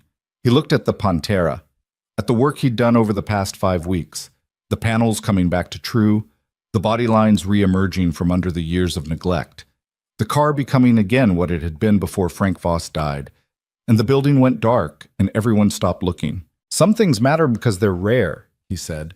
"Not just financially rare. Rare like there aren't many of them, and the ones that exist need to be taken care of, because once they're gone, they're gone. This car is one of those things." He paused. "Doing it right matters beyond what I'm going to get paid for it." Lily looked at him. "Okay," she said, in the way she said okay when she was storing something away rather than just agreeing with it. Then she picked up her book and started reading.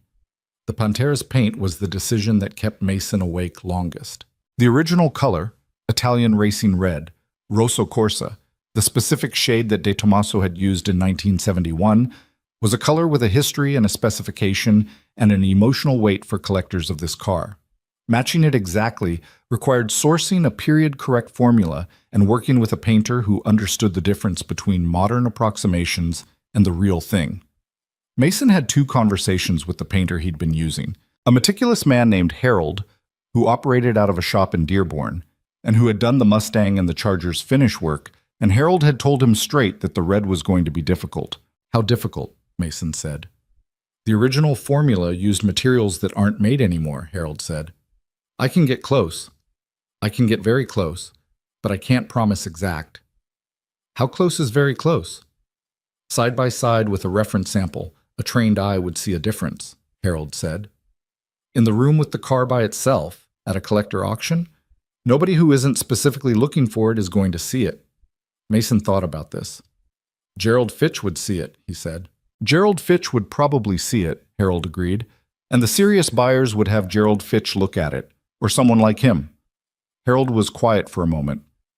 "What are you asking me?" "I'm asking you how we get to exact," Mason said. Harold looked at him for a long moment. "It's going to cost more," he said. "I'd need to source a specific pigment.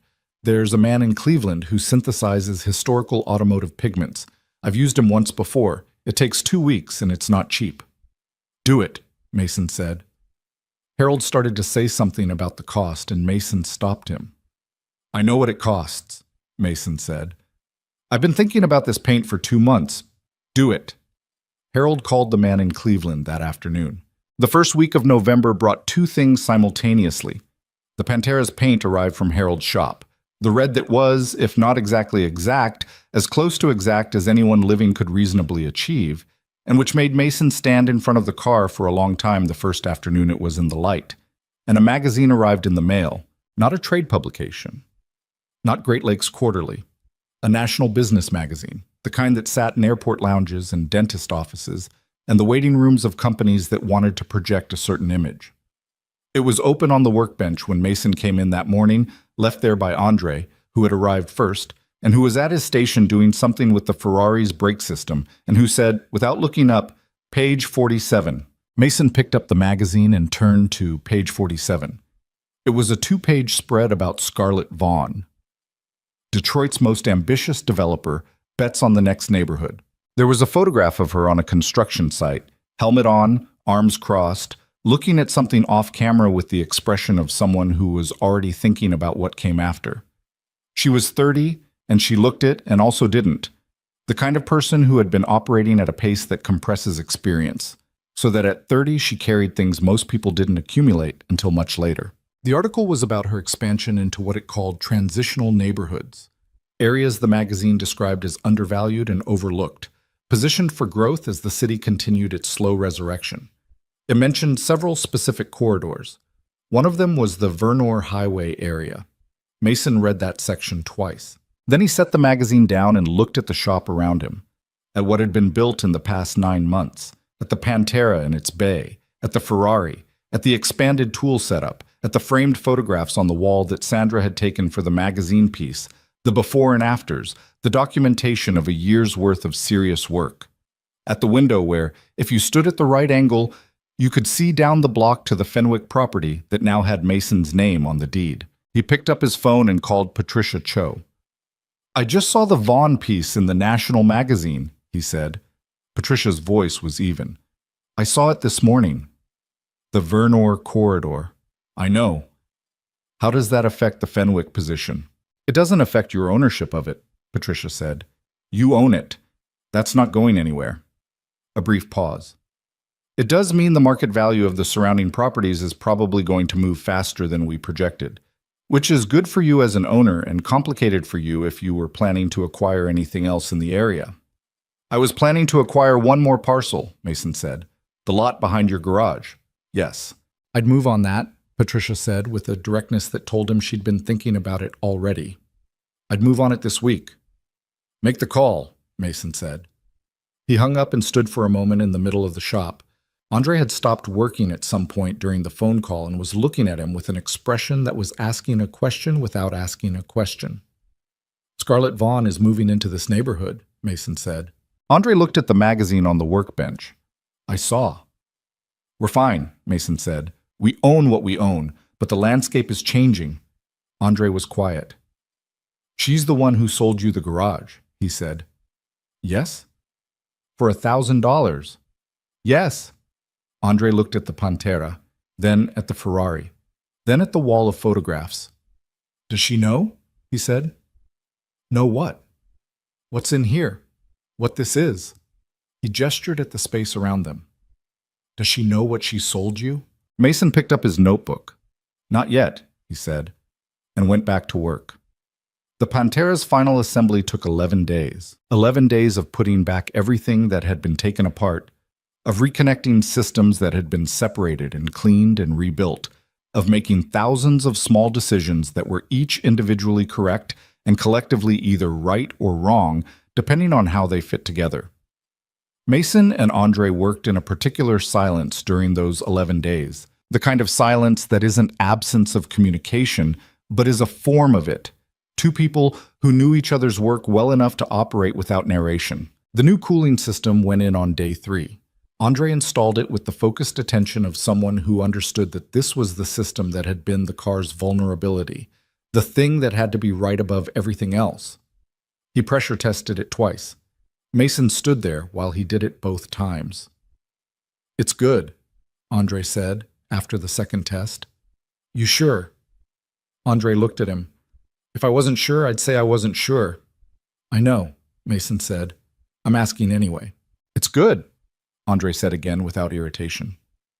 The interior was done by Tyler's cousin, a woman named Rosa who worked leather and fabric, and who had matched the original tan vinyl of the Pantera's seats with a precision that made Mason run his hand over the material twice and then call Harold in Dearborn just to tell him about it, because Harold had been asking how the interior was coming along. "She matched the vinyl?" Harold said. "Exactly," Mason said. A pause. "How?" "She found a period original sample through a collector in Florida and had it analyzed," Mason said. "She said she wasn't going to do it otherwise." Harold was quiet for a moment. "You surrounded yourself with good people, Mason." "I got lucky," Mason said. "It's not luck that those people are working on your cars," Harold said. "Luck gets you the first one. The rest of it is something else." Mason replaced the missing side mirror with one sourced from a parts car in Germany, a transaction that had taken 6 weeks and involved 2 international wire transfers and a customs form that Tyler had helped him fill out incorrectly once before getting it right. The cracked rear wing he had repaired by a composite specialist in Ann Arbor who had done work for racing teams and who approached the crack with the same seriousness he'd apparently applied to structural components that had gone 200 miles an hour. On the 10th day, Mason drove the Pantera. Just inside the shop, at first, he started the engine and let it run, listened to the 351 Cleveland settle into its idle, which was nothing like the American muscle cars and nothing like the Ferrari, and was exactly, precisely itself. Then he opened the roll-up door and moved the car out into the parking lot and sat there with the engine running and the morning light hitting the Rosso Corsa paint, which in direct sunlight was a color that was almost violent in its intensity, the red that Italian sports cars had been painted since before anyone alive could remember, the red that meant something specific to anyone who had ever cared about cars. Andre was standing in the parking lot. Tyler was standing in the parking lot. Gerald Fitch, who had come by that morning without announcing himself, which was apparently something Gerald Fitch did, was standing near the door with his arms crossed. Nobody said anything for a moment. Then Andre said, "Take it around the block." "The plates aren't—" "Take it around the block, Mason." He took it around the block. He drove it slowly, not because the car needed to be driven slowly.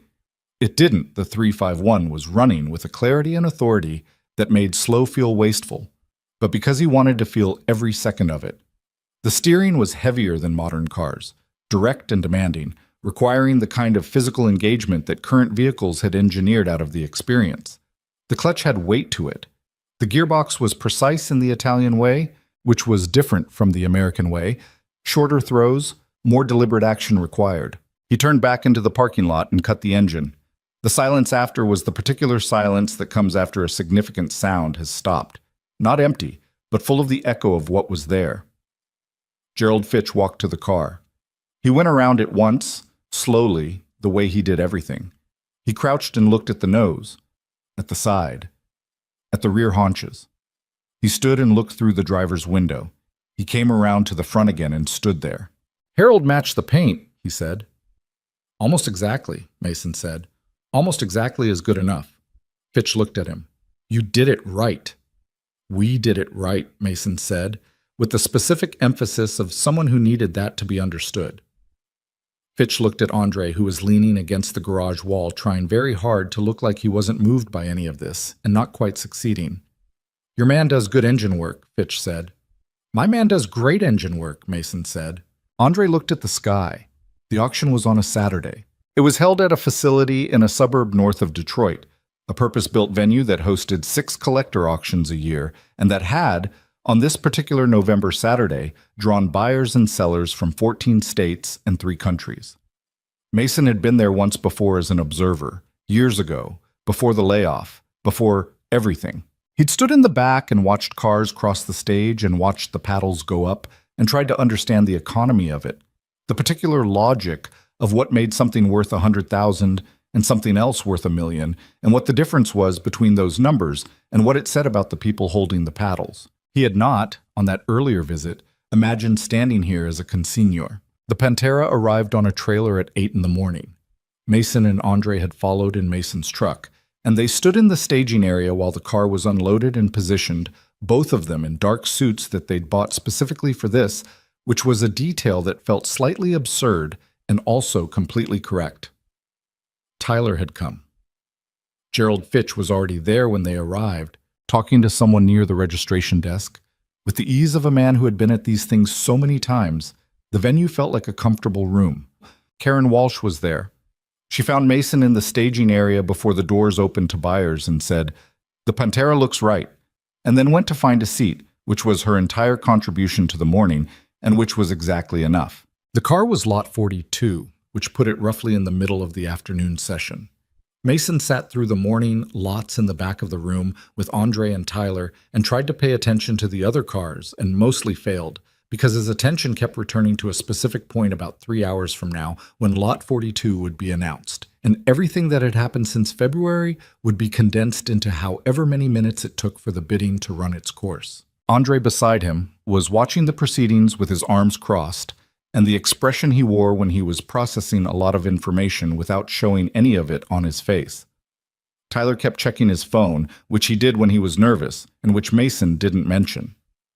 During the lunch break, Mason walked out to the staging area and stood next to the Pantera. The car was in a line with other lots, some of them extraordinary. He could see a pre-war Bugatti 2 spots down, a late 60s Ferrari across the aisle, a lineup of American muscle cars in various states of restoration. The Pantera didn't look out of place. It looked like what it was, a significant car presented honestly, with nothing to hide and nothing exaggerated.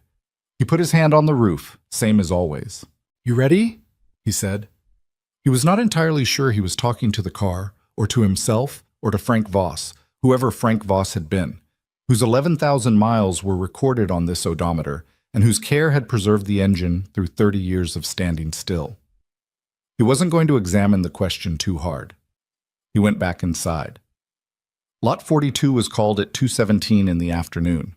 The Pantera rolled onto the stage and the room went the way rooms go, when something genuinely worth looking at appears in them. Not silent exactly, but a drop in the ambient noise, a collective shift of attention, the particular stillness of people who are deciding how they feel about something. The auctioneer was a professional, in the way that the people who do those jobs at serious events are professional, moving the room, reading the energy, providing just enough information to orient buyers without slowing the momentum. He gave the provenance: original, unrestored, numbers matching, one of a documented small number of unmodified examples in known existence. He mentioned the restoration work, the mechanical overhaul, the cosmetic restoration, the documentation. The opening bid was set. A paddle went up. Mason was standing against the back wall with Andre and Tyler. He was not watching the stage. He was watching the room, watching the paddles, watching the faces, trying to read what was happening in the spaces between the numbers. The bidding moved faster than he'd expected, and then slowed at a number that made Tyler reach over and grip Mason's arm for a second before catching himself. 2 bidders remained. A man in a gray suit near the front who had been calm and deliberate throughout, and a woman on the phone bidder system that the auctioneer was relaying bids from, someone on the other end of a line who wasn't in the room. The gray suit bid. The phone bidder countered. The gray suit bid again. The auctioneer looked toward the phone representative who was speaking quietly into the headset, relaying the counter. A pause. The representative nodded. The phone bidder countered. The gray suit took a moment. Then he set his paddle down on his knee. The auctioneer called the number 3 times. The hammer came down. $178,000. The room gave the particular sound of a room that has just witnessed something it considers significant. Not a roar, not applause exactly. More like a collective exhale followed by the sound of people beginning to talk to each other. Mason stood at the back wall and felt the number land in him the way the 95,000 had landed 9 months ago, except different. The 95,000 had been relief. This was something else. This was the number that said the thing was real. Not just working, not just functional, but actually real. The kind of real that other people could see. Andre was looking at the stage. Tyler was looking at Mason. Gerald Fitch, across the room, caught Mason's eye and nodded once. A small, specific nod that carried more information than a long conversation. 178, Tyler said, quietly, almost to himself. Yeah, Mason said. Mason. I heard it. Andre turned and looked at him. His face was doing several things at once, none of them entirely resolved. That's the number you kept crossing out, he said. That's close to it, Mason said. What was the number you kept crossing out? Mason was quiet for a moment. 175, he said. Andre looked at him for a long moment. Then he said, "You crossed out the right number." They went through the paperwork afterward, the consignor process, the documentation, the handoff of provenance records and restoration files to the auction house for transfer to the buyer.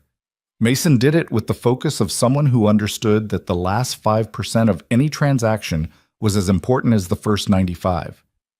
He answered the questions the auction house staff asked him, signed what needed signing, and made sure the binder he'd prepared, 200 pages of documentation, photographs, parts records, the Pantera registry confirmation of the production number, Andre's drivetrain rebuild records, Harold's paint formulation notes, was transferred correctly. When it was done, he walked out of the building and stood in the parking lot in the November air. It was cold. Not February cold, not the sideways from the river cold that had been present on the morning he'd met Scarlett Vaughn on the sidewalk outside a building she was throwing away. Just regular November cold, gray sky, a few cars in the lot, the sound of the highway somewhere nearby. He stood there long enough that Andre came out and stood beside him. "You okay?" Andre said. "Yeah. You look like you're waiting for something." "I don't know what I'm waiting for," Mason said. "Maybe for it to feel finished." "Does it?" Mason thought about it. "No," he said. "But I don't think that's a bad thing." Andre was quiet for a moment. "The Shelby's almost done," he said. This was true. They'd been close to finishing Karen Walsh's car for 2 weeks, the last details being addressed with the same care as the first ones. "And Gerald's Ferrari needs another month, maybe 6 weeks. And the Fenwick build-out," Mason said. "And the Fenwick build-out," Andre agreed. "And whatever comes next." "There's always whatever comes next," Andre said. They stood there for another moment in the cold. Then the door behind them opened and Tyler came out, slightly breathless, the way he got when he had news he wanted to deliver. "You have a phone call," he said to Mason. "Well, a message. Someone at the auction house told someone who told me." He paused. "Scarlett Vaughn is here." Mason turned. "What?" "She was in the room," Tyler said. "She didn't bid. Or, if she did, it wasn't on the Pantera, but she was here." He looked at Mason steadily. "She wants to talk to you. She left her number with the auction house." Mason stood in the parking lot and looked at the number Tyler had written on a folded piece of paper. He thought about the morning in February, the SUVs, the quick scan of his jacket and his boots and his face. "Enjoy it," said to the cold air. He thought about everything that came after. He folded the paper and put it in the inside pocket of the dark suit jacket. "Not today," he said. Tyler looked at him. "No?" "Not today," Mason said again. "Today I'm going home." He paused. "I told Lily I'd make dinner." He drove home through the gray November afternoon, the city moving past the truck windows in its usual indifferent way, the radio on low. He thought about the Pantera and the hammer coming down and Andre saying, "You crossed out the right number." He thought about Frank Voss and 11,000 miles and 30 years under a tarp. He thought about the Fenwick building and Patricia Cho's voice when she said I'd move on that this week, and the particular satisfaction of being someone who moved when the moment required it. He stopped at a grocery store and bought the ingredients for the pasta Lily liked, the one with the slightly complicated sauce that he'd had to look up a video for the first time and had since made enough times to do from memory. He drove the rest of the way home with the grocery bag on the passenger seat, the cold outside and the heat inside, and the city going quiet around him the way it did on weekend afternoons when people were inside and the streets belonged to nobody in particular. Lily was at the kitchen table when he got home, homework spread out, pencil in hand. She looked up when he came in. "How'd it go?" she said. He set the grocery bag on the counter. "Good," he said. She waited. She'd learned over the year how to wait for him, how to give him the space to land before she asked for more. 178, he said. She looked at him. He could see her doing the math, the way she did math, quickly, without drama. Her eyes went wide for a moment, and then she composed herself, which was something she'd been doing more lately, the way kids did when they were growing up and had decided that big reactions were for younger versions of themselves. "That's a lot of hot chocolates," she said. He laughed. It came out exactly the way it had the first time she'd said it, loud and sudden and real. "Yeah," he said. "That's a lot of hot chocolates. Are we going to celebrate?" He was already getting the pasta pot out. "I'm making dinner," he said. That's the celebration. Lily looked at him for a moment. That's kind of a low-key celebration for 178, she said. Some things don't need to be loud, he said. She went back to her homework. He started water boiling on the stove and began chopping vegetables with the knife he'd had for 10 years. The blade worn thin from sharpening, the handle wrapped in tape where the original material had cracked. He should replace it. He kept not replacing it. The kitchen smelled like garlic and onion and the particular warmth of a house being lived in. And outside the window, the November sky was going dark in the early way it did this time of year. The streetlights coming on before dinner was finished, the neighborhood settling into evening. He cooked. Lily did her homework. Neither of them said much. It was, Mason thought, exactly right. The number on Scarlett Vaughn's folded paper sat in Mason's jacket pocket for 4 days before he called it. He wasn't avoiding it, exactly. He was letting it be what it was. A piece of information that didn't require immediate action, the way most things that felt urgent weren't actually urgent once you looked at them straight. He'd put the jacket on its hanger when he got home the night of the auction, Lily asleep by then, the house quiet, and he'd seen the folded paper in the inside pocket and left it there. Each morning when he got dressed, he chose a different jacket, not deliberately, just because that was how it worked out. On the 4th day, he wore the dark suit jacket to the shop because Gerald Fitch was coming to check on the Ferrari's progress, and wearing the dark jacket felt appropriate for Gerald Fitch. He found the paper when he reached into the pocket for his phone. He stood in the middle of the shop and held it for a moment, then put his phone away and unfolded it. He called the number. It rang twice. "This is Scarlett Vaughn." "Mason Reed," he said. "You left your number with the auction house." A brief pause, short enough that if he hadn't been paying attention, he'd have missed it, but he was paying attention. "Mr. Reed, thank you for calling." Her voice was professional, measured, the voice of someone who had trained themselves not to show things in the first 20 seconds of a conversation. "I was hoping we could meet. At your convenience." "What about?" Another brief pause. "A few things," she said. "I have some business in the neighborhood where your garage is located, and I was at the auction on Saturday. I saw the Pantera." She stopped. "I'd like to talk to you in person, if that's possible." He looked around the shop, at the Ferrari in the 3rd bay, at the Fenwick building plan spread on the workbench, at the empty space where the Pantera had been for 2 months, and which now felt like a room where a significant piece of furniture had been moved, the outline of its presence still somehow visible. He thought about the morning in February, the quick scan, the keys dropped on the table. Enjoy it. "I can do Thursday," he said. 11 o'clock, at the shop." "I'll be there," she said. He hung up and stood there for another moment. Andre was looking at him from the Ferrari's engine bay. "That who I think it was?" he said. "Yes." Andre went back to what he was doing. "You want me to be here Thursday or not be here?" Mason thought about it. "Be here," he said. "Do your work. I'm not staging anything." Andre made a small sound of acknowledgement and kept working. The Karen Walsh Shelby GT350 was finished that Wednesday. It had been in the shop for 6 months, the longest any single car had stayed, and its completion had a different quality than the others. The Shelby had never been Mason's car to sell. It had always been Karen's, and it had been in the shop as a trust more than a transaction. He'd treated it accordingly, and finishing it felt less like a milestone and more like a return. Giving back something that had been loaned to him, improved but not changed in any essential way. Karen came to pick it up on Wednesday afternoon.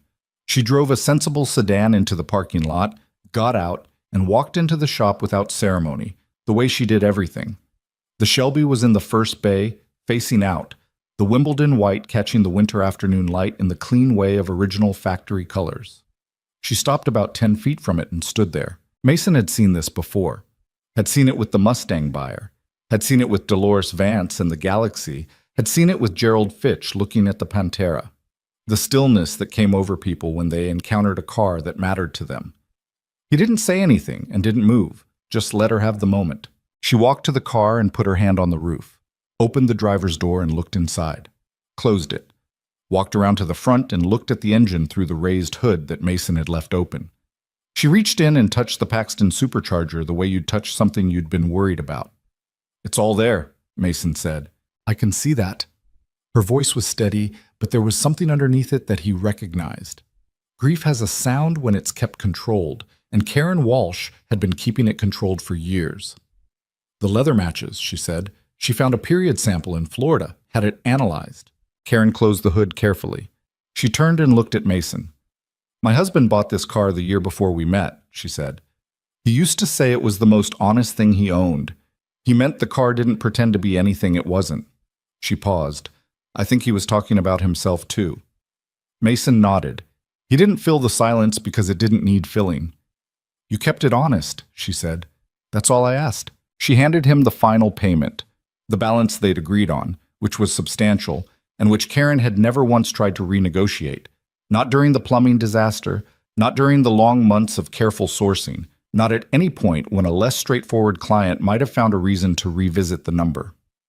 She drove the Shelby out of the bay and down the street and out of sight, moving carefully, at the pace of someone transporting something precious. The same pace Dolores Vance had used with the Galaxy. Mason watched her go. Then he went inside and stood in the empty first bay, which was the most space the shop had had since February. He stayed there for a minute, just standing in the empty space. Then he picked up his notebook and wrote, "Shelby done. Bay 1 open. Start Fitch Alpha next week." He had agreed with Gerald Fitch the previous week to take on a 1967 Alfa Romeo Giulia Sprint, the third of Fitch's 4 cars, which would come after the Ferrari was finished. The Ferrari was 3 weeks from completion. The Fenwick build-out was ahead of schedule. Tyler had called Monday to say the main floor was structurally finished and the electrical was 60% done. By spring, the expanded operation would be running, and Mason had begun the hiring process for 2 additional mechanics. That was a sentence he had to read twice in his own notebook before it felt real. Hiring process for 2 additional mechanics. He'd written it and then stared at it and then turned the page because looking at it too long felt like tempting something. Thursday at 11, Scarlett Vaughn arrived exactly on time. She came in a single car this time. No convoy of Escalades, no Priya with the portfolio, no man in a gray peacoat on his phone. Just a black sedan, a driver who stayed in the car, and Scarlett Vaughn herself in a dark coat, walking across the parking lot with the same purposeful stride he remembered from February, though something was different about it that he couldn't immediately name. He was at the workbench when she came through the side door, and he turned and looked at her and let the silence be a second long before he said, "Ms. Vaughn, Mr. Reed." She looked around the shop.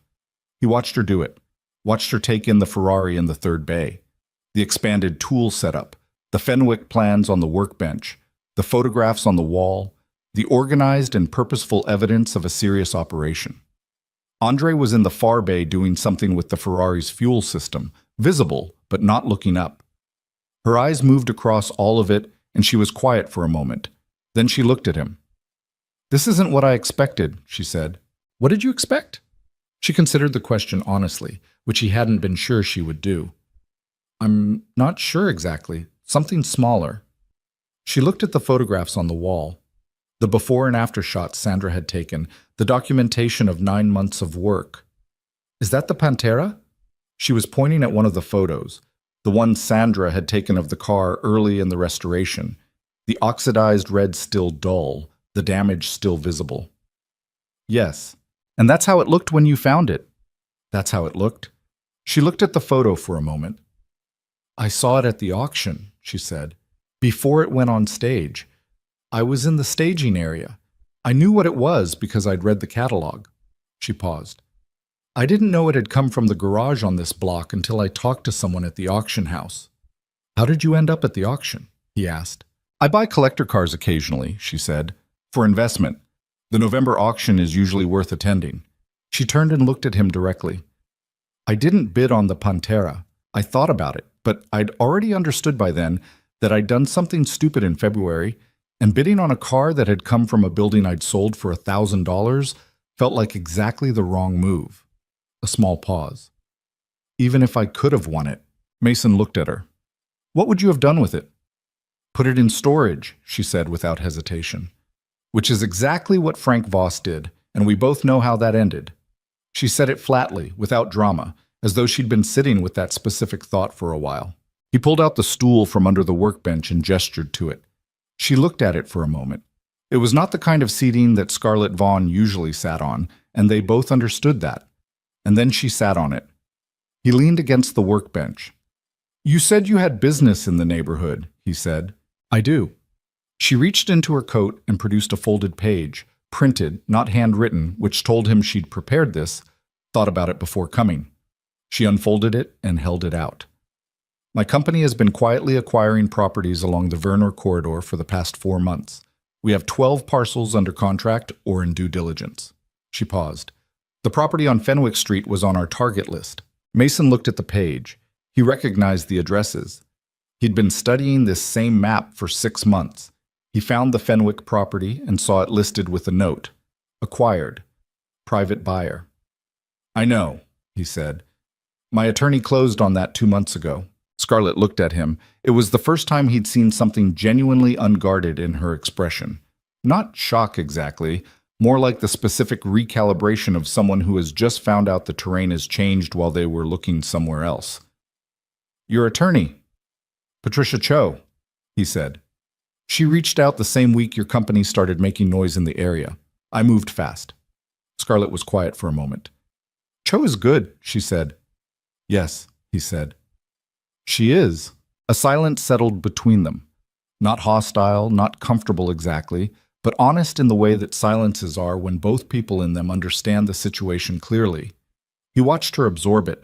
That the man she'd dismissed on a February morning had spent the intervening 9 months not just building a business in the building she'd thrown away, but positioning himself in the real estate surrounding it, quietly, patiently, without announcing himself, the same way he'd approached the garage itself. The lot behind your building, she said. We weren't able to get a clean contact on the owner. I know, Mason said. I closed on that one last week. She looked at him. This time she didn't try to compose her expression immediately, and he saw something move through it. Something complicated, something that a year ago she might have not allowed to be visible.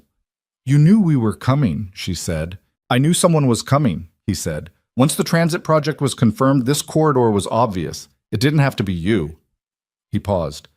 But I read the National magazine piece, and I know how you operate. She set the folded page on the workbench. How do I operate? He thought about how to say it. Not to wound her, not to score anything, just to say it accurately. You're good at identifying value before other people see it, he said. You just don't always look closely enough at what's already there. The shop was quiet. Andre had stopped working in the back bay. Mason could hear the silence from that direction, the deliberate quiet of someone who was listening without pretending not to. Scarlett held his gaze for a moment. Something in her face went through a small, real change. Not a collapse, not a performance of contrition. More like a person who has been carrying an argument they know they've been losing, finally setting it down. I was wrong about you, she said. In February, I looked at you and I saw something I'd seen before. Someone who would fail. I made that judgment in about 30 seconds. She paused. I've made a lot of decisions in 30 seconds in my career, and most of them have been right. That one was wrong. Mason was quiet for a moment. He thought about the response he might have given 6 months ago, the one with some edge to it, the one that would have felt satisfying for about 20 seconds and then hollow. He didn't reach for that. You saw what was there, he said. The jacket, the work boots, the check that was small enough to be embarrassing. He paused. You saw the surface. A lot of people only look at the surface. I've done it too. He looked at the photographs on the wall. The difference is you had the information in front of you, literally, under a tarp in the building you were selling, and didn't bother to look. He looked back at her. That's not a character flaw. That's a habit. Habits can change. She was quiet, and he let the quiet stand. What do you want from this conversation? She said finally. It was a direct question, and he respected it. Nothing from you specifically, he said. I'm not here to extract anything. He paused. You came to me. So what do you want? She looked at the workbench, at the Fenwick plans, at the shop around her. I'm going to develop this corridor whether you own 2 parcels or not, she said. That's just business. But how it gets developed, what the neighborhood looks like afterward, that's a different conversation. She looked at him. There are people here, businesses, people who've been on this block for 20 years. She paused, and he heard something shift in the way she was talking. Less managed, more like someone thinking out loud. I'm not always good at that part. The people part. No, he said. You're not. She didn't flinch at that. He gave her credit for it. I'd like to do it better on this one, she said. I don't know exactly what that looks like. Mason looked at her for a long moment. He thought about the taqueria 2 doors down with its sidewalk tables in summer, the barber shop with the music on Saturday mornings, the kid in the hoodie who'd stood at the open door and looked at the GTO with that carefully neutral expression. The block as it was, before anyone with money and plans arrived to decide what it should become. There's a man named Hector Ruiz who owns the taqueria on this block, Mason said. He's been there 11 years. His lease is month to month and the building is on your list. He paused. Before you make any decisions about that building, you should sit down with Hector, not to negotiate, just to listen. Scarlett looked at him. That's your condition? It's not a condition, he said. It's a suggestion. You said you wanted to do it better. That's where better starts. He paused. With the actual people. She was quiet for a moment. Okay, she said. There's also a barber shop, and a woman named Gloria who runs a hair supply store 2 blocks east, who owns her building outright and is not going to sell it, which you should know before you waste time approaching her. He paused. And there are 6 vacant lots between here and the transit corridor that are owned by an estate out of Cincinnati that hasn't been properly approached because nobody's done the title work carefully enough. He watched her. You might want to look at those. She was looking at him with an expression that was hard to categorize, and that he suspected she wasn't accustomed to other people seeing on her face. How do you know about the Cincinnati estate? Because I've been reading this neighborhood for 9 months, he said, same way I read the garage. He paused. If you look carefully enough at anything, you find things other people missed. A long silence. The shop hummed around them, the sound of the building being alive, the faint noise from the street outside, the ordinary sounds of a place where work happened every day. I owe you an apology, Scarlett said. The words came out without the managed delivery she'd been using for most of the conversation. Just direct, slightly uncomfortable, real. Not for the business decision. Selling the garage for $1,000 was a bad business decision, and I've had to sit with that. But the way I dismissed you in February in front of my staff, that was something else. That wasn't a miscalculation. That was disrespect. Mason looked at her. He let the words land and stay. Yes, he said. It was. She held his gaze. I'm sorry for that. He didn't rush to dissolve it, didn't say it's fine or forget it or any of the things you said to make someone comfortable after they'd admitted something true. He let it be what it was, an acknowledgement given and received between 2 people who both understood what had happened and what it had cost. Okay, he said finally. She stood up from the stool. The Cincinnati estate properties, she said back to her professional register, but not entirely. There was something slightly different about it now, something that had been adjusted. Would you be willing to share what you found on the title research? I'll have Patricia send you what's in the public record, he said. Anything beyond that, we'd have a different conversation. She nodded. She picked up her folded page from the workbench. She looked around the shop one more time, a longer look than the first one, a look that was actually looking rather than cataloging. Her eyes stopped on the empty first bay, the bay where the Shelby had been, where the Mustang had been before that. The bay at the front of the shop where everything had started. The Mustang, she said. The one that started this. I heard about it after the Great Lakes Quarterly piece. Someone in my network mentioned it. Karen Walsh bought it, he said. $95,000. Yes. She looked at the empty bay for a moment. I walked past this building every time I came to this block, she said. For 2 years before we acquired it. I walked right past it. She paused. I never once thought about what was inside it. Most people don't, Mason said. That's how things stay hidden. She put the folded page in her coat pocket and buttoned it. I'll call Hector Ruiz, she said. Good, he said. She walked out.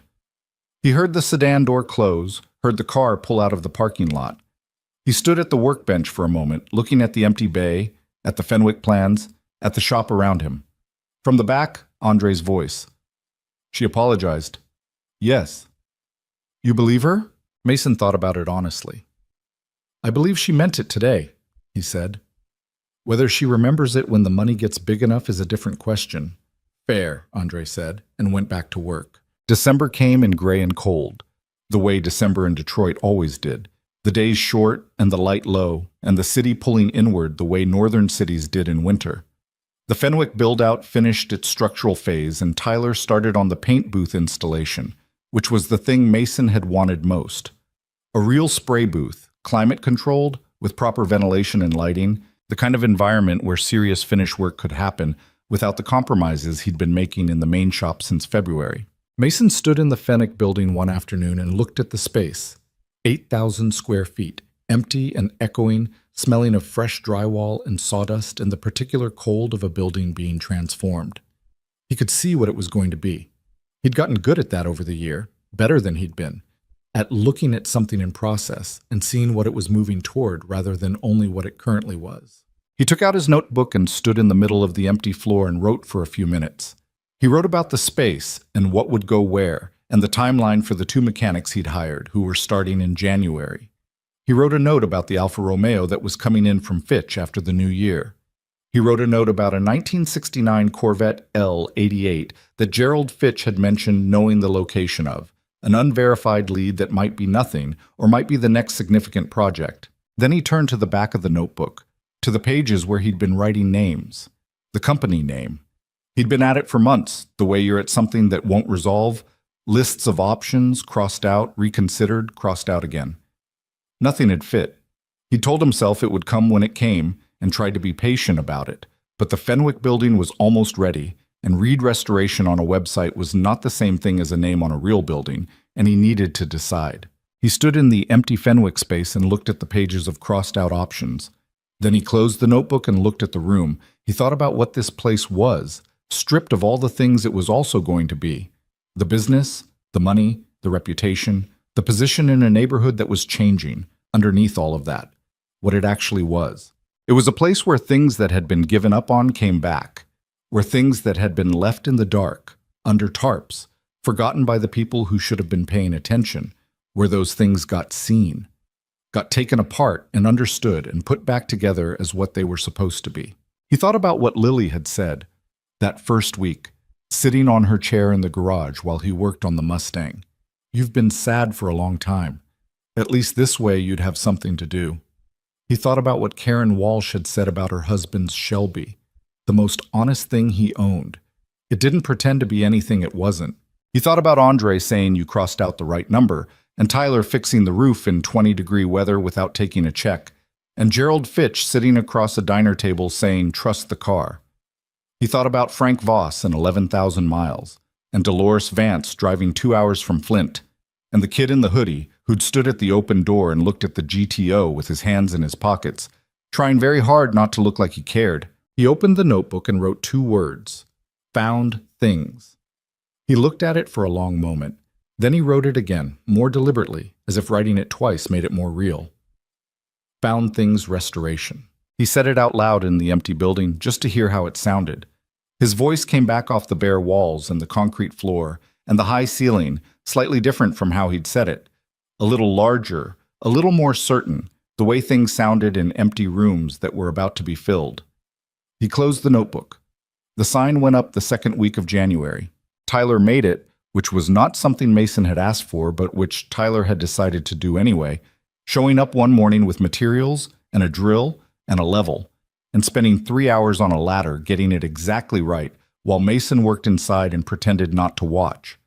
The sign was clean and simple, dark metal letters on a light background, mounted above the roll-up door of the Vernor garage, visible from the street in a way that the building, which had been invisible for years, was suddenly not. Found Things Restoration. Below it, smaller, Classic Automotive. Established 2024. Andre came out of the shop and stood in the parking lot, looking up at it. Found things, he said. Yeah, Mason said. I like it, Andre said. He went back inside. Lily saw it on a Saturday when Mason picked her up and drove her to the shop before they went to get hot chocolate. She got out of the truck and stood in the parking lot and looked at it for a long moment. That's the name? She said. That's the name. She thought about it. It makes sense, she said, because that's what you do. You find things. Sort of, he said. Things that were already there. People just stopped looking. She considered this. That's even better, she said. that they were always there. She looked at the sign one more time, then at him. "Can we get hot chocolate now?" "Yes," he said. "We can get hot chocolate now." They walked down Vers Nord to the coffee shop 2 blocks away, the one with the windows that fogged up in winter and the hot chocolate that was slightly too sweet and exactly right. Lily ordered hers with extra marshmallows, same as always. Mason got his plain, same as always. They sat at the table by the window and watched the street through the foggy glass. "Dad," Lily said. "Yeah." "Are you still sad?" He looked at her dark brown eyes, the ones that didn't miss things, the ones that had been watching him for a year now, with a patience that children weren't supposed to have, but that she had anyway. This particular child, his daughter, who handed him wrenches the right way and drew pictures of garages and said, "I think it'll be beautiful when you're done." He thought about the honest answer. "Sometimes," he said, "not the same way." He paused. "It's more like I carry it differently now. It's still there, but it doesn't run everything." She nodded, looking at her hot chocolate. "That sounds better," she said. "It is better," he said. She looked up. What changed? He thought about it. He thought about February and the $1,000 check and the keys on a rusted ring and the flashlight and the tarps and everything that had been under them. He thought about what it meant to look at something everyone had walked past and decided to stop and actually see it. "I started paying attention," he said, "to things that were already there." She looked at him for a moment with that look she sometimes got, the old soul look, the look that made him wonder sometimes where she'd come from, this small person who had arrived in his life and decided to love him with a steadiness he hadn't always deserved. "You were always good at that," she said. "You just forgot for a while." He drank his hot chocolate. Outside, Vers Nord Highway moved through its December morning. The taqueria with its sign lit against the gray sky. The barber shop with its music audible even from here. The people walking with their collars up and their hands in their pockets. Everyone going somewhere. Everyone carrying something. The neighborhood doing what neighborhoods did. Persisting, changing slowly. Keeping in its bones the history of every person who had walked its streets and every building that had stood on its blocks. The visible and the invisible. The found and the still waiting to be found. And 2 blocks east, above the roll-up door of a building that had been invisible for 30 years, a sign. Found Things Restoration. The city moved around it the way it moved around everything.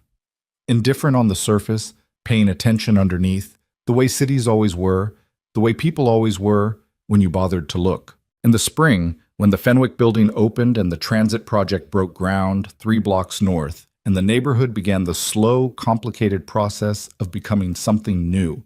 Mason would look back on the year and find that the thing he remembered most wasn't the Pantera at the auction or the number on the hammer or the moment he'd signed his name on the deed to the Fenwick property. What he remembered was smaller than all of that. A flashlight in a dark building, the first tarp coming off, his hand on the cold hood of a car that had been forgotten so long it had almost become part of the floor, and the feeling, not triumph, not vindication, just something quieter and more durable than either of those, of having looked at something everyone else had walked away from and decided it was worth seeing. That was the thing. That had always been the thing. Not the money. Though the money was real and it mattered and he was not going to pretend otherwise. Not the reputation, though the reputation was being built and would keep being built, car by car, decision by decision, in the particular slow way that real things got built. It was just this. That value did not announce itself. It did not come with a sign or a price tag or a guarantee. It sat in dark buildings under old tarps, waiting for someone with the patience to pull the canvas back. It lived in people who wore work jackets and work boots and checked their bank accounts twice before writing small checks. It existed in things that looked like problems until someone with the right eyes looked at them long enough to see through the damage to what was actually there. Mason had known this his whole life. He just needed a building and a set of rusted keys and a February morning cold enough to keep sensible people inside to remember it. He left $1 on the table for the tip. Lily always reminded him if he forgot, which he sometimes did, and they walked back down Vers Nord in the winter air, the two of them, father and daughter, the street cold and gray and exactly where they were supposed to be. He unlocked the shop. The lights came on. The day began. The storm-gray Monday morning, Ethan Vale carried his 6-year-old daughter into the tower of glass and steel where billionaires made empires. Nobody expected the quiet single father in the wrinkled shirt to be the most dangerous man in the building. They laughed when he stood among the elite fighters competing to protect CEO Vivian Mercer. They stopped laughing when he dropped the company's undefeated champion in 23 seconds without breaking a sweat. What nobody knew was that the woman drowning in corporate betrayal and the ghost of a protector hiding his past were about to collide in a conspiracy that would cost everything, or save them both. If you want to see how far a father will go to protect what matters, and how a billionaire learns to trust again, stay with me until the end. Hit that like button and drop a comment telling me what city you're watching from, so I can see how far this story travels. The rain hadn't started yet, but Ethan could smell it coming. He always could. 6 years of reading weather patterns, body language, threat assessments, it all became instinct after enough time in places where mistakes got you killed. Now he just used it to know when to carry an extra jacket for Lily. "Daddy, my tummy feels funny." Ethan looked down at his daughter. She clutched the worn white rabbit against her chest, the one with the missing button eye that she refused to let him replace. Her blonde hair needed brushing. He'd forgotten again this morning. Between packing her lunch, finding clean socks that actually matched, and discovering that the milk had gone bad overnight, small things like hairbrushes had slipped through the cracks. Nervous funny or sick funny? Nervous. Me too, kiddo. They stood outside Orionis Dynamics headquarters, a 40-story monument to wealth and power that didn't belong to people like them. The building's glass facade reflected the gray sky, making it look like a tower made of storm clouds. Inside that lobby, Ethan knew exactly what waited: judgment, condescension, the kind of casual cruelty that people with money thought was politeness. He'd walked into worse. "Why do I have to come?" Lily asked. "Because Mrs. Chen had to visit her sister, and I'm not leaving you alone." "Will there be other kids?" "Probably not." "Will people be mean?" Ethan knelt down, eye level with his daughter. The pavement was still damp from last night's rain, cold seeping through his cheap slacks. "Some of them might be, but that's okay. We don't need them to be nice. We just need me to get this job." "What if you don't?" He smiled, the expression not quite reaching his eyes. "Then we figure something else out, like we always do." Lily studied his face with that unsettling perception kids sometimes had, the kind that saw through the carefully constructed walls adults built. Her eyes, the same hazel as her mother's, searched his expression for lies he wasn't telling. "You're scared too." "Little bit," he admitted. "But scared doesn't mean we don't do it. Scared just means it matters." She nodded like that made perfect sense, which maybe it did when you were 6 and your father was the only constant in a world that kept changing. Ethan stood, adjusted the collar of his shirt, wrinkled despite his best efforts with the iron that barely worked, and took his daughter's hand. They walked through the revolving doors into another world. The lobby of Orionis Dynamics looked like someone had extracted the concept of wealth and turned it into architecture. Marble floors polished to mirrors, a chandelier made of something that probably cost more than Ethan's entire apartment building dangled overhead, catching light and throwing it in 1,000 directions. Security desks staffed by people in suits sharp enough to cut. The air itself smelled expensive, some combination of leather and coffee, and the particular scent of money that Ethan had learned to recognize years ago. And everywhere, clustered in groups of 3s and 4s, were the candidates. Ethan spotted them immediately. Former military, obvious from the way they stood with weight distributed just so, ready to move in any direction. Private security veterans, identifiable by the expensive watches and the confident lean against walls they'd already assessed for cover. MMA fighters and martial artists broadcasting their profession through physiques that demanded attention and scars that told stories. All of them looked like they'd stepped out of a catalog for dangerous men. All of them looked at Ethan like he'd wandered into the wrong building. A man near the entrance, 6'4", built like he lived in the gym, wearing tactical pants and a compression shirt that advertised every muscle, glanced at Ethan and actually laughed out loud. "Is that guy serious?" he said to his companion. More laughter rippled through a nearby group. Ethan ignored it. He'd learned a long time ago that people revealed everything in how they treated those they thought were beneath them. These men had already decided he didn't matter. That was useful information, It told him they relied on appearance, on intimidation, on the assumption that looking dangerous was the same as being dangerous. It wasn't. "Daddy, they're laughing at us," Lily whispered. "I know." "Why?" "Because I don't look like them." "But you're stronger, right?" Ethan squeezed her hand. "Different kind of strong, kiddo." He approached the security desk where a woman with perfect makeup and a smile that didn't touch her eyes looked up from her tablet. Her gaze swept over Ethan, the wrinkled shirt, the cheap shoes that were starting to separate at the sole, the 6-year-old attached to his hand, and her expression shifted to barely concealed disdain. The smile vanished entirely. "Can I help you?" The question sounded like an accusation. "Ethan Vale, I'm here for the security position interview." She blinked. Actually blinked, like the concept of him being a candidate hadn't occurred to her. Behind him, someone snorted with laughter. "You're, one of the applicants?"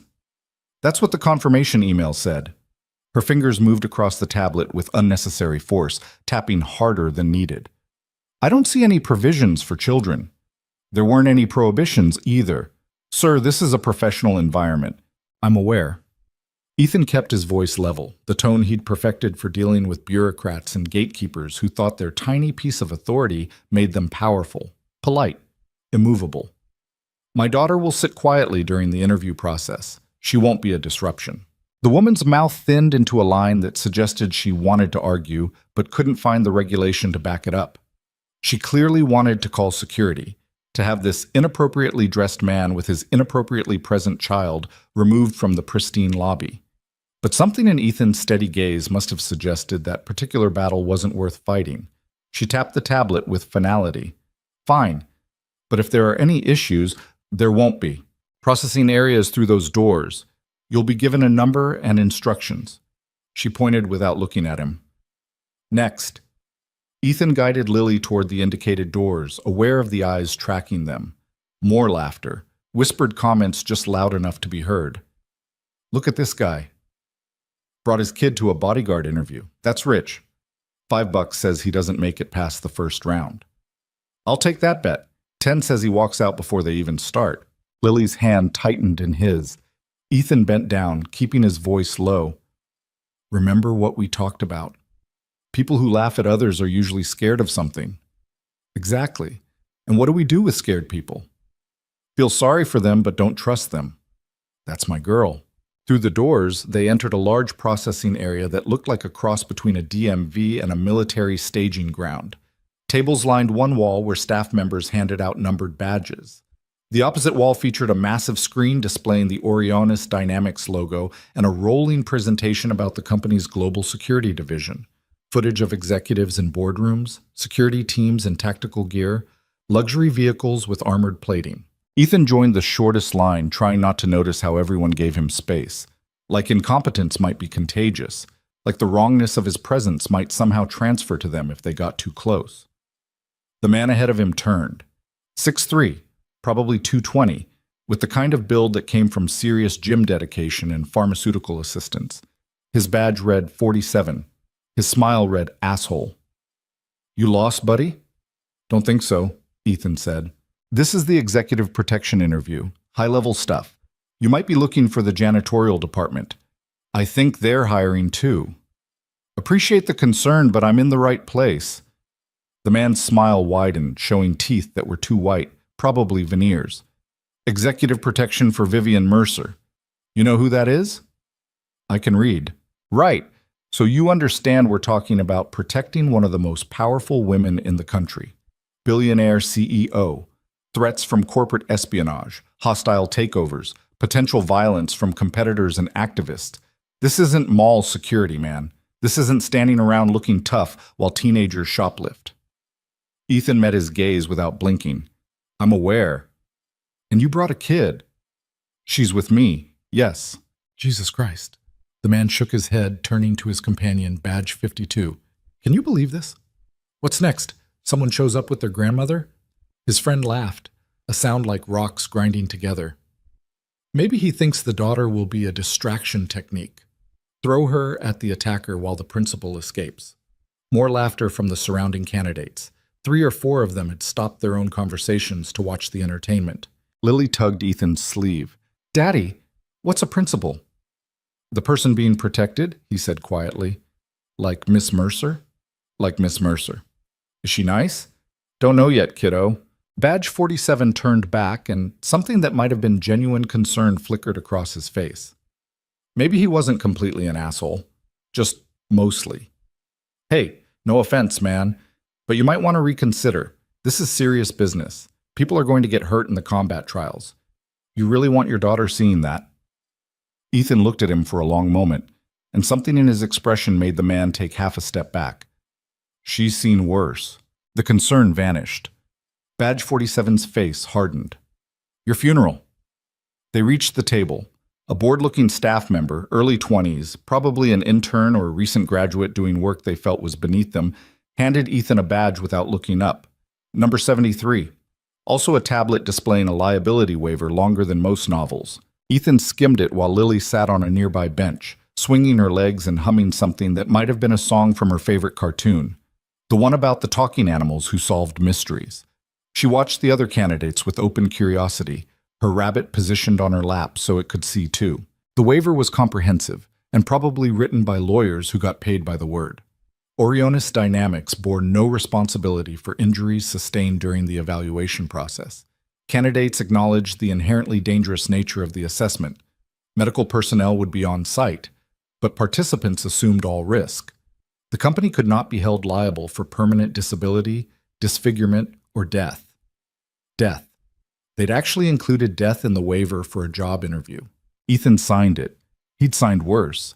Had signed documents that didn't even bother with the pretense of legal protection, just stark acknowledgement that what happened next was on you and nobody else.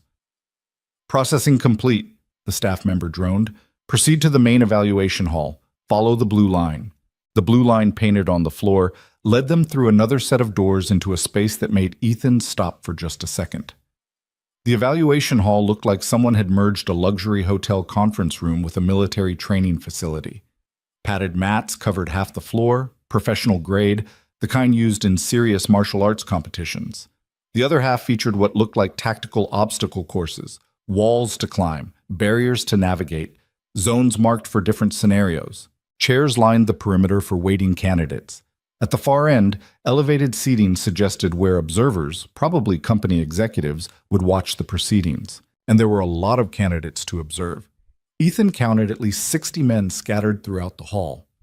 All of them looked dangerous in that performative way, arms crossed, jaws clenched, radiating carefully cultivated menace. They sized each other up like prize-fighters before a tournament, measuring competition, identifying threats.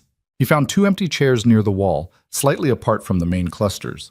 Lily immediately claimed one, positioning her rabbit on her lap so it faced forward. "How long will this take?" she asked. "However long it takes."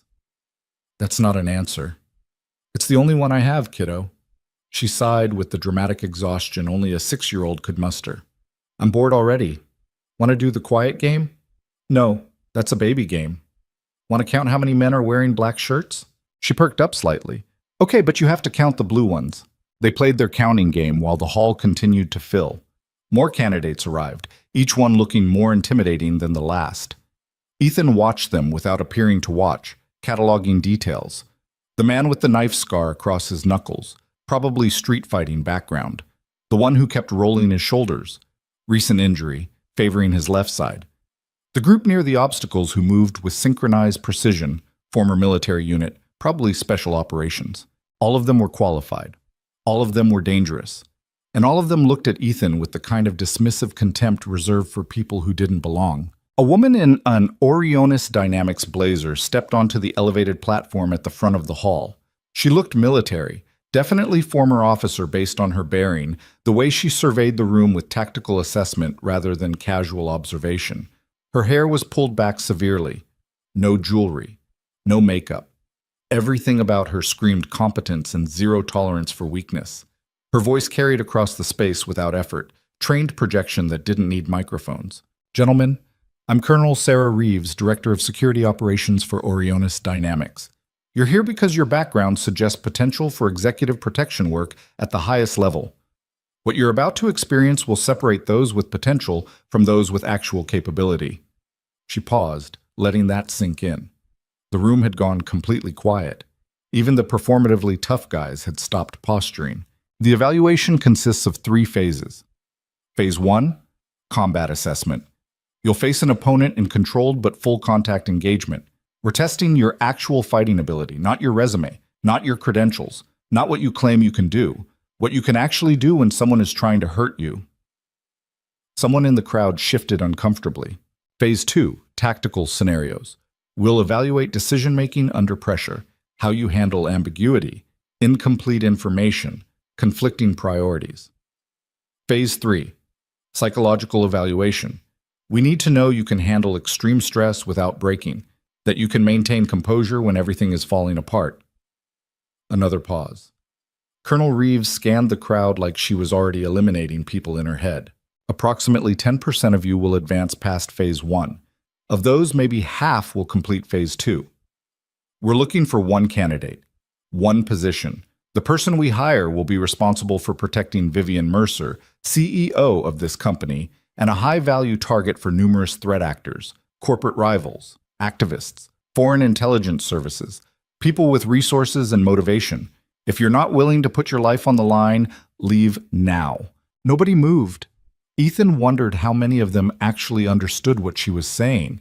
How many had actually been in situations where putting your life on the line wasn't dramatic language, but literal description. Good. We'll call numbers randomly. When called, proceed to the mat. Your opponent will be one of our current security team members. These are professionals with extensive combat experience. They will not take it easy on you. They will not pull punches. If you're injured to the point where you cannot continue, you're eliminated. If you quit, you're eliminated. If you demonstrate incompetence or cowardice, you're eliminated. Questions? Silence. Excellent. Number 47, you're first. The man who'd mocked Ethan earlier stood, rolling his shoulders. He walked to the mat with the confidence of someone who'd never lost a fight that mattered, who'd built an identity around being the toughest guy in whatever room he occupied. His opponent emerged from a side door, a compact guy, maybe 5'10", with the lean muscle of a serious martial artist. Filipino, probably with Kali or Eskrima. Background based on the way he moved.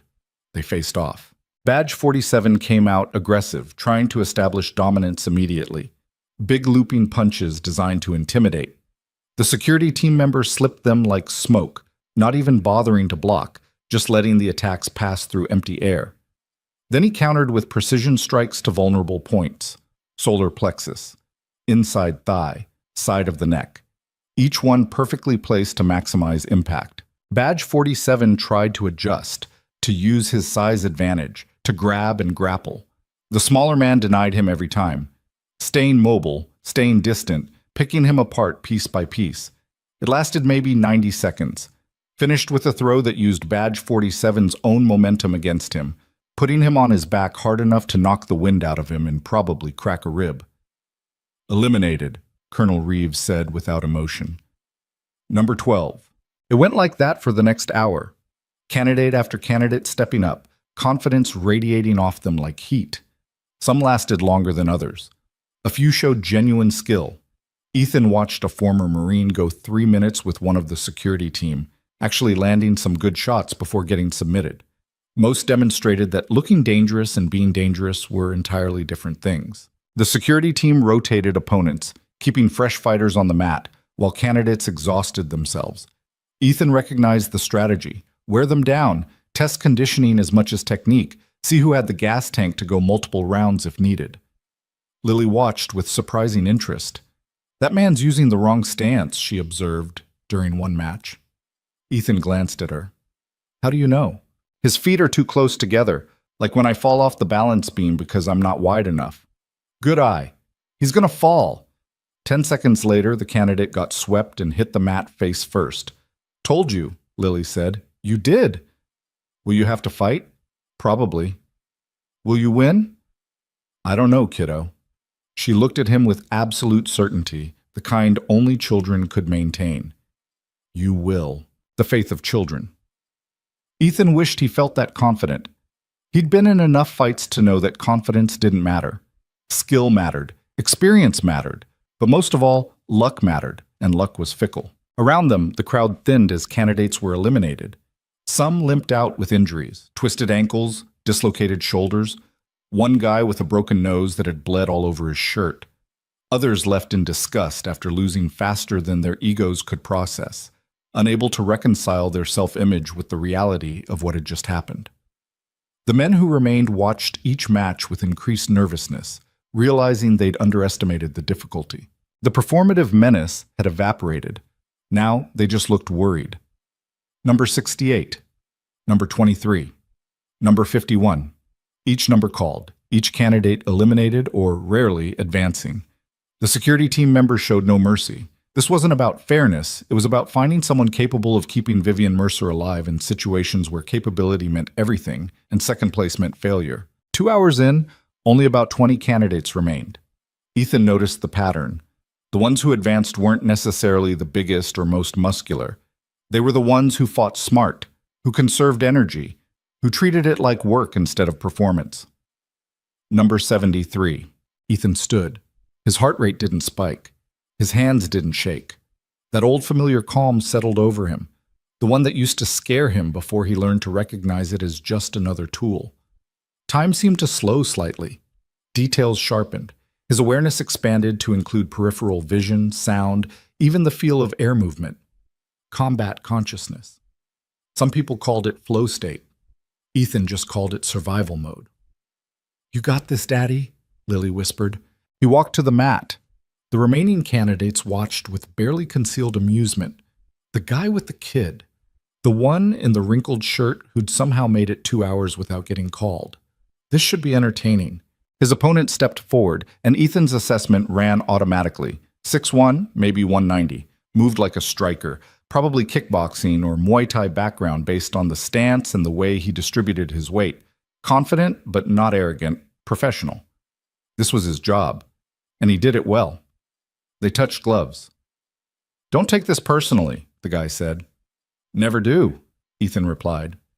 The match started. His opponent came in fast, testing with a jab-cross combination. Clean technique, good form. Ethan slipped it, not bothering to counter. Just gathering information, watching how the man moved, where he positioned his weight, what he protected instinctively. The man followed with a low kick aimed at Ethan's lead leg. Ethan checked it, still not engaging. Defense only, patience. "You planning to fight back?" his opponent asked. Ethan didn't answer. He was counting, timing, waiting for the pattern to reveal itself. Another combination. Faster this time, more committed. Jab, cross, hook, low kick. Textbook striking sequence. Ethan moved just enough to avoid it, his footwork minimal but precise. He could see it now. The pattern. His opponent fought clean, technical, by the book, which meant predictable once you knew the book. The man pressed forward, probably thinking Ethan was purely defensive, someone who couldn't or wouldn't engage. He threw a right hook with real commitment behind it, putting his weight into it, aiming for the knockout. Ethan moved, not away, into it. He caught the extended arm at the wrist and elbow, redirected the momentum, and used the man's own force to take him off balance. The physics were simple. Leverage and timing mattered more than strength. Before his opponent could adjust, before he could reset his stance or pull back, Ethan had him in a standing arm lock, hyperextended just enough to make the choice very clear. "Tap or break," Ethan said quietly. The man tapped immediately. 3 quick slaps against Ethan's arm. No ego. No hesitation. Ethan released him immediately, stepping back. The hall had gone very quiet. The amusement had vanished from the remaining candidates' faces. "Impressive," Colonel Reeves said from the platform. "But we need to see more than one technique. Marcus, you're up."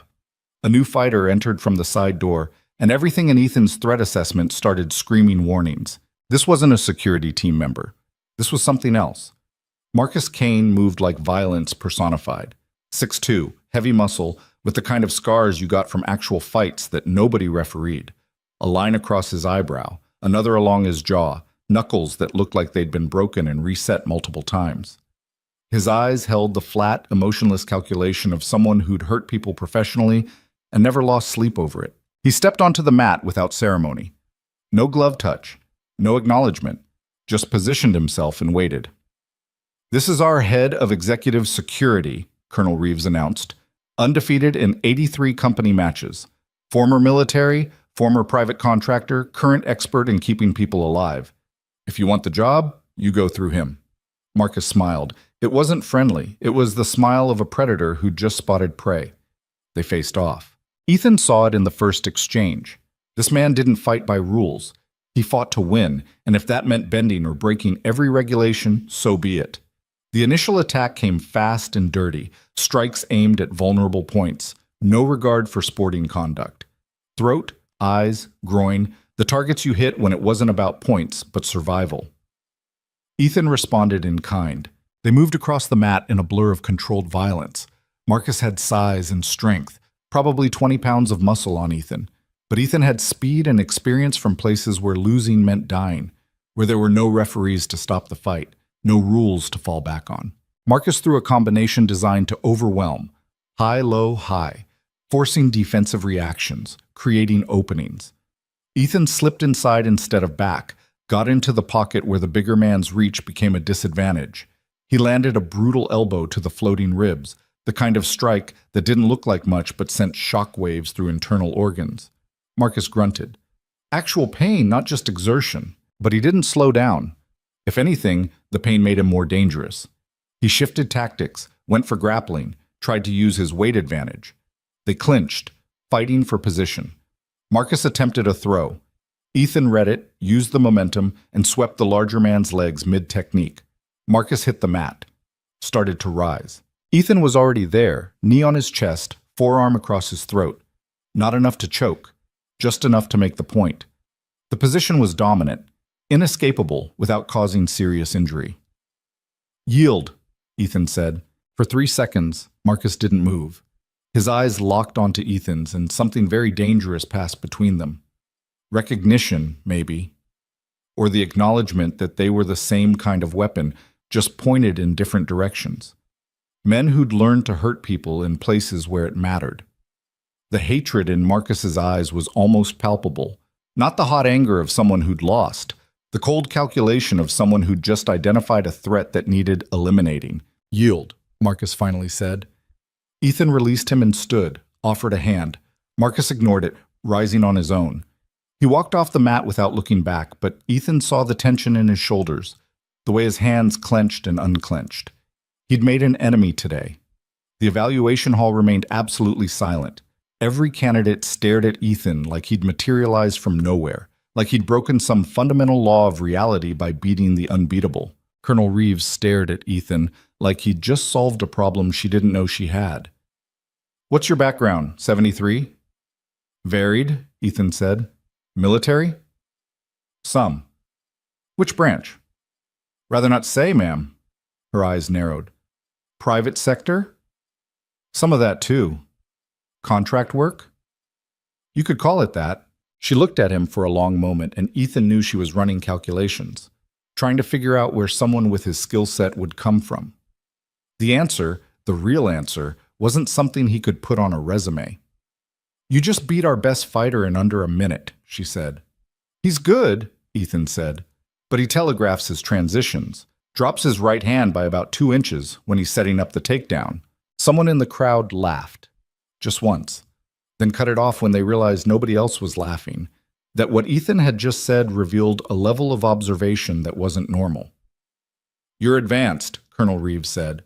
Report back tomorrow for Phase 2, 0800 hours. Don't be late. Dismissed. Ethan walked back to Lily, who jumped up and hugged his leg. I knew you'd win, she said. Just one phase, kiddo. Not done yet. But you'll win the others too. We'll see. But as they left the evaluation hall, Ethan caught sight of something that made him pause. The elevated seating area he'd noticed earlier, the one meant for executive observers.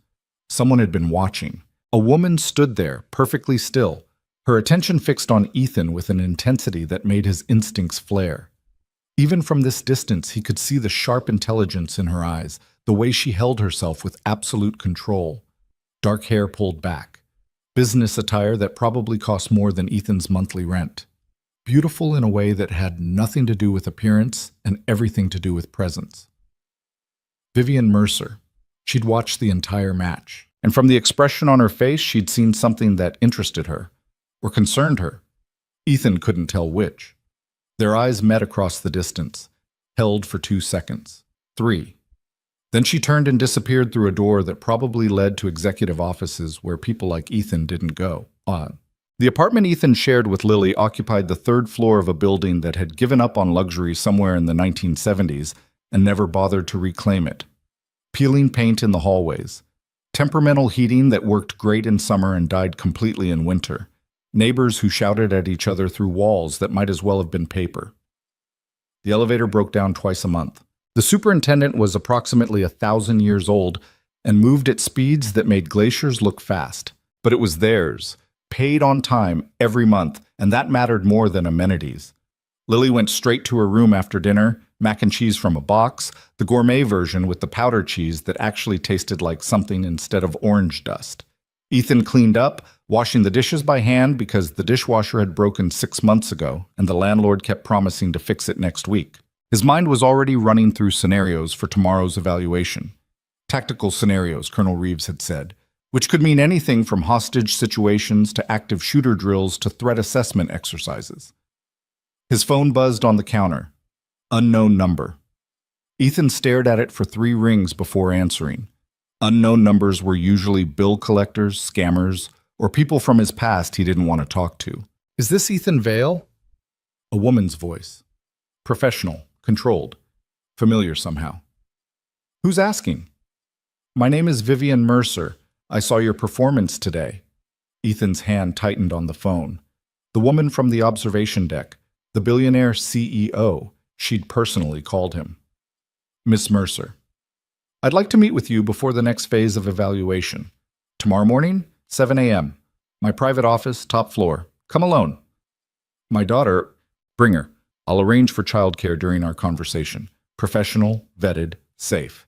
She'll be well taken care of. Silence. Ethan processed this. Vivian Mercer didn't personally recruit bodyguards. People at her level had entire departments for that. The fact that she was calling him directly meant something had shifted. Mr. Vale, I'm offering you an opportunity to skip the remaining evaluation phases and discuss employment directly. I suggest you take it. Why? The question seemed to surprise her. He heard it in the pause. Excuse me? Why me? You've got dozens of qualified candidates. Some of them probably have better credentials than I do. I have dozens of candidates who look qualified on paper. I watched you fight Marcus Kane. You're different. Different how? Another pause, longer this time. When she spoke again, her voice had changed slightly. Less corporate. More human. That's what I intend to find out. 7 a.m., Mr. Vale, don't be late. She hung up. Ethan stood in his kitchen, phone still pressed to his ear, listening to dead air. Outside, someone's car alarm went off. A dog barked. Lily called out asking if she could watch one more episode before bed. Normal life continued around him. But Ethan knew when the world had just shifted. He'd walked into that building this morning to compete for a job. Now the billionaire CEO wanted a private meeting before the official evaluation even continued. That wasn't how these things worked. People like Vivian Mercer didn't personally recruit bodyguards. They had people for that. Entire departments designed to insulate them from this kind of direct contact, which meant she wanted something else. Or she'd seen something in that fight that nobody else had. Ethan thought about Marcus Kane's eyes right before he yielded. The recognition, the calculation, the cold hatred that suggested this wasn't over. The man had identified Ethan as a threat, and not just the physical kind. A threat to his position, his authority, his control. Daddy? Lily appeared in the doorway, rabbit tucked under one arm. Can I watch the one about the dragon? Sure, kiddo. You okay? You look worried. Just thinking. About the job? About tomorrow. She studied him with that unnerving perception, the one that saw too much. The lady on the phone, she's important. Very important. Is she nice? Don't know yet. Will she be mean to you? Ethan knelt down, eye level with his daughter. Some people are mean because they're scared, some because they're powerful and forgot what it's like not to be, and some are mean because that's just who they are. I don't know which kind Miss Mercer is. But you'll find out. I'll find out. Lily hugged him, sudden and tight. Don't let the powerful people hurt you. I won't. Promise? I promise, kiddo. She went back to her room, leaving Ethan alone with his thoughts and the growing certainty that tomorrow would change everything, for better or worse. He walked to the window, looking out over the city. Light stretched to the horizon. Somewhere out there, Vivian Mercer sat in her tower of glass and steel, probably working through problems that would crush normal people. She commanded billions of dollars, thousands of employees, more power than most politicians. And she'd personally called a single father in a wrinkled shirt to request a private meeting. Ethan didn't believe in coincidence. Not anymore. He'd learned that lesson in places where coincidence got you killed, where patterns mattered and randomness was usually just cover for someone's agenda. Whatever Vivian Mercer wanted, it wasn't just a bodyguard. She needed something else, something she thought Ethan could provide. And tomorrow morning he would find out exactly what that was. He just hoped it was something he could actually provide without losing what little stability he'd managed to build for Lily. Because the one thing Ethan had learned after years of protecting people in places where protection meant killing the threats before they materialized was that sometimes the greatest danger wasn't the bullet you saw coming. It was the one fired by someone you'd learned to trust. The rain finally started. Soft at first, then harder. Ethan watched it streak down the window, distorting the city lights into abstract patterns. Tomorrow he'd walk back into that tower. Tomorrow he'd sit across from one of the most powerful women in the country and try to figure out what she really wanted. And somewhere in that same building, Marcus Kane was probably planning how to eliminate the threat Ethan represented. The game had already begun. Ethan just hoped he understood the rules before it was too late. The rain had stopped by morning, leaving the city washed clean and gleaming under gray light that promised more weather to come. Ethan woke at 5:30 out of habit, the kind of internal clock you developed when oversleeping could get you killed. He lay there for a moment, listening to Lily's breathing from the room next door, steady and peaceful. 6:45, he stood outside Orionis Dynamics again. This time the building looked different, less intimidating, just architecture and glass, nothing more. Lily held his hand, her rabbit tucked under her other arm. She'd picked her favorite dress, the blue one with flowers that she insisted made her look professional. "What if the childcare lady is mean?" she asked. "Then you tell me, and we leave. Even if it means you don't get the job?" Even then.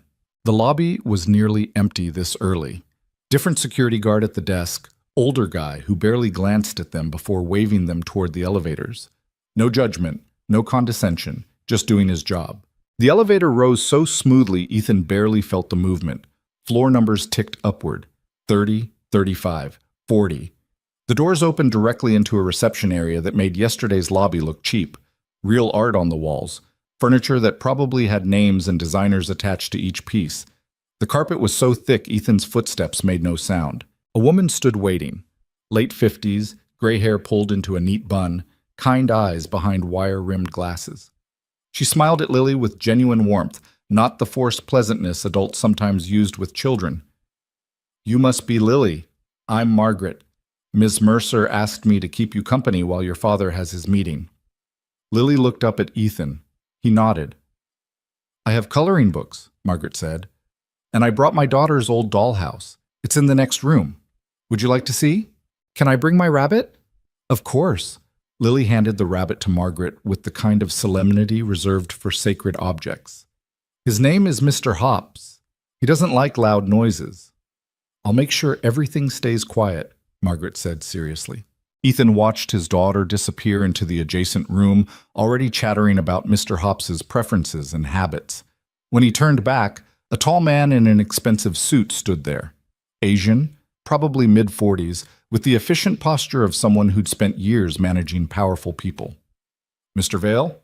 I'm Thomas Chen, Ms. Mercer's executive assistant. She's ready for you."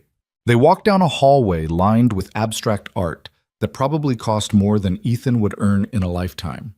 Everything smelled like leather and that particular scent of money, expensive cologne, fresh flowers, the subtle fragrance of wealth. Thomas moved with quiet efficiency, his shoes making soft clicks on the marble floor. He stopped at a set of double doors, knocked twice, and opened them. "Mr. Vale, Miss Mercer?"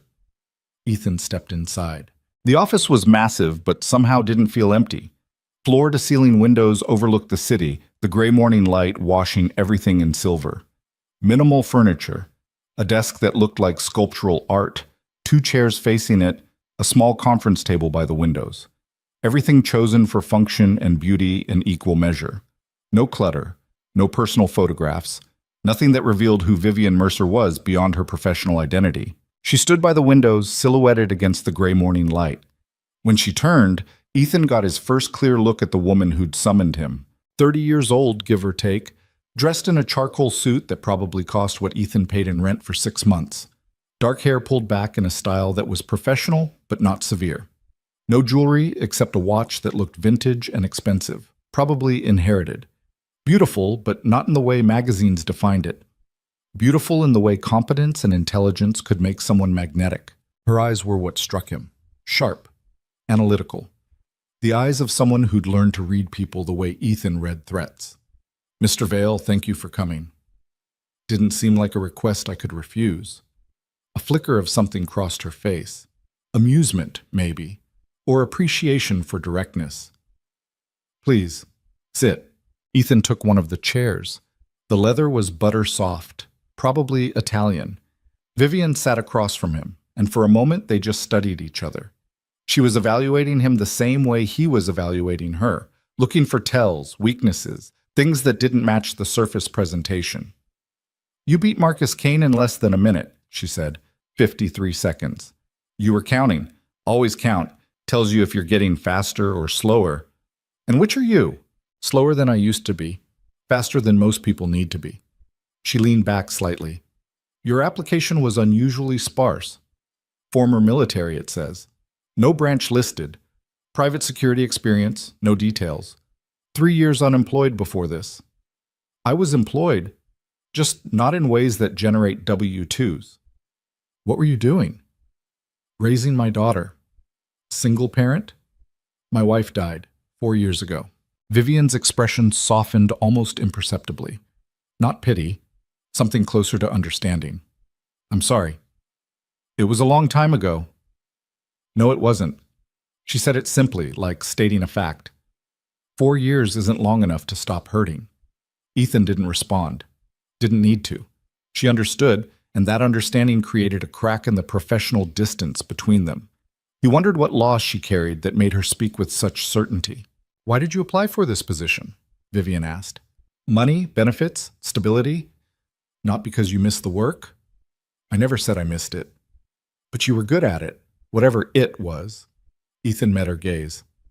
"Being good at something doesn't mean you want to do it forever." "No," she agreed. "It doesn't."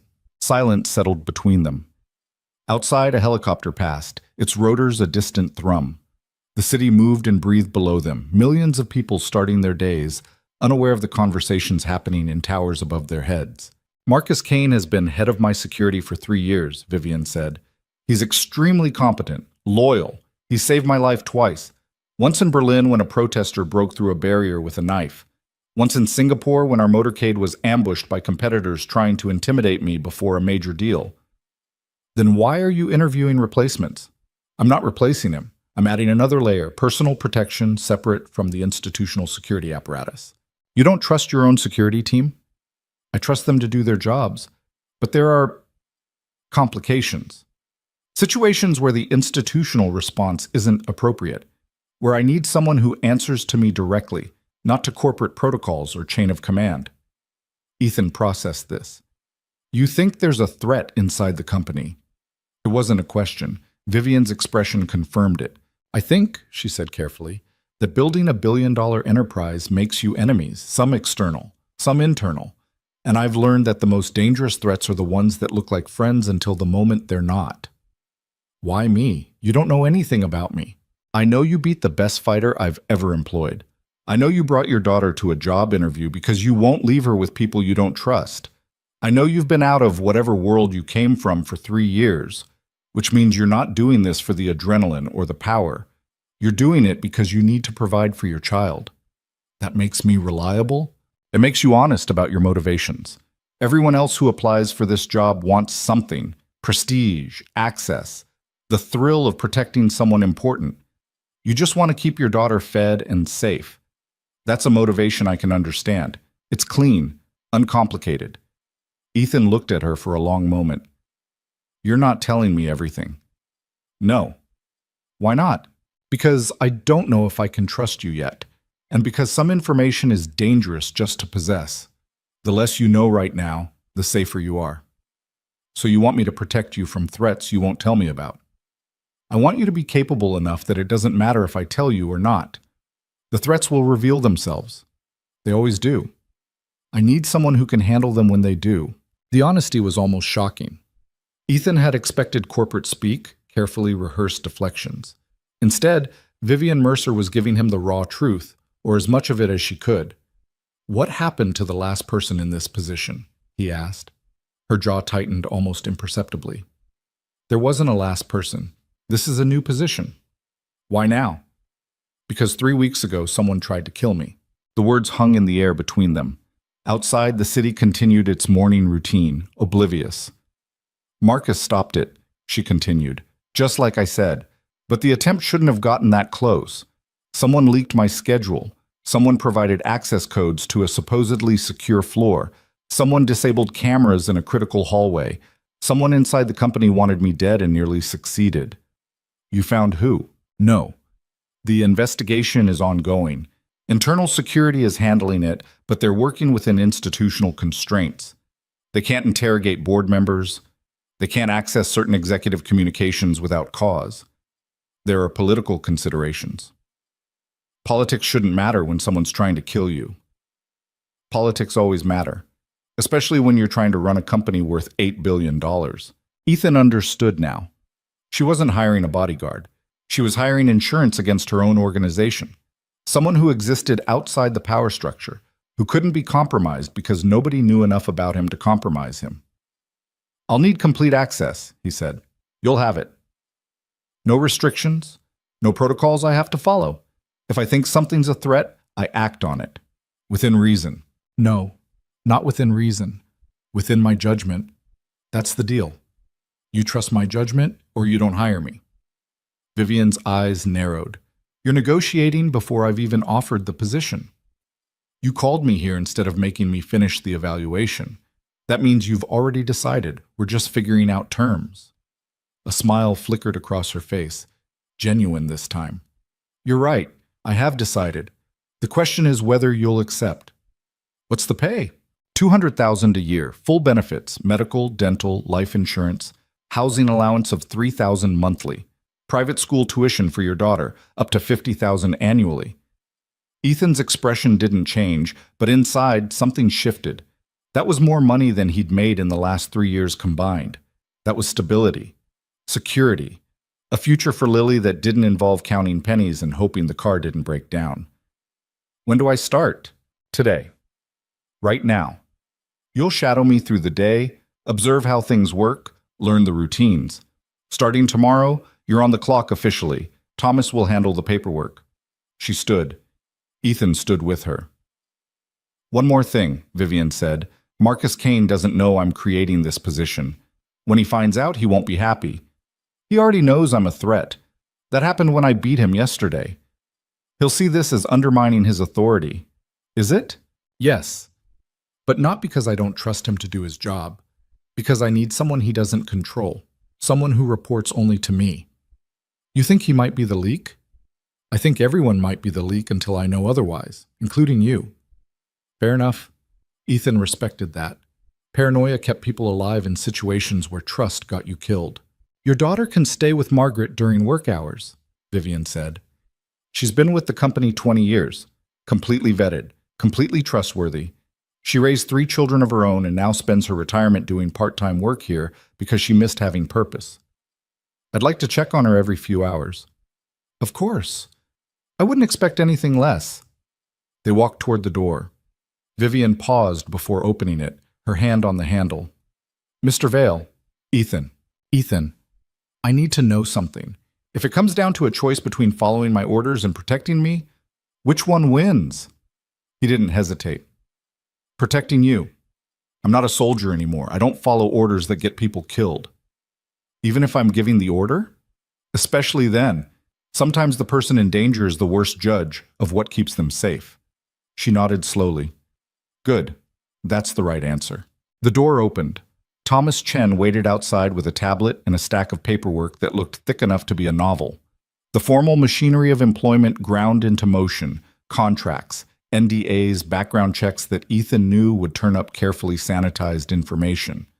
The parts of his history that mattered were buried in classified databases that civilian background checks couldn't access. He spent the next hour signing documents, getting photographed for his security badge, receiving access codes and protocols. Thomas moved through it with practiced efficiency, explaining each section without condescension. "You'll report directly to Ms. Mercer," Thomas said. "Your badge gives you access to all floors, including executive levels that most employees can't reach. You'll receive a company phone with encrypted communication." Questions? "Where's Marcus Kane's office?" 35th floor, Security Operations Center." "I should introduce myself." Thomas's expression suggested that was a terrible idea, but he didn't say it. His schedule shows him in meetings until 11. "I'll wait." An hour later, Ethan wore a security badge with his photo and clearance level. Vivian's schedule filled his phone. Meetings, calls, appearances. He'd memorized the building layout from blueprints Thomas provided, identified exit routes, choke points, vulnerable areas. The building was a security nightmare in some ways. Too many entrances, too much glass, too many people with access, but it also had advantages, multiple escape routes, controlled elevator access, hardened executive floors. "Ready?" Vivian asked. "No, but I'll figure it out." Her first meeting was in the executive conference room 3 floors down. Ethan followed her through hallways where employees stepped aside, their eyes tracking her with a mix of respect and fear. She moved through her domain like someone who'd forgotten what it felt like to be questioned. Or maybe she'd never known. Maybe when you inherited a billion-dollar company at 25, nobody ever taught you that doubt was allowed. The conference room held 8 people around a glass table. Senior executives, based on their ages and the expensive suits and the way they carried themselves with casual authority. The conversation was already underway when Vivian entered. "Market share projections are optimistic given the current volatility in..." The speaker stopped mid-sentence when Vivian appeared. Everyone stood, like subjects greeting royalty. "Please continue," Vivian said, taking her seat at the head of the table. They sat. Ethan positioned himself near the door. Not blocking it, but close enough to control access. He scanned faces, body language, looking for tells. The meeting resumed. Financial projections, merger discussions, competitive analysis, corporate strategy delivered in language designed to obscure as much as reveal. Ethan understood maybe half of it, but he didn't need to understand the content. He needed to understand the people. The man who'd been speaking, 50s, expensive suit, gold cufflinks that caught the light, kept glancing at Vivian like he was waiting for approval, insecure despite his position. Probably someone who'd risen through politics rather than competence. The woman to Vivian's left, younger, sharp eyes behind designer glasses, perfectly tailored suit, challenged every number presented. Ambitious, probably gunning for someone's job. Her questions were pointed, designed to expose weaknesses in others' arguments. The older executive at the far end checked his phone 3 times in 10 minutes. Distracted or disinterested. Either he didn't care about the meeting or he had something more important demanding his attention. And there, 4 seats down from Vivian. A man who didn't speak much but watched everyone else with calculating attention. 50s, gray hair, expensive suit that fit too perfectly to be off the rack. When Vivian made a point, his eyes narrowed fractionally. When someone agreed with her, he frowned. When she overruled a suggestion, his jaw tightened. Ethan filed it away. The meeting ended after 90 minutes. Executives filed out, some lingering to have quick sidebar conversations with Vivian. She handled each with practiced efficiency, never giving more time than necessary. Polite but distant, professional but not warm. When the room cleared, she looked at Ethan. "Observations?" Guy at the end, gray suit, blue tie. "He doesn't like you." "That's Richard Carver, CFO. He wanted the CEO position when the board appointed me instead. He had more experience, more years with the company, and he thought the job should have been his." "He still wants it." "Yes, but wanting something and being willing to kill for it are different things." "Are they?" She considered that. "For most people, yes. For Richard, I'm honestly not sure. He's ambitious enough to be dangerous, but smart enough to be patient. Patient people are the most dangerous kind." Is that experience talking? Everything's experience talking when you've done this long enough. They returned to her office. More meetings, more calls. Vivian moved through her day with relentless efficiency, making decisions that affected thousands of lives with the same calm precision she'd use ordering coffee. Approve this merger. Reject that proposal. Authorize this expenditure. Each choice delivered without visible hesitation. Ethan watched the machinery of power operate up close. It was impressive and exhausting in equal measure. Around noon, Ethan excused himself to check on Lily. He found her in Margaret's office, surrounded by crayons and paper. She'd drawn what looked like a tower with people inside. "That's you," she said, pointing to a stick figure near the top. "And that's Miss Mercer. You're protecting her from the bad guys." "What bad guys?" "The ones she's scared of. She tries to hide it, but I can tell. People's faces do this thing when they're scared but pretending not to be." Lily demonstrated, forcing a smile while her eyes stayed worried. Margaret looked up from her book. "She's very perceptive." "Too perceptive sometimes," Ethan said. "Daddy, can I stay here every day?" "Margaret has good snacks, and she knows stories about rabbits that you don't know." "We'll see, kiddo." "That means yes, right?" "That means we'll see." Back in Vivian's office, he found her on a call that sounded tense. She gestured for him to wait, continuing her conversation while pulling up documents on her computer. "I understand the concerns, Robert, but the timeline isn't negotiable. We move forward next month or we risk losing the competitive advantage entirely." "Yes. Yes, I've seen the projections. Tell the board I'll present the full analysis at Friday's meeting. Thank you." She hung up and rubbed her temples, exhaustion showing through the professional mask for just a moment. "Headache?" Ethan asked. "Permanent condition. Comes with the job." "You could delegate more." "I could. But delegation requires trust, and trust is a limited resource in this environment. Every time I delegate, I create a potential point of failure. Someone who could make a mistake, leak information, or actively work against me." Her phone buzzed. She glanced at it, and her expression hardened. "Marcus is on his way up. He just found out about your position." "That was fast." "This building leaks information like a sieve. Another reason I need someone outside the normal channels." 2 minutes later, Marcus Kane entered without knocking. His eyes went immediately to Ethan, and the hatred from yesterday's match was still there, barely concealed behind professional courtesy. "Ms. Mercer, a word?" "Of course, Marcus." "Ethan, wait outside." Ethan moved to the door but left it slightly ajar. He could hear their voices, not the words, but the tone. Marcus sounded controlled but angry, his voice rising and falling in the rhythm of someone making an argument. Vivian's voice stayed level, professional, the tone of someone who wouldn't be moved by emotion. The conversation lasted 5 minutes. When Marcus emerged, he stopped directly in front of Ethan. "You made a mistake coming here," he said quietly. "Just doing a job." "My job. This is my territory, my team, my responsibility. I've been protecting Miss Mercer for 3 years without incident. Except for the attempt 3 weeks ago." Marcus's expression went completely flat. Dangerous. "That situation was handled." "But it shouldn't have happened in the first place. Someone got too close. That's a failure." "You think you can do better?" "I think Ms. Mercer thinks I can. That's what matters." Marcus leaned closer, his voice dropping to barely above a whisper. "I know your type. Think you're special because you can fight. Think that makes you valuable. But protection isn't about fighting. It's about prevention, planning, anticipating threats before they materialize. It's intelligence gathering, relationship building, understanding the landscape." "You're right." The agreement seemed to throw Marcus. "What?" "You're right. Fighting is the failure state. If I'm fighting, it means I already screwed up somewhere earlier in the chain. The best protection is the threat that never arrives because it was neutralized before it developed." "Then why are you here?" "Because Ms. Mercer thinks she needs insurance. And maybe she does, if someone inside this company wants her dead." Marcus's expression flickered, just for a second. Surprise, maybe. Or calculation. "The investigation is ongoing." "I heard. Any leads?" "That's classified. I just got hired for personal protection. Seems like information I'd need."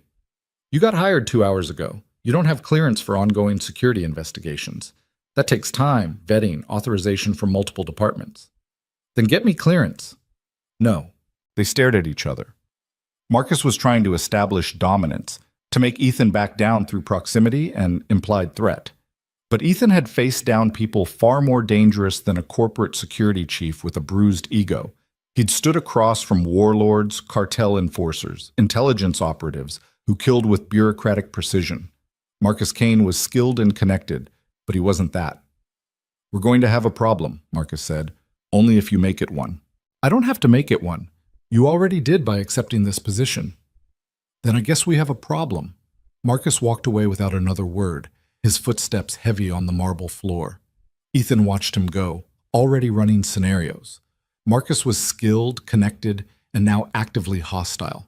That made him dangerous even if he wasn't the leak. Maybe especially if he wasn't the leak, because his hostility would be pure ego and territorial aggression rather than calculated malice. Vivian appeared in the doorway. "That went better than expected." "He threatened me." "He threatened you? Actual words?" "Implied threat. Said I made a mistake coming here. Said we're going to have a problem." Marcus doesn't like competition, but he's professional. He'll adjust once he realizes you're not trying to replace him. "Will he?" She didn't answer, which was answer enough. The rest of the day passed in a blur of meetings and calls. Ethan watched, learned, started building a mental map of who mattered and who didn't. The executives who wielded actual power versus those with impressive titles and empty authority. The assistants who controlled access and therefore controlled information flow. The security personnel who watched everything with professional detachment. By 5 p.m., his head hurt from information overload. "You can leave," Vivian said.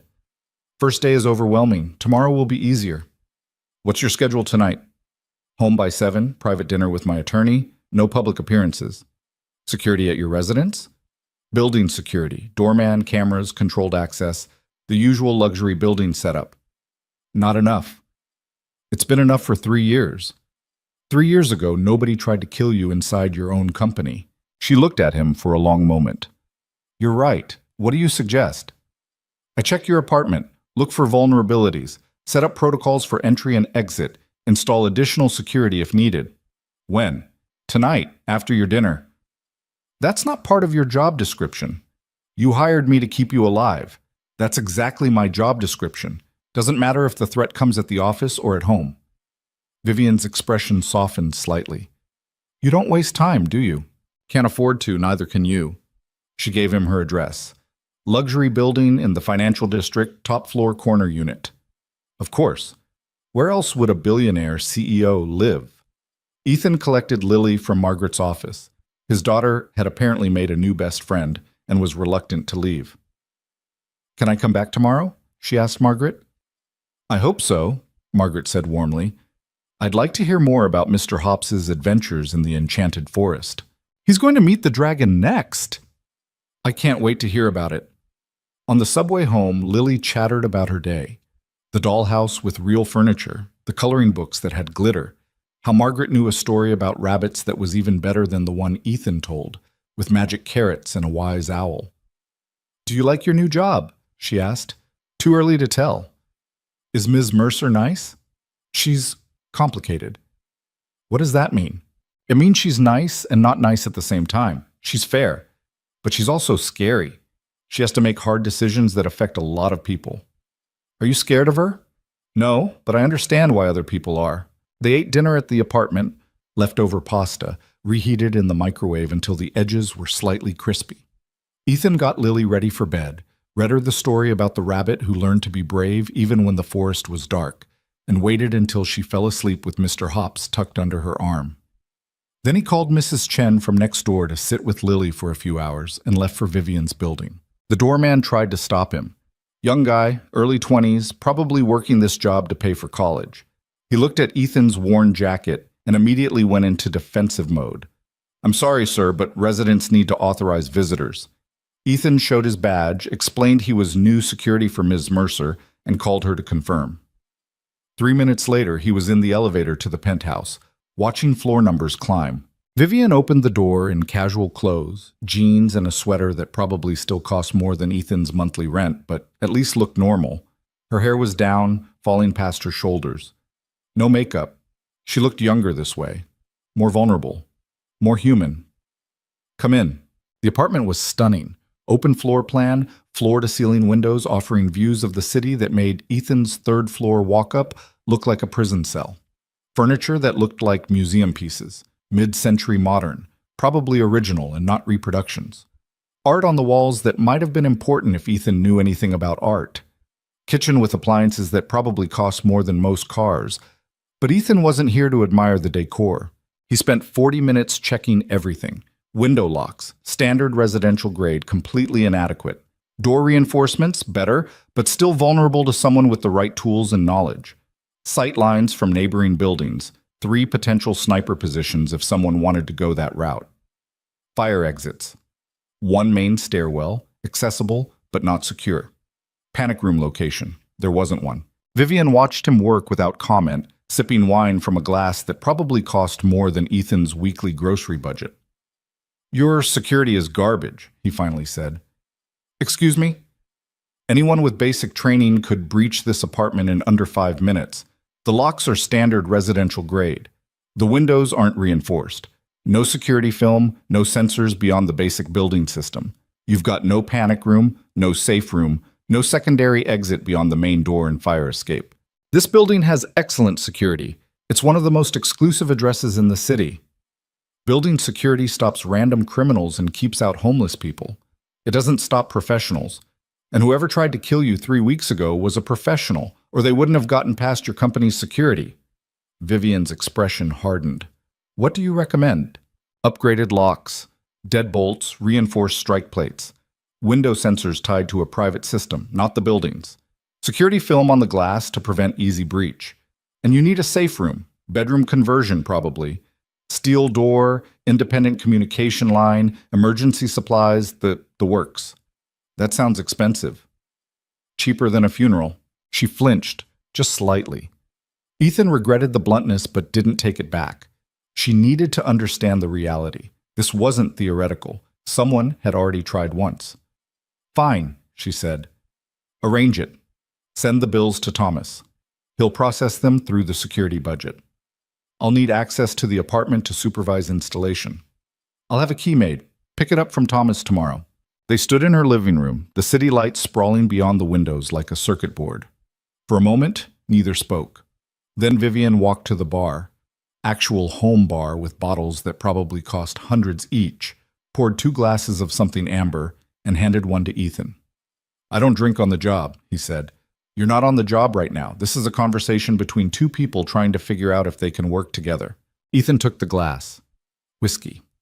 Good whiskey, the kind that went down smooth and didn't burn, probably single malt, probably aged longer than his daughter had been alive. "Can I ask you something?" Vivian said. "Depends on the question." "Why did you really take this job? And don't say money. People don't risk their lives just for money. Not people like you." Ethan looked into his glass, watching the amber liquid catch the light. "My daughter deserves better than what I can give her right now. Better school, better neighborhood, better opportunities, better future. This job provides that." "That's still money." "No, that's love. Money is just the tool." Vivian nodded slowly. "My father built this company from nothing, started with 1 security contract and grew it into a global operation. He died when I was 25, heart attack at his desk, and I inherited an empire I wasn't ready for. I've spent the last 5 years trying to prove I deserve to be here, that I'm not just the beneficiary of his work." "You've done that." "Have I? Or have I just gotten good at pretending? Sometimes I can't tell the difference anymore." The vulnerability surprised him. This wasn't the cold CEO from the conference room. This was someone who'd spent years wondering if she measured up to a ghost. "If you were pretending," Ethan said, "you'd have fired Marcus Kane when he questioned your judgment today. Instead, you explained your reasoning and let him keep his dignity. That's not pretending. That's actual leadership." She looked at him with something that might have been gratitude. "Thank you." "For what?" "For being honest. Most people just tell me what they think I want to hear. The board, the executives, even my friends.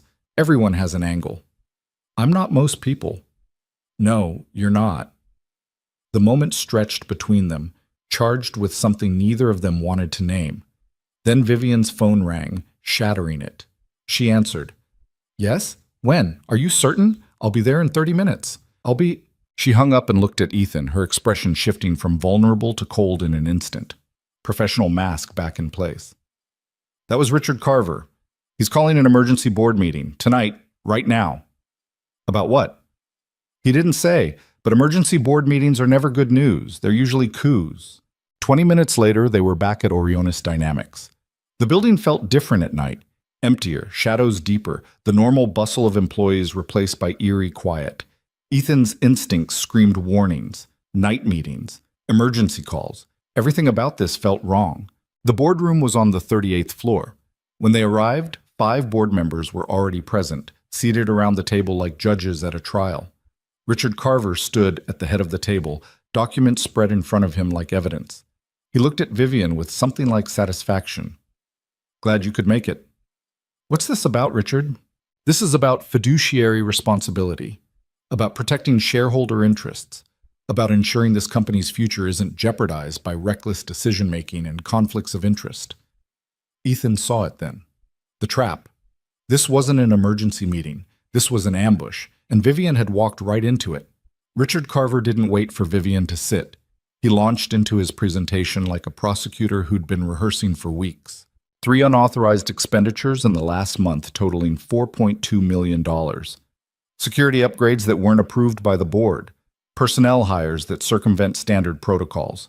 And tonight, the creation of a new executive protection position that reports solely to you, bypassing our established security infrastructure. He slid a document across the table toward Vivian. She didn't pick it up.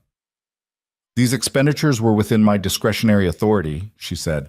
Discretionary authority exists for operational needs, not personal paranoia. You've turned company resources into your private security force. One of the board members, an older woman with silver hair and a face like carved granite, leaned forward. Vivian, these are serious concerns. The board has a fiduciary duty to question expenditures that appear to serve personal rather than corporate interests. The CEO's security is a corporate interest, Vivian said.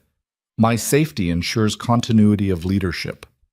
Your safety is already ensured by our existing security apparatus, Richard countered. Marcus Kane runs one of the most sophisticated corporate security operations in the country. You're duplicating resources because you don't trust the systems your own father put in place.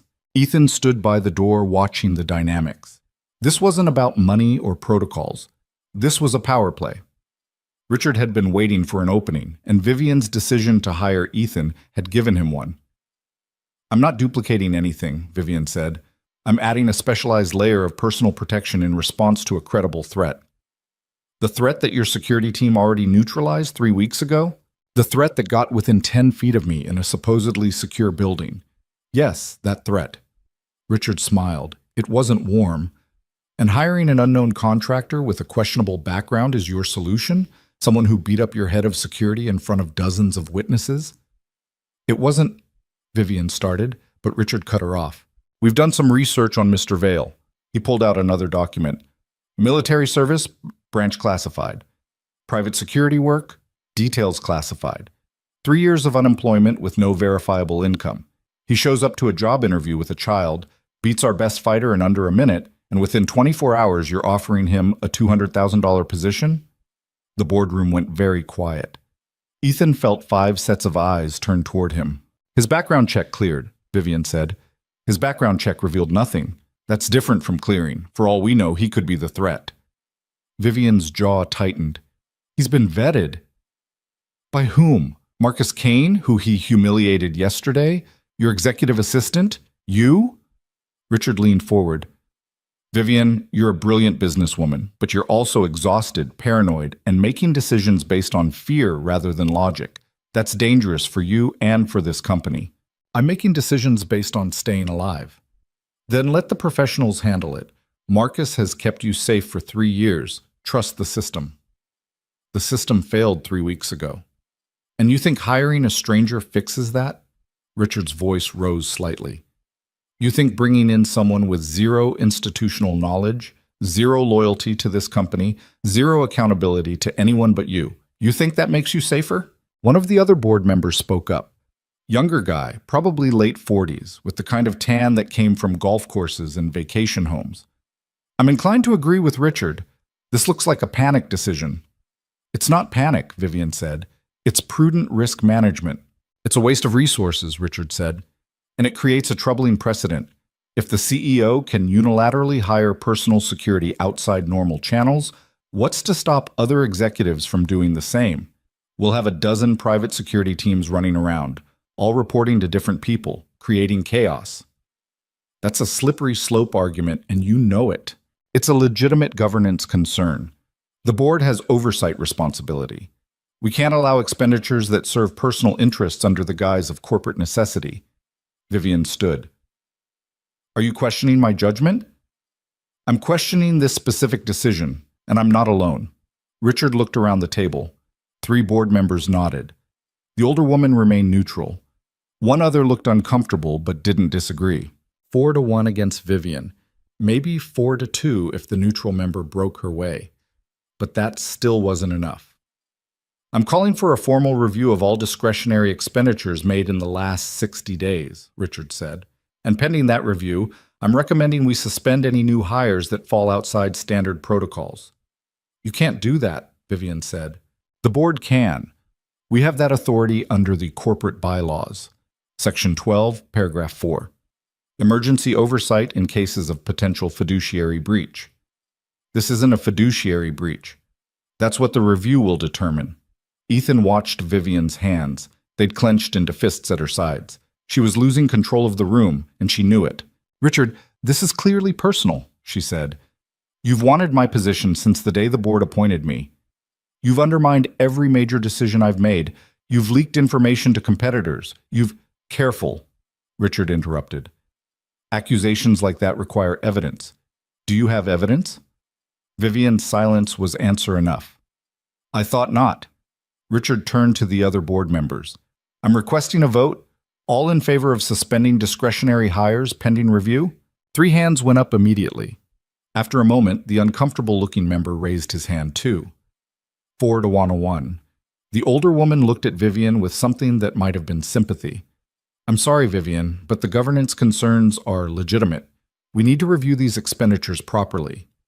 This is a coup, Vivian said quietly. This is oversight, Richard corrected. The board doing its job. If your decisions are justified, the review will confirm that. If they're not, we'll address it appropriately.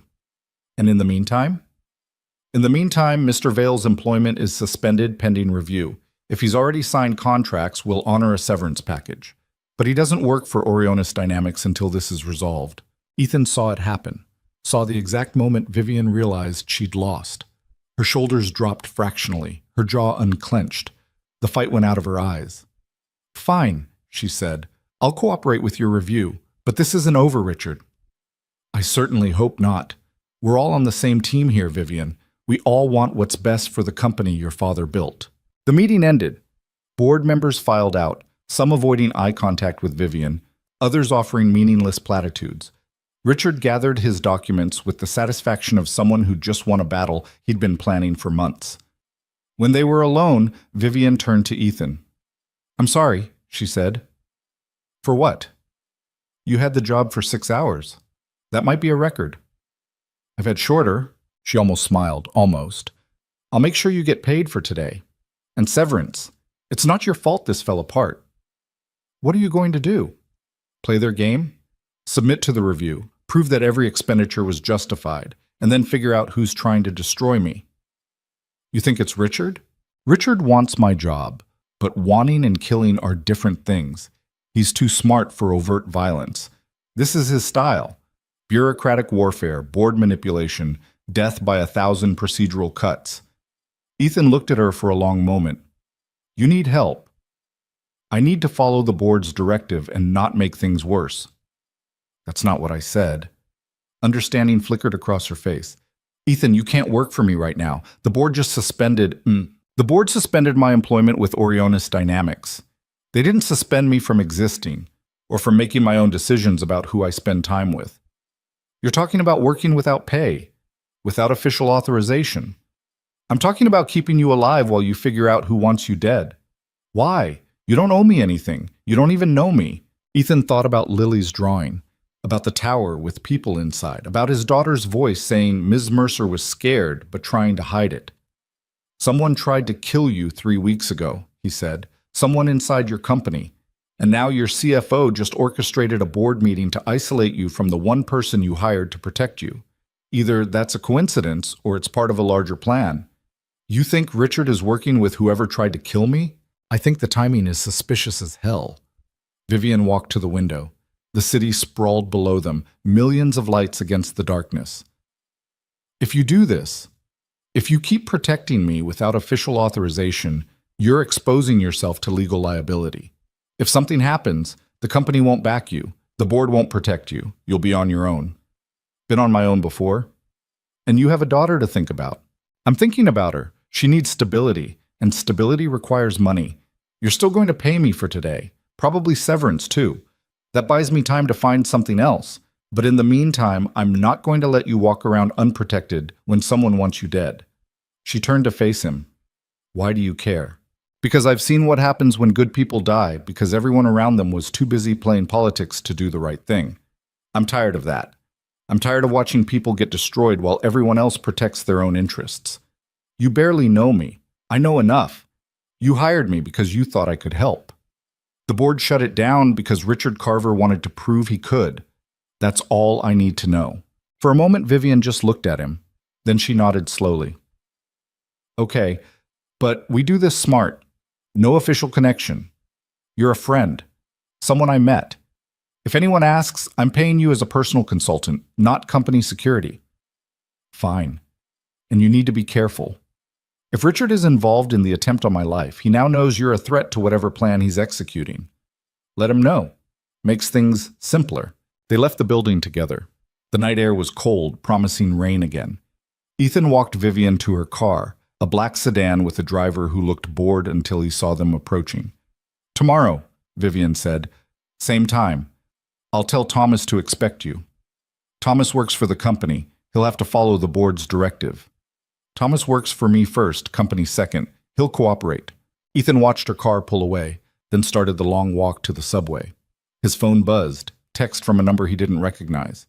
You should have stayed out of this. Now you're part of the problem. No signature, no context, just a threat delivered digitally. Ethan deleted it and kept walking. At home, Mrs. Chen was asleep on the couch, some reality show playing quietly on the TV. He paid her $20 and thanked her. She shuffled back to her own apartment, muttering something about young people working too hard. Lily was asleep in her bed, Mr. Hops tucked under her arm. Ethan stood in the doorway watching her breathe, the peaceful rhythm of a child who didn't know yet how complicated the world was. He'd just lost a job that would have changed their lives. $200,000 a year, benefits, private school tuition. All gone because a CFO wanted to prove a point. But Vivian Mercer was still in danger. And Ethan had learned a long time ago that some things mattered more than money. He just hoped he hadn't made a mistake that would cost more than he could afford to lose. The next morning, Ethan was outside Orionis Dynamics at 6:30, early enough that most employees hadn't arrived yet. He didn't go inside, just positioned himself where he could watch the entrances, looking for patterns. Vivian arrived at 7 in the same black sedan, different driver this time. She saw Ethan and gave a slight nod but didn't approach. Smart. No reason to advertise their arrangement. Marcus Kane arrived at 7:15. He spotted Ethan immediately and walked over. You're not authorized to be here. Public sidewalk. I can be anywhere I want. The board suspended your employment.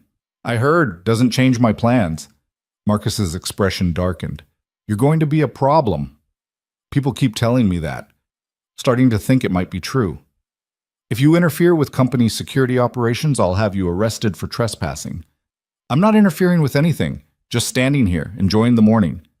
You're watching the building. It's an interesting building. Architectural significance. Marcus stepped closer, his voice dropping. I don't know what game you're playing, but you're out of your depth.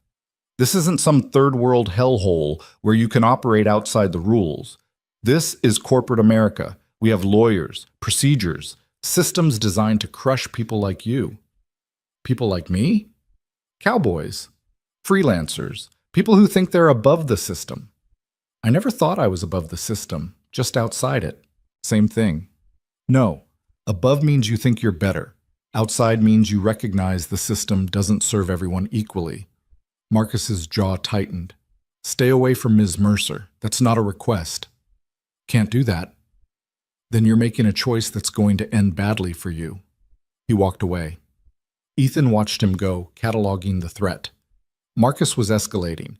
That meant pressure from somewhere, either his own ego or orders from someone else. Thomas Chen emerged from the building 20 minutes later. He looked around, spotted Ethan, and walked over with 2 coffee cups. Ms. Mercer thought you might be here early, he said, handing one to Ethan. She always this perceptive? Always. It's what makes her good at her job. Also what makes her dangerous to certain people. Ethan sipped the coffee. Good coffee. Expensive. You know who tried to kill her? If I knew, they'd already be in custody, but I have suspicions. Share them. Thomas looked around, checking for observers. 3 people had access to the information needed to plan that attack. Marcus Kane, Richard Carver, and a board member named Damian Crow. He's not on the board anymore. He resigned 2 weeks ago, citing health reasons. But before he left, he was pushing hard for a merger that Vivian opposed. Merger with who? Private equity firm, one that would have bought controlling interest and likely replaced Vivian as CEO. So Damian had motive. Damian had motive, means, and opportunity. But the investigation cleared him. His alibi was solid. He was giving a speech in Boston when the attempt happened. Alibis can be arranged. True, but proving that requires evidence we don't have. Ethan processed this. What about Richard Carver? Richard benefits if Vivian fails, but he's a politician, not a killer. He'll destroy her through board votes and procedural warfare, not violence. Unless he's partnering with someone who will do the violence for him. Thomas nodded slowly. That's the question, isn't it? Who's pulling the strings? A black SUV pulled up to the building entrance. Tinted windows, diplomatic plates, someone important. That's Damian Crow, Thomas said quietly. Thought he resigned. He did, but he still has business relationships with the company. Probably here to meet with Richard. Ethan watched the SUV. Nobody got out immediately. Just sat there, engine running. He knows I'm here, Ethan said. Probably. This building has cameras everywhere. If he's connected to Marcus or Richard, they've already told him about you. The SUV door finally opened. A man emerged, late 50s, silver hair, expensive suit that fit perfectly. He moved with the confidence of someone who'd never been told no and wouldn't know how to process it if he was. Damian Crow looked directly at Ethan, held his gaze for 3 seconds, then smiled and walked into the building. That was a message, Thomas said. I got it. What are you going to do? My job. Keep Vivian alive until we figure out who wants her dead. Thomas finished his coffee. The board meeting last night was a setup. Richard knew exactly what he was doing. He's been building support for weeks, waiting for the right moment. Vivian creating my position gave him that moment. Yes, but he would have found something else eventually. Richard doesn't improvise. He plans. Then we need to be better at planning than he is. Thomas pulled out a tablet. Vivian's schedule. I'm sending it to your phone, encrypted. Don't access it from public Wi-Fi. She know you're doing this? She suggested it. The tablet screen showed a detailed calendar. Meetings, calls, public appearances. Ethan scanned it, looking for vulnerabilities. This investor conference on Friday, he said. Public event? 500 attendees. Major security presence, but also major exposure. She'll be on stage for 30 minutes, completely visible. Perfect opportunity for someone who wants a second attempt. That's what I thought. Marcus is handling security, but he's following standard protocols. Perimeter control, metal detectors, background checks on attendees. Standard protocols didn't work 3 weeks ago. No, they didn't. Ethan looked at the building entrance where Damian Crow had disappeared. I need to know more about Crow, his connections, his business interests, who he talks to. That's investigative work. You're not a detective. No, but I know people who are. Thomas raised an eyebrow. People from your mysterious classified past? Something like that. Be careful. If Richard or Marcus find out you're investigating board members, they'll use it against Vivian. Make it look like she's conducting witch hunts. They won't find out. Everyone finds out eventually. This building leaks information like it's got holes in the foundation. Ethan finished his coffee. Then we need to figure out where the leaks are coming from. You think it's someone in security? I think it's someone with access to information and motivation to share it. That describes a lot of people. A car pulled up, Vivian's sedan. She emerged looking tired, like she'd been up all night. She saw Ethan and Thomas talking and walked over. "Good morning," she said. "Morning," Ethan replied. "Rough night?" "Spent it reviewing 3 months of financial records to prepare for Richard's audit. He wants every expenditure justified down to the last penny." "Will they be?" "Most of them. But he'll find things to criticize. That's the point. Make me look reckless so the board loses confidence." Thomas held up his tablet. "I sent Ethan your schedule. Encrypted." Vivian nodded. "Good. We need to talk about Friday's conference." "I was just looking at that," Ethan said. "It's a kill zone. It's also non-negotiable.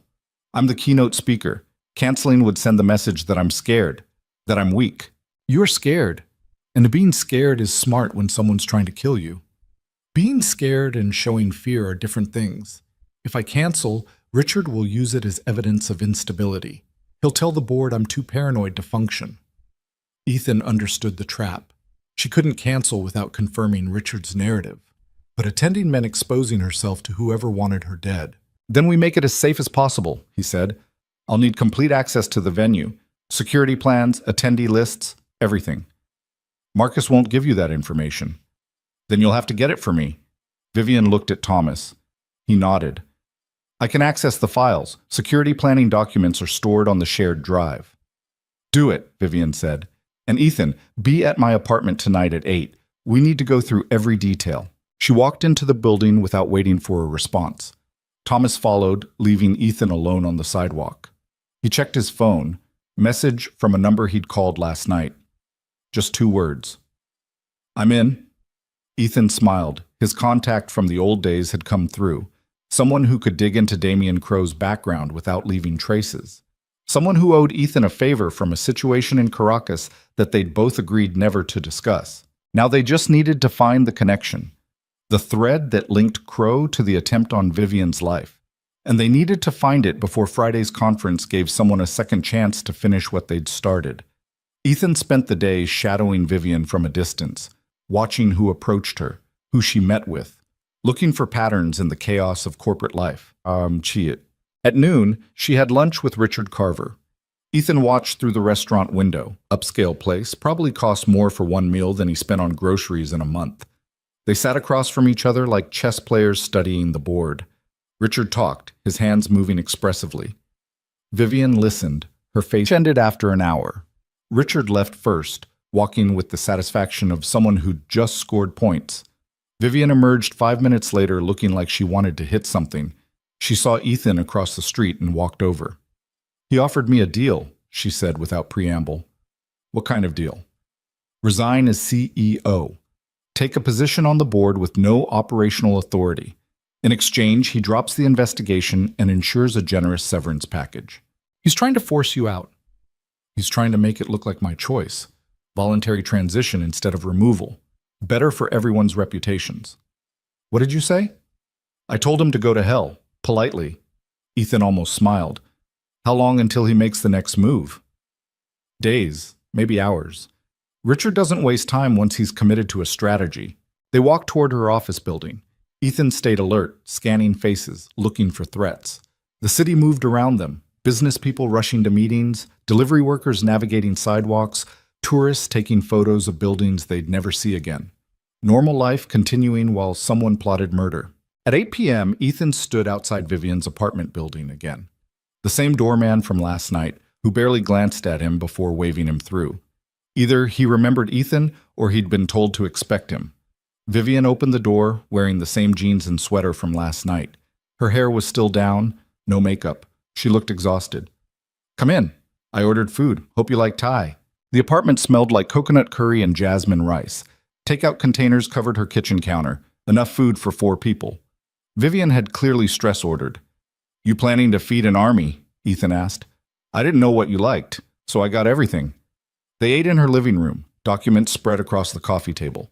Security plans for Friday's conference, attendee lists, floor plans of the venue, exit routes. Ethan studied everything while Vivian explained the event. 500 investors and business leaders. I'm speaking for 30 minutes on the future of corporate security. Ironic, considering someone's trying to kill me. Who picked the topic? I did.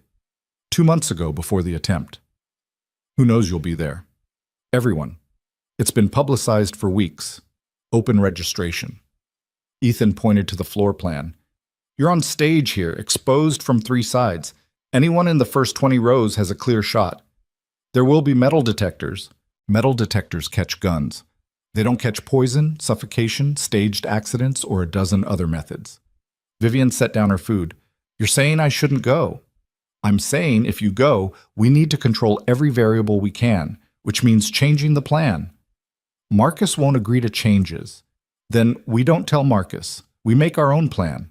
For the next 2 hours, they went through scenarios. Ethan identified vulnerabilities, suggested alternatives.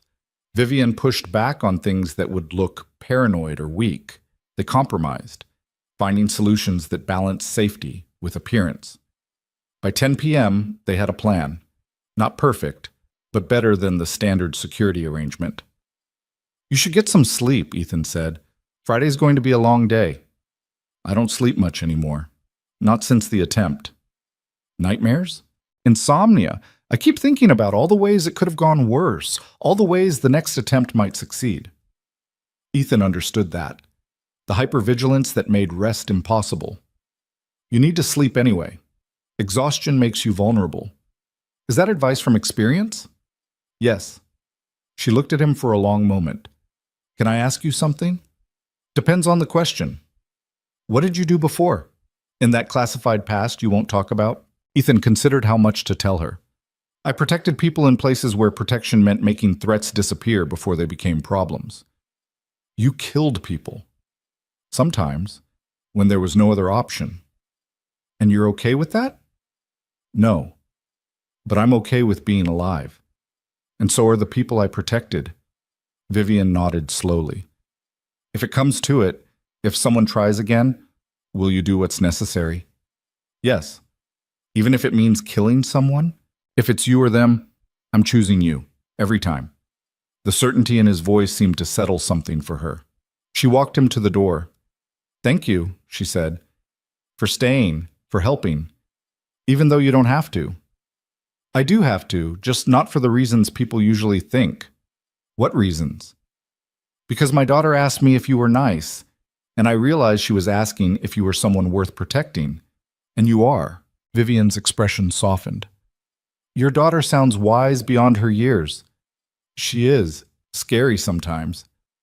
Bring her to the office tomorrow. I'd like to meet her properly. Ethan left, the weight of Friday's conference already pressing on him. 2 days to prepare for an event where Vivian would be completely exposed. 2 days to find whoever wanted her dead. And somewhere in this city, someone was making plans of their own. Planning for the moment when they'd finally finish what they'd started 3 weeks ago. Ethan just had to make sure that moment never came. The call came at 3 in the morning. Ethan was already awake, sitting at his kitchen table with coffee and the security plan spread in front of him. He'd been running scenarios in his head, looking for the angle he was missing. Unknown number. He answered on the second ring. Ethan Vale? A voice he didn't recognize.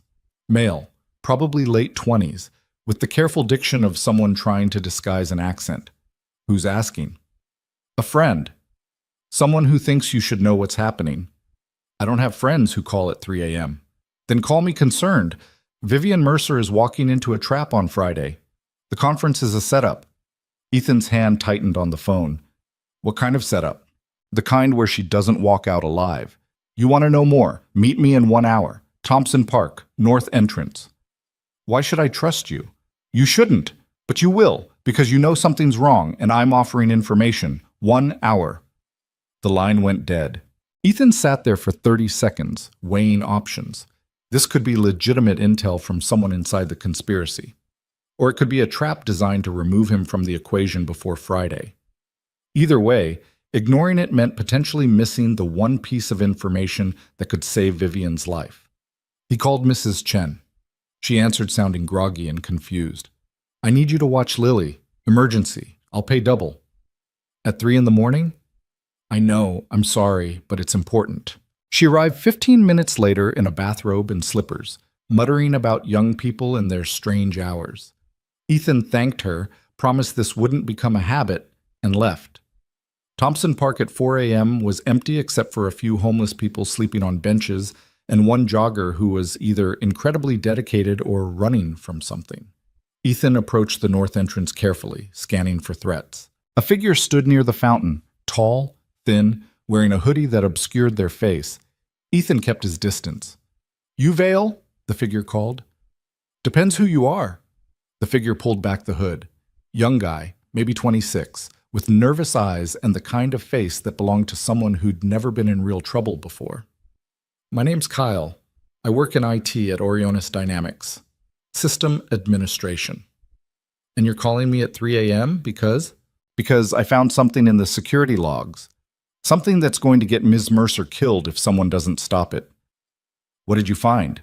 Kyle looked around nervously. "Not here. Too exposed. There's a coffee shop 2 blocks south. Opens at 4:30. Meet me there." "You called me here to tell me to meet you somewhere else?" "I needed to make sure you'd come and that you weren't followed." "Was I?" "No. I've been watching. You're clean." They walked to the coffee shop in silence. Kyle kept checking over his shoulder like he expected someone to emerge from the shadows. Ethan let him be paranoid. Paranoia kept people alive.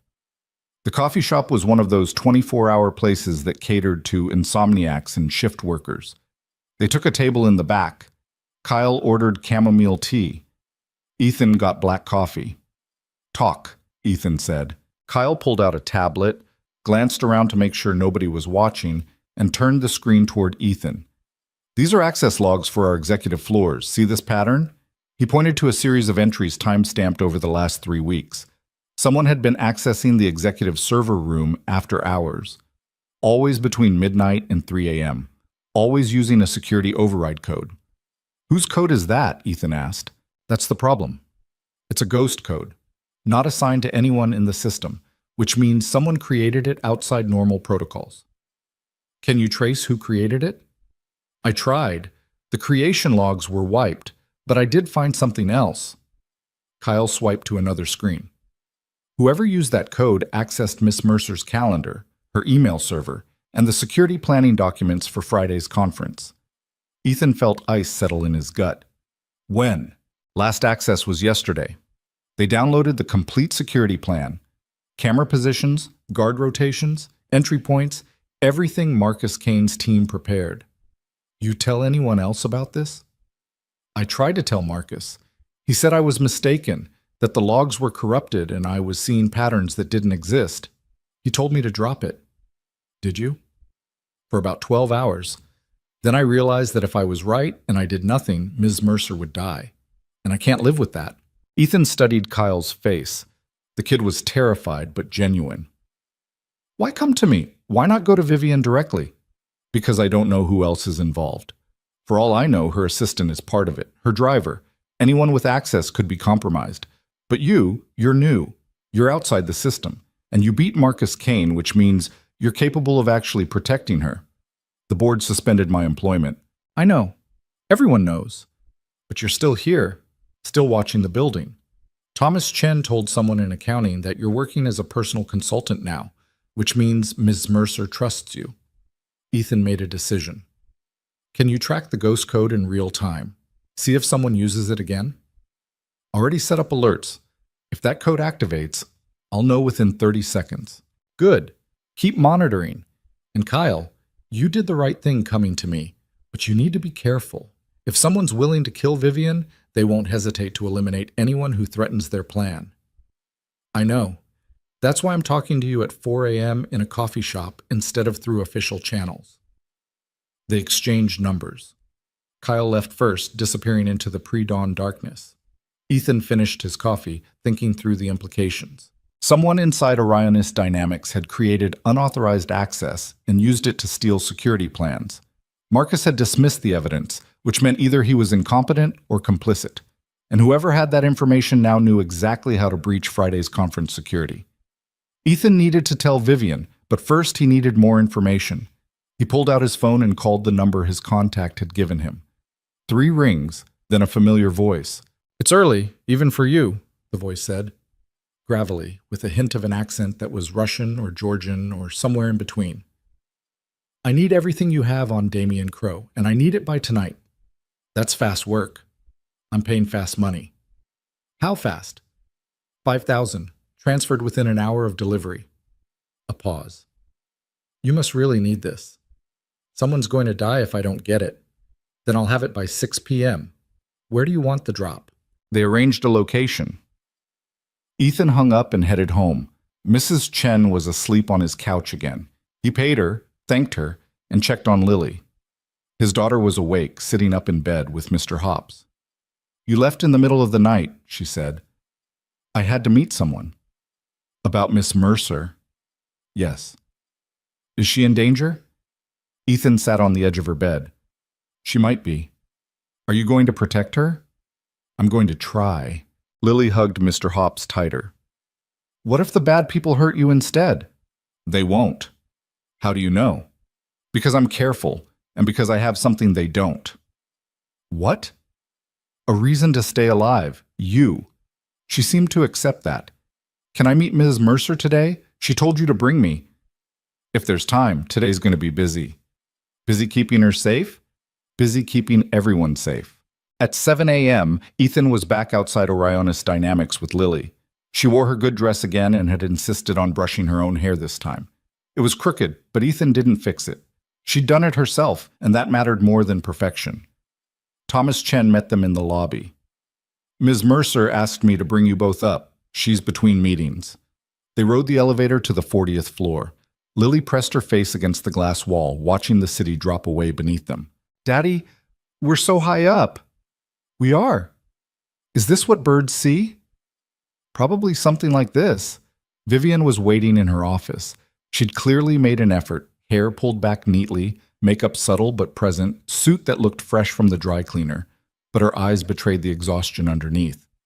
You must be Lily, she said, kneeling down to eye level. Lily clutched Mr. Hops and studied Vivian with that unsettling intensity children had. You're prettier than on TV. Vivian smiled, genuine this time. Thank you. And who's this? Mr. Hops. He's my rabbit. He doesn't like loud noises. I'll make sure we're quiet then. Would you like to see something interesting? Lily nodded. Vivian led her to the window and pointed out landmarks. The river, the bridges, buildings with names that meant nothing to a 6-year-old, but which Vivian explained anyway. Lily listened with rapt attention, asking questions about who lived where and whether birds ever flew this high. Ethan watched them, something shifting in his chest. Vivian was good with Lily, not patronizing, not fake, just genuine engagement with a child who deserved to be taken seriously. After 10 minutes, Margaret appeared to collect Lily. Ready for today's adventure?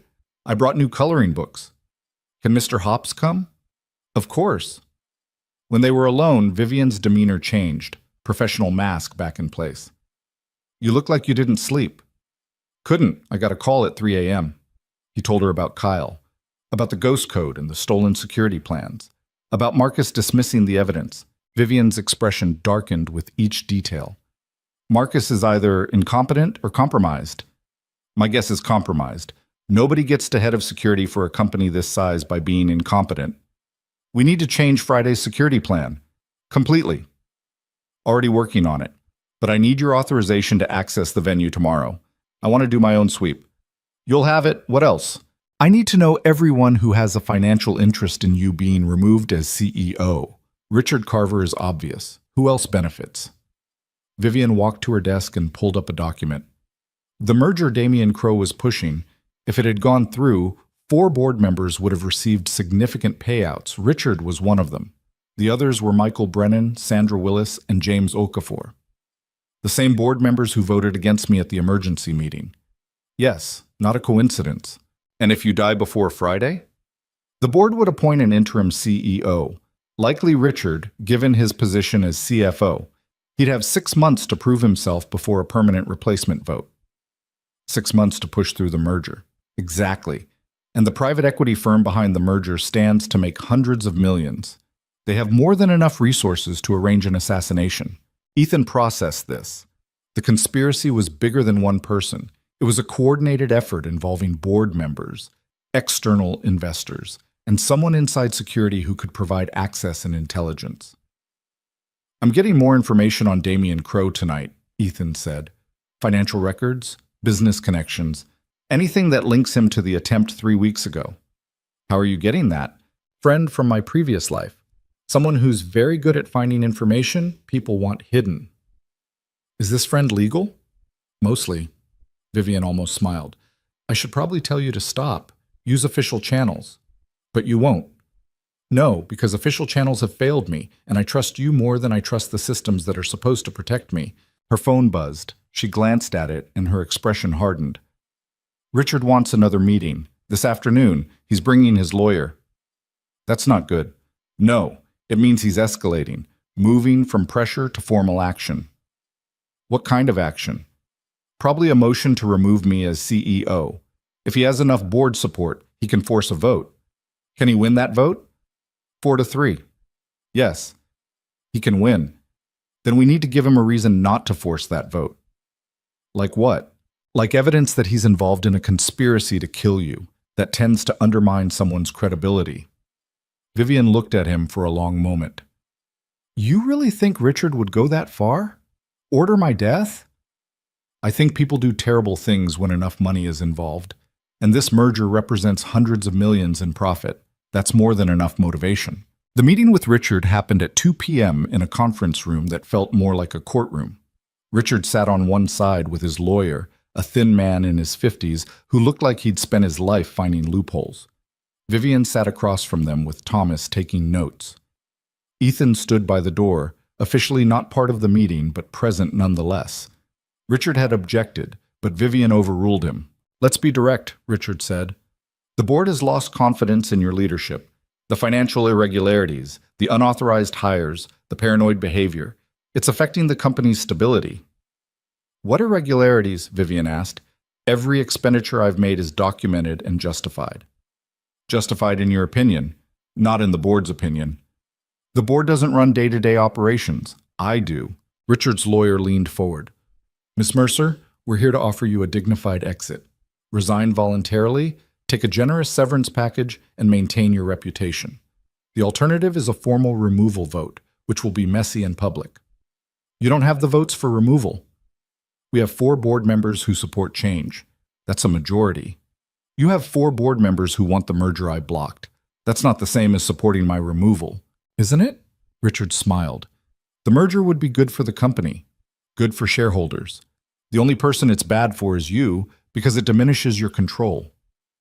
The merger would gut the company my father built and sell it for parts. Your father is dead, Vivian.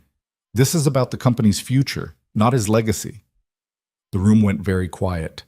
Vivian's hands clenched on the table, knuckles going white. Careful, Richard, she said softly. I'm being honest. Something you seem to struggle with lately.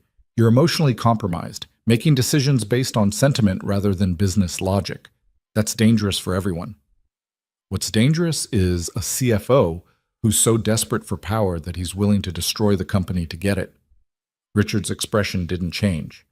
I'm trying to save this company from a CEO who's paranoid, unstable, and unable to lead effectively. The board agrees with me. Then call your vote. Let's see how much they agree when the full picture becomes clear. What full picture? The one where someone tried to kill me 3 weeks ago, and you've spent every day since trying to remove the security measures I put in place to prevent it from happening again.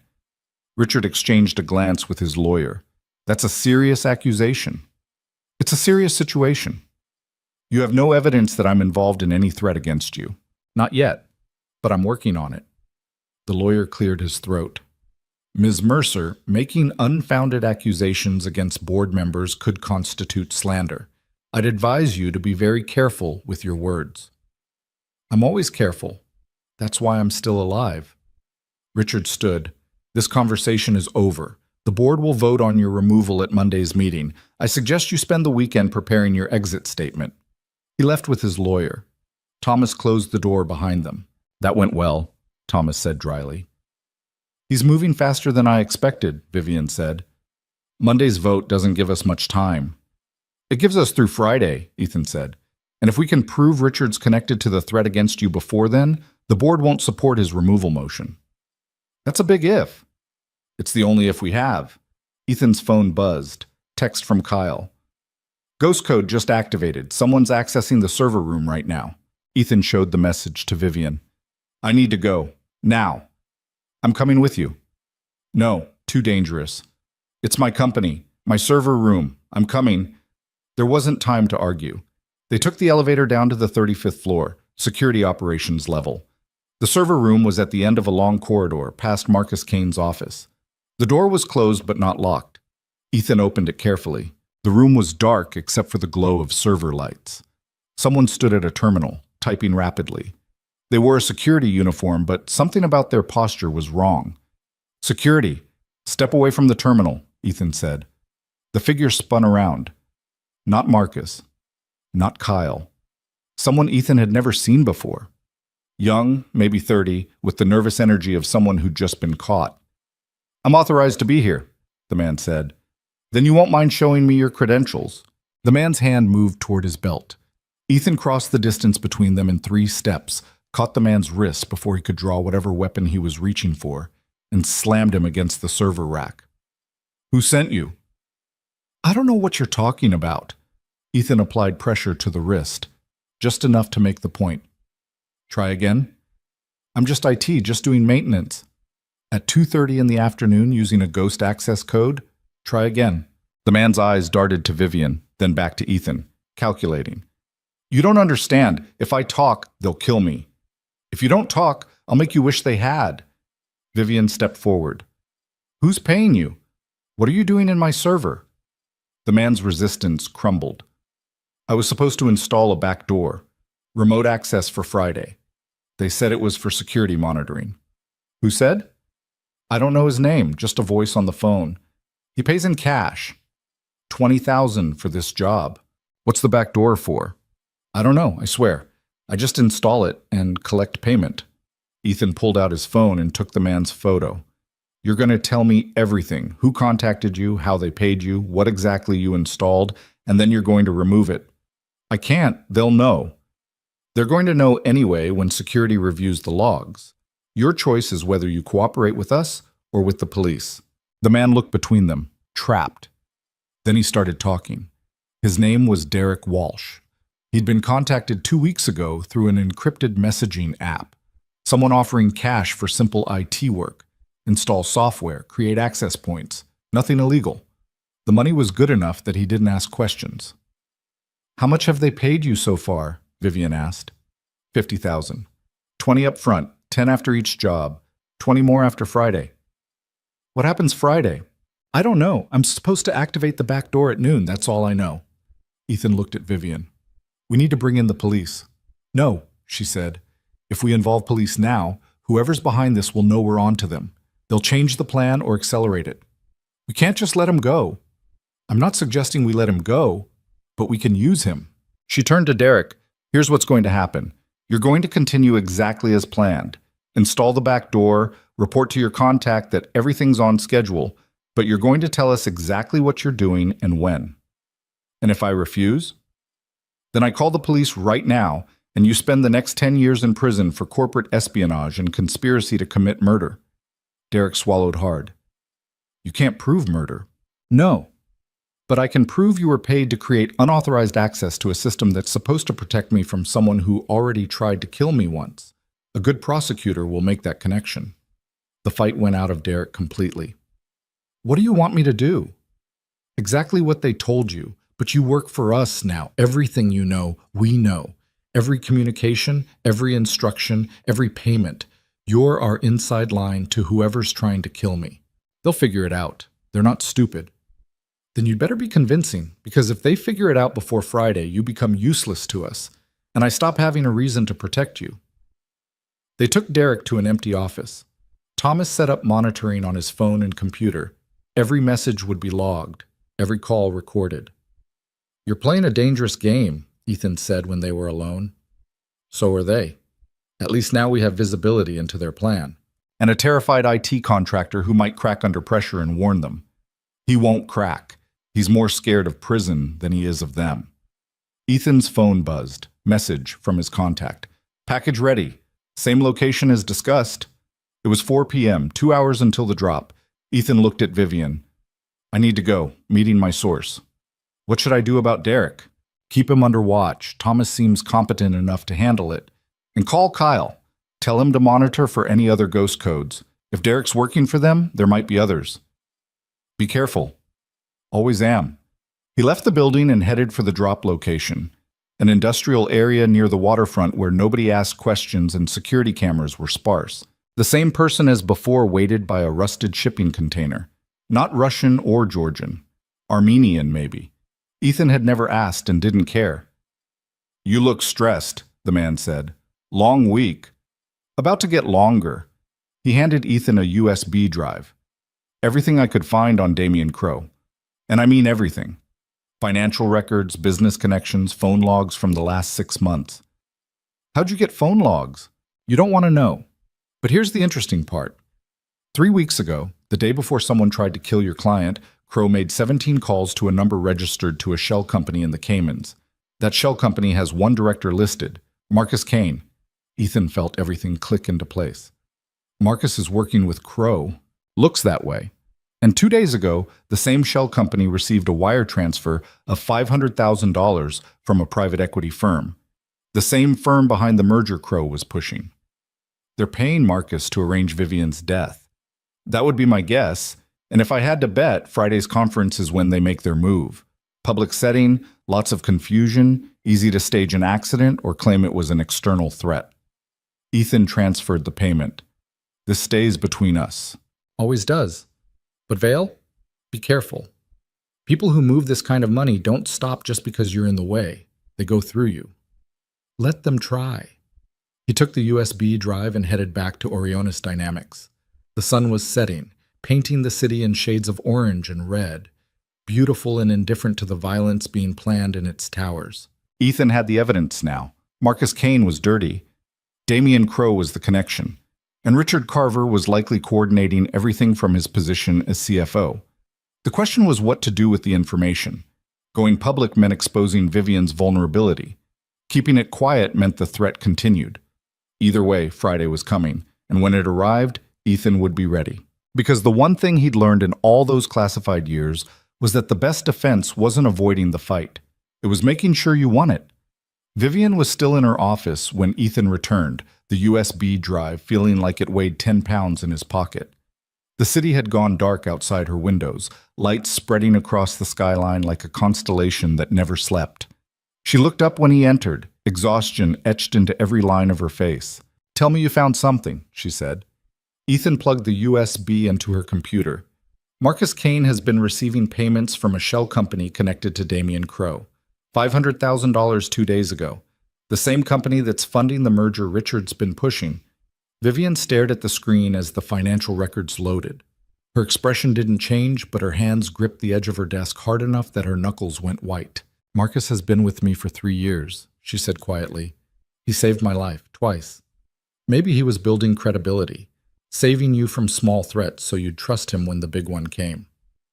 Or maybe Damien got to him recently, offered enough money to make betrayal worth it.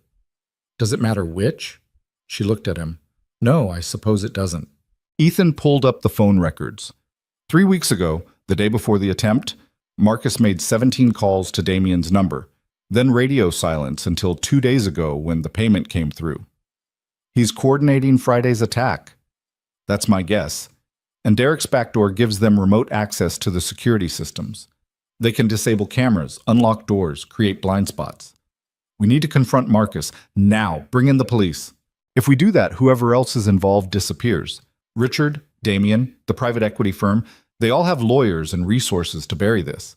Marcus takes the fall alone, and you're still in danger from people you can't identify.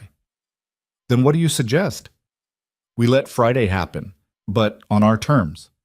Vivian stood and walked to the window. You want to use me as bait? I want to control the situation. Right now, they think they have the advantage. They think we don't know about Marcus or the back door or the plan. We let them believe that. We let them walk into a trap instead of us. And if something goes wrong, then I do what you hired me to do, keep you alive no matter what. She turned to face him. You're asking me to trust you with my life based on 3 days of knowing you. Yes. Why should I? Because everyone else has already failed you or betrayed you. I'm the only one who hasn't. The simplicity of it seemed to settle something for her. She nodded. Okay, what do we need to do? They spent the next 4 hours planning. Thomas joined them, bringing food. Nobody ate, and coffee that went cold while they worked. Kyle came up from IT with detailed schematics of the conference venue's network infrastructure. Even Margaret appeared at one point, dropping off Lily, who'd fallen asleep in her office. Ethan carried his daughter to Vivian's couch. She stirred, but didn't wake, Mr. Hops still clutched in her arms. She's beautiful, Vivian said softly. She's the only thing that matters. Not the only thing, not anymore. Ethan looked at her. Something had shifted between them over the past 3 days. Something that went beyond employer and employee, beyond protector and protected. He couldn't name it and didn't try. Naming things gave them power, and right now they needed to focus on survival. By midnight, they had a plan. Risky, complicated, dependent on timing and luck. But it was the only shot they had. Derek activates the back door at noon like they instructed, Ethan said. But Kyle will already have isolated the network. The back door won't actually give them access. It'll feed them a loop of pre-recorded footage while we control the real systems. And when they realize it's not working, Thomas asked, they'll have to improvise, move to a backup plan. That's when they're vulnerable. When things don't go as expected, people make mistakes. What about Marcus? Vivian asked. He'll be running official security. We let him. But I'll be running parallel security he doesn't know about. When he creates an opening for the attack, I'll be there to close it. How many people do we need for this? As few as possible. You, me, Thomas, Kyle. Anyone else is a potential leak. Vivian looked at the 3 men who'd chosen to help her despite the risk. Why are you doing this? All of you. Kyle, you could lose your job. Thomas, you're putting your career on the line. Ethan, you could die. Kyle spoke first. Because it's the right thing to do. And because I'm tired of watching bad people win, because good people are too scared to fight back. Thomas adjusted his glasses. I've worked for you for 3 years. You're the best leader this company has ever had. I'm not letting them destroy you. Ethan didn't answer immediately. When he did, his voice was quiet. Because my daughter asked me if you were nice. And when I said I didn't know yet, she told me I should find out. She was right. Vivian's eyes glistened, but she didn't cry. Thank you. All of you. Thursday passed in a blur of preparation. Ethan spent the morning at the conference venue doing his own security assessment. The ballroom could hold 1,000 people. 500 were registered for tomorrow. Too many variables, too many angles of attack. He identified 3 primary vulnerabilities. The stage where Vivian would speak was exposed from multiple directions. The backstage area had minimal security and connected to service corridors that accessed the entire building. And the main entrance created a choke point where crowd chaos could provide cover for an attack. Marcus's security plan addressed the obvious threats: metal detectors, bag searches, background checks on attendees. But it left the backstage area vulnerable, almost deliberately vulnerable. That's where they'd strike. Ethan positioned his own people, 3 former military contractors he'd worked with years ago, people he trusted with his life. They'd operate as catering staff and maintenance workers, invisible until needed. Friday morning arrived cold and gray. Ethan woke at 5, made breakfast for Lily, and tried to act like this was a normal day. She saw through it immediately. You're scared, she said. Little bit. Is Ms. Mercer going to be okay? I'm going to make sure she is. What if you can't? The question hit harder than it should have. Then I'll have tried everything I could. Sometimes that's all we can do. That's not good enough. No, it's not, but it's the truth. He dropped Lily with Mrs. Chen, who'd agreed to watch her for the entire day. His daughter hugged him tighter than usual. Come back, Daddy. Always. At the venue by 7 a.m., Ethan did a final walkthrough. His contractors were in position. Kyle had set up his network monitoring station in a utility closet with a clear view of the server room. Thomas was coordinating from Vivian's office, ready to move if needed. Marcus arrived at 8 with his security team, 20 professionals, all competent, all loyal to Marcus. None of them knew their boss was planning to betray the woman they were supposed to protect.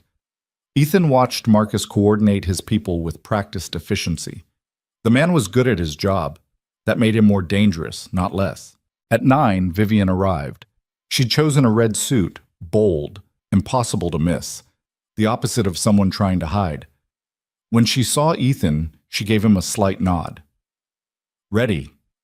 The conference began at 10. Attendees filtered through security, collected name badges, moved into the ballroom. Everything appeared normal. Just another corporate event where powerful people gathered to discuss money and strategy. Vivian circulated through the crowd, shaking hands, making small talk, playing her role perfectly. Richard Carver was there, watching her with calculating eyes. Damian Crowe stood near the bar, nursing a drink and checking his phone. They were both waiting for something. At 11:30, Ethan's earpiece crackled, Kyle's voice tense. Derek just got a message. Activate the back door in 5 minutes. Copy that. Standing by. Ethan moved toward the backstage area. 2 of Marcus's security team stood at the entrance. They recognized Ethan but didn't stop him. He wasn't officially part of security, but everyone knew he was connected to Vivian. Backstage was controlled chaos. Event staff rushing around, last-minute technical checks, speakers rehearsing their opening lines. Ethan positioned himself where he could see the main stage entrance and the service corridor that Marcus's plan had left vulnerable. Noon arrived. Derek activated the back door from his terminal across the city. Kyle's countermeasures kicked in, feeding the attackers false information while maintaining real control of the actual systems. Ethan's phone buzzed. Text from one of his contractors. Movement in service corridor. 3 men, armed, heading your direction. Here we go. Ethan moved into the shadows near the corridor entrance. The 3 men emerged exactly as predicted, dressed as catering staff but moving with military precision. They split up, 2 heading toward the stage, 1 moving to secure the backstage exit. Ethan took the one heading for the exit first. Quiet, efficient, a chokehold that put the man unconscious in under 10 seconds. He zip-tied the man's wrists and ankles, took his weapon, a suppressed pistol, and moved toward the other 2. On stage, Vivian was being introduced. Applause filled the ballroom. She walked out into the lights, 500 people watching her, and began her speech about the future of corporate security. The irony wasn't lost on Ethan. The 2 remaining attackers had positioned themselves in the wings, weapons ready. They were waiting for something.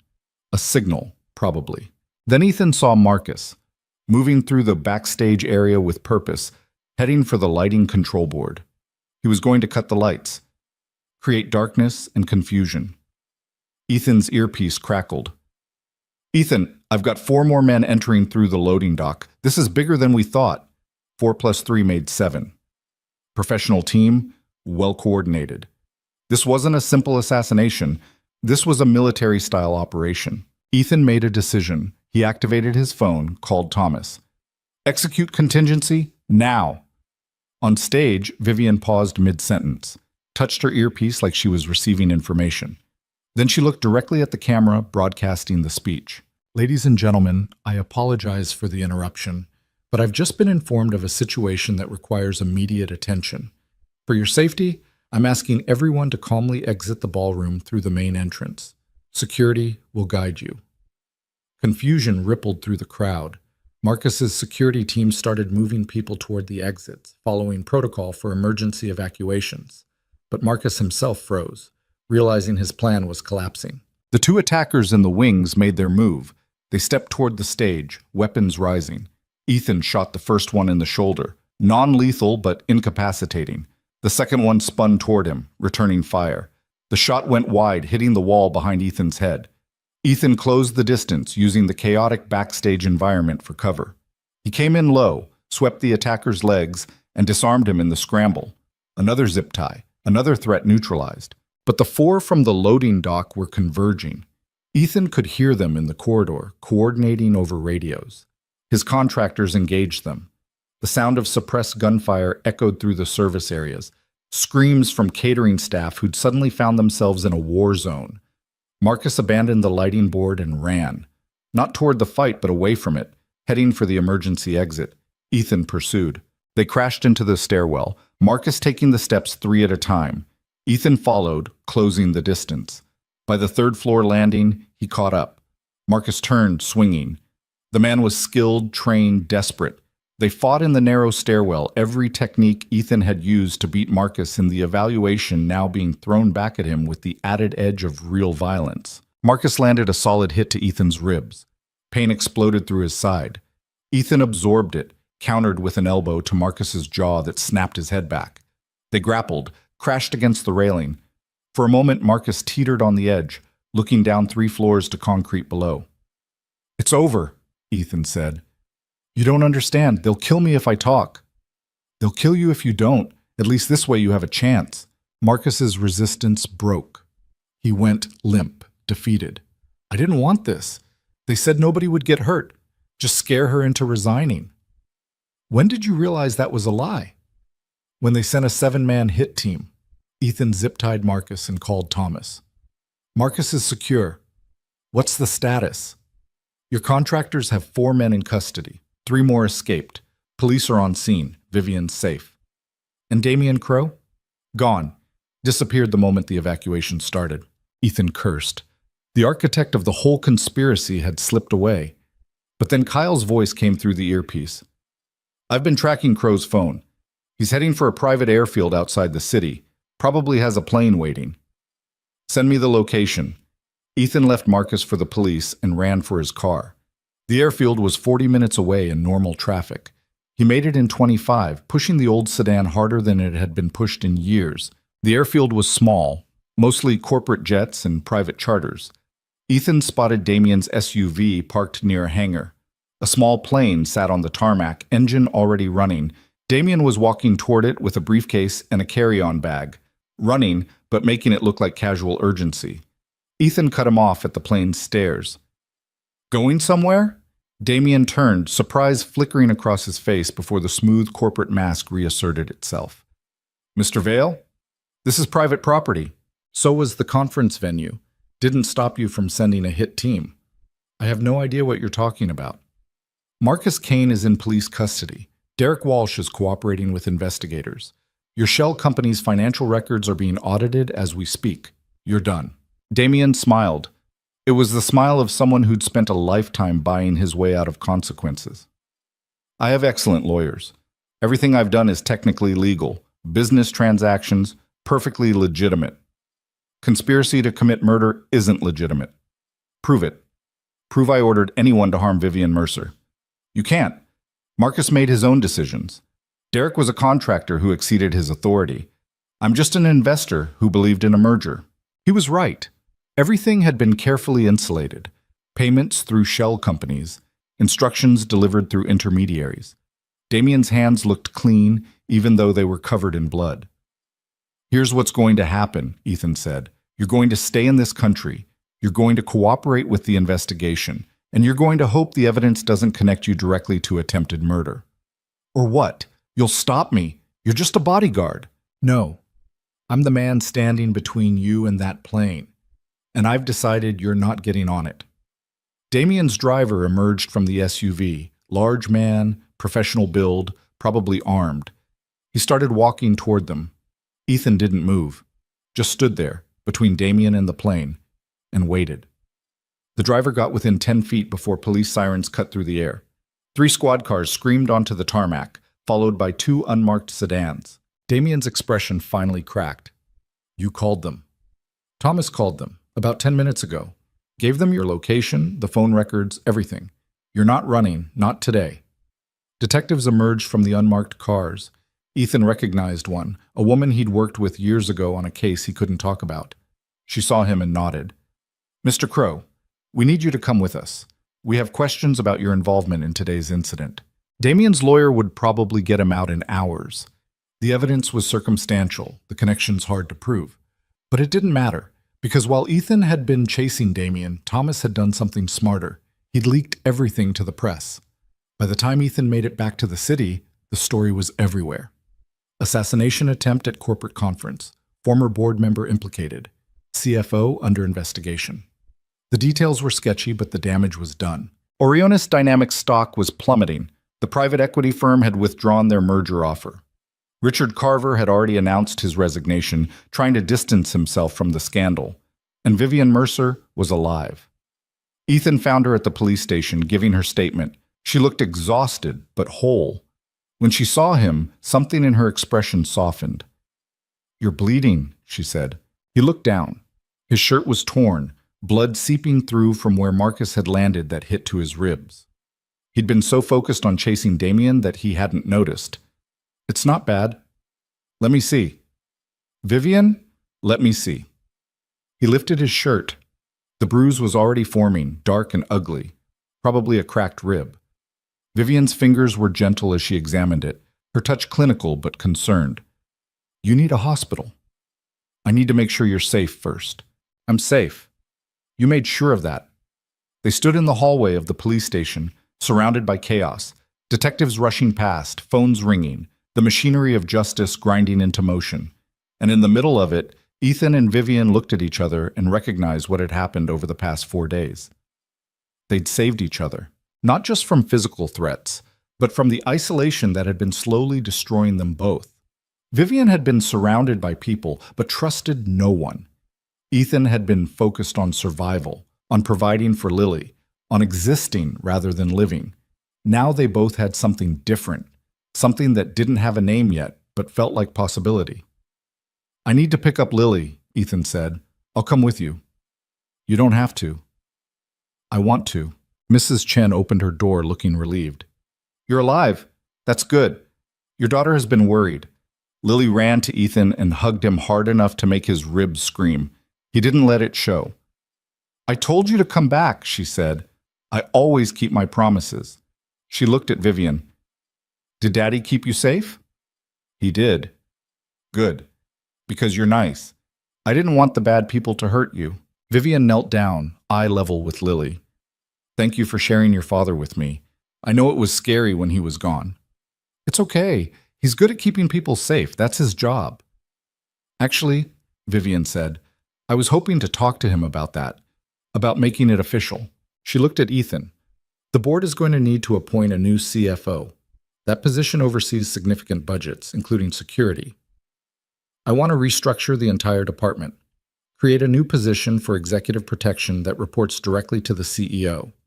Salary of $250,000, full benefits, and yes, before you ask, private school tuition for Lily. You're offering me the job again." "I'm offering you this job properly this time. No board interference, no Richard Carver trying to undermine it. Just you, protecting me, the way you've been doing for the past 4 days." Ethan looked at his daughter. She was watching him with those too perceptive eyes. "What do you think, kiddo? Should Daddy take the job? Will you be happy?" The question surprised him. Not will we have money or will we be safe? Will you be happy? He realized he didn't know the answer. He'd spent so long focused on survival that he'd forgotten what happiness looked like.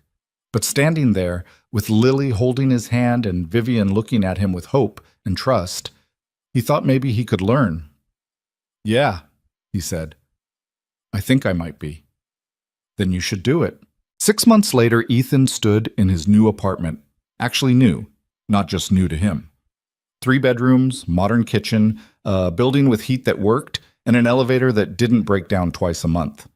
Lily had her own room, decorated the way she wanted, with a shelf for Mr. Hops and all his rabbit friends she'd accumulated. The legal proceedings had taken months. Marcus Kane pleaded guilty to conspiracy and was serving 15 years. Derek Walsh got immunity for his testimony. Damien Crowe was still fighting the charges, but his reputation was destroyed and most of his business partners had abandoned him. Richard Carver had resigned and disappeared into whatever holes disgraced executives disappeared into. The merger was dead. Orionis Dynamics had survived, battered but intact. And Vivian Mercer was still CEO, stronger now than before.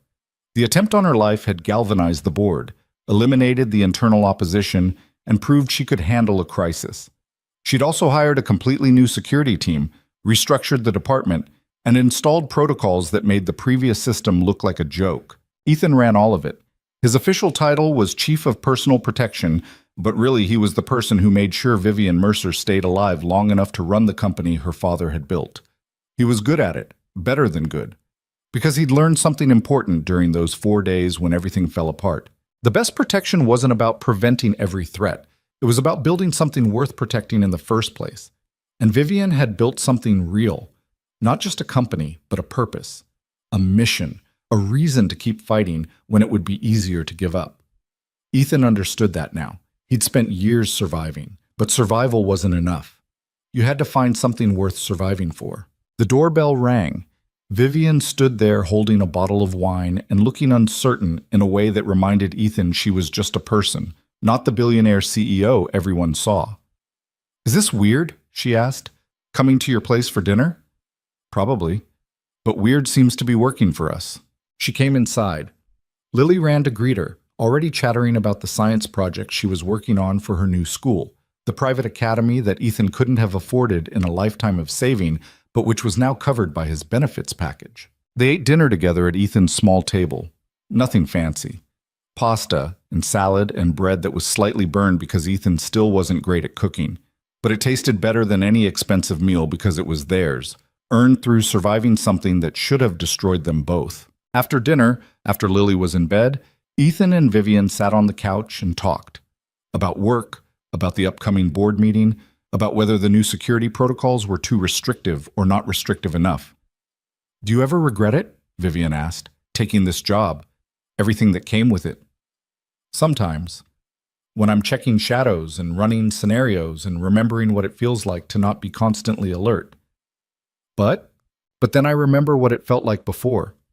Going through the motions. Existing instead of living. Protecting Lily, but not showing her what's worth fighting for." "And this is worth fighting for?" He looked at her. "Yeah, I think it is." She leaned against him, her head on his shoulder. Not romantic exactly, not yet. Just two people who'd been through hell together and come out the other side changed. "Thank you," she said quietly. "For what?" "For not walking away. When the board suspended your employment, when Marcus threatened you, when it would have been easier to just leave, you stayed. You paid me to stay. I paid you to protect me. You chose to care." The distinction mattered. Ethan had learned that over the past 6 months. You could protect someone's body without protecting their humanity. You could keep them alive without helping them live. But somehow in the chaos of corporate conspiracies and assassination attempts, Ethan and Vivian had found something more. They'd found partnership, trust, the beginning of something that might become love if they gave it time and space to grow. Lily wandered out of her room, Mr. Hops under her arm, and climbed onto the couch between them. "Can't sleep?" Ethan asked. "Wanted to make sure you were both still here." "We're here, kiddo." "Good, because I drew something new today." She showed them a picture. 3 people standing in front of a building, not a tower this time. A house. Smaller, warmer, with a tree in the yard and flowers by the door. "That's us," Lily explained. "In the future, when we're all together." Vivian looked at the drawing, then at Ethan, then at Lily. "Is that what you want? For us all to be together?" "Yeah, because Daddy's happier now. And you smile more than you used to, and I like it when people are happy. The wisdom of children, the way they saw past all the complications adults created and straight to the truth underneath." Ethan had spent years protecting people, had learned to read threats, anticipate danger, stay 3 steps ahead of violence. But his daughter had taught him something more important. Sometimes the greatest danger wasn't the bullet you saw coming. It was the life you never built because you were too busy surviving to live. Marcus Kane had been willing to betray everything for money. Richard Carver had been willing to destroy a company for power. Damian Crowe had been willing to kill for profit. But in the end, none of it had worked. Because they'd underestimated the one thing money and power couldn't buy. People who were willing to fight for something beyond themselves. Ethan looked at his daughter and the woman who'd hired him to keep her alive. They'd all saved each other in different ways. Lily had given Ethan a reason to risk everything. Vivian had given him a purpose beyond survival. And Ethan had given them both what they needed most. Someone who wouldn't walk away when things got hard. Outside, the city continued its endless motion. Deals being made, power being traded, the machinery of capitalism grinding forward. Somewhere in those towers, other people were probably plotting, scheming, looking for angles. Let them. Because Ethan had learned that the most important protection you could offer someone wasn't keeping them safe from danger. It was showing them that some things were worth the risk. And as he sat there with Lily between them and Vivian's hand finding his, Ethan realized that maybe, after years of just surviving, he'd finally found something worth living for. Not perfection, not safety, not the elimination of all threats. Just the messy, complicated, beautiful possibility of building something real with people who mattered. That was enough. That was everything. 47 aerospace engineers. 11 months. Millions of dollars burned through like jet fuel on a cold runway. And not a single one of them could figure out what was wrong with that helicopter. But every Tuesday and Thursday, a man in a gray maintenance uniform walked past that grounded machine and knew exactly what was killing it. He just wasn't anyone important enough to ask. This is a story about what happens when the wrong people get ignored for too long, and what it costs everyone when pride finally runs out of road. Hit that like button, drop your city in the comments, and let's see how far this story travels. Now let's get into it. The helicopter had been sitting on the roof of Hargrove Tower for so long that the maintenance crew had started calling it the statue. Not with any particular affection, more the way you nickname something that's become a problem you've learned to live around. A broken elevator, a leaking ceiling tile, a 42-foot twin-engine executive helicopter worth approximately $9 million that hadn't left its landing pad in nearly a year. Chicago in early March was doing what Chicago always does, which is to say it was being genuinely unreasonable about the weather. The wind off Lake Michigan came in sideways at 23 miles per hour, and the temperature sat at a mean, deliberate 28 degrees. The kind of cold that doesn't just touch you, but finds its way into the seams of your coat, the gap between your collar and your neck, the thin skin over your knuckles. The kind of cold that reminds you, without any sentimentality, that this city was not built for human comfort. It was built for commerce, for ambition, for people who didn't have time to complain about the weather because they had meetings in 17 minutes, and the traffic on Michigan Avenue was already a disaster. On the 58th floor of Hargrove Tower, Vanessa Sterling was having the worst Tuesday of a year, already full of bad Tuesdays. She stood at the floor-to-ceiling window of her corner office with a cup of coffee she'd forgotten to drink, staring at nothing in particular while her executive assistant, a 26-year-old named Derek, who was constitutionally incapable of delivering good news, waited for her to say something. "Say it again," Vanessa said. Her voice was flat. Not angry, not yet. Flat the way a road is flat before a cliff. Derek consulted his tablet, though he'd memorized every word of the report. Looking at the screen gave him somewhere else to put his eyes. Meridian Aerospace submitted their final diagnostic this morning. Their team spent 9 days on the aircraft. Full systems review, fuel line inspection, avionics diagnostic, structural assessment. I know what a diagnostic is, Derek. Right, sorry. Their conclusion is... He cleared his throat. Their conclusion is consistent with the previous 46 assessments. No identifiable mechanical defect. No electrical fault. No structural compromise. The aircraft, according to Meridian's chief engineer, is, and this is a direct quote, in exceptional condition for its age and usage history.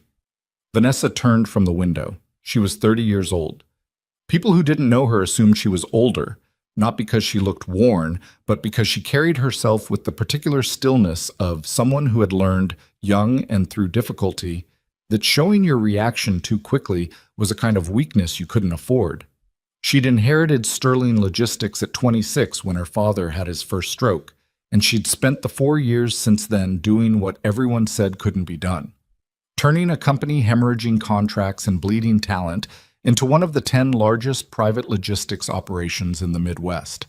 She had done this by being precise, by being unsentimental, by making decisions quickly and trusting the right people and cutting loose the wrong ones without ceremony.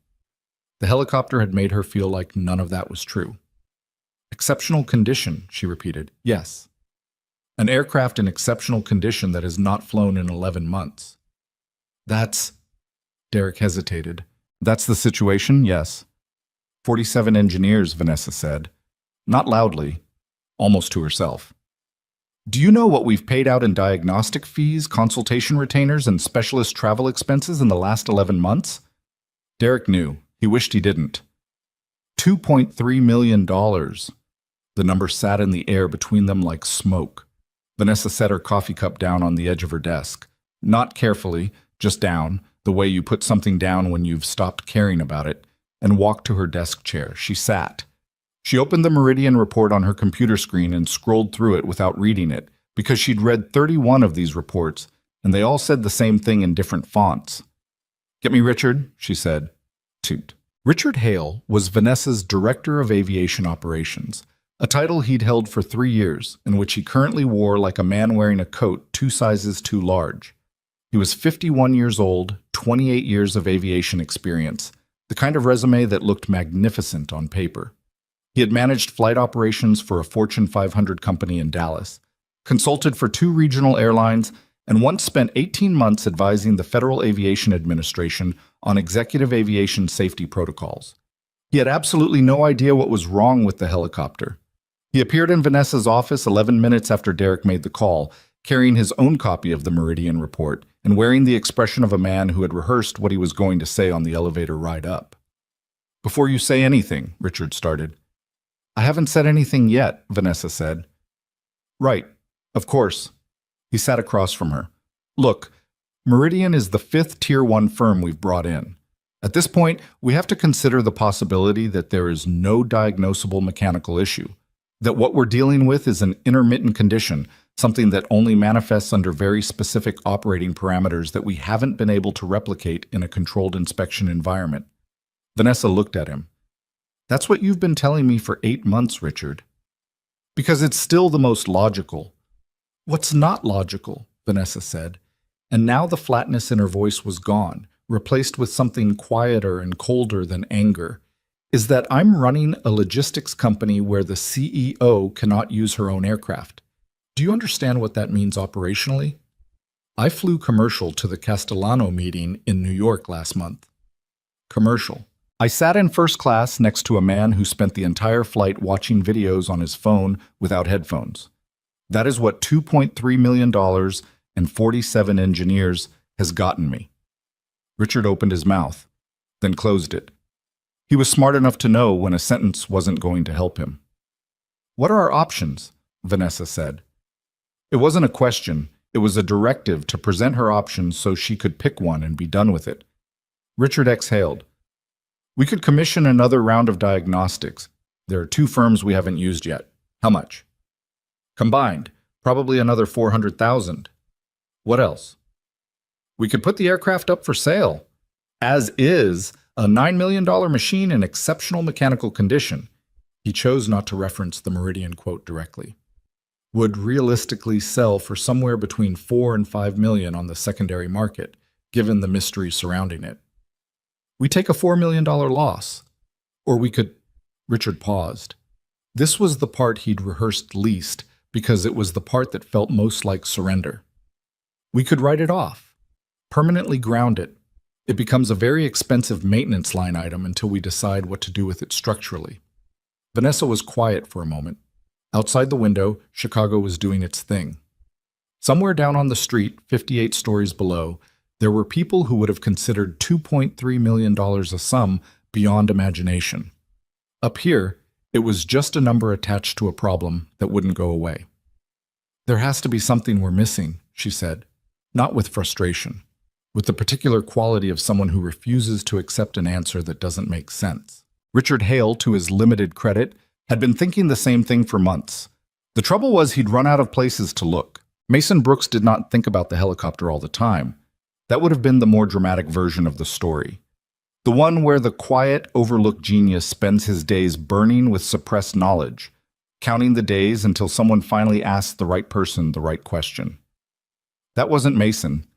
Mason had too much else going on to nurse a preoccupation about an aircraft that wasn't his problem.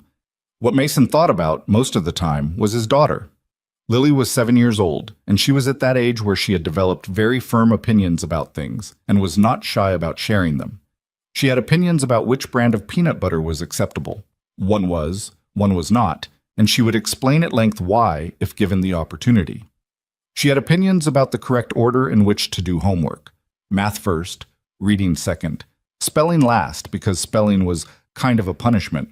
She had opinions about her father's coffee, which she had not tasted but was confident smelled like what sadness would smell like if sadness had a smell. She also had a stopwatch. It was a small digital thing, yellow with a cracked casing because she dropped it twice, given to her by Mason's mother when Lily had expressed an interest in timing things. This had led to a phase of approximately 3 weeks where Lily timed everything.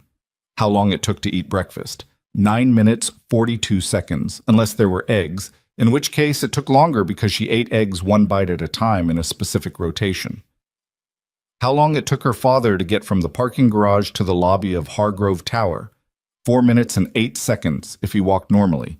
3 minutes and 1 second if he walked fast.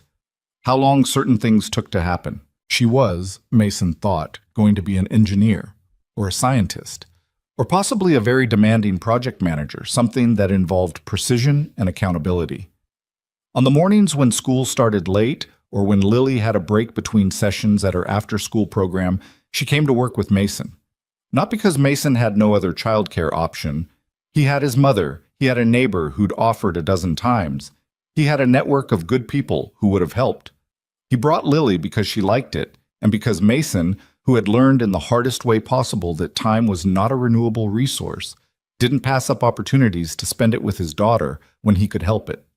Hargrove Tower's facilities management team had not exactly welcomed this arrangement when Mason had first raised it. The building manager, a humorless man named Gerald Kwan, had quoted 3 different sections of the employee handbook at Mason in a single conversation. But Mason had been patient. Patient in the particular way of someone who has been patient through genuinely difficult things and does not find bureaucratic friction especially threatening. And eventually, an informal accommodation had been reached. Lily could come on Tuesdays and Thursdays. She had to stay within designated areas unless accompanied by her father, and she was required to wear a visitor badge that was almost comically large on her 7-year-old frame. Lily wore the badge with pride. She had named it Gerald, after the building manager, because she thought this was funny. Mason had told her that was disrespectful. She had said, "I know," in a tone that made it clear she understood what disrespect was and had made a calculated decision. Mason had decided to let that one go. He had been doing maintenance work at Hargrove Tower for 4 years. Before that, 12 years in the United States Army, specializing in rotary wing aircraft maintenance, which was the technical way of saying he fixed helicopters. A lot of helicopters, in places that were not Chicago and were considerably less forgiving of mechanical errors. He had a gift for it. Not in the vague, complimentary way people describe gifts when they mean someone is reasonably competent, in the specific, observable way where other people who knew the field would watch him work and get quiet because there was something in the way he diagnosed a problem that went beyond procedure. He didn't just follow the checklist. He listened to the machine. He understood systems the way some people understand languages, not by translating word for word, but by feeling the shape of meaning before the words came. His commanding officer, a woman named Colonel Patricia Drew, who did not give compliments unless she meant them precisely, had told him once that he had the best diagnostic instinct she'd seen in 20 years of aviation operations. She had been trying to convince him to extend his service. He had thanked her and declined. That had been 4.5 years ago, 5 months after his wife Elena had died. Mason did not, as a rule, think about Elena in the middle of the workday. He had learned to compartmentalize the way veterans learn to compartmentalize, not by suppressing grief, but by assigning it a time and a place. He thought about her in the evenings, when Lily was asleep, in the particular quiet of a small apartment that still sometimes felt too large for 2 people. He thought about her on the anniversary of things. He thought about her when Lily did something Elena would have found hilarious, which happened more often than Mason could have predicted. He did not think about her when he was working. Working was what he had when he wasn't being a father. He was good at it, and it was his. What he did on his Tuesday and Thursday rounds, when his inspection path took him through the stairwell access to the building's rooftop helipad, was glance at the helicopter the way you glance at something you've already figured out. Not with particular frustration or urgency, just with the low, persistent awareness of a problem in a place where he had no authority to solve it. Well, the first time he'd seen the aircraft grounded, it had been a Wednesday afternoon in April of the previous year. He'd been on the roof to inspect the HVAC drainage systems, a glamorous part of the job, and the helicopter had been sitting there with a team of 3 technicians crawling around it wearing Dawson Aerospace uniforms and expressions of professional concern. Mason had done what he always did when he encountered people working on something in his building. He'd assessed without interfering. He'd watched the Dawson team run their diagnostics for about 4 minutes before he'd understood what he was looking at. The aircraft was a Sikorsky S-76D, the executive configuration, which Mason knew intimately because he'd worked on 3 of them during a particularly complicated rotation at Fort Campbell. Beautiful machines, sophisticated fuel management systems that communicated with the engine management computers in ways that, under certain very specific and rare conditions, could create a vapor lock scenario in the primary fuel feed that was genuinely difficult to detect because it resolved itself when the system cooled down. It was, Mason had thought that Wednesday afternoon in April, an extremely elegant problem. Rare enough that most technicians would never encounter it. Invisible in a cold system diagnostic. Completely obvious to anyone who'd seen it before. He had picked up his clipboard and continued his inspection. The thing about working maintenance in a building full of executives is that you develop a peculiar relationship with invisibility. Not the dramatic kind. Not the invisibility of a person being actively ignored or mistreated, though that happened too, in small ways. The eyes that slid past you in the elevator. The conversations that continued as if you hadn't entered the room. More the functional invisibility of a person whose presence is assumed to be entirely contextual. When you were fixing something, you were the person fixing it. When you weren't, you were part of the background. You moved through spaces that other people occupied without quite entering those spaces yourself. Mason had made his peace with this a long time ago. He was not by nature someone who needed to be seen. He'd grown up in a household where his father had worked 31 years as a pipe fitter without ever once appearing in the company newsletter, and he understood that there was a whole category of work, essential, skilled, irreplaceable, that existed outside the frame of recognition. That was all right. Recognition was not the same as worth. What Mason didn't love, and he was honest with himself about this in the way that people who are fundamentally fair-minded are honest about the things that bother them, was the assumption of ignorance that often came with invisibility. The assumption that because you were not in the meeting, you did not understand what was being discussed in the meeting. That because your role was operational rather than executive, your observations about operations were somehow less valid. He had watched, over the course of 11 months, as a procession of aviation firms sent their people to the roof of Hargrove Tower. He'd been up there sometimes when they were working. He'd watched them run their diagnostics with the systematic thoroughness of people who knew exactly what they were looking for, which was precisely the problem, because what they were looking for was a standard mechanical failure, and what the helicopter had was not that. Not once had anyone asked him if he had any thoughts. He hadn't offered any either. And if he examined this honestly, which he did, occasionally, in the evenings when Lily was doing homework and he had a moment to think, he could see that there was some stubbornness in his silence, some quiet, maybe unflattering insistence on being asked rather than volunteering. Maybe it was pride. Maybe it was the accumulated weight of 4 years of being background.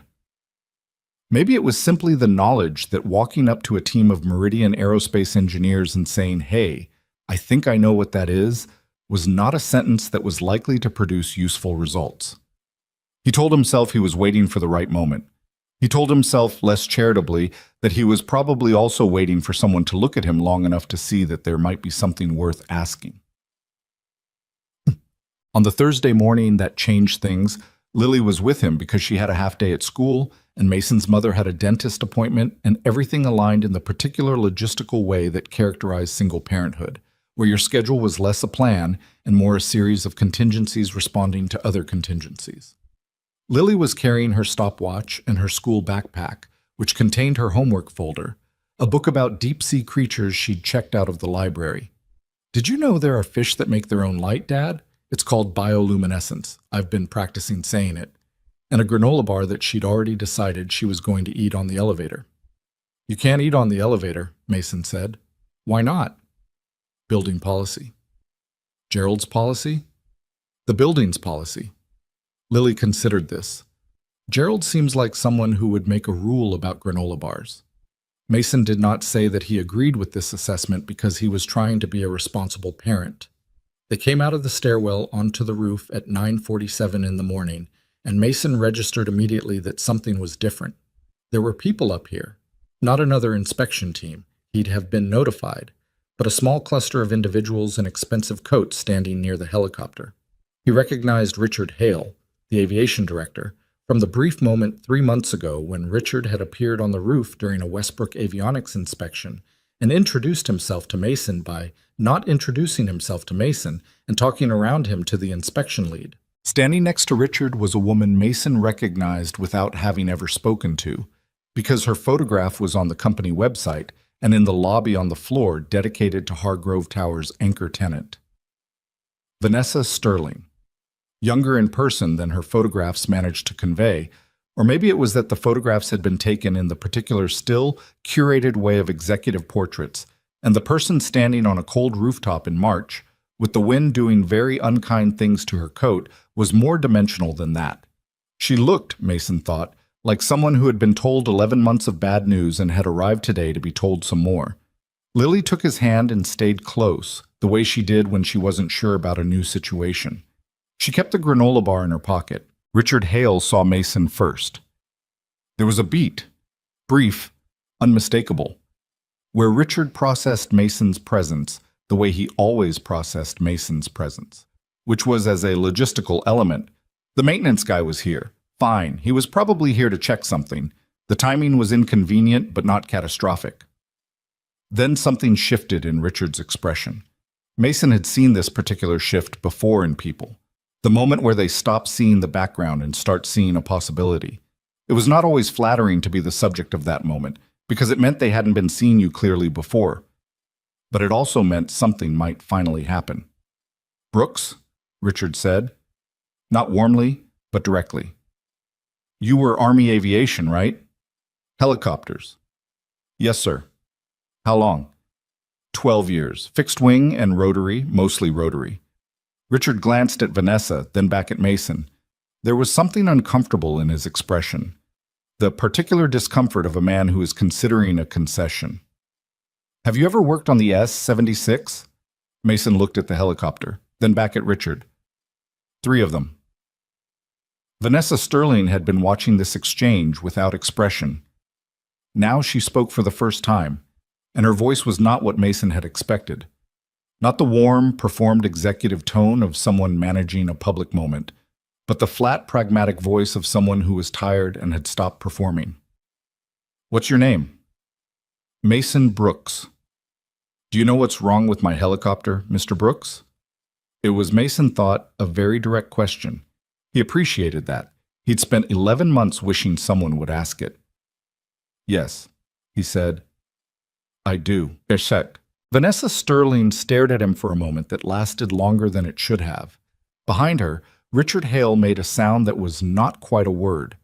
One of the 2 other people on the roof, a younger woman with a tablet who was presumably someone's assistant, looked up from her screen. "You know," Vanessa said, slowly.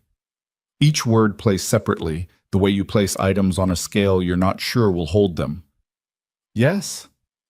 You've known." There was something in her voice that wasn't anger yet, but was adjacent to it. The pressure that builds before temperature converts to something else. Mason had heard that quality in voices his entire career. He didn't take it personally.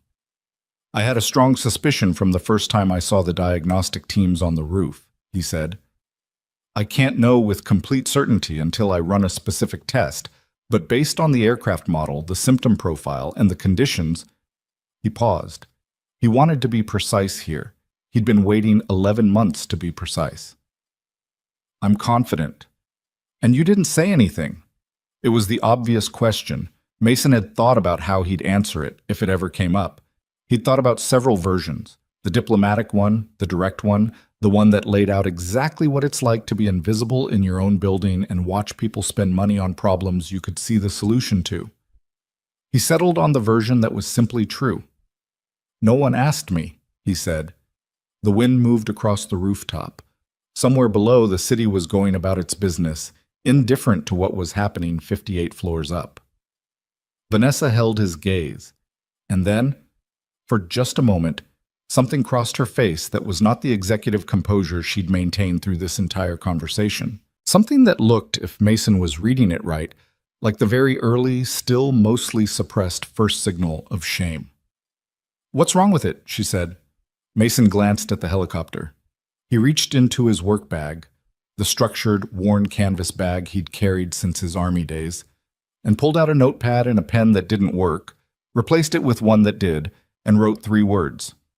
He tore the page out and handed it to her. Fuel vapor lock. Vanessa looked at the paper. That's been ruled out. Every cold system diagnostic, Mason said. They inspect it when it's been sitting in open air for hours, sometimes overnight, before they start. By then, the vapor condition has resolved. You'd need a specific startup sequence, under a specific temperature window, with the fuel system at a specific saturation level. If none of those line up at the same time, the diagnostic comes back clean every time. Richard Hale stepped forward. Meridian's chief engineer has 30 years. 30 years and never worked in S-76D in a high-altitude cold environment, Mason said. Not unkindly, just accurately. This particular issue is documented in service bulletins from 2019. It affects a small percentage of aircraft with the updated fuel management controller. It's rare enough that most technicians have never seen it. Silence. Lily, who had been standing very still beside her father, holding her stopwatch in one hand and his sleeve in the other, looked up at the helicopter with the assessing expression she got when she was determining how interesting something was. Vanessa looked at Mason, at his uniform, at his tool bag, at the 7-year-old beside him. Then she said the thing that, in any other version of this moment, might have stayed in the private register of her thoughts. You're a maintenance technician. It was not technically a question, but it functioned like one. The kind that exists less to request information and more to make explicit something the speaker already knows, often as a way of processing the distance between expectation and reality. Yes, ma'am, Mason said. I am. And you're telling me that 47 aerospace engineers missed something you identified in... She stopped. How long did it take you to identify it? Mason thought about it honestly. The first time I saw the aircraft? About 4 minutes? No one said anything. Of course, Vanessa said, and now there was something in her voice that was not flatness but its opposite, a kind of restrained, directed energy. 4 minutes. Richard started to say something. She held up a hand without looking at him, and he stopped. Can you fix it? She asked Mason. Yes. How long will it take? This was the part Mason had been thinking about since the first Wednesday he'd seen the Dawson team on the roof. He'd run through it in his head so many times that it had stopped feeling like an estimate and started feeling like a memory. 3 minutes, he said. The silence this time was different, thicker. 3 minutes, Vanessa repeated. If I'm right about what I think it is, yes. Richard Hale laughed. It wasn't the mean version. He wasn't that kind of person. But it was the involuntary laugh of a man whose professional brain had simply rejected an incoming piece of information. The last team spent 9 days. The last team was looking for a mechanical defect, Mason said. They weren't wrong to look. They were thorough. But there isn't a mechanical defect. There's a vapor condition in the primary fuel feed that's managed by recalibrating the engine management software and manually clearing the system in a specific sequence. If the condition is what I think it is, 3 minutes is actually generous. Lily tugged his sleeve. He looked down. Can I time it? She asked. He studied her for a moment. If Ms. Sterling says it's okay. Every adult on the rooftop looked at the 7-year-old with the yellow, cracked stopwatch. Vanessa Sterling, who was 30 years old and had inherited a company and turned it around and sat through 11 months of engineering reports that all said the same useless thing, looked at this little girl with her stopwatch and her backpack and her small, utterly serious face. What's your name? Vanessa asked. Lily Brooks. How old are you, Lily? 7 3/4. A beat. The 3/4 are important. Something happened in Vanessa's expression that she didn't quite control. Not a smile. Too complicated for a smile. More like something opening slightly in a face that had been held very closed. Yes, Vanessa said. You can time it. Mason opened his tool bag on the tarmac of the helipad and considered what he was looking at. The S-76D sat there in the March morning wind with the particular mute patience of a machine that has been waiting.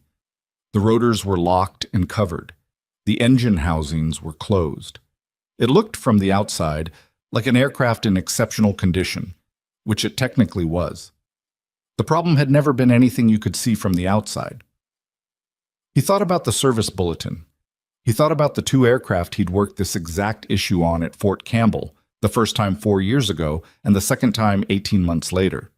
He thought about the sequence, the order in which the steps had to be done, because order mattered here more than in most repairs. You couldn't shortcut the sequence. You had to do it right.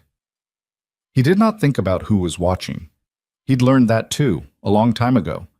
The work went better when it was just the work, not the judgment around the work, not the stakes attached to the work, not the $2.3 million of failed attempts that preceded the work. Just what the machine needed, in what order, approached with attention and without performance. He crouched at the engine access panel on the starboard side and opened it. "You need us to," Richard began. "I need it quiet," Mason said. "Please." Richard closed his mouth. Mason looked at the fuel management controller. He looked at the fuel feed lines. He looked at the specific junction that, in the 2019 service bulletin, had been flagged as the potential origin point for the vapor accumulation. Everything looked clean. Everything looked correct, which was exactly what you'd see if it was this particular problem. He reached into his bag and withdrew a small diagnostic connector, the kind of tool that looked absurdly simple for the function it performed, and interfaced with the engine management computer's secondary port. Numbers scrolled on the small display screen. He felt Lily move slightly behind him, craning to see. He heard the small click of her stopwatch. She hadn't started it yet. She was waiting. She understood somehow that he hadn't started yet. He hadn't told her when to start. She just knew. 7 years old, he thought, and she already gets it. The numbers on the display told him what he needed to know. A fuel pressure differential. Small, periodic, the kind of thing that would barely register in a routine scan, between the primary and secondary feed lines. Not enough to flag as a fault. Exactly the signature of vapor accumulation in the primary line junction. "There you are. Starting now," he said quietly. He heard the click. What happened in the next 2 minutes and 58 seconds was not dramatic. That was the thing that would probably not translate well to the accounts that came later. The people on the roof telling the story in meetings, in hallways, to their families over dinner. Because the story they'd tell would inevitably reach for the dramatic, for the expert at work in the crisis, for the cinematic version of competence. The reality was quiet. Mason manually bled the primary fuel feed line at the accumulation point, releasing the vapor pocket with the careful deliberation of someone who knows that the only way to do this right is to do it slowly. He watched the pressure differential on his display screen equalize. He disconnected the diagnostic connector and accessed the engine management software through the main avionics panel, navigating to the fuel system calibration menu, and entered the correction sequence from the service bulletin. 3 parameter adjustments that told the computer how to manage fuel pressure during startup in cold, high-altitude conditions. He closed the access panels in order. He checked his connections. He stood up. "Start it," he said. Vanessa Sterling had not moved from the spot where she'd been standing. She looked at Mason, then at the helicopter, then at Mason. He made the smallest gesture toward the cockpit. She walked to the helicopter. She'd flown it herself when it had been operational. It was her aircraft, and she held a pilot's certificate, though she rarely flew it solo for operations. She climbed into the pilot's seat. Richard moved to assist her with the startup checklist. She waved him off with a slight motion that suggested she'd done this enough times to not need help with the checklist. She ran through the pre-flight sequence. She engaged the starters.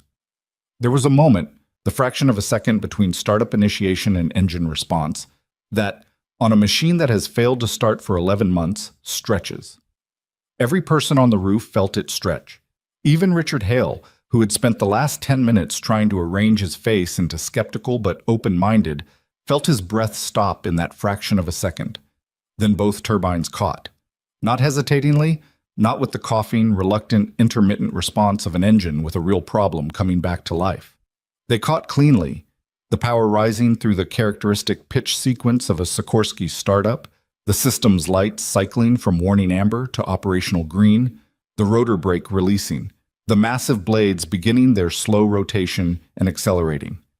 The helicopter, which had been called worthless scrap not 2 hours ago in an executive conference call, began to sound like a helicopter. Every warning light cleared. The engine management display read normal. On the rooftop of Hargrove Tower, in the March cold, with the Chicago wind tearing past at 23 miles per hour, the $9 million machine that 47 engineers couldn't fix was running. Lily looked at her stopwatch. 2 minutes and 58 seconds, she announced. She said it the way you say something that you've been waiting to say, and that turns out to feel exactly as good as you thought it would. Then she looked at her father and gave him the particular small nod that was her highest form of approval. Mason crouched down and she came into his arms. He held her for a moment, just long enough. And then he stood up and looked at Vanessa Sterling, who was sitting in the cockpit of a running helicopter, staring at the instrument panel with an expression he couldn't fully read from where he stood. She shut down the engines. She climbed out. She stood on the helipad and she looked at Mason Brooks, and she was quiet long enough that the wind filled the silence around them. When she spoke, her voice had changed in a way that was small but perceptible. Something in the register of it. Something that sounded less like the person who had dismissed him in a sentence 20 minutes ago and more like a person who was recalibrating. "Thank you," she said. It was 2 words. Simple, direct, not decorated. Mason nodded. He started putting his tools back in his bag. Well, he didn't know then. Standing on the roof, zipping his tool bag, Lily beside him already, back to examining the stopwatch display with focused interest. What would come next? He didn't know about the office conversation, the job offer, the unexpected directions that were about to change the shape of his week, and then his year, and then his life. He wasn't thinking about any of that. He was thinking that the helicopter had been fixed in 2 minutes and 58 seconds. He was thinking that Lily had been the one timing it. He was thinking that he would tell his mother about this tonight, and she would laugh the way she laughed when things that were clearly ridiculous were also clearly right. He was thinking that the machine had needed exactly what he thought it needed, and that had felt, as it always did, like a kind of conversation, like being understood. He picked up his bag. "You ready?" he said to Lily. She looked at the helicopter, then at her father, then back at the helicopter. "It's a good one," she said. Mason looked at the aircraft, fully powered down now, just sitting there in the cold like it had always been fine, like it had been fine all along, just waiting for the right question. And he almost smiled. "Yeah," he said. "It is." Vanessa Sterling did not go directly back to her office. She stood on that rooftop for another 3 minutes after Mason Brooks and his daughter disappeared through the stairwell door, the wind working at her coat, the helicopter sitting behind her in its usual silence, except it wasn't the same silence anymore.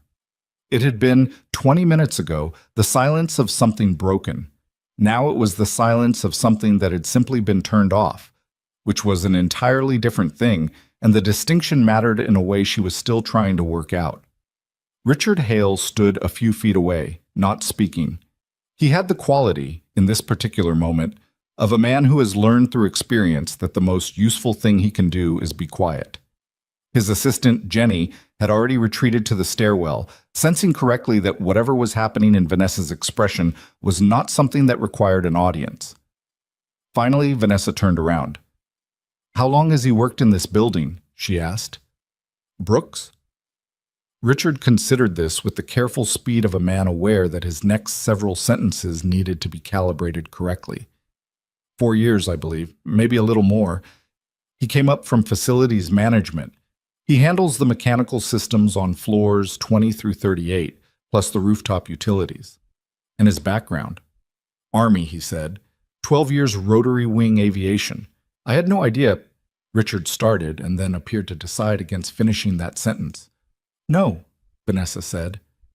"Neither did I." She pulled her coat tighter and walked to the stairwell door. Richard followed at a respectful distance. Neither of them spoke again until they were in the elevator, the doors closed, the building swallowing them back into its usual logic of floors and meetings and things that made sense. Then Vanessa said, "Pull his personnel file."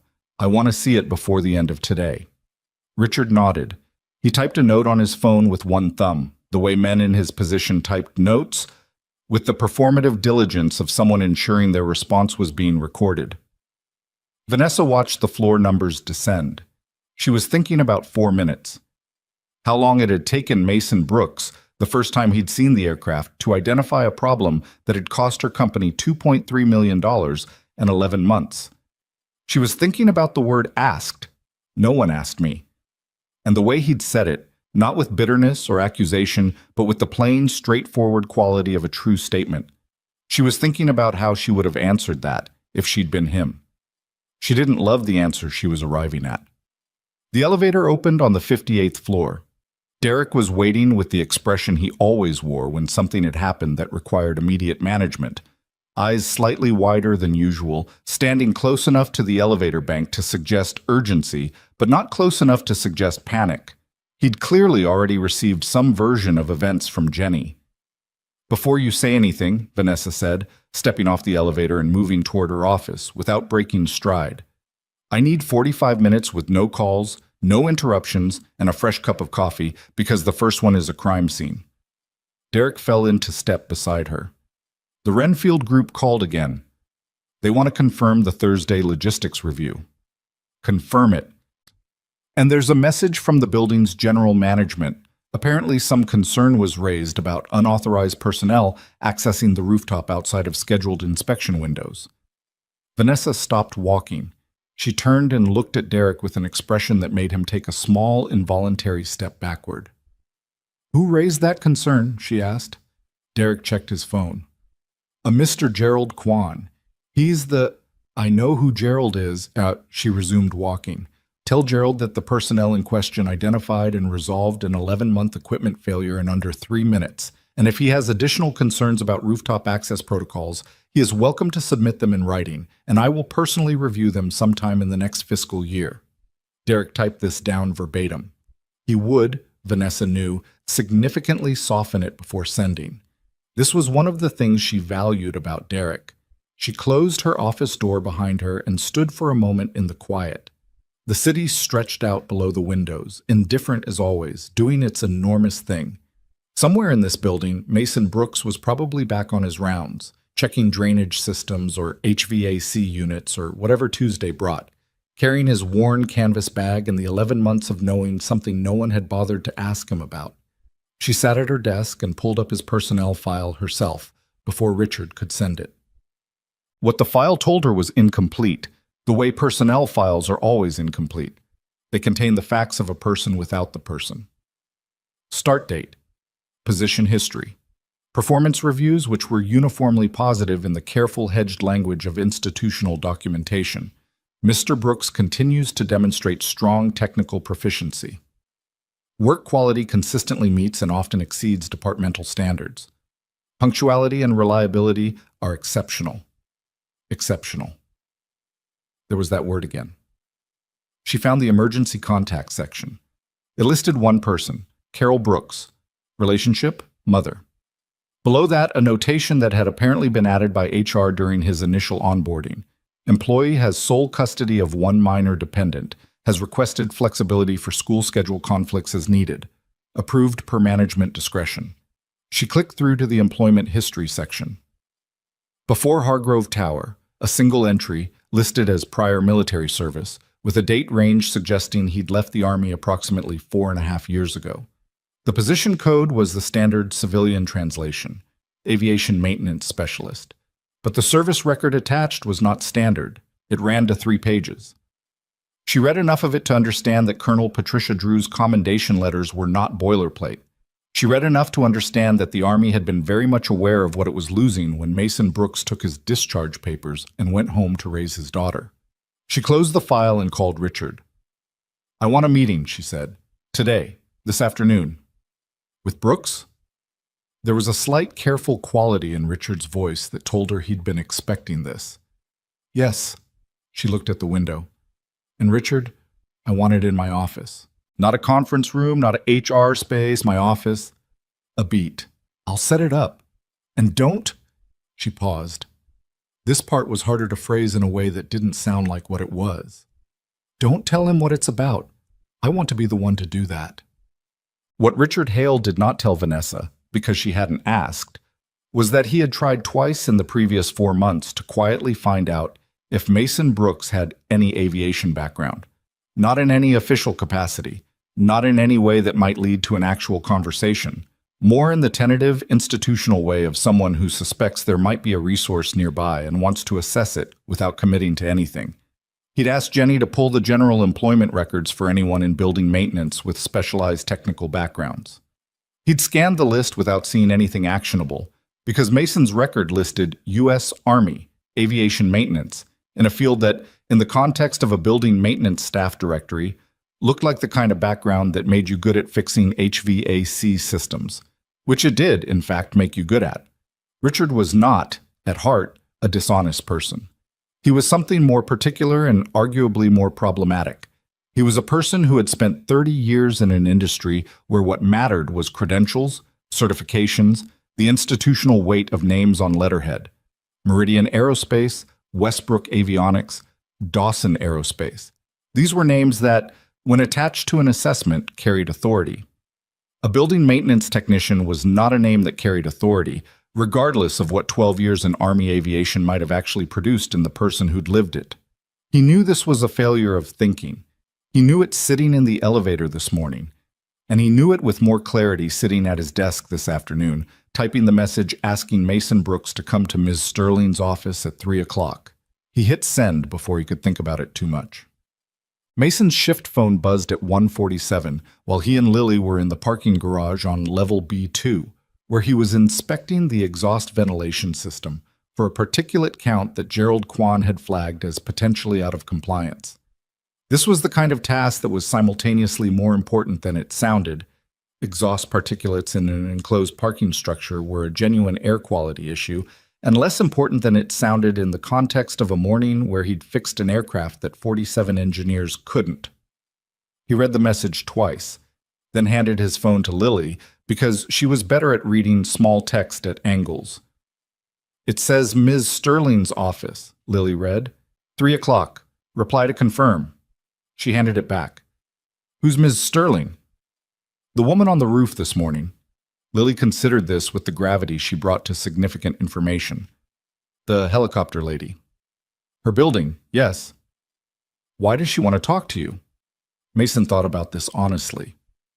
He had 2 or 3 ideas, and he wasn't sure which one was right. "I'm not sure," he said, which was true enough. "Should I come?" He looked at her. She was standing next to a concrete pillar in a parking garage, wearing her visitor badge with Gerald the name on it, completely unconcerned about where she was or what was happening, just present and attentive the way she always was. Something in his chest moved in the complicated way it moved when he looked at his daughter, and felt simultaneously proud and protective and aware of how much he couldn't control about what was coming. "You're going to wait in the lobby, reading room set," he said. "Mrs. Okafor is on front desk until 4. "Mrs. Okafor makes me spell things," Lily said, not complaining, reporting. "That's because your spelling needs work." "My spelling is fine." "You spelled necessary with 2 C's last week." "I still got the idea across," he pointed at her. "Lobby reading room." She sighed the sigh of someone choosing to accept a situation while registering their position on it, and went back to examining the ventilation grate. At 3 o'clock, Mason knocked on the open door of the 58th floor corner office and found Vanessa Sterling sitting behind a desk that was large without being ostentatious, in an office that looked like someone worked in it rather than someone who wanted you to know they worked in it. Files were stacked in a specific order that seemed to have an internal logic. There was a whiteboard on the side wall with what appeared to be a logistics timeline and notes in 3 different colors of marker. She was on the phone. She held up one finger. "Give me a minute," and pointed to the chair across from her desk. He sat. He did not look around the room the way some people look around a room when they're trying to figure out what it says about the person who occupies it. He was fairly sure he already had a working understanding of Vanessa Sterling. She finished the call in 2 sentences, put her phone face down on the desk, and looked at him with the directness he'd noticed on the roof, the quality of someone who thinks it's a waste of time to approach something indirectly. "I read your service record," she said. He was quiet for a beat. Okay. You left the army 4.5 years ago. Yes. Why? It was a direct question. He could have given the indirect answer: personal reasons, family considerations, the version that satisfied the inquiry without letting it in. He found he didn't want to. My wife died, he said. Lily was 2. I needed to be home. Vanessa held his gaze. She didn't perform sympathy, didn't do the head tilt or the softened voice or any of the things people deployed in these moments out of habit rather than genuine response. She just acknowledged it with a brief nod that said she'd heard him and meant it. I'm sorry, she said. 2 words, same register as the thank you on the roof. Not decorated. He found he preferred that. Thank you. There was a pause that wasn't uncomfortable, just a moment of 2 people recalibrating after something real had entered the room. I want to apologize to you, Vanessa said. Mason waited. Not for the helicopter situation specifically, although that's part of it. I want to apologize for how I spoke to you this morning. She was looking directly at him. He noticed that she wasn't making it easy on herself. She wasn't softening the apology by framing it as a misunderstanding or a natural response to stress. I dismissed you in front of my staff based on your job title. I made assumptions about what you were capable of understanding before you said a single word. That was wrong. And it was also, as it turned out, spectacularly incorrect. The last 3 words held a slight, self-directed edge that might have been the beginning of being able to laugh at herself about it eventually. Not yet, but eventually. Mason looked at the window for a moment, then back at her. I'm not going to tell you it didn't land, he said, because it did. But I also think you were dealing with 11 months of dead ends, and people in that position look for the most logical explanation. I didn't look logical. That's, she stopped. That's generous. It's accurate, he said. They're not the same thing, but they're not mutually exclusive. She considered him for a moment in a way that was not assessment, or not only assessment, something more like recalibration. I want to offer you a position, she said. The room changed slightly in the way rooms change when the conversation turns a corner you weren't quite expecting. Director of Aviation Operations, Vanessa said, for the company. Full scope, flight operations, maintenance oversight, compliance, fleet management. Richard Hale will be transitioning to a consulting role at the end of Q2 anyway, which I wasn't planning to discuss publicly yet, but which is relevant. She paused. The salary is 3 times your current rate. Full benefits, obviously, and I want to be specific about this because it's not a talking point. I will structure the position with flexibility for your daughter's schedule built into the contract, not as a favor, as a term. Mason said nothing for a moment. He had thought on the elevator up about what this meeting might be. He'd landed on 2 possibilities: that she was going to offer some kind of bonus for the helicopter fix, or that there was going to be some kind of HR discussion about Lily's presence during the incident. He had not landed on this. You don't know me, he said. I know your service record. I know what I watched you do this morning. I know you identified a problem in 4 minutes that cost this company $2.3 million to not solve for 11 months. She said it the way people say things they've been thinking about for a while, with a flatness that belied the weight of the number. I'm aware those aren't the same as knowing you, but they're enough to have a conversation. You have a director of aviation operations. Richard identified a problem for 3 years and never solved it. He's competent at the operational management side. He has no diagnostic ability and limited technical depth. Those things matter for what I need this role to be. Mason looked at his hands. He was still in his work uniform, gray with the Hargrove Tower Facilities logo on the chest, and he'd come directly from the parking garage inspection, which meant he probably smelled faintly of exhaust and degreaser. He was sitting in a corner office on the 58th floor of a Chicago skyscraper, being offered a director-level position by a 30-year-old CEO who'd seen him work for 3 minutes. He thought about Lily in the lobby reading room, probably spelling things for Mrs. Okafor. He thought about his mother, who had been telling him for 2 years that he was wasted in maintenance and who would have a very specific thing to say when he came home and told her about today. He thought about Colonel Drew, who had told him once, with the blunt affection of someone who rarely deployed affection in any form, that the worst thing that could happen to his talent was for it to go permanently unused. "I need to think about it," he said. Vanessa nodded. She'd expected this. He could see that she'd expected it. "How much time do you need?" "A week." "You have it." He stood. She stood. They were the same height, nearly. She might have had an inch on him, or maybe that was the desk. He extended his hand and she shook it, a solid, unremarkable handshake, the kind between two people who are still figuring out what the other one is. "Mr. Brooks?" she said as he was moving toward the door. He turned. "The service bulletin you mentioned. The 2019 one for the S-76D. I looked it up after you came down." She paused. "We should have had it flagged. It was in our maintenance database. Whoever set up the inspection protocols should have cross-referenced it against our aircraft model." She was not saying this to make him feel better. She was saying it as a diagnosis of a different kind of failure. We missed it at the system level before we ever missed it at the individual level. Mason thought about that. "That's a different problem to solve." "Yes," she said, "it is." He went to get his daughter. The conversation in Vanessa Sterling's office had taken 22 minutes. Lily had timed it. Not because anyone asked her to, but because timing things was her method of staying oriented when she wasn't sure how long she was supposed to wait. And Mrs. Okafor had eventually given up trying to make her spell things and had simply given her a piece of paper and a pen so she could write whatever she wanted. She'd written, "Dad fixed the helicopter. 2 minutes, 58 seconds.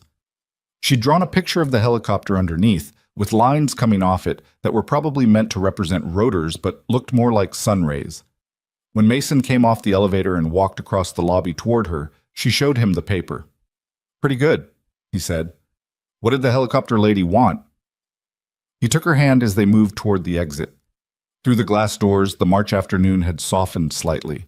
Still cold, but the particular aggressive cold of the morning had settled into something more functional. "She offered me a different job," he said. Lily processed this. "What kind of job?" "A bigger one. Running the aviation stuff for the whole company." "But you like your job." He thought about this honestly. "I like doing good work. The job's been okay." "Would the new job be better?" "Maybe." He pushed the door open. The cold came in. "I have to think about it." Lily walked beside him toward the parking structure. After a while, she said, "Is it because of me? That you have to think about it?" Mason looked down at her.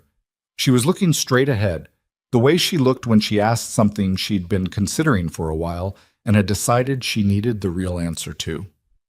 "Partly," he said. "I want to make sure whatever I do is good for both of us, not just for me." "I think you should do it," she said. "You don't even know what it is." "You fixed the helicopter in 2 minutes and 58 seconds, she said, with the conviction of someone presenting an evidence-based argument.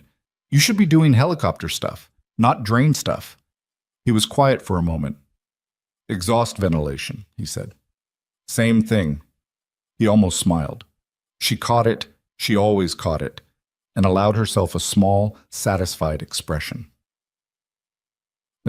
That evening, while Lily did homework at the kitchen table and Mason made dinner, the rice and vegetable thing he made 3 times a week because it was fast, and she ate it without complaint, which were the 2 primary criteria, he thought about what Vanessa Sterling had said toward the end of their conversation.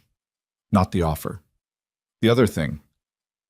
We missed it at the system level before we ever missed it at the individual level. It was an honest thing to say.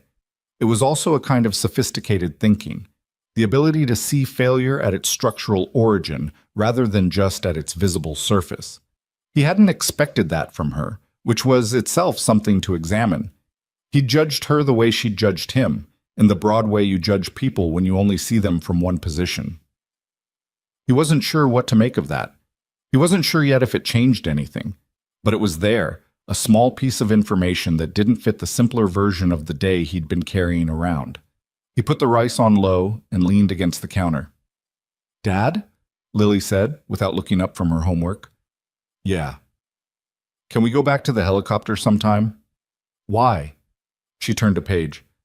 "I want to see it fly." Across the city, in a condo in River North, that cost enough per square foot to make most people's eyes go flat when she mentioned it, which she tried not to do, though she'd been unable to entirely shed the habit of transparency about money that came with growing up in it. Vanessa Sterling was sitting at her kitchen counter with a bowl of soup she was eating with the focused lack of attention of someone whose mind was entirely elsewhere. She'd called her father after the meeting with Mason Brooks. This was not something she did often. Gerald Sterling's first stroke had left him with limited speech and a patience for conversation that he carefully rationed, and Vanessa was disciplined about not wasting that patience on things he didn't need to hear. But she'd called him today because there were a small number of people she trusted with the version of herself that made mistakes, and he was one of them. She'd told him about the helicopter, about the 11 months, about Mason Brooks and his maintenance uniform with his daughter and her stopwatch. Her father had listened through most of it in silence. Then he'd said, in the careful way he spoke now, each word chosen and placed, "Did you apologize?" "Yes," she said. "Good." A pause. Was it enough? She thought about Mason Brooks' face when she'd apologized, the way he'd given her an honest accounting of why the mistake was understandable without absolving her of having made it, the way he'd accepted the apology without making her pay for it longer than necessary. "I don't know," she said honestly. "Maybe." Her father made a sound that she'd learned over 30 years was his